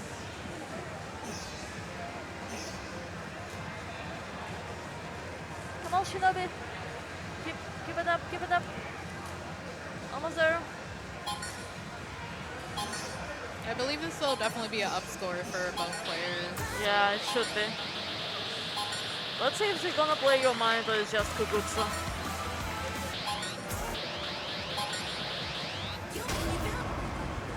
Oh, Quarter got double S, and it looks like a personal best. Okay, so they definitely got a up score compared to when they played the song originally. Yeah. And then for the listeners at home, get to get some K-pop interludes. And yes, Chadley will be coming up. Sit tight. We have a lot of people to get through. Yeah, we have another set of 16 people in this round before we move to round 3.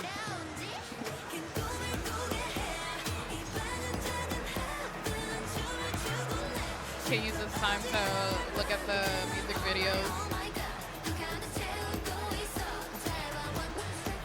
This is a really weird feeling watching them playing hard stuff and K-pop is the audio for that. Yeah, they just leave it running.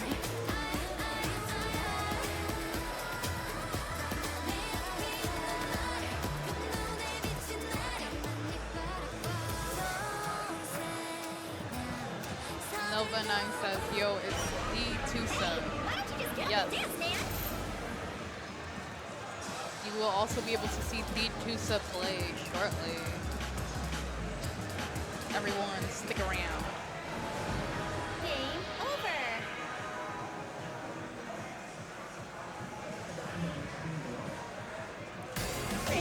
Shinobi and Quarter playing the final song of the set that they get to redo. Let's see if they get an up score from this. Okay, there we go. No issues on that first bracket hold, thankfully. Now the holds are behaving. I believe Quarter did get a miss right after, but they definitely did not drop. Oh. Oh, there's a panel stuck. Please get off the I think arrow. somebody is sitting on the panel, that's why. Well, we gotta hear some shuffling. In the meantime, both Shinobi and Quarter are doing really well on your mind.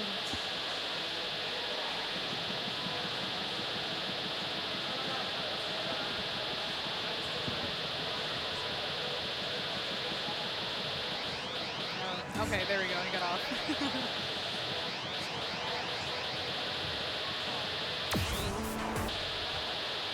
Oh, I lined it on a song I like. Go back to spray.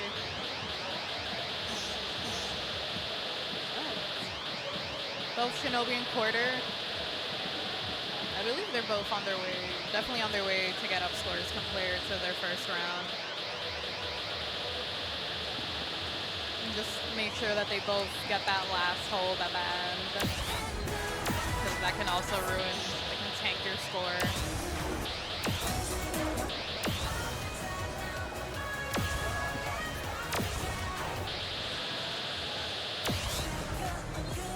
Okay, there we go.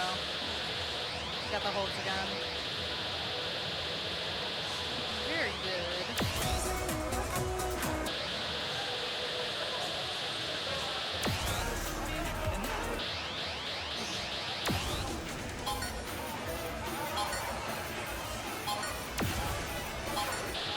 Perfect. That should guarantee an up score for both. Oh, there we go. That's Nice. better. 9.6 for both players, with Quarter having slightly higher score. And it looks like PB on Phoenix for both of them.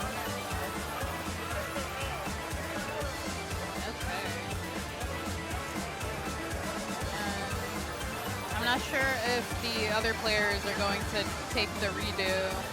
I don't think Matt Miller needs to do a redo. Yeah, I mean, I think Eggplant was also on that one. Eggplant didn't drop all that many calls. She was ready for them. That is true. We shall see. But she was not mentioned in that message. Okay. So I believe with that ends the pool.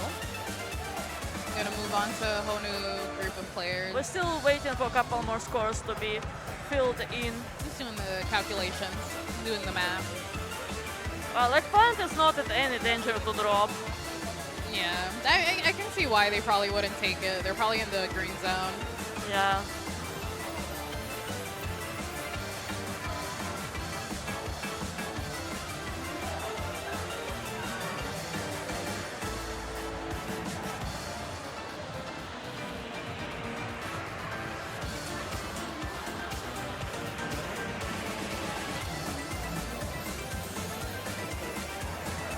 And we have top 8 players for this pool who will advance to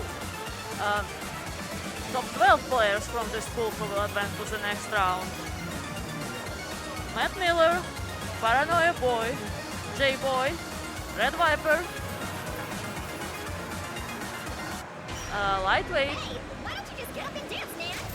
Quarter, Ender Dandy, Eggplant, Cesar, Shinobi, Mina, and Emilian. Yay.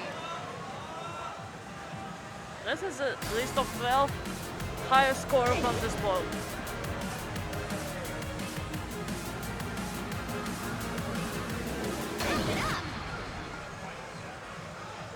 But I believe songs are being drawn over at the TO table.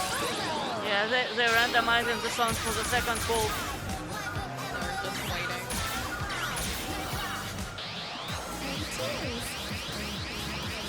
Difficulty zone. Can I see over to the TO table?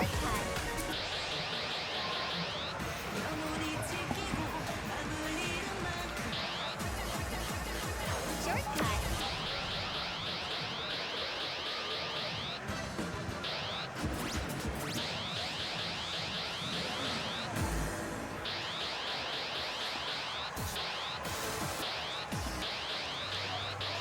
Okay, for whoever was asking for some Chadley on screen, it's coming up soon. They're guaranteed to be playing this pool.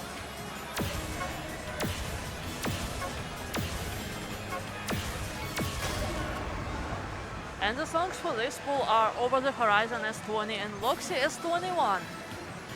This is quite different, but also not very different. While Over the Horizon is not that hard of a 20, Loxy is a pretty tricky S21. I think it comes down. It comes down to the end, really. Loxy has a lot of tech in it. So it's in a sense similar to your mind. But Over the Horizon is night and day from Kukutsu.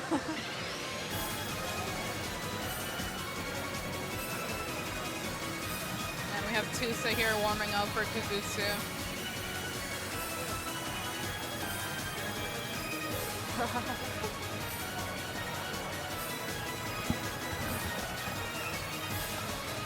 Just troubleshooting the pads.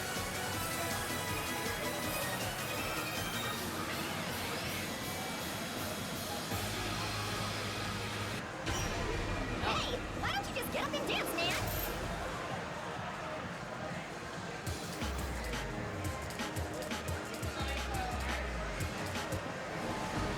Game over.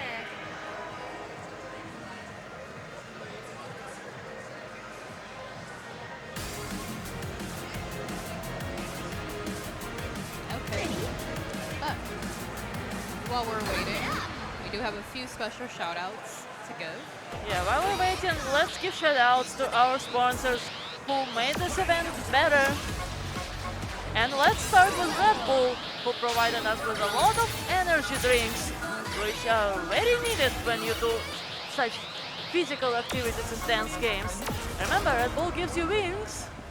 Red Bull is definitely giving a lot of players wings this tournament. I'm pretty sure our top players for PAM have been drinking some Red Bull. We also want to give a shout out to Project Storm. So special thanks to CEO for sponsoring us. CEO is back again, finally back in Orlando, Florida, at Rosen Shingle Creek, and bringing back great rhythm gaming action by working with Project Storm once again. Attend the event happening June 13th or 15th, or watch from home for some great dance game action as they host the DDR, Pump It Up, ITG, and Set Maniacs tournament alongside all of the fighting games. Visit CEO Gaming for more information. Big shout outs to Red Note Gaming. Thank you for sponsoring us. If you're a gamer looking for that fix or just want to hang out at a great place, check out Red Note Rhythm Games in Las Vegas. Just 10 minutes away from the Las Vegas Strip, Red Note offers a myriad of rhythm games for you to enjoy. If you want to learn more, follow them on Blue Sky, rednotegaming.com, or on Twitter, Red Note Gaming. We also want to say thanks to Blue Spring Express for sponsoring us, providing all new springs, switches, and buttons for Mania 2DX, and switches, springs, and knobs for Sound Voltex here at the Big Deal 5. If you need new parts for your rhythm game controllers or machines, look no further than Blue Spring Express for your needs. Use code TBD10 on checkout for 10% off your order. Visit bluespringexpress.net to learn more. Need a jolt of protein on the go? Want to contribute to a good cause? Pick up a Kai's bar. Gluten-free and packed with clean proteins and all real food product ingredients, this tasty snack and energy bars will get you pumped and ready for the day's challenges. And not only would you make a difference for yourself, you'd also be making a difference for someone in need through their Give First mission. Visit kaisconcept.com to learn more, pick up your first bar and make a difference in someone's life. Kais, changing life for the better. We also want to give a special thanks to the Solstice Design Club for sponsoring us, a fashion brand started by the man who started the Big Deal originally.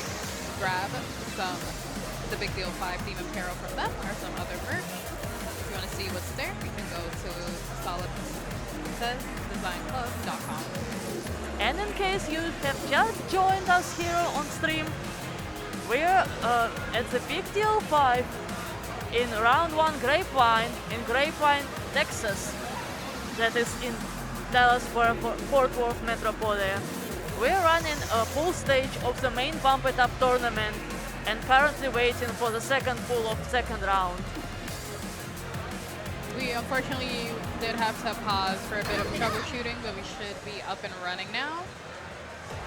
Yeah, I believe that we're starting the pool because I see people getting ready.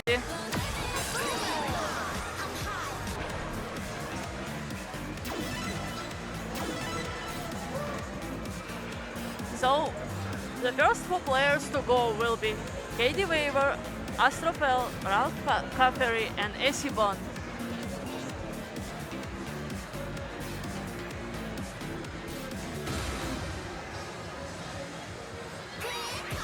New teams. Level 20.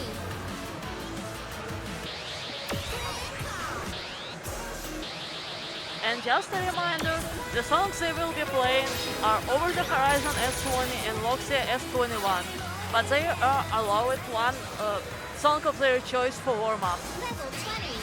Level 16. So all the players are just going to do their warm-up song before they jump into the Difficulty zone series. First to 0.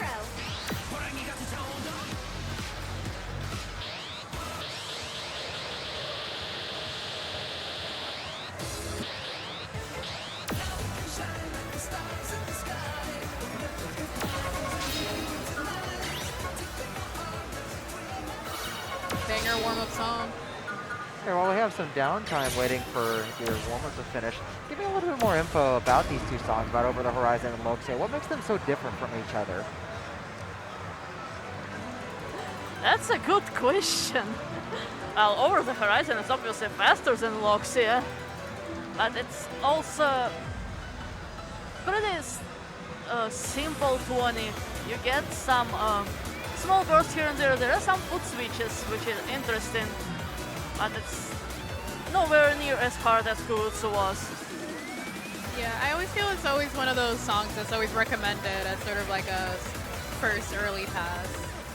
Yeah, Over the Horizon premiered in XX, while Loxia is a new song from Phoenix, so some players may not have a chance to practice it enough.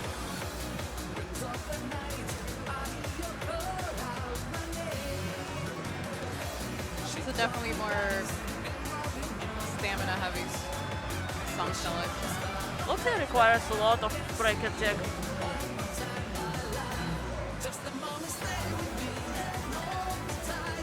Can't escape the bracket. Another very popular choice for warm-up. Stardream Eurobeat Remix. It's good if you really need to warm up as fast as possible. It just keeps going. Just keeps those legs moving. Adrian says, also banger song. Yes, it is also a banger song.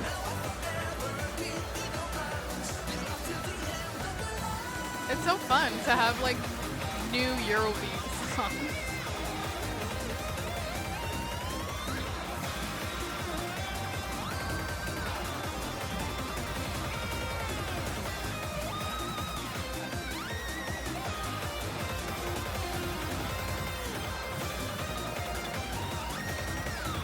Might have been a bit too streamy.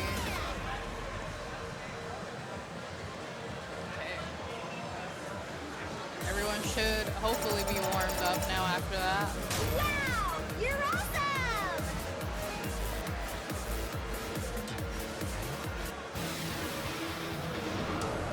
Next stage.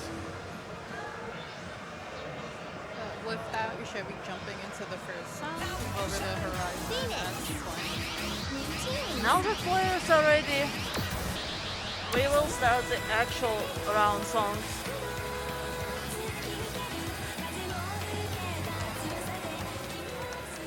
Yeah, even while Over the Horizon is pretty fast at 190 ppm, it sounds rather chill.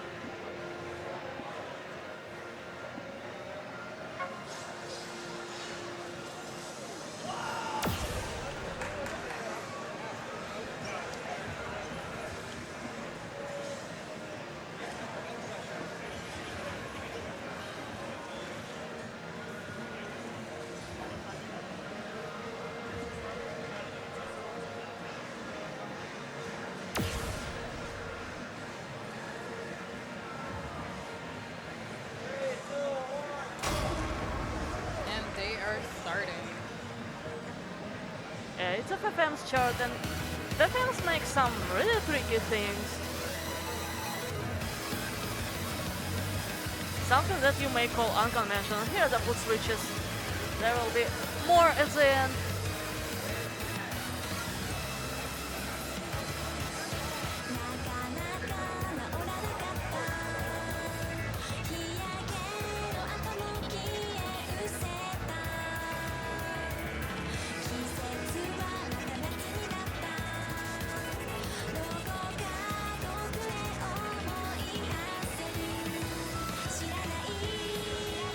All the players keeping up good so far. Really nice combo on Astrofel side.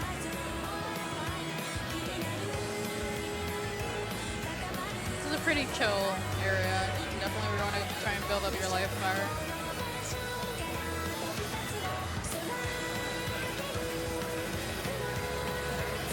Yeah, it mostly has some small bursts and some turns on falls, a bit of breakers, so variety of things, but nothing really, really hard.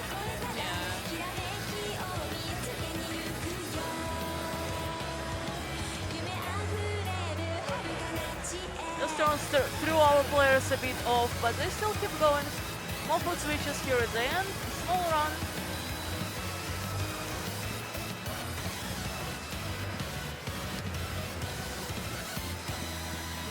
that little twisty burst at the end. Yeah, looks like It's just it got a bit too hard by the end for some players. That's the way to go. 932 for KD Waver, 955 for Astrofel, 963 for F Valkyrie, and 954 for Isiban. it's a close match.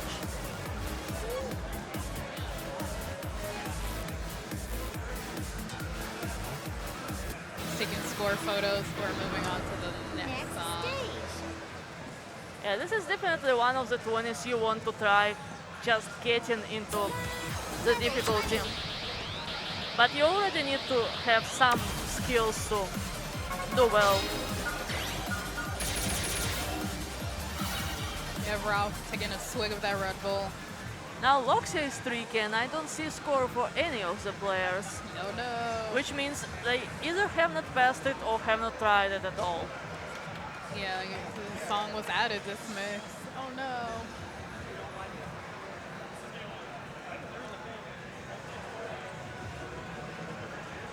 Good luck to everyone. Loxia is also very first song musical Ghost got in any written game, and it's a very good song.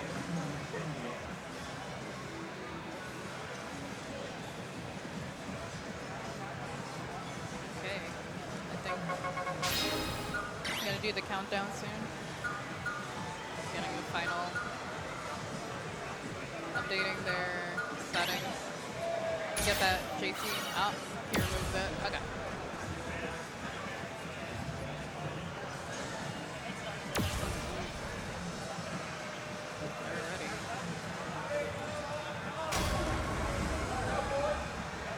Let's go.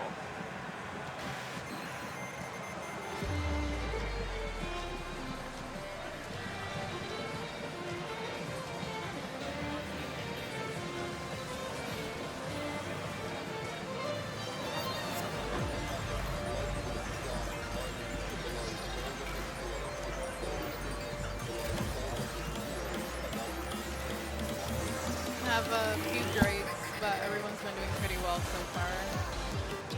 Yeah, you can see similarities here with your mind in all the bracket tech and some small tones here and there.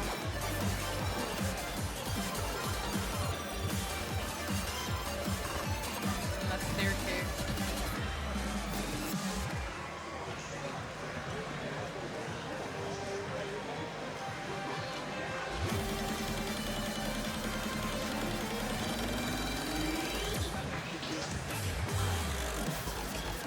You have a bit more bracket modes. It's really fun to play, but it can be tricky if a player is not very well versed in reading brackets and performing them. Yeah, it's very easy for you to just let go of Yeah, if you're the not hold ready, note completely. if you're not Just need to ready, read like it. on these two holes, you need to turn your foot or use your toes in not very pleasant way. Sort of turn it out. Yeah.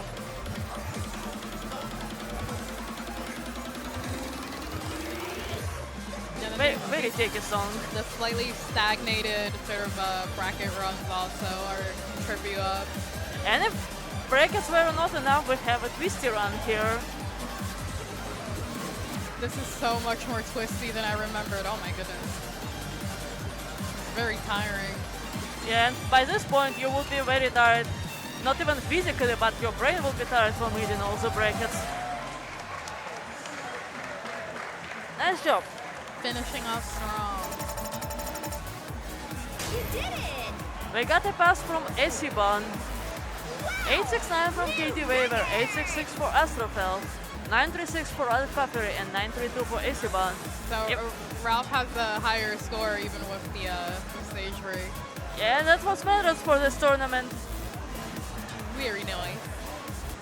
Though probably for their personal record, pass is important. Since it also was pretty big up score for Esiban. And with that ends the round. We're going to have a few more players coming up. Next four players would be One Punch, Daft, Vincent ITG, and Chess Mix. Game over.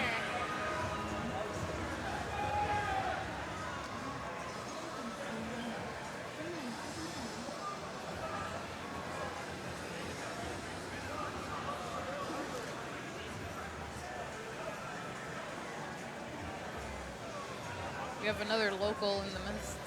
One Punch from Texas.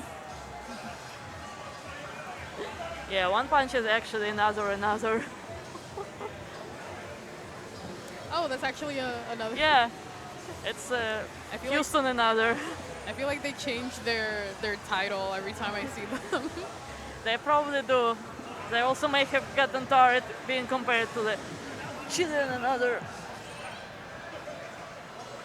I sort of had a joke when they would both register. It's like there's another in here. Another one? Yes, another one.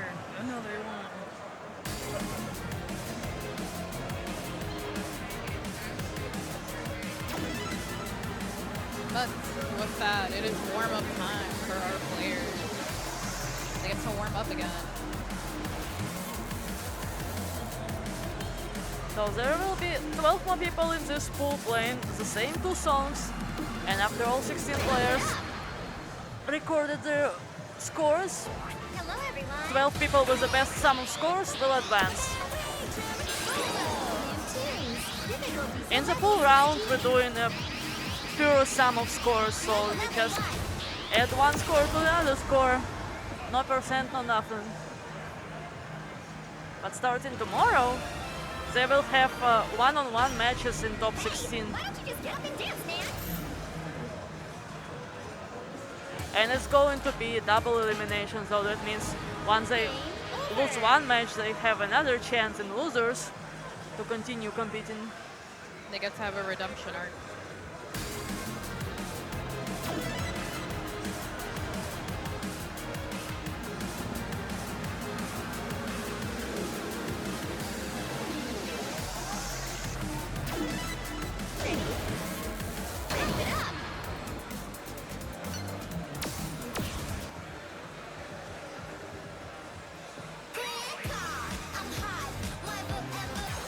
Difficulty zone level 11. Difficulty zone single.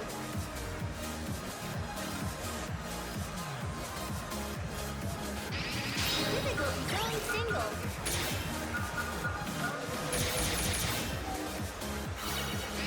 Teams.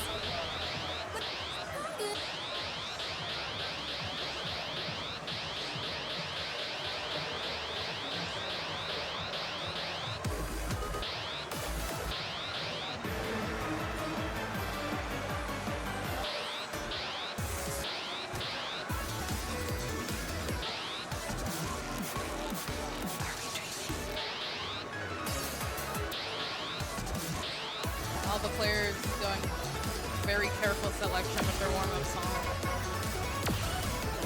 Thinking to get through.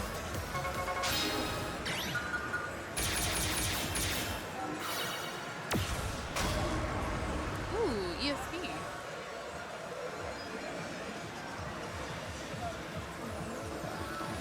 I did not see what level they picked, but I feel like every chart for this is underrated. So whatever number it is, just add one to it.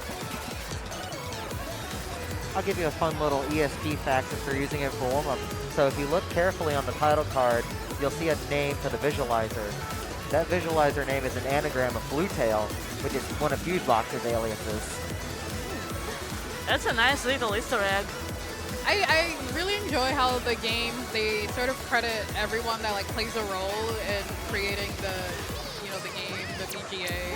I remember Can Orpheus Mix G15 Step Maker was something really funny. I wonder if they kept it or they changed it to actual Step Maker name.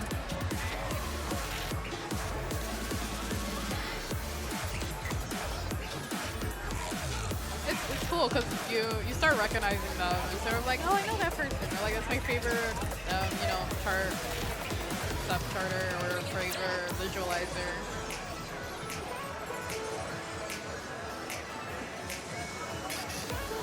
You get to hide these little fun facts for people.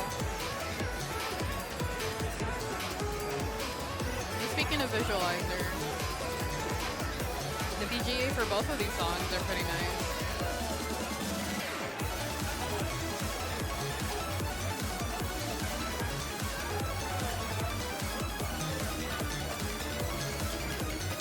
I will say that for Flavor Step, the VGA is also a crossover with a Chrono Circle song, one of the originals, Super Haruguru Pop. You will see one of the characters there in this VGA interacting with the other one. That's a fun little thing. Another nice little Easter egg. I wonder if we will get Haraguru Pop in PAM someday. Well, we already have Kumomo in this VGA. We might get the actual song she's telling. It's foreshadowing. Wow! New record! This is a very nice warm-up scores. Next stage. I noticed one punch. I think his tag still says another. Yep.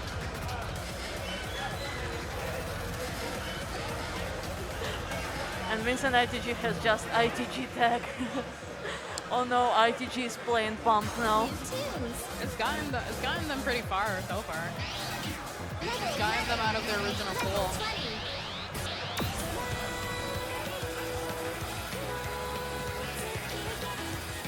Sweater's coming off. They're ready. Let's Going wish in. our players good luck. Kiki.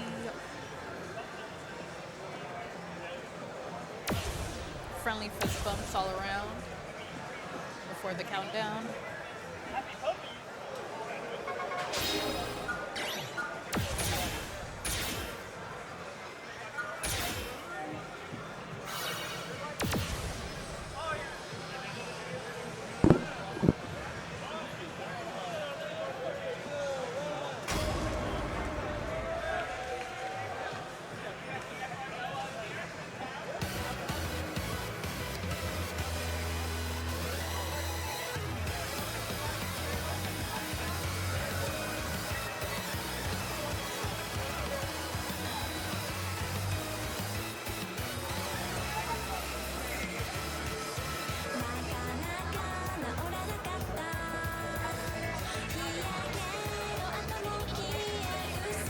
Very clean from all players. Nobody has had issues this first part here. Small drop from Chesmix. Another small drop from Vincent ITG, but they still have the whole song to catch up.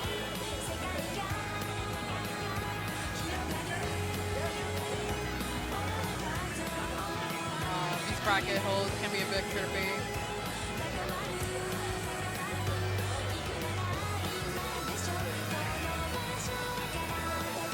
Look at this huge combo from one punch. They're nailing it. They study this chart. Or they're familiar with it. Just having these turns and the stream at this BPM, so it can be so annoying at times.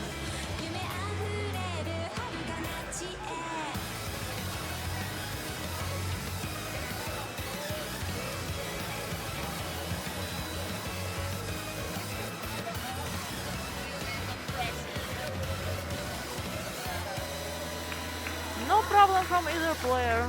Beautiful footwork in the end. They turn for everything. Wow! You're awesome! 931 from Dap, 972 for Chesmix. We have 986 for One Punch, 974 for Vincent ITG. Yeah, looks like it's an actual IPP for Vincent ITG, and everyone else just got a new score, and we could not tell if they played it on XX or not. Next stage.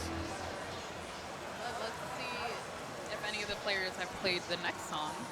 So they can do fast turns. Let's see how they can deal with slower twists and brackets. I'm assuming for Vincent ITG, maybe it won't be too much for him with the brackets.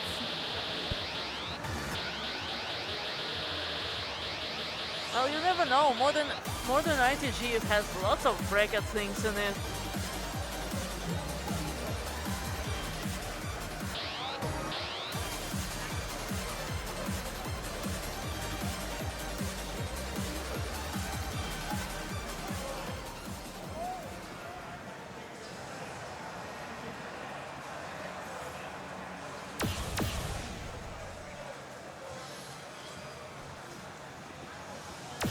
The chart is so twisty, but then it's like a low enough BPM where if he tries to bracket or manipulate, it's very easy to drop perfects or get a few greats or goods. It's more forgiving on higher BPM songs. That was beautiful twisting from Vincent ITG. It's definitely, the chart rewards you for turning.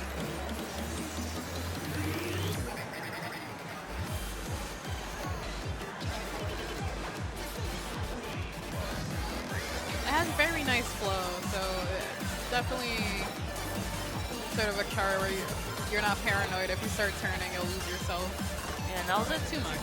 The techie parts seem to be a bit tricky for you players. One Punch still keeping up really well. We have these stagnated brackets. Nice clean drills.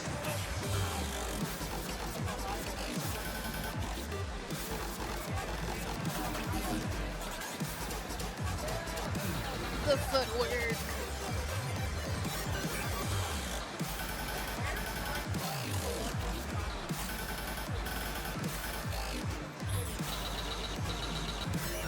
Yeah, that's what I was talking about. You have to be ready for twisting your feet for those pulls. Meanwhile, One Punch's life bar is at full 100% and haven't even moved. He's definitely in his comfort zone. Nice twisting.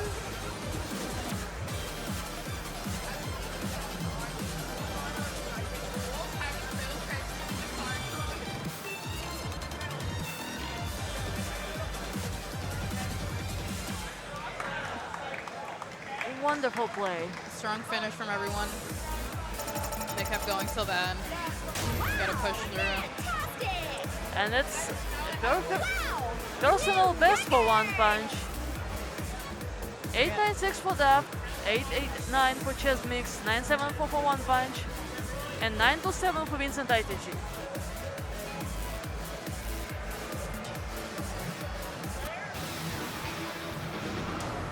Next stage.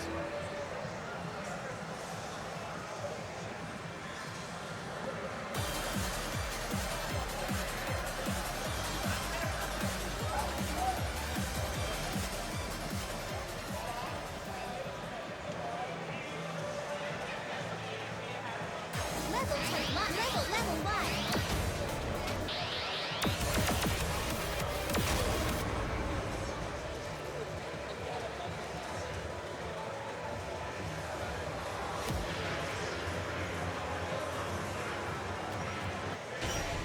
Hey, why don't you just get up and dance, man?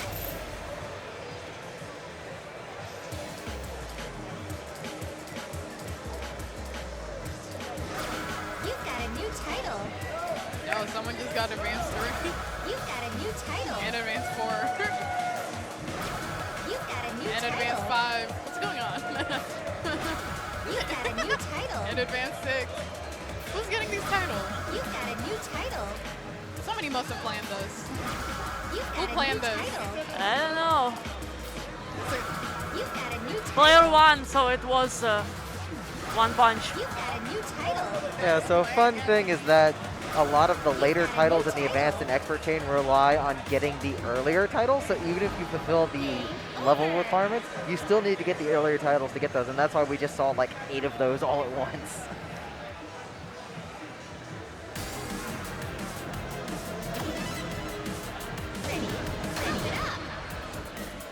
Now the question ends up being who's going to be the person who gets master, but then waits to get advanced one so they can have like 21 of them. New tunes. Oh, just working backwards.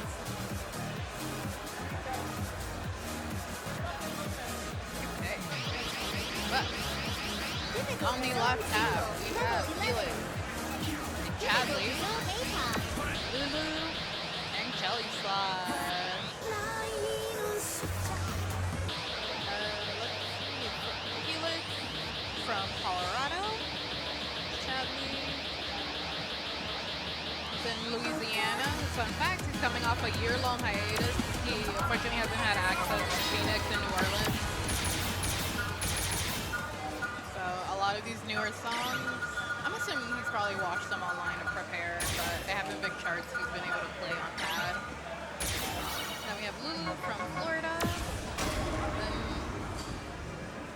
our local Jelly Sauce. Then again, players are just gonna do their warm-up songs. What an aggressive warm-up. I looked up from the player info and there's just drills.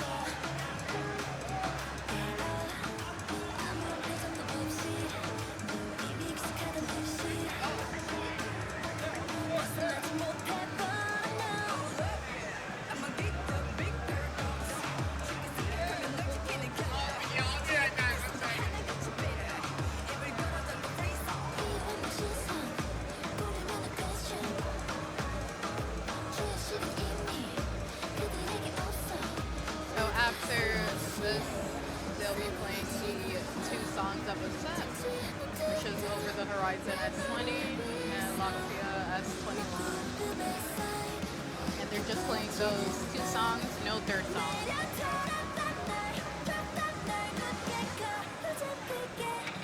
And this is the top half of this pool, meaning these players performed really well in the first round. So we expect great performance from everyone. They survived.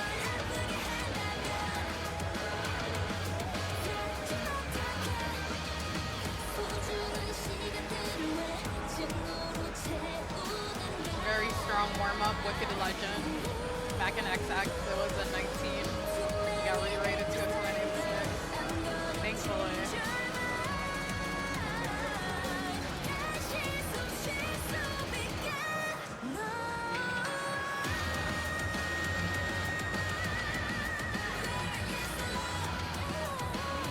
This is a pretty good warm-up song for the set.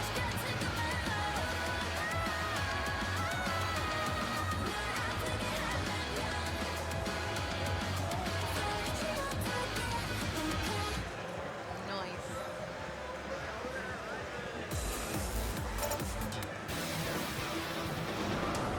Next Okay. stage. Getting ready to jump in. They're ready to go. New tunes. Difficulty zone sing level 13. Level 19. After these four play, we have one more group of four, and that will be the end for this pool.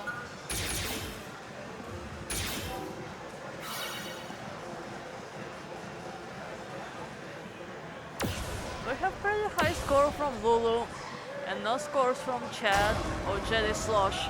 Well, Jelly Slosh doesn't have his card working. I believe there was a problem before. I'm pretty sure they probably played it last mix, since this isn't a new song. Jelly's been playing on and off.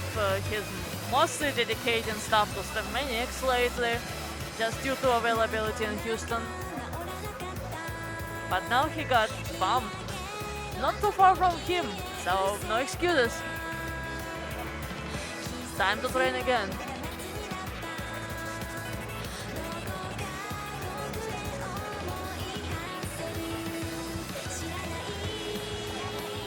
Everyone's been pretty comfortable so far. No major issues. Look at that aggressive movement from Chad. He just doesn't want to miss anything, and he has enough energy to not try and minimize, just go for it. Meanwhile, Lolo is trying to play very, very economic. Very clean run.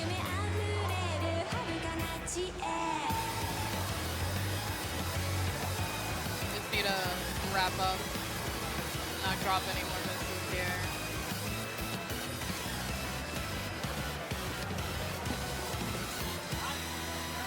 Oi, Nice. small drop from Lulu on the last hold. That last turn is so rude. They both got 11 grades on the right machine. 960 from Helix, and that's PP by a pretty good amount. 986 from Chadley, 993 from Lulu, and 995 from Jedislosh. The top 3 players are very close. That's what we expect to see here. Next stage. Now Luxia may cause problems to some of these players because they don't have regular access to Phoenix. Let's see if they can push it just by skill, or maybe they study the chairs before the tournament, which would be a smart move. Yeah, hopefully this isn't just plain sight read. But I guess they have the chance to watch other people play before them. Well, we also had this list published for pretty long time, so studying videos is also an option. It was definitely one of the earlier songs. This mix. There are definitely benefits to having a list of charts being very limited and known in advance, but I don't know. I think having at least half of the list or even the full list and just learn everything is more fun.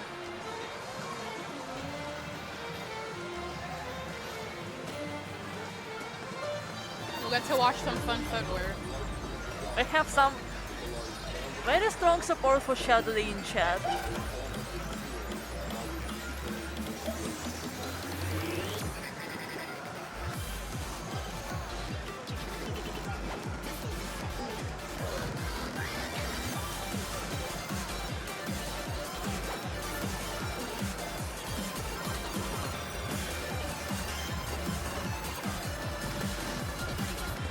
Shadley is going all in with those turns, wow.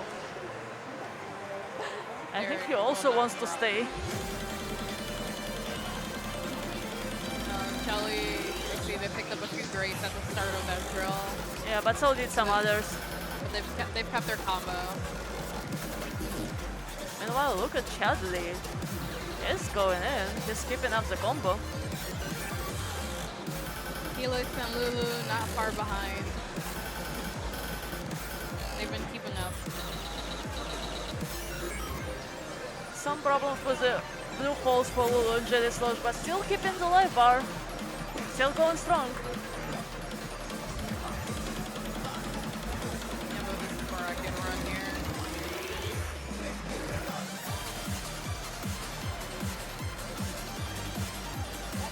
Now it's time to turn. Yeah, Jenny just decided to manip these patterns, and he's pretty successful with that, I must say.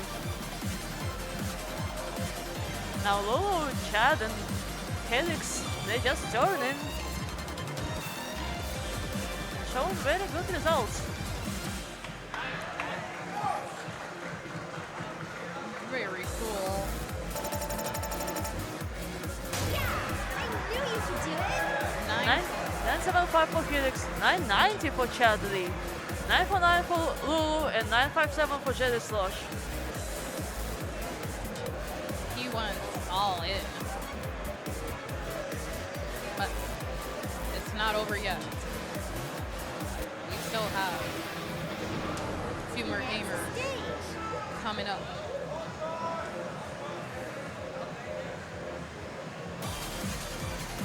We have our top people for this final pool. Well, the final players for this pool.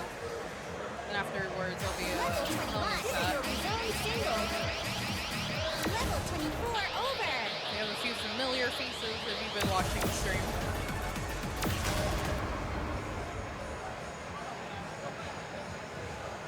Coming up, we have Kaze, Tusa, Osimo Bird, and Jen. Hey, why don't you just get up and dance, Underscore man? Jen.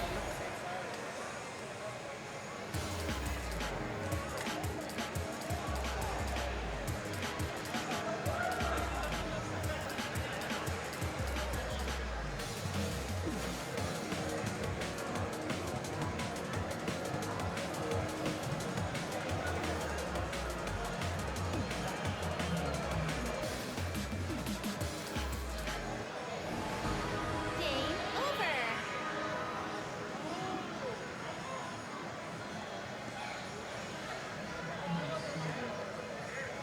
Neben says, I honestly have no idea how people can warm up with one song and go straight into the 2021. That would completely kill me. It's a competitive skill, or sort of like a competition skill. You know, unfortunately, just due to time constraints, we can't really allow players to play as many songs as they usually want to warm up. Some tournaments, they might not even have a warm-up, or they'll give you a warm-up right at the start, but if you play again, you don't get another warm-up. I will say, learning to play cold is a skill in itself, and it is a struggle, but it pays off in events like this where you get a very minimal warm-up, especially since you're going to have a very tense feeling in your leg no matter how much you warm up because your nerves are going to be so bad. Yeah, it's very much a learned skill. Yeah. As it was seen by players at Big One where they didn't get any warm-up. Yeah. It's a pretty useful skill. You know, some people are also probably, you know, running around doing jumping jacks, running laps around the parking lot before playing, trying to get a pre-warm-up before. When I was watching Big One, I've seen people just doing pseudo play, holding the rails as bars. Before I played, I tried to do a lap around the block, but since I didn't know the geography, I didn't know how big the block was, and it was way larger than I expected. So I ended up coming late. I ended up coming back late, and I almost got DQ'd.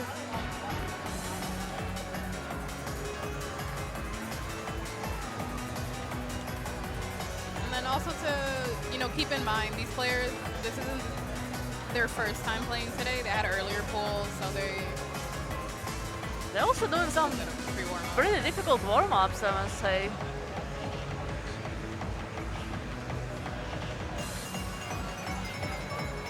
And you know, just over time, as you start playing higher levels, your body is like conditioned to, you know, adjust to higher level play. You know, at some point when you first start, just the 12s are exhausting, but then you'll get to a point where, you know, you can play a 14 or a 15 as like a warm-up song. You just jump into it. So it's definitely something you have to physically build up to. Yeah.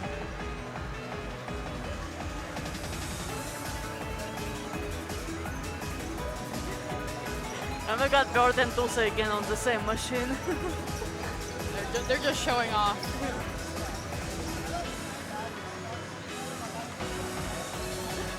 They were playing on the same machine in the previous pool as well. And they both are our Texas reps. I think this might be my first time actually seeing this chart. It's a new one. It was added not so long ago in a patch. Okay. And it's also based on a mission that was in XX. And they nerfed the mission down and added it as double 22.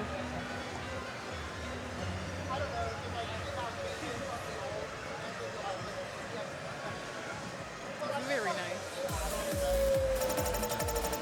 It's not a terribly hard one, is the main problem is reading the gimmick. Oh my goodness, this is a 20? I didn't see the level before they started playing. Oh my goodness. Yeah, that's why I say the warm-up is pretty hard. Well, hopefully now they're ready. I think they're doing some pack troubleshooting on the left side. Oh no.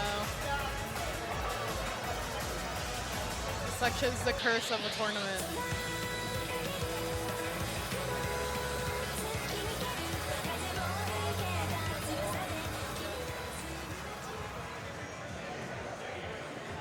But while we're waiting, if you haven't been introduced to these players and they were playing earlier, we have Gem from Texas, Kaze from Washington, Awesome Bird, also from Texas, and Tusa, also from Texas. So we got a bunch of Texas boys here.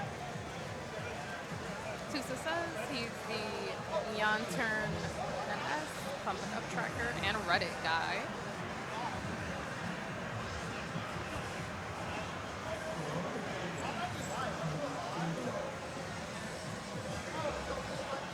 Level 20. Yeah, they're all experienced players.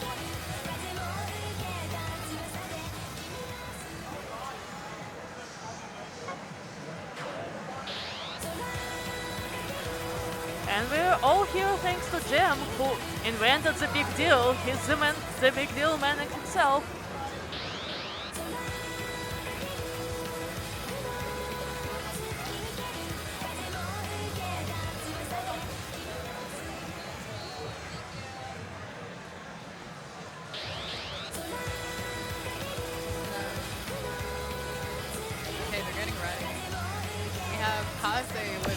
perfect game. Oh, unfortunately, I misread. We have Gem with a perfect game, and then no score from any of the other players. That they know they know their chart. Well, Kaz has been going on filling all the scores and getting up the total score ranking. I believe he had a triple S plus on every chart up to 21. He's been studying.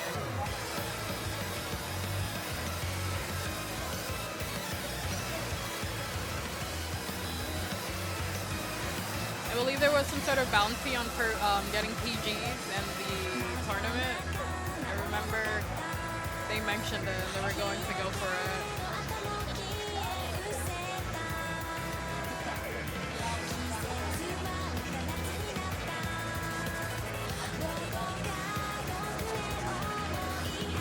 I believe earlier in the tournament, Gem also did get a perfect game or a PG. Yeah.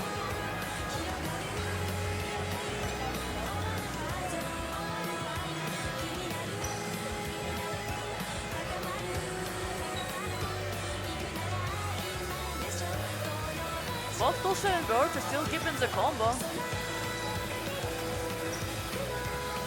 And aside from that one drop, I think Hudson is keeping perfect. Kaze is keeping perfect. Very strong gameplay from everyone. Those turns are no issue. Might have picked up a grade or two, but let's see if everyone keeps up with the final turn. Aye. Tusa picked up a bit of grade at the end.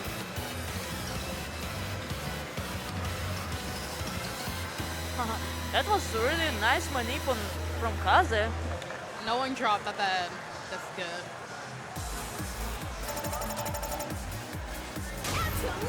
Wow. So close between Kaze and Bird. 996 for both. 985 for Tusa and 997 for Gem. Only one miss at the max. Yeah, Tusa got a full combo, but the amount of grades sadly did not help with the score. At this level, it's just a timing battle. Yeah, for them it indeed is a timing battle.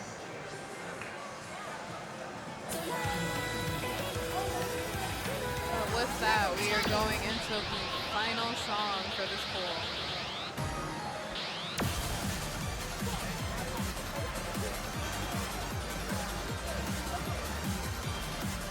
Nova 9 says Phoenix scoring. Yes. I personally enjoy the new scoring system, but I can see how other players, if they've been playing with the old scoring system for so long, they might not Yeah, it takes enjoy it. It takes time to get used to it, but Kaze is also a DDR player. He's been at COG at least once. Yeah, it definitely benefits. If you've been watching, there's been a decent amount of 4-panel players playing, and they've been performing really well.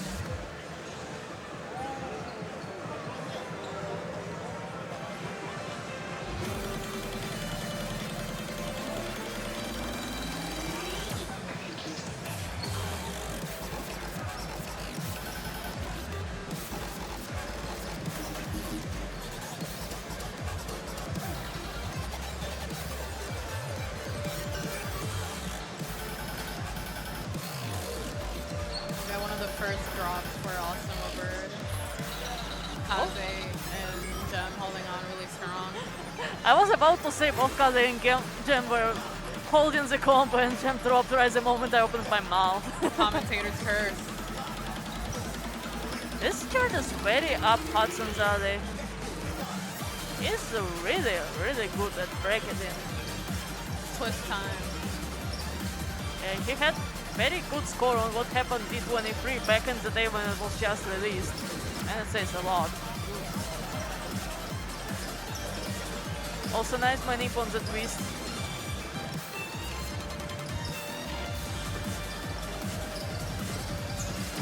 Clean. Very clean. Noise. Good combo at the end from Bird as well. Let's see those scores. Wow. Kaze didn't get any misses, but Bird had better accuracy, so 994 for Kaze, 995 for Bird, 980 for Gem, and 981 for Tusker. All scores are very good. Phoenix scoring at his finest. Next stage. But with that, and the pool, we'll have a new group of players.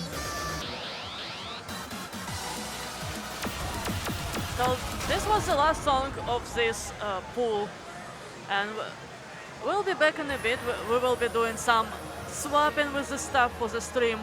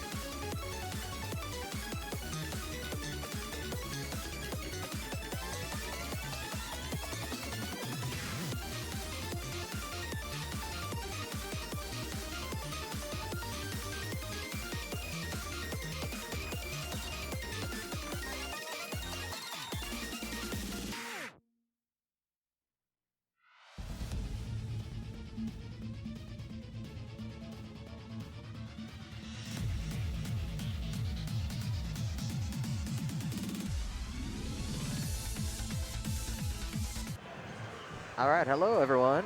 Zilo here on the mic. I've got Haru by the producer side right now. We're going to be covering commentary a little bit sparsely because Tusa is actually going to join in after his pool. So we're going to be doing the 3A pool first. But let's go over the 2A pool results since we have all the scores in. So we've got advancing to round 3. We've got Gem, Awesome Obird, Tusa, Kaze, Chadley, Jelly Slosh, Helix, Lulu, Vincent ITG, One Punch, Esubun, and Ralph Caffrey all advancing to round 3. So congrats to them and best of luck in the next upcoming round. Remember, we are finishing out the round 3 pools tonight, and we will resume the main tournament tomorrow afternoon after we do women's non-binary. But definitely stick around for women's non-binary in the morning. We will start at 11 a.m. Central Time, and you definitely want to be there and give these ladies and femmes and non-binary gems some great competition and cheering. And if you just joined in, remember that this is a big deal at Round 1 Grapevine Mills in Grapevine, Texas, Dallas-Fort Worth greater area. Yeah, I just want to emphasize that the mall is only 5 minutes up the road from DFW Airport, so you might want to check it out if you're in the area. I'm just saying, it could be pretty close. So anyways, they're drawing the songs for the next pool coming up. We'll get those in just a second, see who's coming up. And in addition to Pump, we also have many other events going on right now. We have DDR, Dance Rush, Stardom, Sound Voltex, and 2DX all going on. So if you want to see any of those streams as well, you can type !stream in chat to get a link to any of those streams happening right now. And those will also be running through the whole weekend. If you want to keep up with the current scores right now, it's score sheets to see the progress of the tournament. You can type !scores, and we'll get you up to speed with the spreadsheet that our wonderful organizer, Funk Poppy, or Johnny Pop, as he likes to also be called, doing everything right now in real time.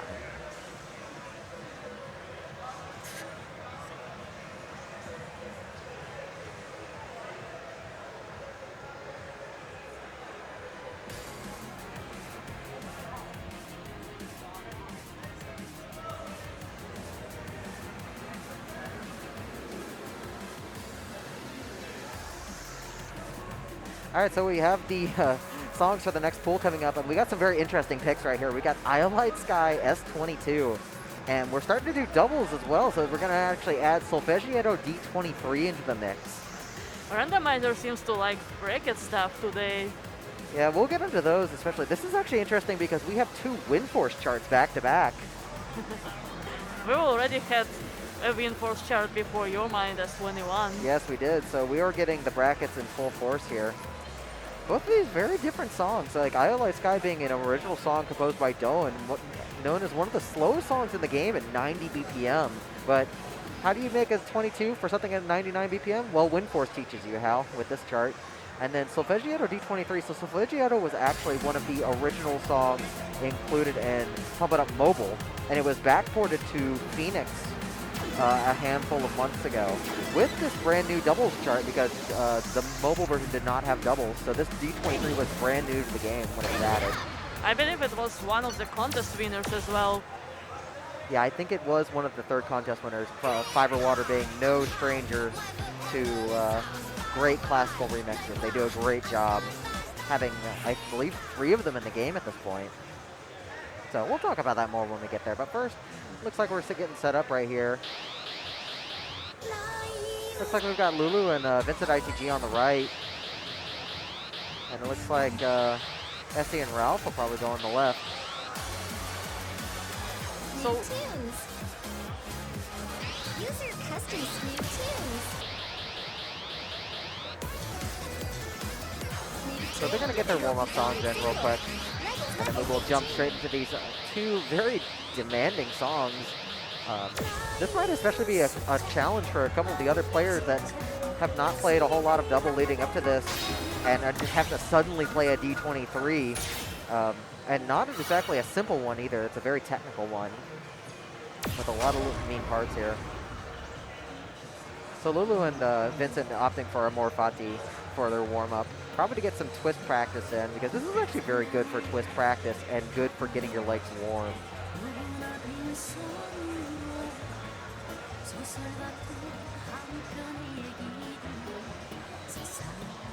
On the other side, it looks like Essie and Ralph are looking for a 21 to warm up on. They probably want to go get their legs loosened up a little bit faster, knowing they're going to have to play some more intense things. And you can really see the bulk of the Phoenix song list right here. We have 109 songs in the Phoenix folder at this point, which is outrageous.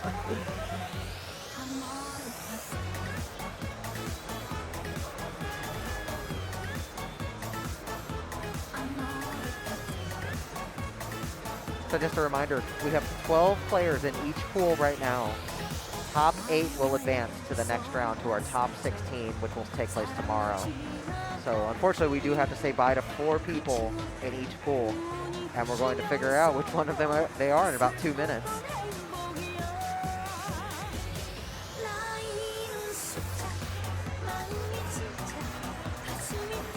So what's your thoughts on Amor Fati? I absolutely adore this song. This is the kind of K-pop that was way more common back in the day, and they haven't been adding anything like this lately, but I think it adds a good variety.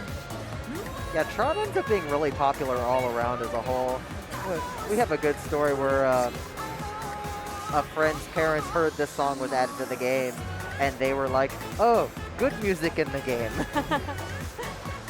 Yeah, this also has surprisingly interesting charts. You would not expect something like this for old school K-pop. Well, when it's EXE, I definitely can expect that now.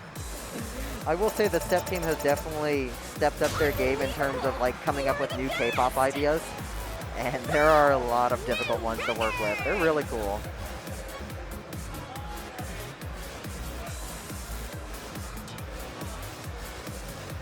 All right, so Lulu and Vincent all done with their warm-up, getting a little selfie there. Gonna have a preemptive celebration before the carnage begins.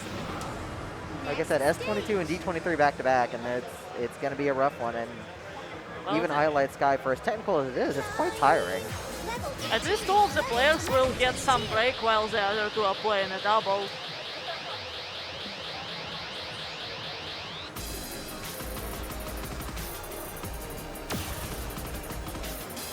Yeah, Essie and Ralph finishing up an ultimatum right here. That little slowdown at the end, always a little tricky.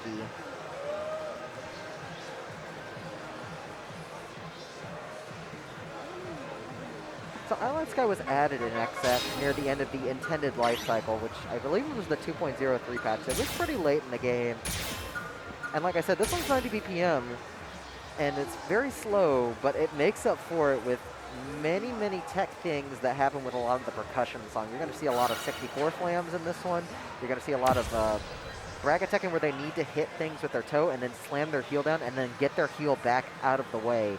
Because if you try and hit everything with heels and just ram it through, then you're going to chain bads likely, and you're going to drop your score. Yeah, when first mentioned, it took him a very long time to make everything work as intended.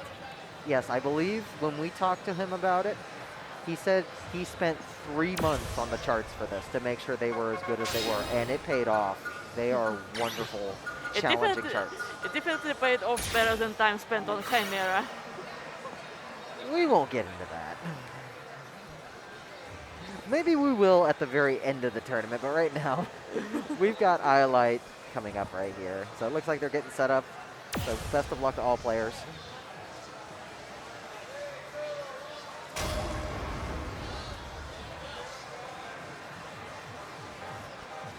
This one starts very slow. It's once it really hits the first chorus and we hit the first set of 64th chains, that's when this will really start to pick up in difficulty. Most of the parts outside of those are paying attention and making sure you don't drop holds or easy brackets. But it's nothing physically demanding in these parts. Vin's getting an early bad right here. Thankfully, he'll probably still be able to recover combo. Combo isn't super important when the low count is as high as it is, but you still want to try and get some extra points out of that because that is 5,000 points on the table you can potentially get. All All right, coming on the stair. Everyone's struggling a bit with the stair right there, but now we're into the 64 burst. So you can see very, very difficult 64th right here. You have to make sure your heel is out of the way on the ones that alternate between hitting and not hitting. And those little staircases also have holds, so you need to make sure you're carefully hitting those. If you rush them, you will miss the tail ends of the holds and you will get misses. Lulu and Essie still keeping a full health bar. It looks like they got through it pretty well. Ralph and Vincent getting a little beat up. They can catch up right here. This part slows down deceptively, and it's a little hard to focus at this point. We get one little mini break, and then it's back to more 64s. And there's some nasty stuff coming in because now we have more turns involved. And also, it changes from just having only heel drops to having to do toe drops as well. And now we have one very scary hold run coming up right here. Make sure you get these holds that are on the turns here. Most players doing okay on that overall, but gotta finish out. Like, this is deceptively tiring for how technical it is, as players are definitely getting the fatigue. And one little triple section right here to finish it out. Have to make sure we don't miss this last set of jacks. All of them getting a miss on the end. It's pretty late in the day, so I would not be surprised if players are very tired by this point. Yeah, just for reference, it is 9 p.m. right now. We started the tournament at 11. So players at this point have generally been around most of the day, and they are very tired by this point. Both mentally and physically.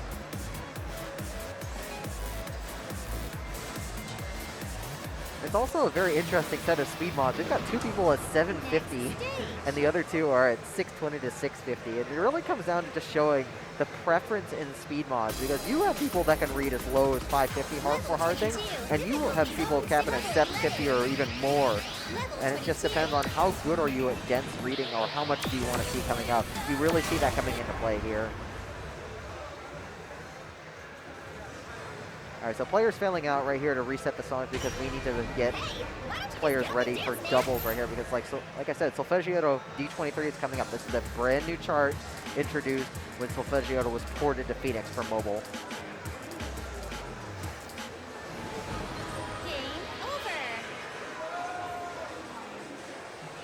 So we knew from the single 22 for Solfeggiato that the highest double was going to be just a non-stop run like Gargoyle or Conflict, but we weren't expecting these extra charts. The S21 and D23 were new. Even the S21 was brand new for Phoenix, was not in mobile.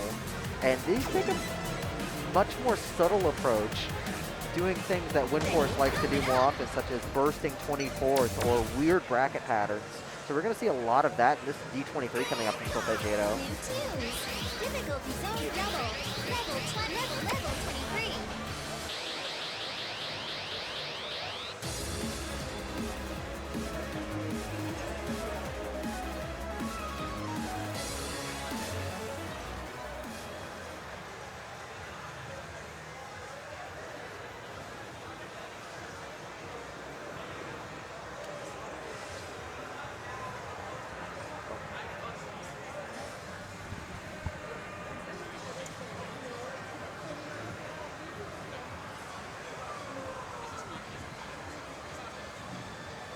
Good setup over here for doubles as well on the stream side of things.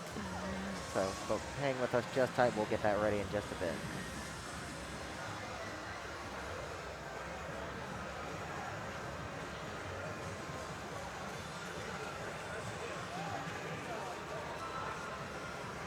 So it looks like our first players for Solfeggio to D23. On the left machine, we're going to have Ralph Caffrey playing, and on the right side, we're going to have Vincent ITG playing.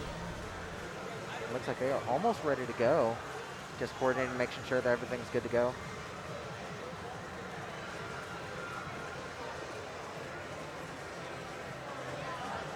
Yeah, this is the first round in the pro division to have doubles in the pool.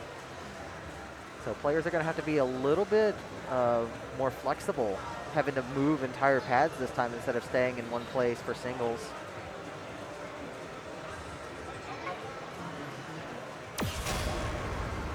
Okay, looks like we unfortunately had an accidental player trigger on the left machine, so we'll get everything reset and ready to go right here. You're getting a small preview of what's to come. Just a very small preview on Vincent's side. like I said, the chart breakdown for Solfeggio, there is a lot of tech involved. There's going to be many 24th bursts. There's also going to be some intended bracketing where you can do them as 24ths, but as 24ths at 157 BPM, that's almost 16 steps a second on sweeping staircases, and that is not preferable. So this is very much a WindForce thing, and really a modern player thing for set makers, where they make these really, really fast stairs or such that are really more intended to be doing as rolling brackets. And we're going to see a lot of that in the back half of Solfeggietto. That being said, this chart does not let up on the other things that it has. There are some runs, and there is a very tricky hold anchor section before the break. So that's a little bit of the roadmap right here for what you're going to see in this chart. So good luck to Ralph and Vincent.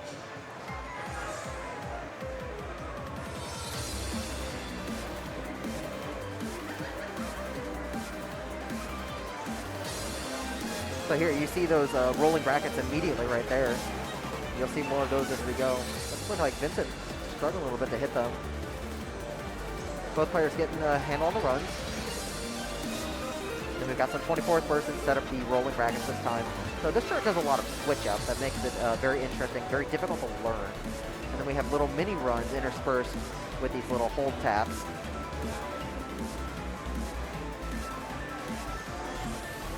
And now we have this long hold tap section. And then there's a lot of this part where you can hold one step after another, but there are some parts where you do need to reset by actually jumping, otherwise you end up getting turned around, and both players are looking to struggle a little bit with that. So we got a little bit of a break right here, and then we're going to do the same thing. We're going to start with another run. Oh, the gimmick taking both by surprise right there. I believe that gimmick is only in this chart, so we got more rolling brackets coming up right here. And there's going to be one really hard set of rolling brackets coming up right here, where they're going to have to do it across stairs, across several instances.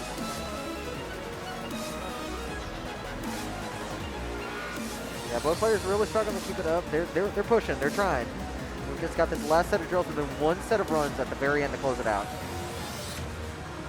But this last set of runs does have some brackets in it. And finishing out.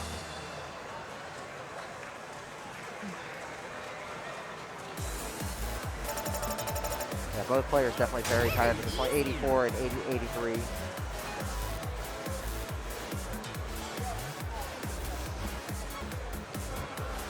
So Ralph and Vincent finishing up their end of the 3A pool songs, and now we'll see what Lulu and Esteban could do next.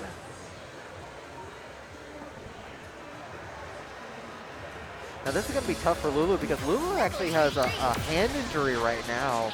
So he's been playing very delicately to not agitate it. So I'm hoping he'll still be okay for this doubles round. Hey, why don't you just get up and dance, man? We always recommend, if you can still play safely, then enjoy yourself. But if it seems like an injury might cause an issue, then please make sure you take care of yourself.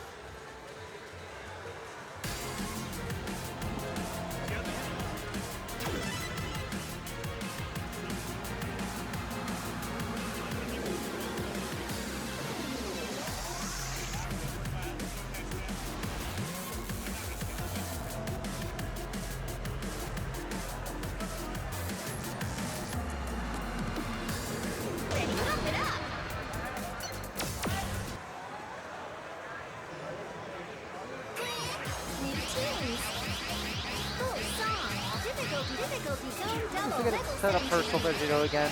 Just want to remind everyone, for Big Deal, if you really like this event, please come out and support us when we do it next as well. We really do appreciate everyone tuning in to stream, tuning in to the event, coming over. But it really is an experience to be here in person, and it's great.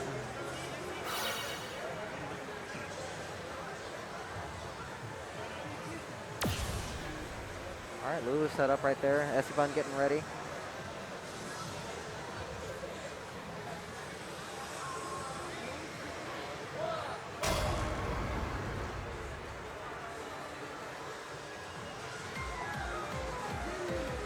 All right, good luck to both players right here. Just starting with this opening runner here.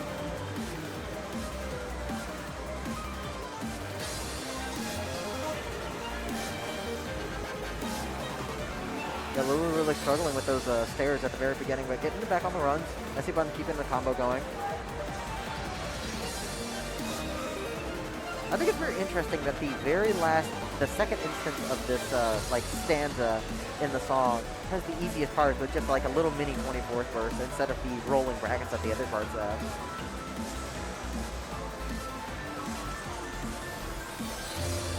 All right, here comes the whole tap section. Both players doing very well getting through it. Messy Bun especially keeping themselves very steady, making sure they don't get confused. We got a little mini break right here. Let's see if either of them get tripped up by the gimmick. Both of them getting it just fine. They probably saw from the last run. But Lulu really starting to get hurt right here. Yeah, it looks like his hand is hurting really bad. And Messy Bun missed a bunch of those holds too, so this is going to really affect their score. How are they doing on these rolling brackets? Oh, it's struggle. They're not easy to do. It's very deceptive because if you want to do them normally, you basically do 16s at 157 instead of those 24s, but that also means your foot has to do a lot of work to get the brackets accurately. Both players finishing it out okay right there.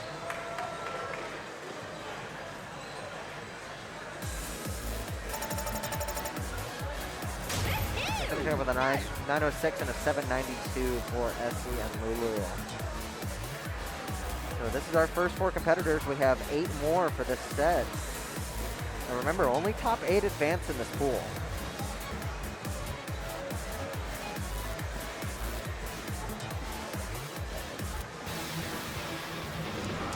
So our next 4 players are going to be Helix, Jelly Slosh, One Punch, and Tusa.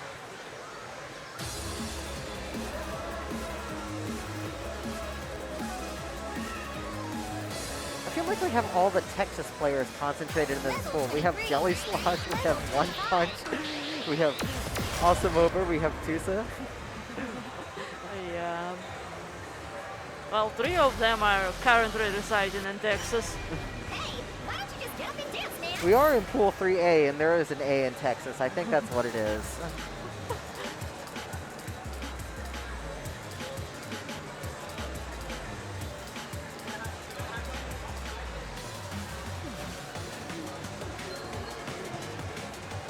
And for those who have just joined in, a reminder that this is a Big Deal 5 happening at Round 1 Grapevine in Greater Dallas-Fort Worth area in Texas.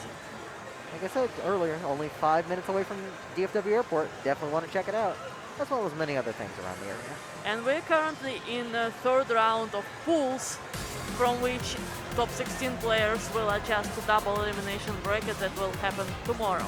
Yep, we will finish Pool 3A and then Pool 3B, and then that will be it for the night. And we will resume tomorrow with the women's non-binary event for PIU.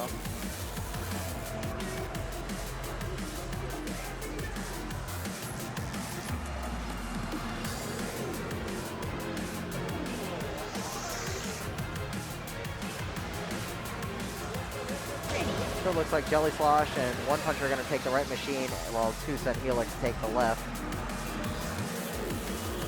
Now, they've all been working real hard here. Tusa especially has been working hard because he's made it a goal to get into the top 8 after talking with them personally. But he's really been wanting it.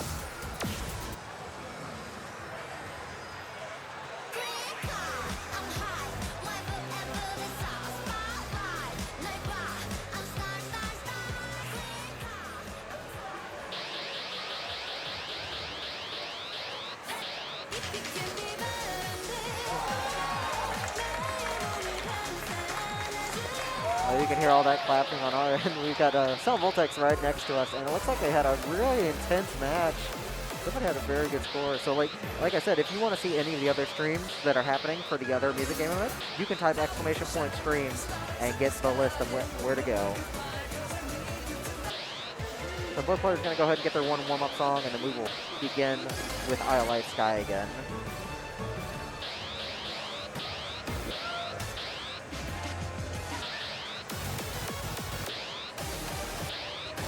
Felix and Tusa electing to warm up on Arcana Force, and it looks like Jelly Slosh and One Punch are going to go for EON, which is one of the new songs. And I will say, it's very interesting that there's been a lot of warm-up picks, and it's mostly gravitated toward originals. And I want to say that there have been a lot of originals added ever since Prime 1 was a thing, when they really started to expand the song list, the new artists for commissions. And Phoenix, especially with EON, like High Tech Ninja is actually a pseudonym for Lapis. Very, very famous in games like Sound Voltex. So they've really pulled in a lot of Japanese artists for originals in Phoenix, especially from labels such as Hardcore Town C. But the originals continue to expand over and over. I did a check when I was calculating the playlist to play on these intermission streams, and there are currently 51 originals in Phoenix alone, which is more songs than some older games total. So it's a lot.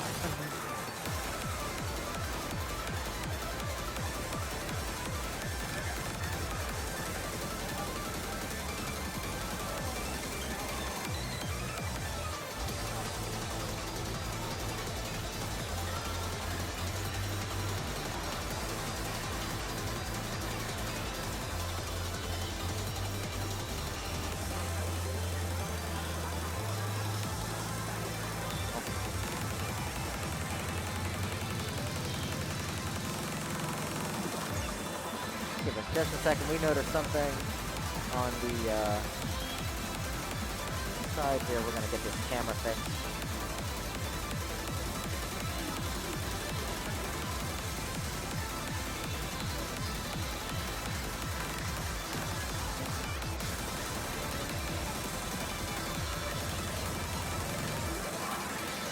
There we go.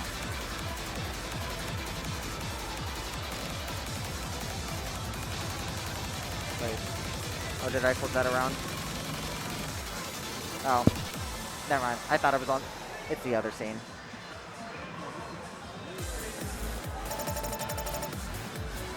Wow, fantastic!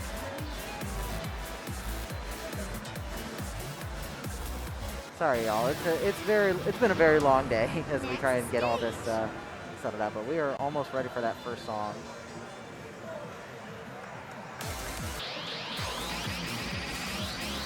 Full song.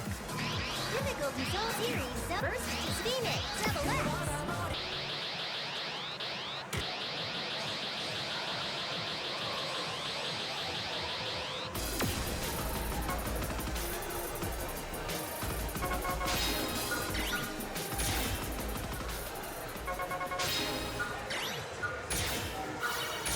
Like I said, I Light Sky being a very technical 22, being one of the hardest slow songs in the entire game. Well, these are definitely players that are very experienced and know what they're doing.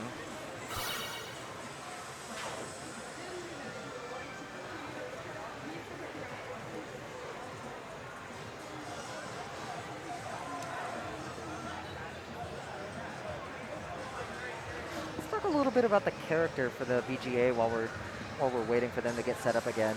So this is one of RK's characters from, I believe, the second contest. Yeah, it was one of the winners from a contest. I think the character's name is Dennis, if I remember right. Yeah, and they did not look like this at all in the contest art. I think they completely redrew all the art. I don't think the actual contest art was used in here. Yeah, RK being one of our great illustrators for the game, being commissioned to do other things. Another very popular one of theirs, the character for Travel the Future, which was actually the first place winner in the first contest. So just a little bit of fun trivia.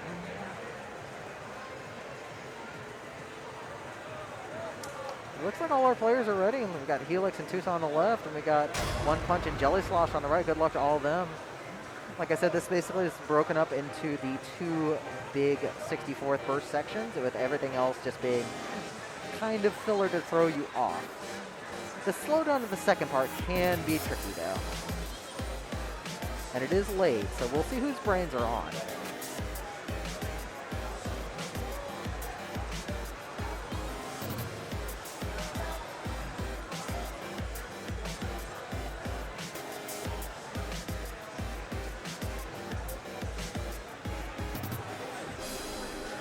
All players keeping a full combo very easily.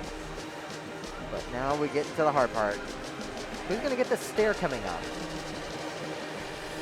Oh, nobody does. Everybody struggles a little bit with it. Now we're into the meat of the chart with the 64th burst. She's been staying very steady. Players not having any problem with that staircase right there. Like I said, those whole staircases are very scary, and all of them handling it extremely well.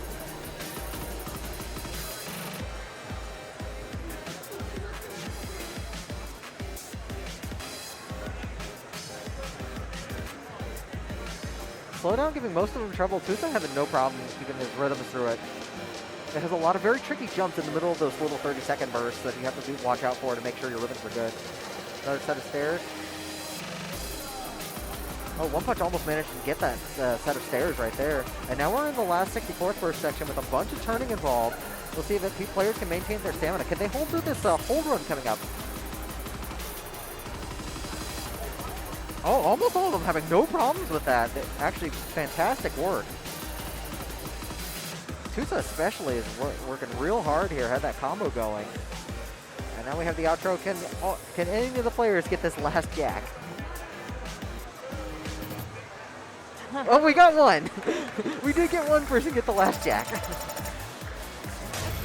920, 970 for Tusa, very good. And 919 and 907 for One Punch and Jelly Slosh there.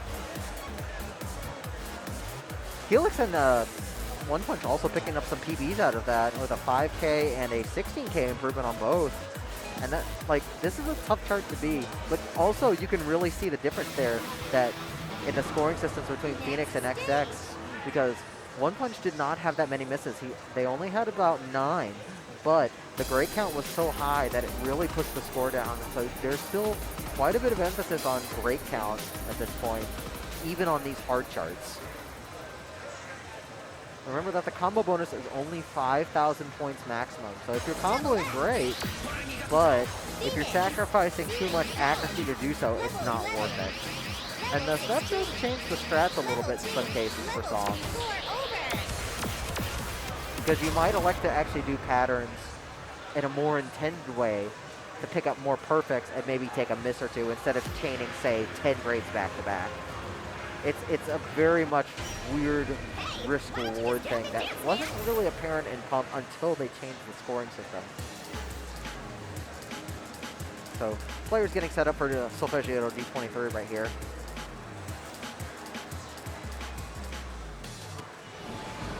Game over. I will say personally that this set of charts is actually some of my favorites for both modes. Like Iolite Sky is one of my personal favorite S22s. Just for how different it is. And Solfeggio D23 really grew on me, but it takes time to really learn.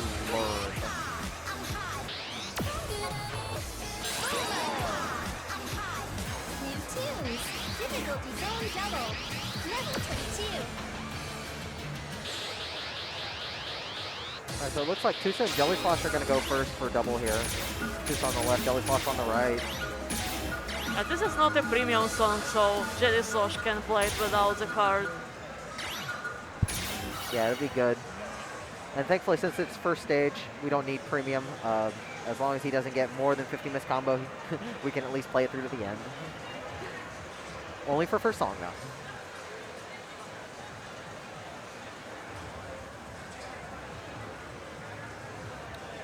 I really do appreciate the BGAs that have their respective source material sheet music in the background. I always think that's a nice touch. Like this does that, Elise does that. I think Appassionata does have sheet music of the Appassionata Sada, but it's the wrong movement. I have to double check on that, but I think so.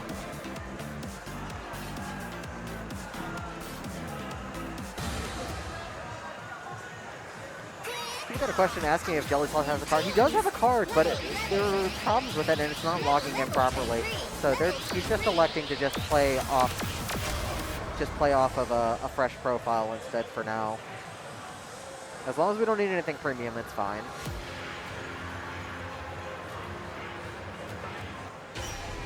Hey, why don't you just get up and dance, man?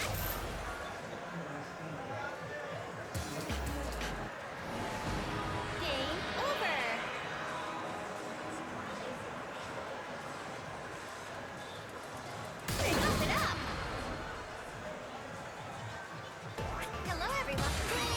All right, Jelly Slosh getting set up right here before we run out of time on Tusa's side. New tunes. Level 23. Thankfully, this song is like right at the beginning of the folder because it's a new Phoenix original. So he'll be very careful not to hit the other center panel this time, I hope.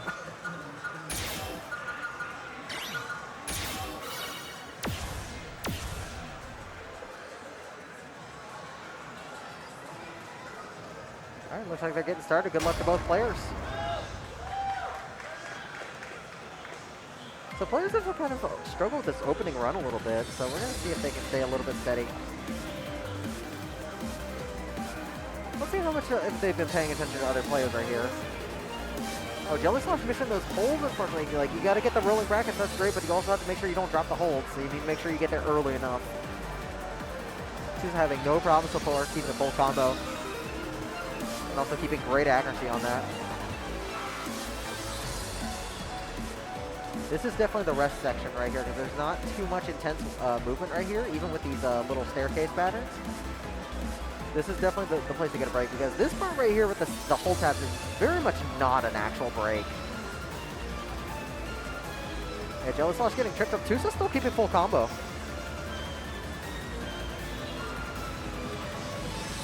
Very beautiful, still keeping it. So here's one little mini break. We'll see if either of them get tripped up by the gimmick coming up. Oh, Tusa dropping the very end of that bracket hold and then getting the miss right there, breaking his combo down. So that's going to be it for his max combo. He's not going to be able to get any more than that because there aren't enough steps. But now we have the last sets of runs. We're going to see how they handle this last set of rolling brackets coming up. Jelly Slosh looking pretty tired here, trying to keep it going. Tusa having no problem getting through those. And we have one last little set of the bracket drills and then the last stair run with the brackets.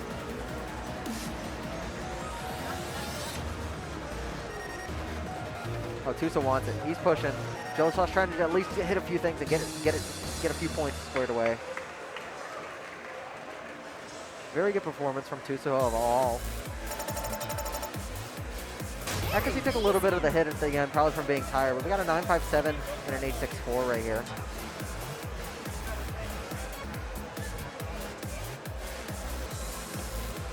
And with that, it's going to be One Punch and Lulu's turn next.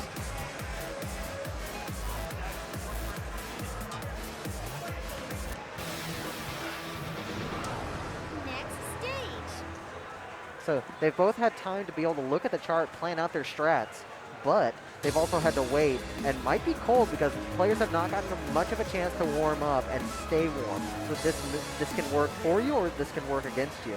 If you can play good cold, it definitely helps. But if you have trouble staying warm, it definitely works against you to take a break. And sometimes it might be better to just play immediately after singles.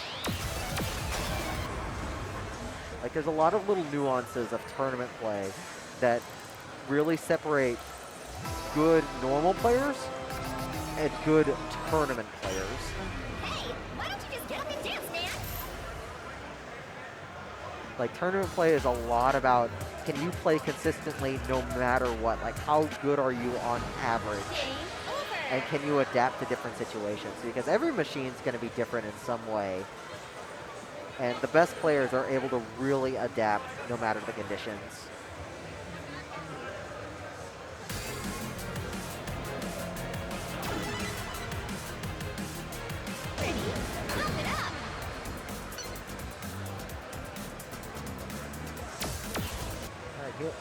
Helix and One Punch getting set up, so this is going to be one more set of Sylvania D23, and then we are going to wrap into the final four of this pool. Just a reminder, in our next set we have Awesome Ober, Kaze, Chadley, and Gem still waiting to play. So they're probably planning out their sets and figure out what they want to do.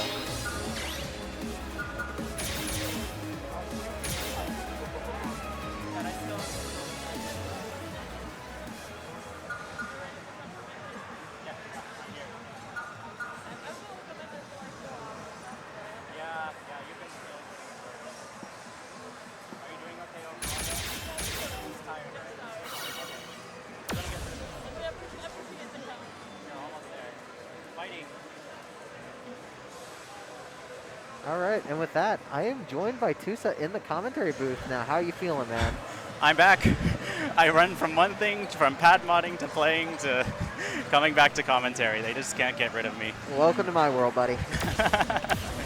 I'm so happy to be here, being joined by you. That was a really fun set. And It was a very interesting one. A very, very crazy card draw. So I think a lot of people were kind of like groaning when they saw Solfege because they're like, it's a tiring one and it's kind of tricky. As is the case always with WinForce charts. Absolutely. But it's really cool that we finally get to see some double charge showing prominence here. Yeah, what a chart to start it off with, especially the one with these really nasty rolling brackets. Everybody's been having trouble so far. Yeah, you really have to decide probably before you play it, ideally, if you want to really cheat them or if you want to, or kind of like roll through them, or if you want to try to snap into them. Yeah, this is definitely not a chart where you want to try and sight read in an event like this. This is very much a learning chart. Absolutely. But I know you've probably heard on the pads, Kaze and Bird having a little bit of a friendly rivalry. And I think Bird, when he saw the card draw, he was like, no, this is in Kaze's favor. Kaze's going to do wonderfully on these charts. They're right up his alley. So. Yep. But Kaze is also very versatile, but we'll see when we get to him there. We still got 4 more players, but right now, Helix and One Punch are really taking out. Are they going to get through the gimmick without getting tricked? Looks like they was fine. Yeah, One Punch is really, really just trying to stay stable. This is his first time playing the chart. He hasn't seen it before today, really. That's a very scary move. Like, yeah. That's what we always try to say for tournament play, for Pump. Always learn, if you have a song list ahead of time, learn everything in it. Never try and sight read like in an event. One Punch doing a great job on some of those lateral reaches, trying to manip them instead of full bursting them. Helix getting a little bit of good and great chains on this, yeah, but trying to make it through to the end. The little drills, like if you manage to end up on a bad chain or a good chain with the drills, you'll just chain them out and it's really hard to recover from those. Both players finally get to the end. They made it to the end is the most important thing.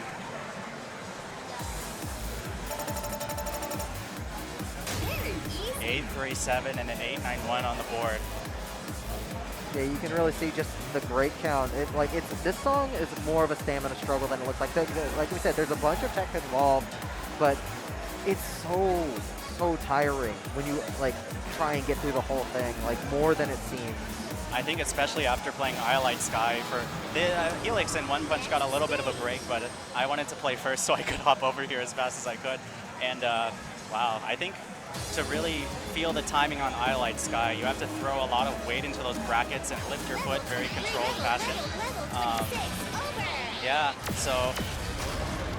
Yeah, that was actually what I was alluding to earlier. Gotcha. Before you got in, that it can be beneficial to have a break between songs if you can stay warm. But if you can't stay warm that easily, you might want to just play immediately and let it go. Right, exactly. And I think they're giving preference to the higher seeds for determining the order of who plays next. And for each grouping of 4 that are popping onto the pads here. But yeah, I would say the biggest thing is if you get a little bit of rest or if you're kind of hopping right into it. It's really just the choice you have to make. All right, y'all, we're on our last 4 players for Pool 3A, and then we're going to move to the B pool afterwards. So coming up, we've got, looks like Kaze and Shadley on the left side, and we're going to have Jem and Awesome Bird on the right side.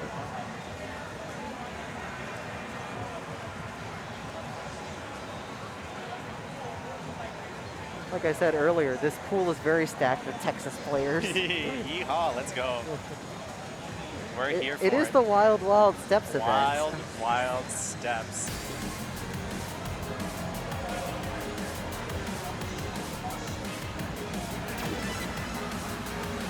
Yeah, I think I'm going to be looking very closely at this friendly bout of rivalry between Bird and Kaze.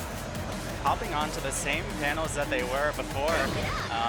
Bird on the right cap player one side and Kaze on left side of It's always good to try. Yeah, it's always good to try and eliminate variance where possible, and that's why you might stick with one pad if you have a choice. Yeah, now, absolutely. It's good to be able to do any pad. You should be ready, but it's okay if you can manage to minimize things. Yeah, absolutely. Yep, so they're just going to get their warm-ups in. All these amazing players who probably don't need much introduction at this point. Yeah. players getting their warm-ups in right now. So it looks like we got Afterlife on the right and BF Power Explosion on the left.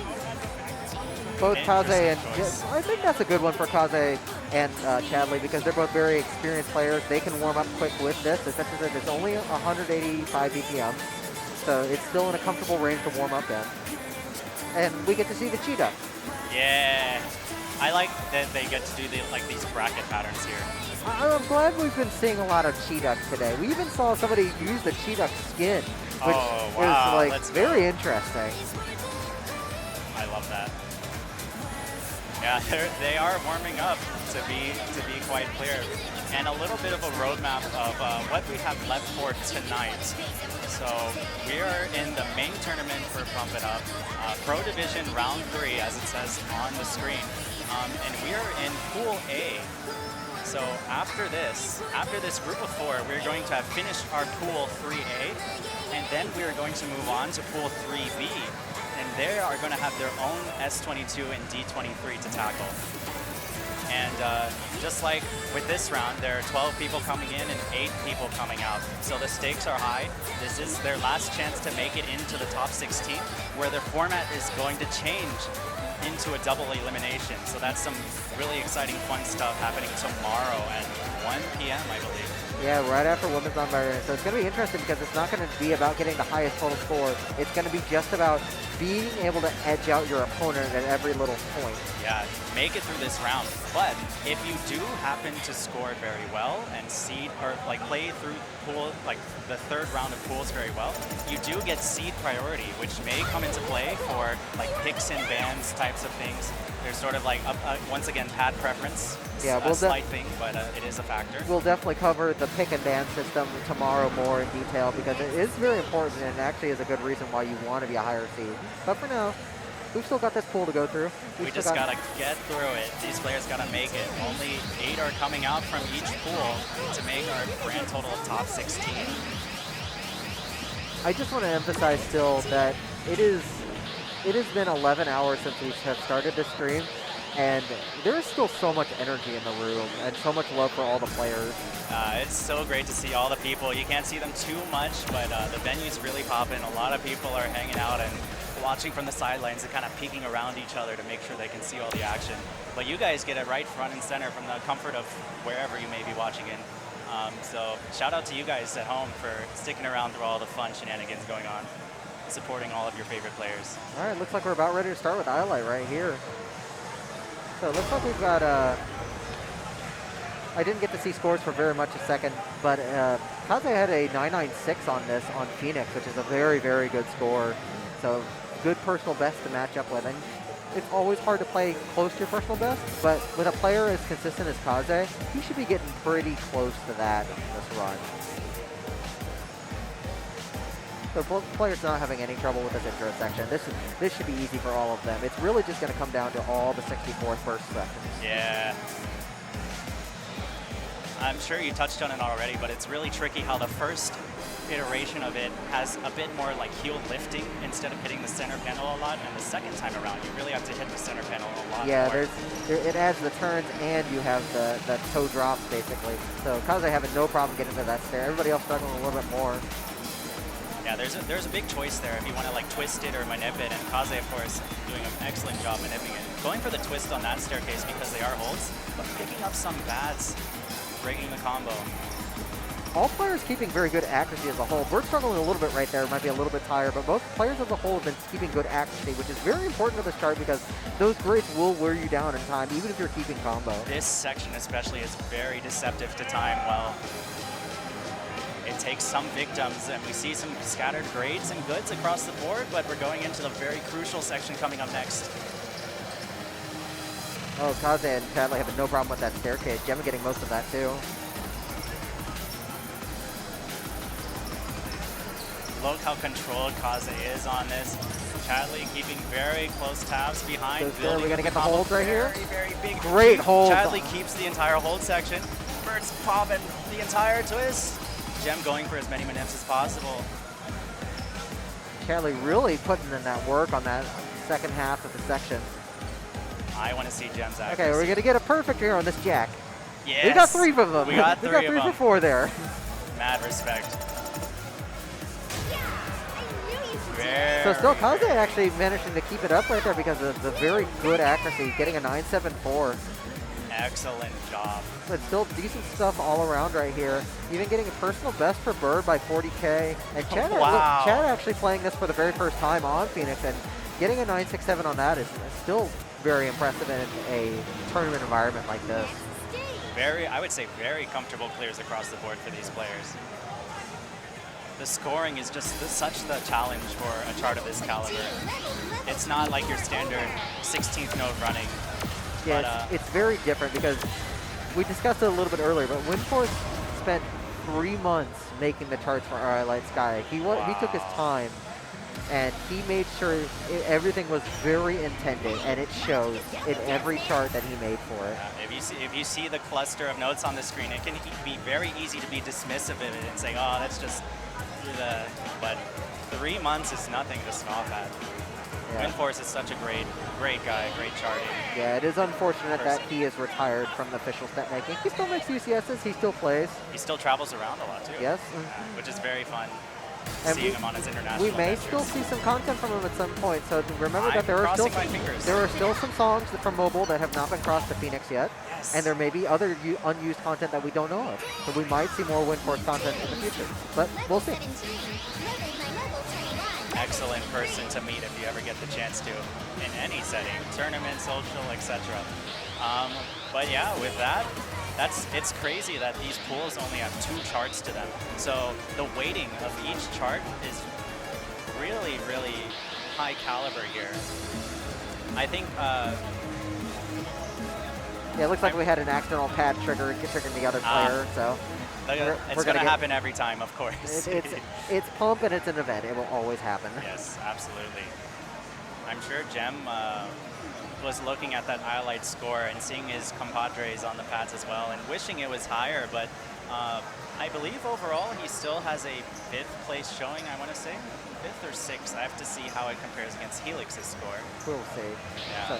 So Kaze and Bird going to be the first to get Solfeggio. So hopefully they'll be a little bit extra warm to be able to take that into Solfeggio without getting tired too easily. Hey, I'm rooting for it. Oh, he wants to have the face-off with Kaze.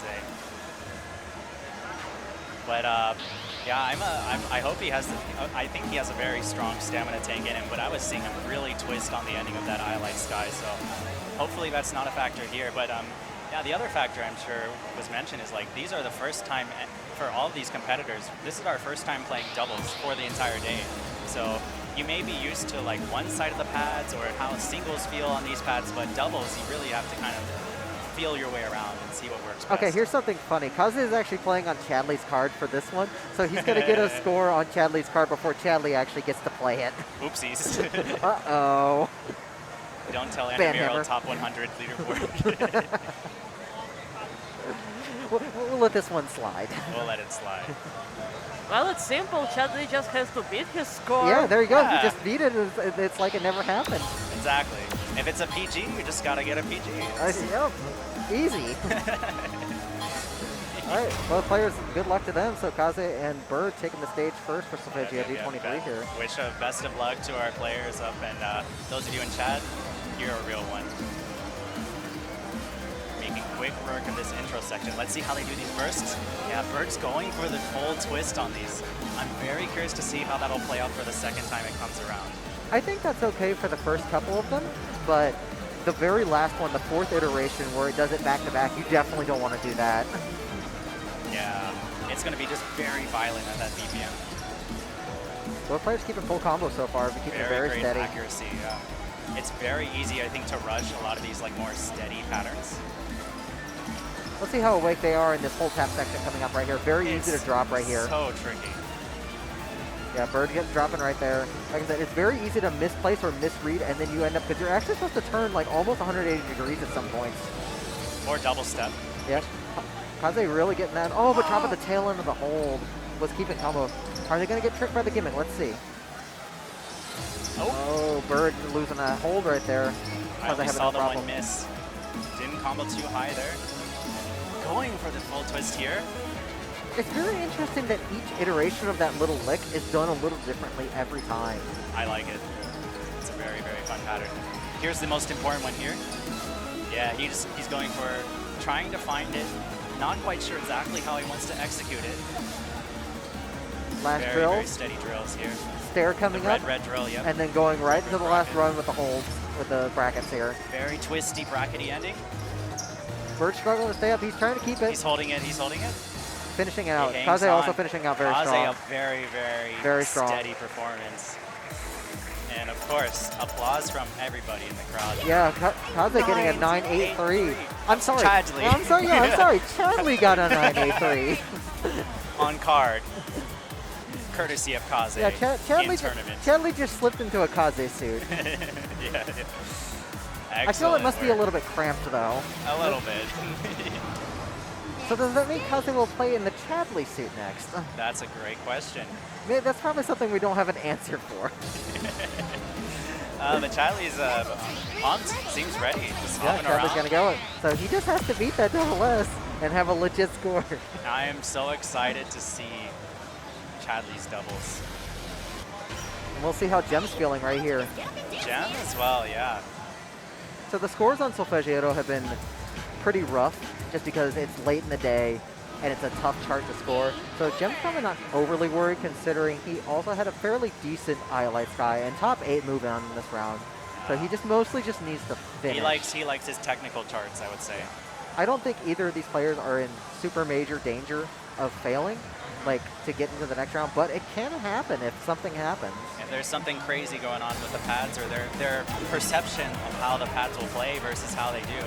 Yeah, sometimes like your whole body just locks down and you just have to just stop, like, which is unfortunate. We've seen it happen in events. That's why it's important. I The think players just need to finish.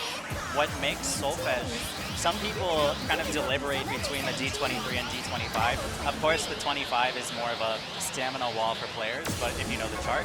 But the D23, just as you've seen multiple times, seeing it being played, there's so many just little tricks that it has. And if it catches you off guard, you have to really like suddenly move into it, and those moments really add up on your stamina, and it gets so exhausting to play. So that locking up sensation is a very real threat to these players, and Well, we if just you have to cross our fingers and see how they do. Well, I'm about to say, if you play Solfeggio D25 like Windforce does, it also has a lot of tricks. Ah, yes. You can definitely, depends how many tricks you have in your arsenal and how you approach these guys. But yeah, lots of love around the pads. All right, best of luck to Chadley and Jem for this one. Like I said, the most important thing right now, they need to finish. And both players are very capable as long as they just don't give up. As long as they finish, they should be okay. And to give you guys a bit of an update as well, this is the last two players that we're going to see in Pool 3A. And then we're going to tally the results and give a little drum roll as we see who will be advancing. Which 8 players out of the 12 will be making it through to the top 16. Chadley having no problem with either of the 24 sections coming up. Jem getting a little bit of grades, but still keeping very good pace and looking very stable on these intro patterns. I think Jem is trying to save a little bit of energy to make sure he can get through, and that's why he's taking those grades, which may be beneficial it's a good overall call, in yeah. this situation. Like, he doesn't have to beat everyone, he just has to beat enough. Doing an excellent job on this technical section. Yeah, excellent work by Jem keeping it through. Chadley having a little bit of trouble there. Excellent. All right, let's hope nobody drops this hold right here. A little bit of a hiccup, but it's still fine. We're still very much in the hot seat for very good scores to advance. Chadley's still destroying these little 24 stairs. We'll see how he does on the 4th iteration right here. Yeah, We'll see just if Jem twist them, does but it. let's see how the back-to-back ones go. This is definitely the most difficult iteration because you really have to like angle your feet. I saw Jem kind of go for a quad matching and just ignoring 2 of the notes entirely. Yeah, I saw unfortunately, Chadley, I think that probably hurts you more than it helps, unfortunately. it's a really big toss-up. It's better than just kind of like freezing from how quick it is. I think barely hangs on for the Jem managed to, pass. Jem managing to hold on to that life bar barely, just wanting to finish it out. Very, Chadley having a good, strong finish there. Both very, very good plays. So 959 and 936. 936. I want to give them a thumbs up for that one, and I say those are some very dominating performances. It looks like we will be seeing them again. I want to give a thumbs up to them just because it's almost 10 p.m. and they're still awake at this point. Yeah, as are all of you guys at home. With that, Pool 3A has reached its conclusion, and we're just holding our breath to see which of the 8 players are the ones moving on. So while we do that, why don't we plug our sponsors a bit while we get set up for Pool 3B. So let's talk about Blue Spring Express right here. So big thanks to Blue Spring Express for sponsoring, providing new switches, springs, buttons for Beatmania, Sound Voltex here at Big Deal 5. So if you need new parts for your rhythm game controls machines, definitely go to Blue Spring Express and use the code TBD10 for 10% off during your checkout. Remember, that's code TBD10. We can also give another big shout out to Red Note Gaming. They sponsored us last year and they're sponsoring us again. So if you need to go get your rhythm game fixed, you can definitely go to Red Note Rhythm Games in Las Vegas, 10 minutes away from the strip. There's plenty to play. There's plenty of friendly people. They'll help you out. And if you need to know more, you can follow them either on Blue Sky at rednotegaming.com or on Twitter at rednotegaming. So, like I said before, big shout out to all of our sponsors for helping us set up for this event. Definitely wouldn't be as big and wonderful without them.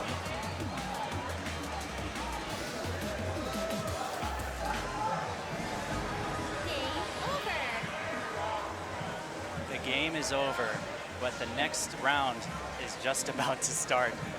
Pool 3B coming up. Oh, I see one of the songs over there on the draw. That is nasty. Oh no. We'll see if they actually keep it. Oh yeah, it looks like this. So we have. Wait, maybe I should announce the potential pool of charts that could have been drawn first, if that would be of interest. So for the D23s, the subset of charts that could have been drawn were Sudden Appearance Image, Solfeggietto, Groth, Repentance, Adrenaline Blaster, Chase Me, and Final Audition Episode 1. And each of those are like nasty in their own way, new and old. If you are familiar with the D23 folder, they all have their little gotchas and their tricks or their technical specialties. So I think it's a great variety of charts. And well, the things we drew for this round, for the S22. Oh, the S22s as well. Yeah, so the potential draws were Hymn of Golden Glory, Imperium, Chaos Again, Repentance, Robot Battle, Iolite Sky, and Arung. And I very find it interesting that Repentance showed up in both lists. Oh, yeah, yeah. But neither of them drawn. And your two songs for Pool 3B are Hymn of Golden Glory S22 and Sudden Appearance Image D23. Sudden Appearance Image is going to be very volatile for all of these players. I think for most people, it is one of the hardest D23s. It's not as big of a rating jump as the S21 is for most people, but it's still a very demanding D23 that's very easy to lose. And dare I say, it's probably one of the most tiring ones to play very phenomenally this late in the night, this late of that subset of charts. It's a very, very tricky chart. Yeah, because most of the others at least have break sections. Sudden Appearance Image, your breaks are not breaks, and you just get hit over and over. We have our results for Pool 3A, and I'm just going to read them out quickly. Our first place person to advance is Kaze. Kaze taking a demanding lead on both Iolite Sky and Solfeggietto D23. I believe top score in both across, so congratulations to Kaze. Second, we've got you, Tusa. Who is that? It's That's you. Tusa, that's me. Congrats. Wow, yay. That means I just have to kick you out of here. You can't commentate when you're still playing. Oh no. So congrats on that. Wow, it must have been the Iolite Sky performance. The 970 I was very, very happy with that. Thank you.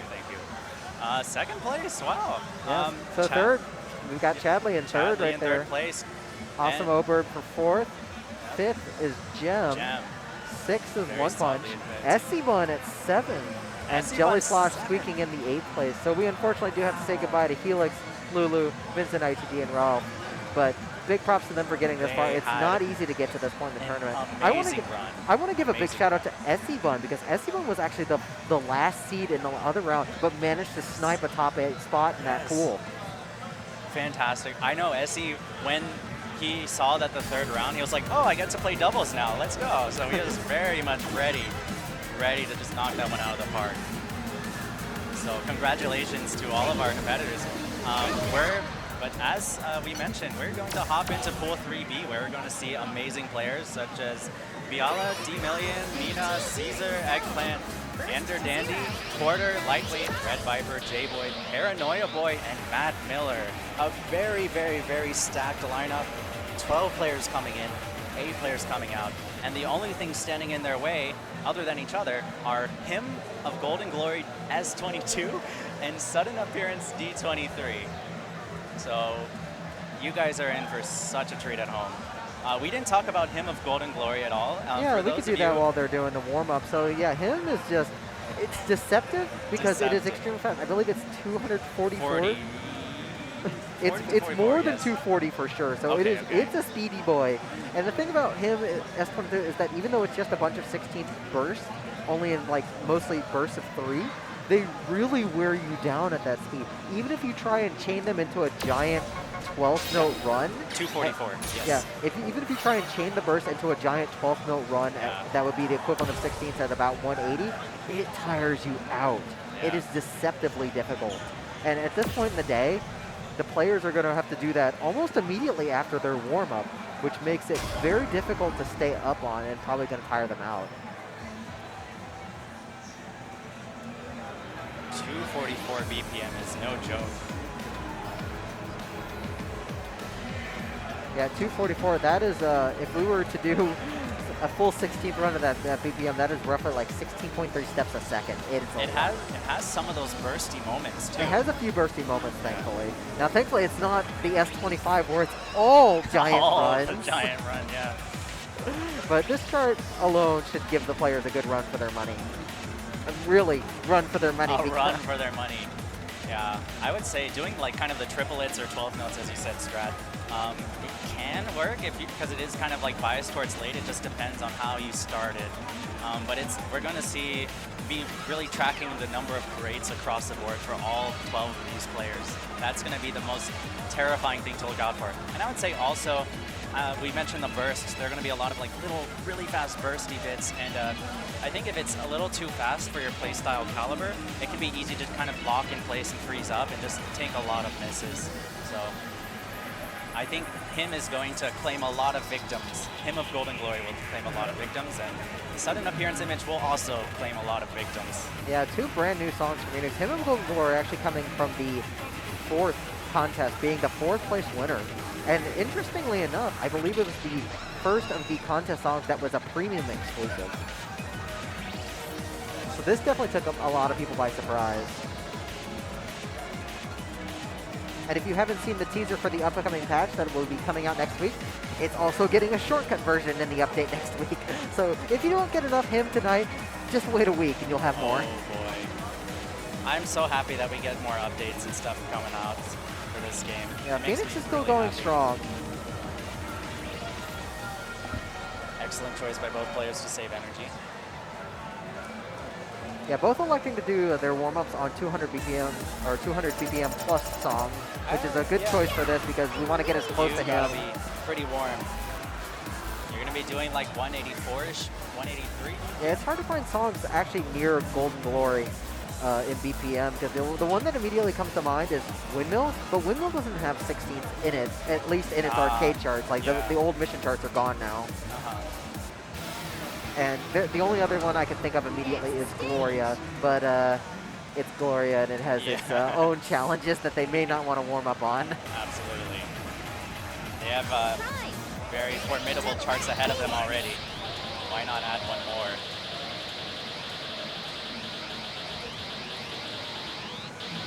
Alright, so we're going to have Cesar and Mina on the left side and Biala and D-Million on the right over here.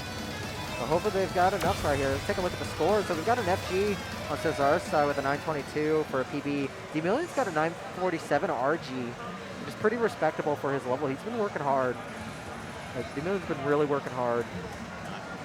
Neither Seeing Mina, some really great scores. yeah, neither Mina or Biala have scores recorded, and we just don't know if they've not played them yet or if they just have gotten a pass yet. So I guess we're just going to see if either one of them manages the pass, and we can check that They're way. looking comfortable on those 200 BPMs. They just have to find the timing because scoring on these is going to be very tough. I do also feel like it's appropriate that Nim goes the step artist here because you have to Nim go on this chart. So yeah, right off the bat, you've got some 244 BPM runs and a lot of bracketing happening. This is a really neat chart with not too much full running, but it's so short and intense that it will mess you up.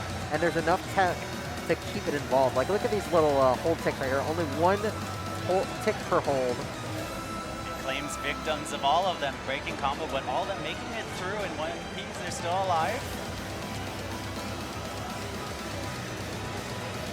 Check out those rolling brackets too with the holds involved. So if you're really clever, you can end up doing the hold. You have the last tap, you hold that note, and then do the remaining 2 taps with your other foot without having to move much. But it also involves knowing. So here's these bursts just over and over. They are brutal. All players just trying to get through them as cleanly as possible. They're having really great accuracy for this chart. It's so tough because once you get off timing a little bit, it's almost impossible to find it again. Yeah, Cesar and Mina looking a little bit, or Cesar and D-Million looking a little bit more stable overall. Cesar's very comfortable with these kind of foot speed charts. I was a little bit worried that Cesar might have a little bit trouble picking up grades, but... And now we're back to the bursting right here. Yeah, some of the players electing to try and do some pattern manip on these bursts to try and save energy instead of trying to turn them. It's not a bad idea.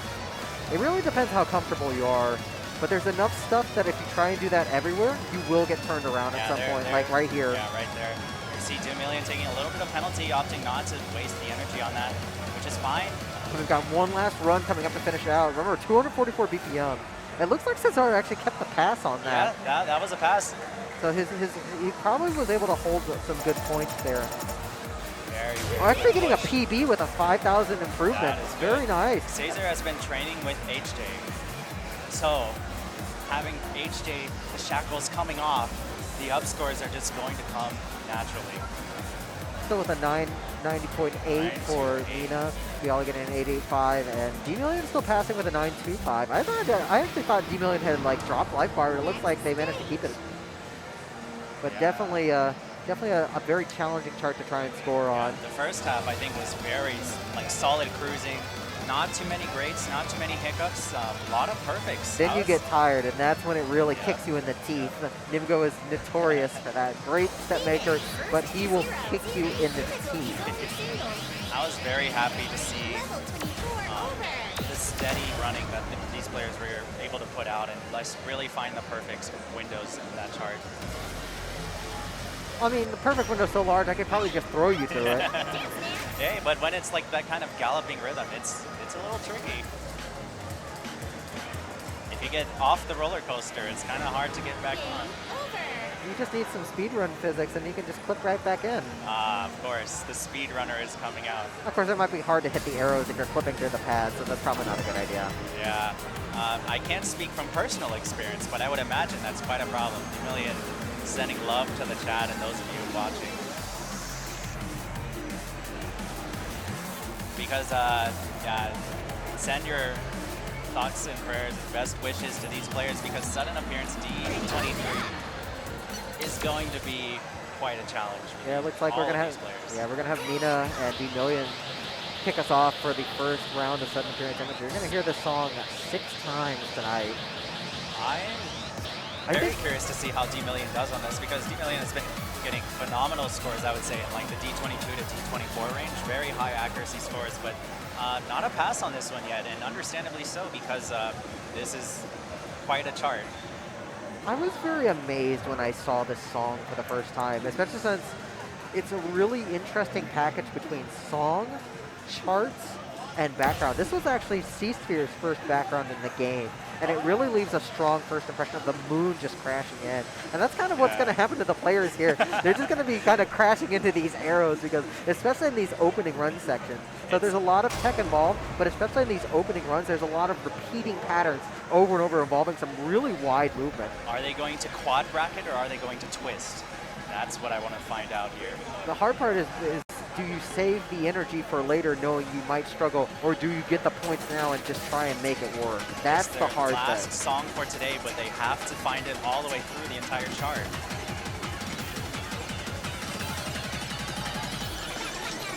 here we go, starting with those repeating runs right after this gimmick. T-Million's going, both players going for the twists. It looks like Mina's actually trying to cheat those upper ones. So there's a little bit of 12 notes separating, but then we get more into these really wide runs. These are very tiring. Really wide reaches. See, Mina's opting to skip a couple of them just to make sure he can save a little bit of energy. And then we have this very technical bracket section right afterwards. So even if you're already tired, you have to put the energy in immediately.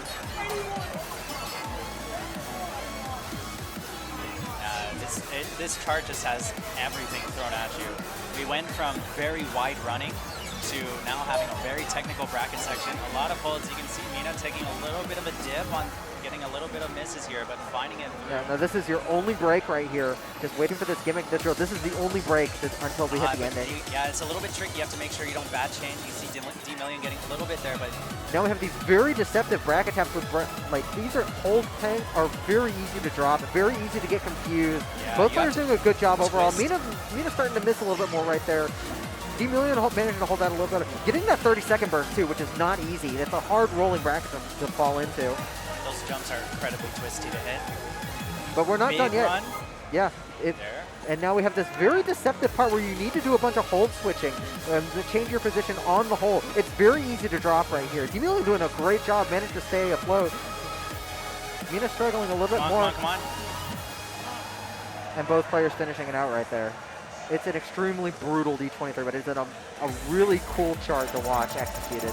D-Million get the pass. Barely didn't make it through the ending. 8-3-2 for Mina, 9-1 for D-Million. 8-2 for Mina. So that's our benchmark for scores for this song. Both players have a very commendable, like great and good kind of distribution, but you can see that 149 miss. A lot of those holds from Mina. That's going to like pack a punch in terms of the scoring breakdown. Also, I am looking at these speed mods, and I do not know how people like D-Million managed to do like 730 on a chart like this technical. I didn't even realize. Having to play those super wide-reaching runs with like no response time to really like find it. Like, I can understand having the middle bracket hold tap part stretched out to get confused less likely, but if you make any kind of mistake, it snowballs because you don't have time to recover with the reading. Absolutely.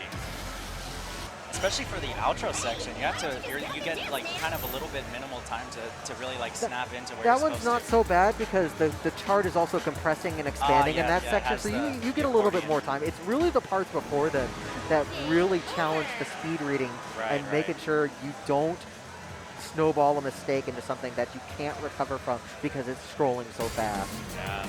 Pool 3B really has their work cut out for them. For those of you just joining us, we are in the Pump It Up Pro Division Round 3 Pool 3B tournament. There are 12 players, 8 are going to be advancing, and we are currently seeing our first 4 kind of navigate their way through Hymn of Golden Glory S22 and sudden appearance image D23. We have a lot of action in store for you guys as these players are queuing in for their attempts for both Caesar and Biala to try sudden appearance image D23. A lot of action left to be had and a lot of potential happenings left as we still have 8 more players after this to take their turn and see how they do. So Cesar and Bill are getting set up right here. So hopefully they haven't cooled down too much. They managed to take a look at the chart so they can plan out what they're going to do here. But that's going to come at the cost of them being a little less warm going into this. Right. And like we said, the opening runs are brutal, and you don't get a chance to really warm up before then. You have to immediately go. Yeah. So we're going to see if either of them get fatigued out or just having to just pull so hard because they're not warm anymore. Thankfully, I think like one chart is kind of a good amount of time.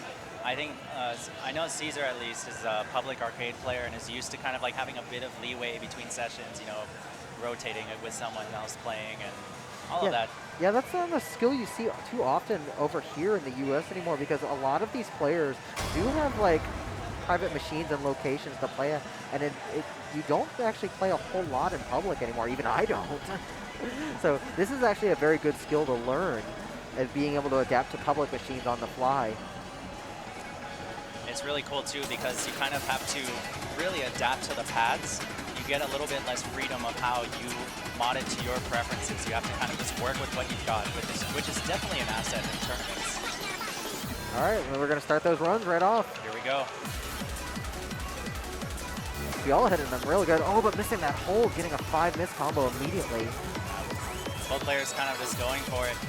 Yeah, there's a lot of these gimmicks that are sudden holds that will tick several notes, like right there. And if you miss those, it's hard to recover the score that you lose out of them. I'm watching Caesar's side. I think Caesar did a great job kind of like damage controlling that pattern.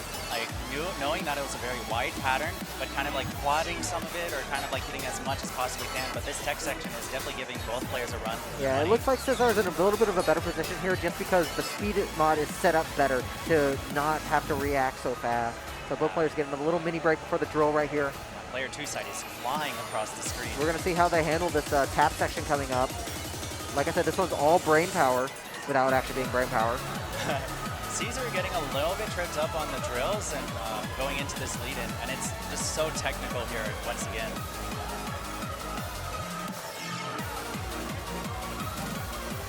Cesar getting that 30-second burst again. We're going to have some good plays of that.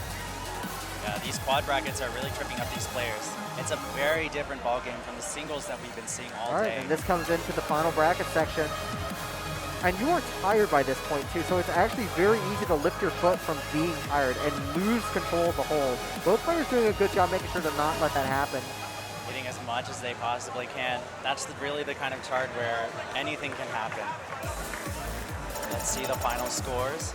We got an 8-4-3 and a 7-6-5. 8-4-3, 7-6-5. Hey, I will say, all things considered, an 8-4-3 puts Caesar in second place of this pool of 4 players. And I know Caesar's personal goal was to make it to round 3 of this tournament. So he's already done well. Huge shout out to Caesar from Houston. So Fiala as well, making it through the entire way, all the way to the end of that chart. It's such a crazy, crazy, crazy chart. But persevered through the entire way through, saw it through. Just get all the points that you possibly can. That's all you can really do. Level 23, level 26, over. That is 760 AV, by the way, that we saw on the right And I cap. thought the 730 was Yeah, fast. we were commenting the 730, and then, wow, 760. Why don't you just get up and dance, man? Every quad is like a jump scare. It's like, whoa. There are definitely like a lot of preferences in speed, but personally, I don't even play like 750 that often unless it's like a straight chart like Mission Possible. I can't imagine doing 760 for anything 760. double. I imagine the rationale is like maybe I'm trying to find rationale. A new title. Hey, a new title. New title, Conrad follower. I got that today. we as didn't well. have a chain like we did earlier, but hey, there's a title.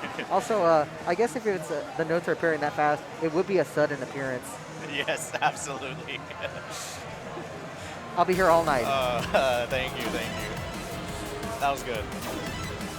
Man, but I imagine the 760 is to kind of separate out the brackets so that they're easier to see if it's a bracket versus like alternating steps. But 760 is wild stuff. See, this has actually been an interesting trend starting from like the NX era and moving into the modern era. We've seen players' speed mods as a whole just get faster and faster. Like we had players in the old day play like Dignity and Chimera on 4, but it was pretty rare. But now the trend now has been like 680 plus, 700 plus. You see that much more now thanks to options like AV and these very technical cards kind of wanting you to spread things out more. Yeah, my theory is, as you said, the technical charts kind of wanting you to kind of stretch it a little bit to see where it is. Yeah, But I think it's just really how this game has grown over the years. Yeah, I think the kind of shift towards pass mentality for title grinding and stuff really kind of encourages that as well. You see this very interesting behavior where faster speed mods kind of are more prevalent as you climb up the ladder. But then, I would say, as you kind of get towards the very tippy top upper echelon climax where you have a lot of chart knowledge, you gain this ability to see through the clutter, and that works in your favor because then you have more information on the screen, you can see through it, you can afford to have more time to figure it out.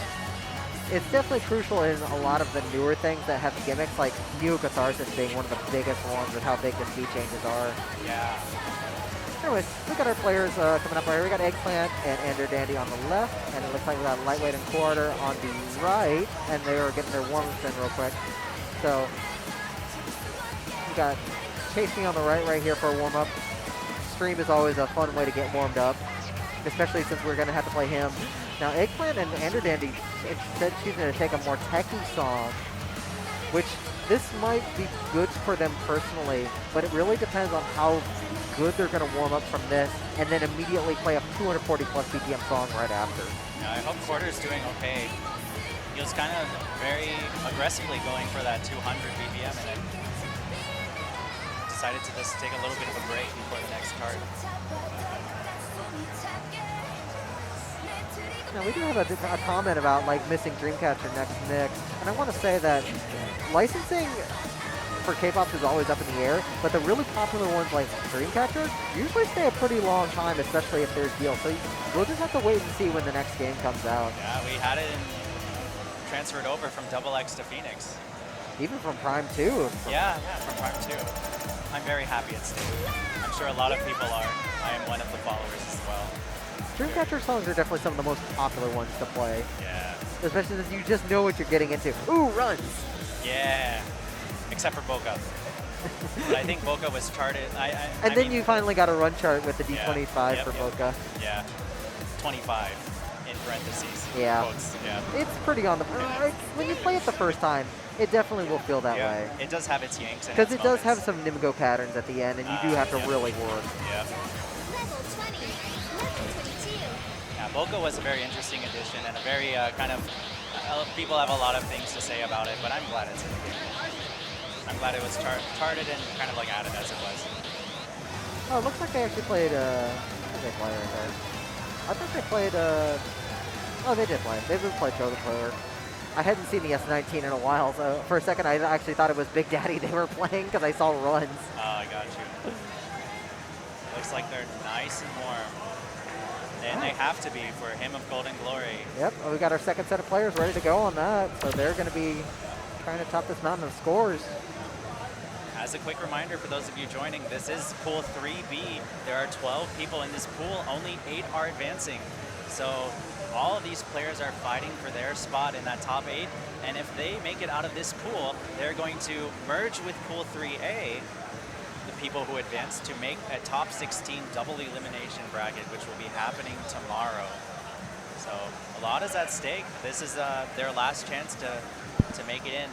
Just to give you a baseline of where we're at right now for Pool 3B, D-Million led the first pack of 4 currently with a total of 183. So that's like our baseline right there. So we're going to see how these other 8 remaining players do.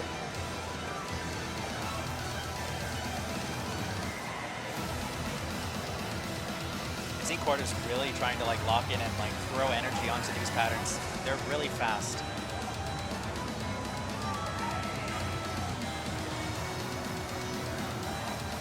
Yeah, players trying to conserve all their stamina while they can in the little It's techie all parts. of them. All of them take a little bit of a stumble, but they're looking like in very good shape for this next very crucial part. All right, let's see how they hit the first section coming up.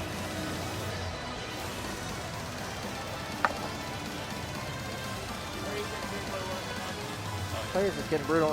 This looks like Carter's just too tired out. Looks like Carter's going to sit this one out. It's just so much bursting back to back.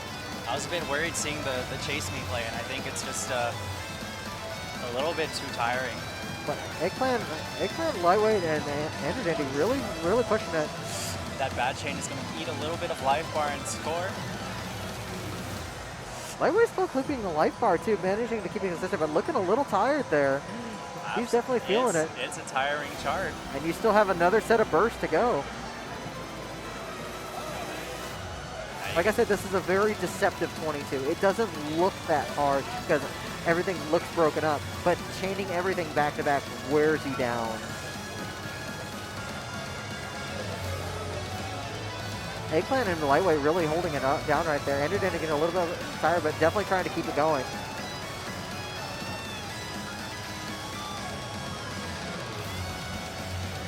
Hanging One last run coming up right here.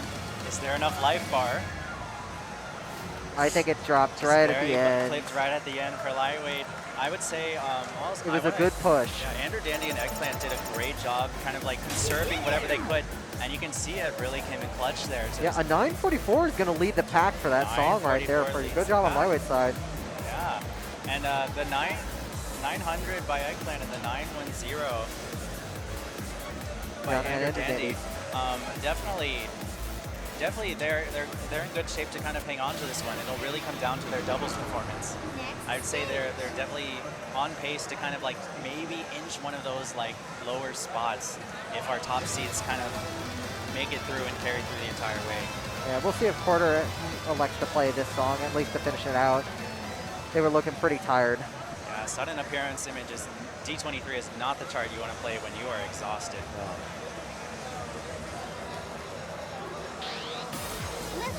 I don't know, with the way we feel, I don't think we want to play any charts when we're exhausted. Well, that's fair. But sudden appearance images even more so. Quite a wall to navigate through. All right, players getting set up for double right here. I think Porter might be dropping out. I think.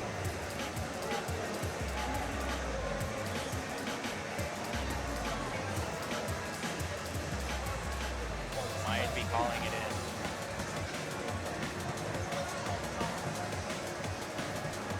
It's been a long day. It's all I can Very say. long day. I do not fault Porter one bit, and I would just want to say Porter had an amazing run in pool 1 and pool 2. The players have had to really work hard to get to this point, and like we've said, it's been a long day.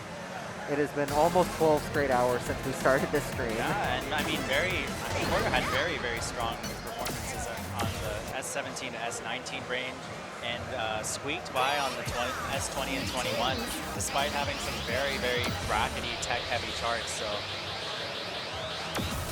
fantastic job making it this far in the tournament.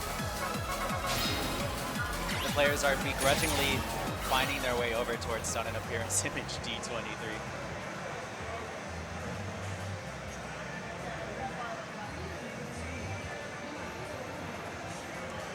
Taking their sweet time because they definitely want to have their energy for this one. Especially right after him of Golden Glory. I could see Lightweight really exerting a lot of force and energy into playing those patterns and twists as much as possible.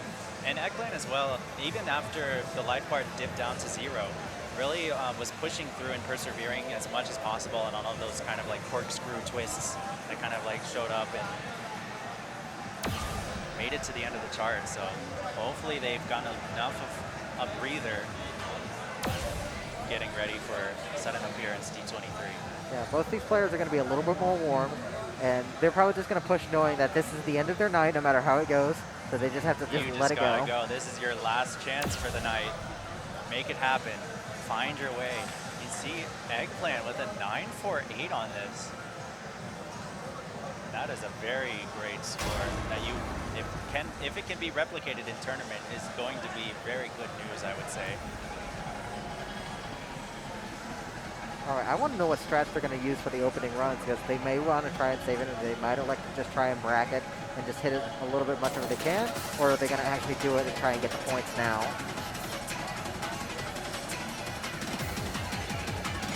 Everyone really struggling on those 30-second bursts right there. Everyone's really had a problem with that. Claiming some victims. Eggplant going for the full, both- yeah, getting the they're going point, for the and Lightweight twists. as well. They want the points now. Get They those figure they'll points. just try and make it work later. And these are some wide runs. These are some tough runs for like 170-ish. This is your break, essentially, during the entire run. And going into the bracket tech section. It's really important to chart knowledge right here because they're very deceptive patterns that you want to be set up for. You don't want to actually turn for them. If you just stay facing the same way, you'll do it just fine. But the instinct is to turn, which actually sets you up the wrong way.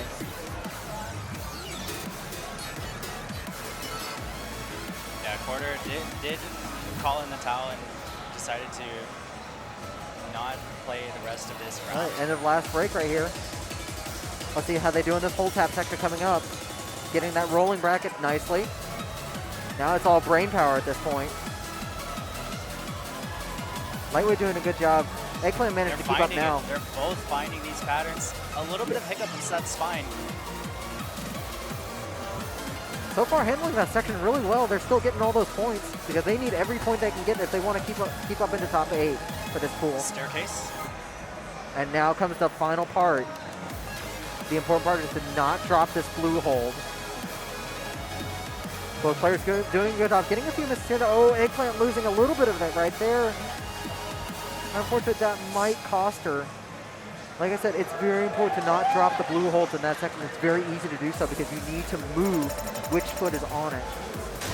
909 and 919. Those are still great scores for sudden appearance. A 919 puts Lightweight first so far on the sudden appearance charts. And a 909, I want to say, puts Eggplant third overall of the 6 players who have attempted it thus far. We'll see in a bit once we get the final scores entered in. For now, we've got our last 4 players coming up.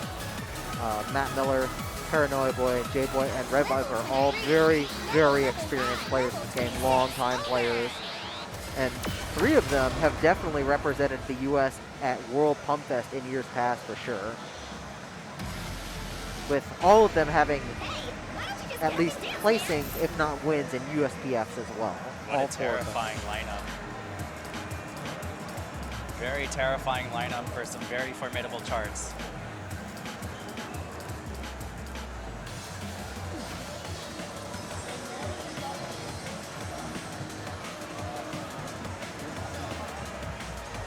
So players are getting ready right now. Like I said, this is the last 4 players for the night, and then we will stop for the night. Well, Ender Dandy has to do. Oh yeah, Ender Dandy has to do a sudden appearance as well. See, now I'm skipping ahead because I'm so tired. You're rushing. Oh, well, I'm sorry. I'm so sick is out of the game. I didn't know I could get sick anymore.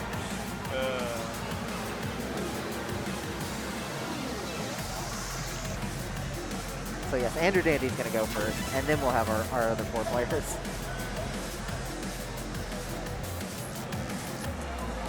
So Andrew Dandy having a pretty good Hymn of Golden Glory with a 9-1, one of the better scores on it so far.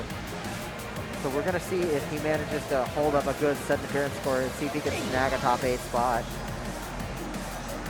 It's really anybody's game, I want to say. Like I said, out of the 7 charts we could have had for this, I really do think this was like the hardest one to do in this kind of setting. Because Groth, yeah, it's a lot of hard speed, but it's also mostly condensed. Repentance is mostly just the ending. Yeah, Adrenaline Blaster is mid BPM twist and a little bit of bracketing. Yeah. Chase Me is running, but you know it's going to happen. And the Final Edition one, well, that's a chart that you either really know or you don't, and it just happens. Yep. It's a funny one, but you can. It's definitely more stable than Sudden Appearance at least. Yeah, I think out of the 7, this is the hardest one to get. The players have really had to play. So Ender Dandy taking the spotlight here. We'll see how he does. He's hyping himself up. I'm actually not sure if he managed to get that first hold tick. I think he did. I think he just barely did. It was barely in time. I was like, oh, he's still hopping. It starts really quick.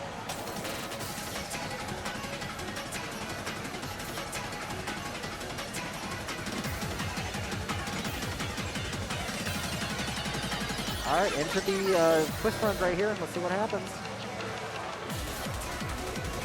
Going for the twist. Gets See the first reds? one. Looks like he's going to try and bracket the red ones. Reds, yep. Let's see here.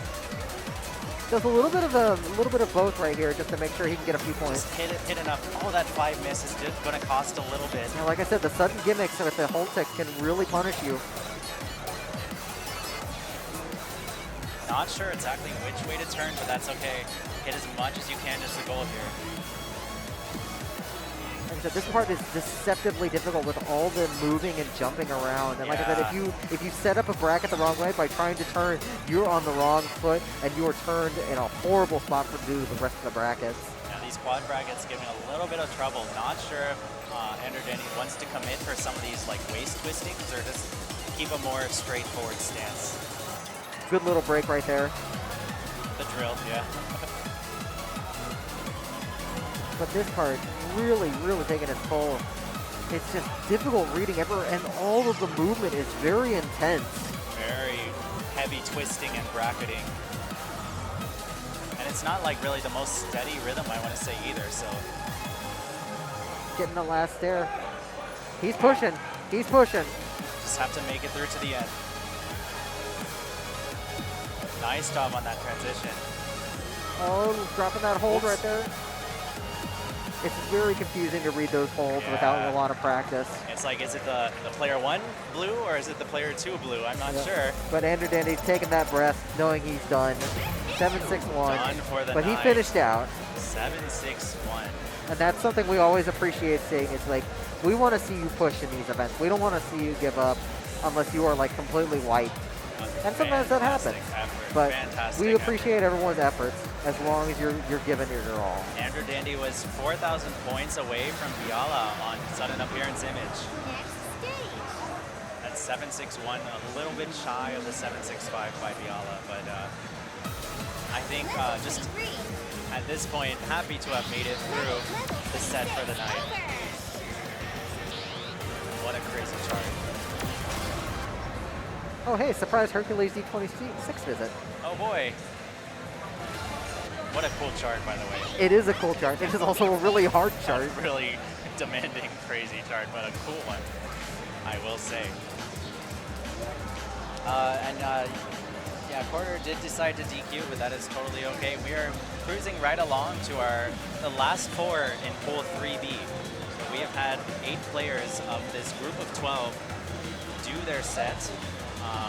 The current standings, I guess I can call out, lightweight working very hard to get that first place rank of the 8 players so far.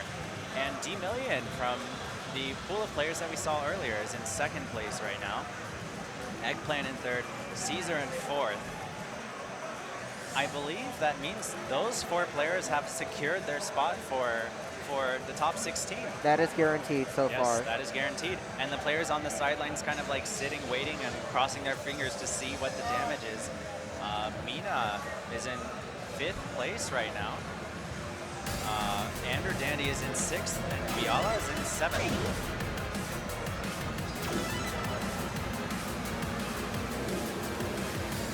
But you know, those can definitely shuffle around as we see our last 4 well-known players in the U.S. pump scene hop onto the pads.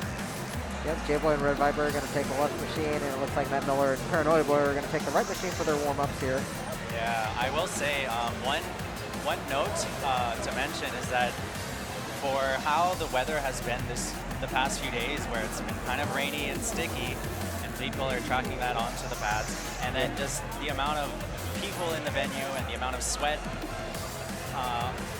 entering onto these pads, these players are trying to figure out how to tackle with the excessive grip that's happening on these pads. Yeah, it's been just awfully rainy in the DFW area lately, like the last few days. Yeah, but thankfully they're finding their way around it. They're seeing what works for them and doing a lot of testing even before doing their warm-up. These players, of course, have had their share of tournaments where they realize they should try to find ways to make the pads play the way that they are most familiar and comfortable with. And then there's only so much you can do at the end of the day, but then you will just adapt from there. But control at least as much as you can is the goal. J-Boy and Red Viper also electing for Taste Me S20 as their warm-up. Oh yeah, great choice. Gloria, thinking about it. Yeah. What a stacked lineup, yes indeed. Like I said, it's mostly more beneficial at this point when you know you're going to play a very fast chart to get something at least close to it to get a good warm-up on. I guess we're just going to go Chase Me all around. We should have just replaced one of the songs in the pool with Chase Me.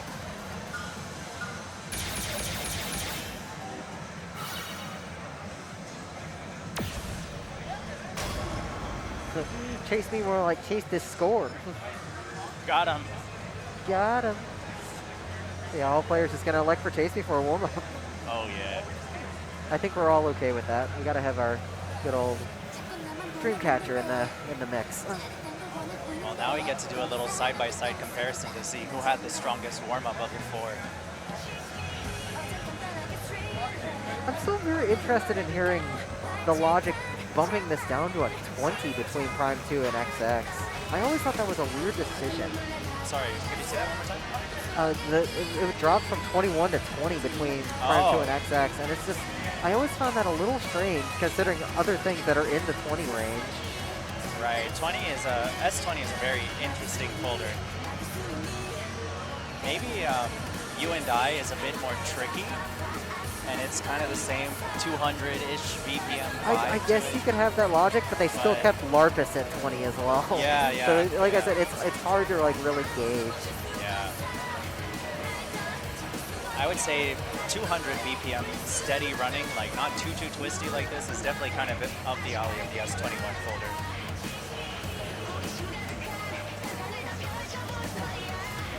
Players not having any problems right here getting their warm-ups in. Pretty comfortable. Red Viper actually having a very good score. Wasn't even his yeah. personal best, but it's still very solid. Hopefully he's okay with the one bad. When you get scores that close to the upper echelon, It's kind of okay. like, He's superb. Superb job. You have to hope that it was something you can control and apply to your upcoming round of charts. If it was like something weird with the pads or your own kind of like way of rebounding on some of the notes. I'm only Paranoia seeing- Boy and Matt Miller having no problem getting through this. As a just losing it right at the end. This is their bread and butter though. Yep. Oops. Oopsies. Miller. Paranoia Boy getting a PG as his warm-up. just a casual PG warm-up on Chase Me. After being cold for who knows how long.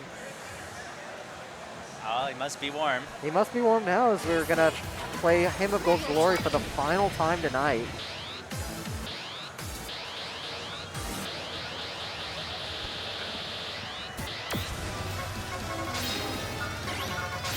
Wow.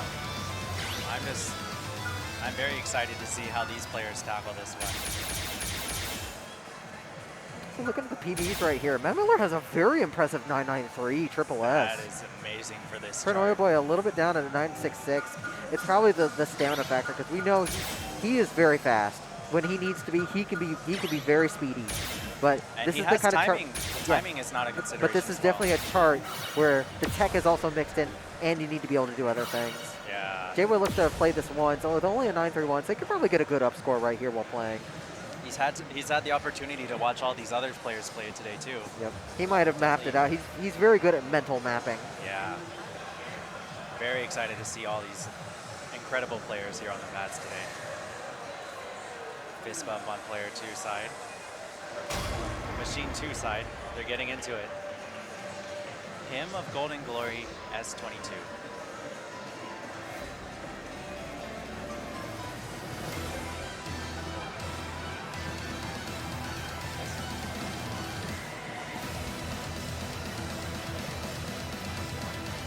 All right, J-Boy and then Red Viper are struggling a little bit at the start right here. Yeah, those bursts are, it's 244. Well, Paranoia Boy. Well, I was Yeah, about to say there's Paranoia that. Boy keeping the combo, but then it's it was very- before I said it, at Yep, least. yep. It's Matt Miller's tricky. still keeping it here, though. Matt Miller came prepared, but here's the crucial section coming up. All right, well, let's see how this first section goes right here.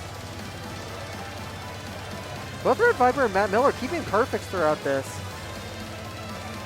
It looks like they're actually electing to do them as the 12th runs instead of full 16th bursts, saving the energy and managing to stay within the perfect Within the window. perfect window. That's about the best you can get of both worlds right there, saving energy and still getting your best possible score for each step. J-Boy picking But up nobody's slouching on this. Everybody's putting in that work. I would say J-Boy having a little bit of struggling on these, like getting the more goods and greats relative to the rest of the board, but it's such a stacked lineup. And the life boards are very, very solid. And now we get into the second set of bursts, and now we're going to see who's really going to be able to optimize here. It's going to get twistier. Yeah, Matt and Paranoia Boy really getting the handle right there. Red Viper stabilizing a little bit now. J-Boy looking to get a little bit tired out. Matt Miller doing a great job double stepping some of these patterns, trying not to turn all of them. Yeah, and it's not just these burst sections that he's doing well, it's all of these bracket intended sections too with the holes. These are very hard technical sections in between all of your bursting. I saw some red and blue bracketing. Very Last well run right executed on here. these pads. Red Viper managing to actually combo the last run. Excellent Very impressive. job, Red Viper. Very, very happy with that play. 934. J-Boy getting a small PB. Red Viper having a solid 959. Paranoia Boy getting a 967 for a small PB as well. Matt Miller, no PB, but his PB was also really good, and he only had one miss with a 984. One miss is insane. That for is an this yard. amazing run for a tournament, especially this late in the day. Yes. Excellent job. I don't even think my own PB is that high. That is an amazing performance. It's a crazy chart. That's all I can say.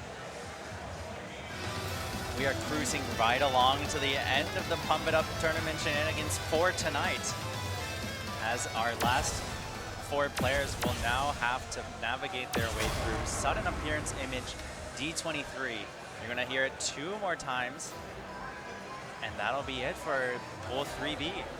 We're going to see which 8 players of the 12 advance, which 8 of the 12 players you'll be seeing tomorrow, in addition to those players from Pool 3A, those 8 players from Pool 3A who made it out from their pool.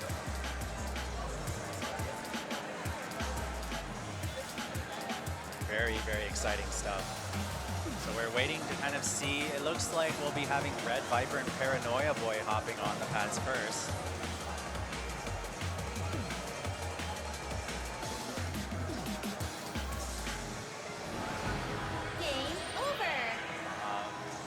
I'm curious to see how they do on these ones. I think these players have shown that the foot speed charts are just a drop in the bucket for them. It's no problem whatsoever. But Sudden Appearance Image is quite different. Is very, very different. Flexing of different muscles and ability, playstyle, skill sets. Yeah, like just red blue bracket is a very difficult skill to learn and not something I'm good at myself. And it's both very foot and technique dependent and also pad dependent. It can be very difficult, but you can still do up, down across the red and blue if you have really good technique. Like even somebody else earlier today when we were doing pad checks yesterday, was able to bracket across red and blue in very non-intended shoes just by having good technique to get around that. And that's kind of been a lot of meta to pass hard things lately. Oh yeah, it's a very useful strategy, and I think there can be a lot of theory to it in terms of how you want to implement it into your play.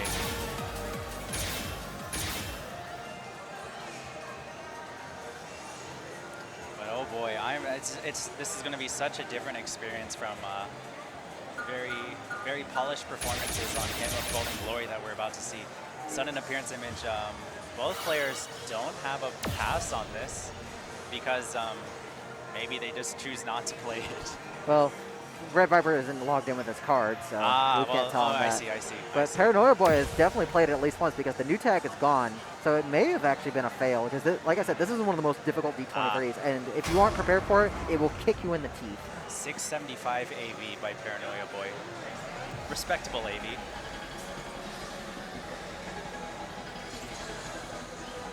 We got the calm before the storm right here.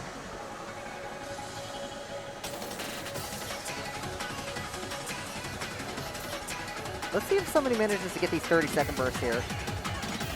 Oh, both players managed to get all of them. Big reach here. Takes All Paranoia right, time Boy. for the runs. This is a big moment here. Red Viper electing for the red bracket strat right there. How controlled Paranoia Boy is on these. Yeah, he's running. He's not very much of a cheater player like for patterns. He likes to do them. Just do them. But he's definitely getting tired out. I can see A little it. bit of fatigue there. A little bit of fatigue kicking in, but you get maybe a little bit of rest. It's different kind of muscle groups and twisting motions. Red Viper is staying very stable right now, doing very well in this bracket section. Paranoia Boy also keeping up. But he's I can definitely see he's struggling to keep that energy, so it's going to be a real struggle to get to the end. There's a lot of chart left. I would say these players of these caliber will be able to rest during this drill section coming up right here. Should be a little bit of rest. Yeah, vibing to get a little bit of that energy. Almost misses it, but gets right locked in right as soon as the pattern comes up. Both players struggling a little bit with that rolling bracket right there. Well, this tech section is definitely taking some of their life bars, but they're doing very good so far. Very good on Red Viper's side, managed to get that. I think he was actually bracketing up and down for some of those. Yeah, very, very stable. Paranoia Boy also still keeping good combo and accuracy on these parts. He's just putting everything in. He knows he needs a spot, and he's just, this is the last song. So now we just have to make sure blue holds do not drop.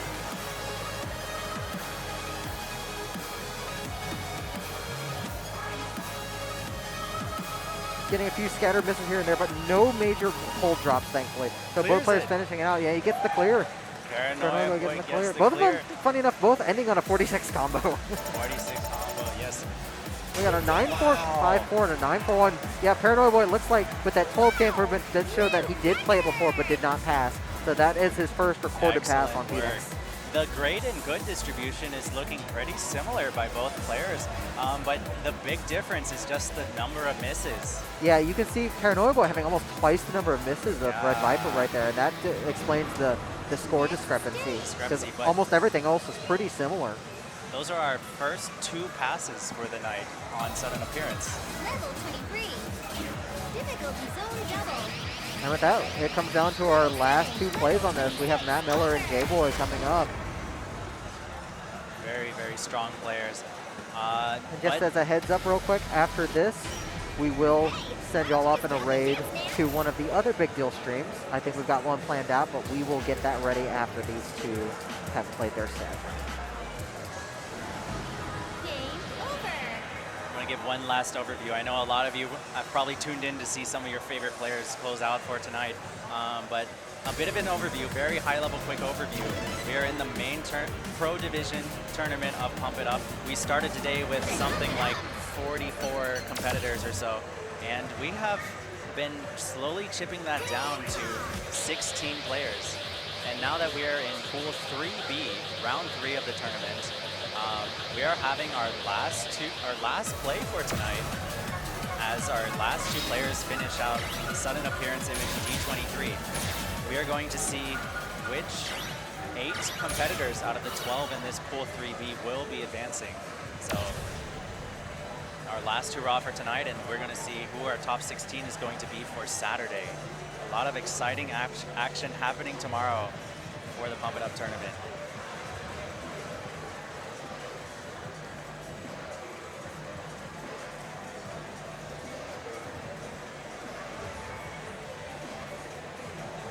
What a crazy day it's been. It's been, I would say, this tournament format has been very fun to watch and like kind of follow along with. It's a little bit different than kind of what we've been used to.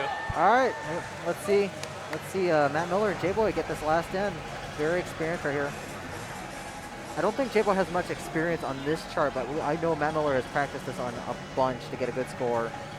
So he's very ready.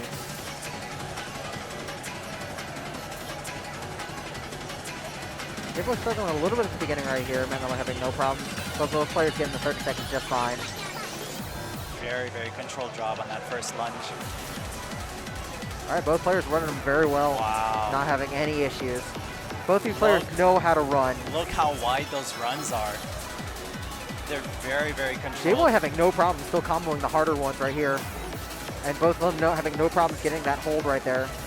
That one was worth 5. So that one's very risky. Very excellent runs all around. We saw the 5 combo miss on one of the previous players. Now we have the very technical brackets right here with the jumping. And this is where Matt really shines, because this is more of his specialty. Bread and butter. This is where the chart knowledge really comes into play. You can see J-Boy struggling to keep up with these brackets. They're very difficult to read and do, but Matt is having no problem comboing through. Especially when the red brackets show up, I can see J-Boy going a little bit shy on not tipping the entire way into it. Yeah, Matt's still keeping combo too, so he's getting points from the max combo bonus still. Great recovery from that great chain. And now we get into the hold tap section right here. Both players handling well as a whole, getting just only a couple scattered drops so far. Matt getting that 30-second burst right there. beautiful middle section for both players, especially Matt. Getting that last stair, and it's all going to Nice come job down by to blue both holds here. players on that ending staircase. This is like his victory lap here. Oh, drop. Matt dropping that hold. Jibbo having no problems getting it, dropping just a little bit at the end right there. But overall, very solid performances by both players, especially at this point in the night. Excellent work. Yeah, 965, 983. Amazing. I think it's Jibbo safe. actually got a pretty significant personal best as well at 12K. That's very, very awesome to see. But you can see the chart knowledge really coming in because Jibbo had excellent runs, but it was really that first bracket section right after that's caused a lot of those misses, and that's where Matt snuck in a lot of the points. He had 9 misses, and we saw how many of those were at the tail end of the chart. So just thinking about how clean the rest of it was is just baffling to me. It So, looks like the final results are in for Pool 3B. We have them tallied. It looks like Matt Miller will be our winner of Pool 3B, taking it first place with a 1.96 million score ahead of the pack. Coming in right after is Red Viper with a 191. Very solid. Like, he wasn't sure how he was going to perform today considering like tournament conditions, but it looks like he pulled through very well. Absolutely. So after that, we've got Paranoia Boy and J-Boy for 3rd and 4th. Yeah, they really pushed on sudden appearance image, and that was really, really awesome to see. Lightweight coming in 5th, not too far behind. The first 4 players, 1.90 million or higher, and lightweight with a 1.86 million. Very, very close behind. Very, very good to see. After that, we've got D-Million, Eggplant, and Cesar for our final 3 players. Big Caesar concern. sneaks by is We do huge. unfortunately have to say goodbye to Mina, Bayala, Andrew Dandy, and Quarter, but they've played great to get to this point. It's not easy to play it in this kind of setting, and especially with the difficulties they had to play in this round. So big shout outs to them. So that is our top 8 from this pool. We're going to merge that with the top 8 from the next pool, and we'll have our top 16 tomorrow. Yeah, So just a recap right here. Tusa, go ahead and name off our other 8 players. From Pool 3A, we will be seeing Kaze, me, Tusa, that's my name, Chadley, Asomo Bird, Gem, One Punch, Essie Bun, a surprising 7th place finish, and Jelly Slosh. Some very, very, very exciting players to watch perform live. I'm excited to see them play. They're going to be both singles and doubles, and the difficulties are going to be quite crazy, is all I can say. It's going to be interesting. Anyways, that's going to basically do it for us tonight. We are going to resume tomorrow at 11 a.m. for the women's non-binary division, which will consist of 2 gauntlet rounds and 2 single elimination rounds. It's going to be really fun. And then after that, we will resume with top 16 for the main tournament at roughly 1 p.m. tomorrow. Central time. Yep. Central time. But with that, this is Tusa and Zilo signing off for tonight here at the Big Deal 5. You guys are PIU awesome. division. So we're Thank gonna, you. like I said, we're going to send you all off to another stream. We're going to send you all off to Sound Voltex right now. They're still running. So with that, we're gonna raid them.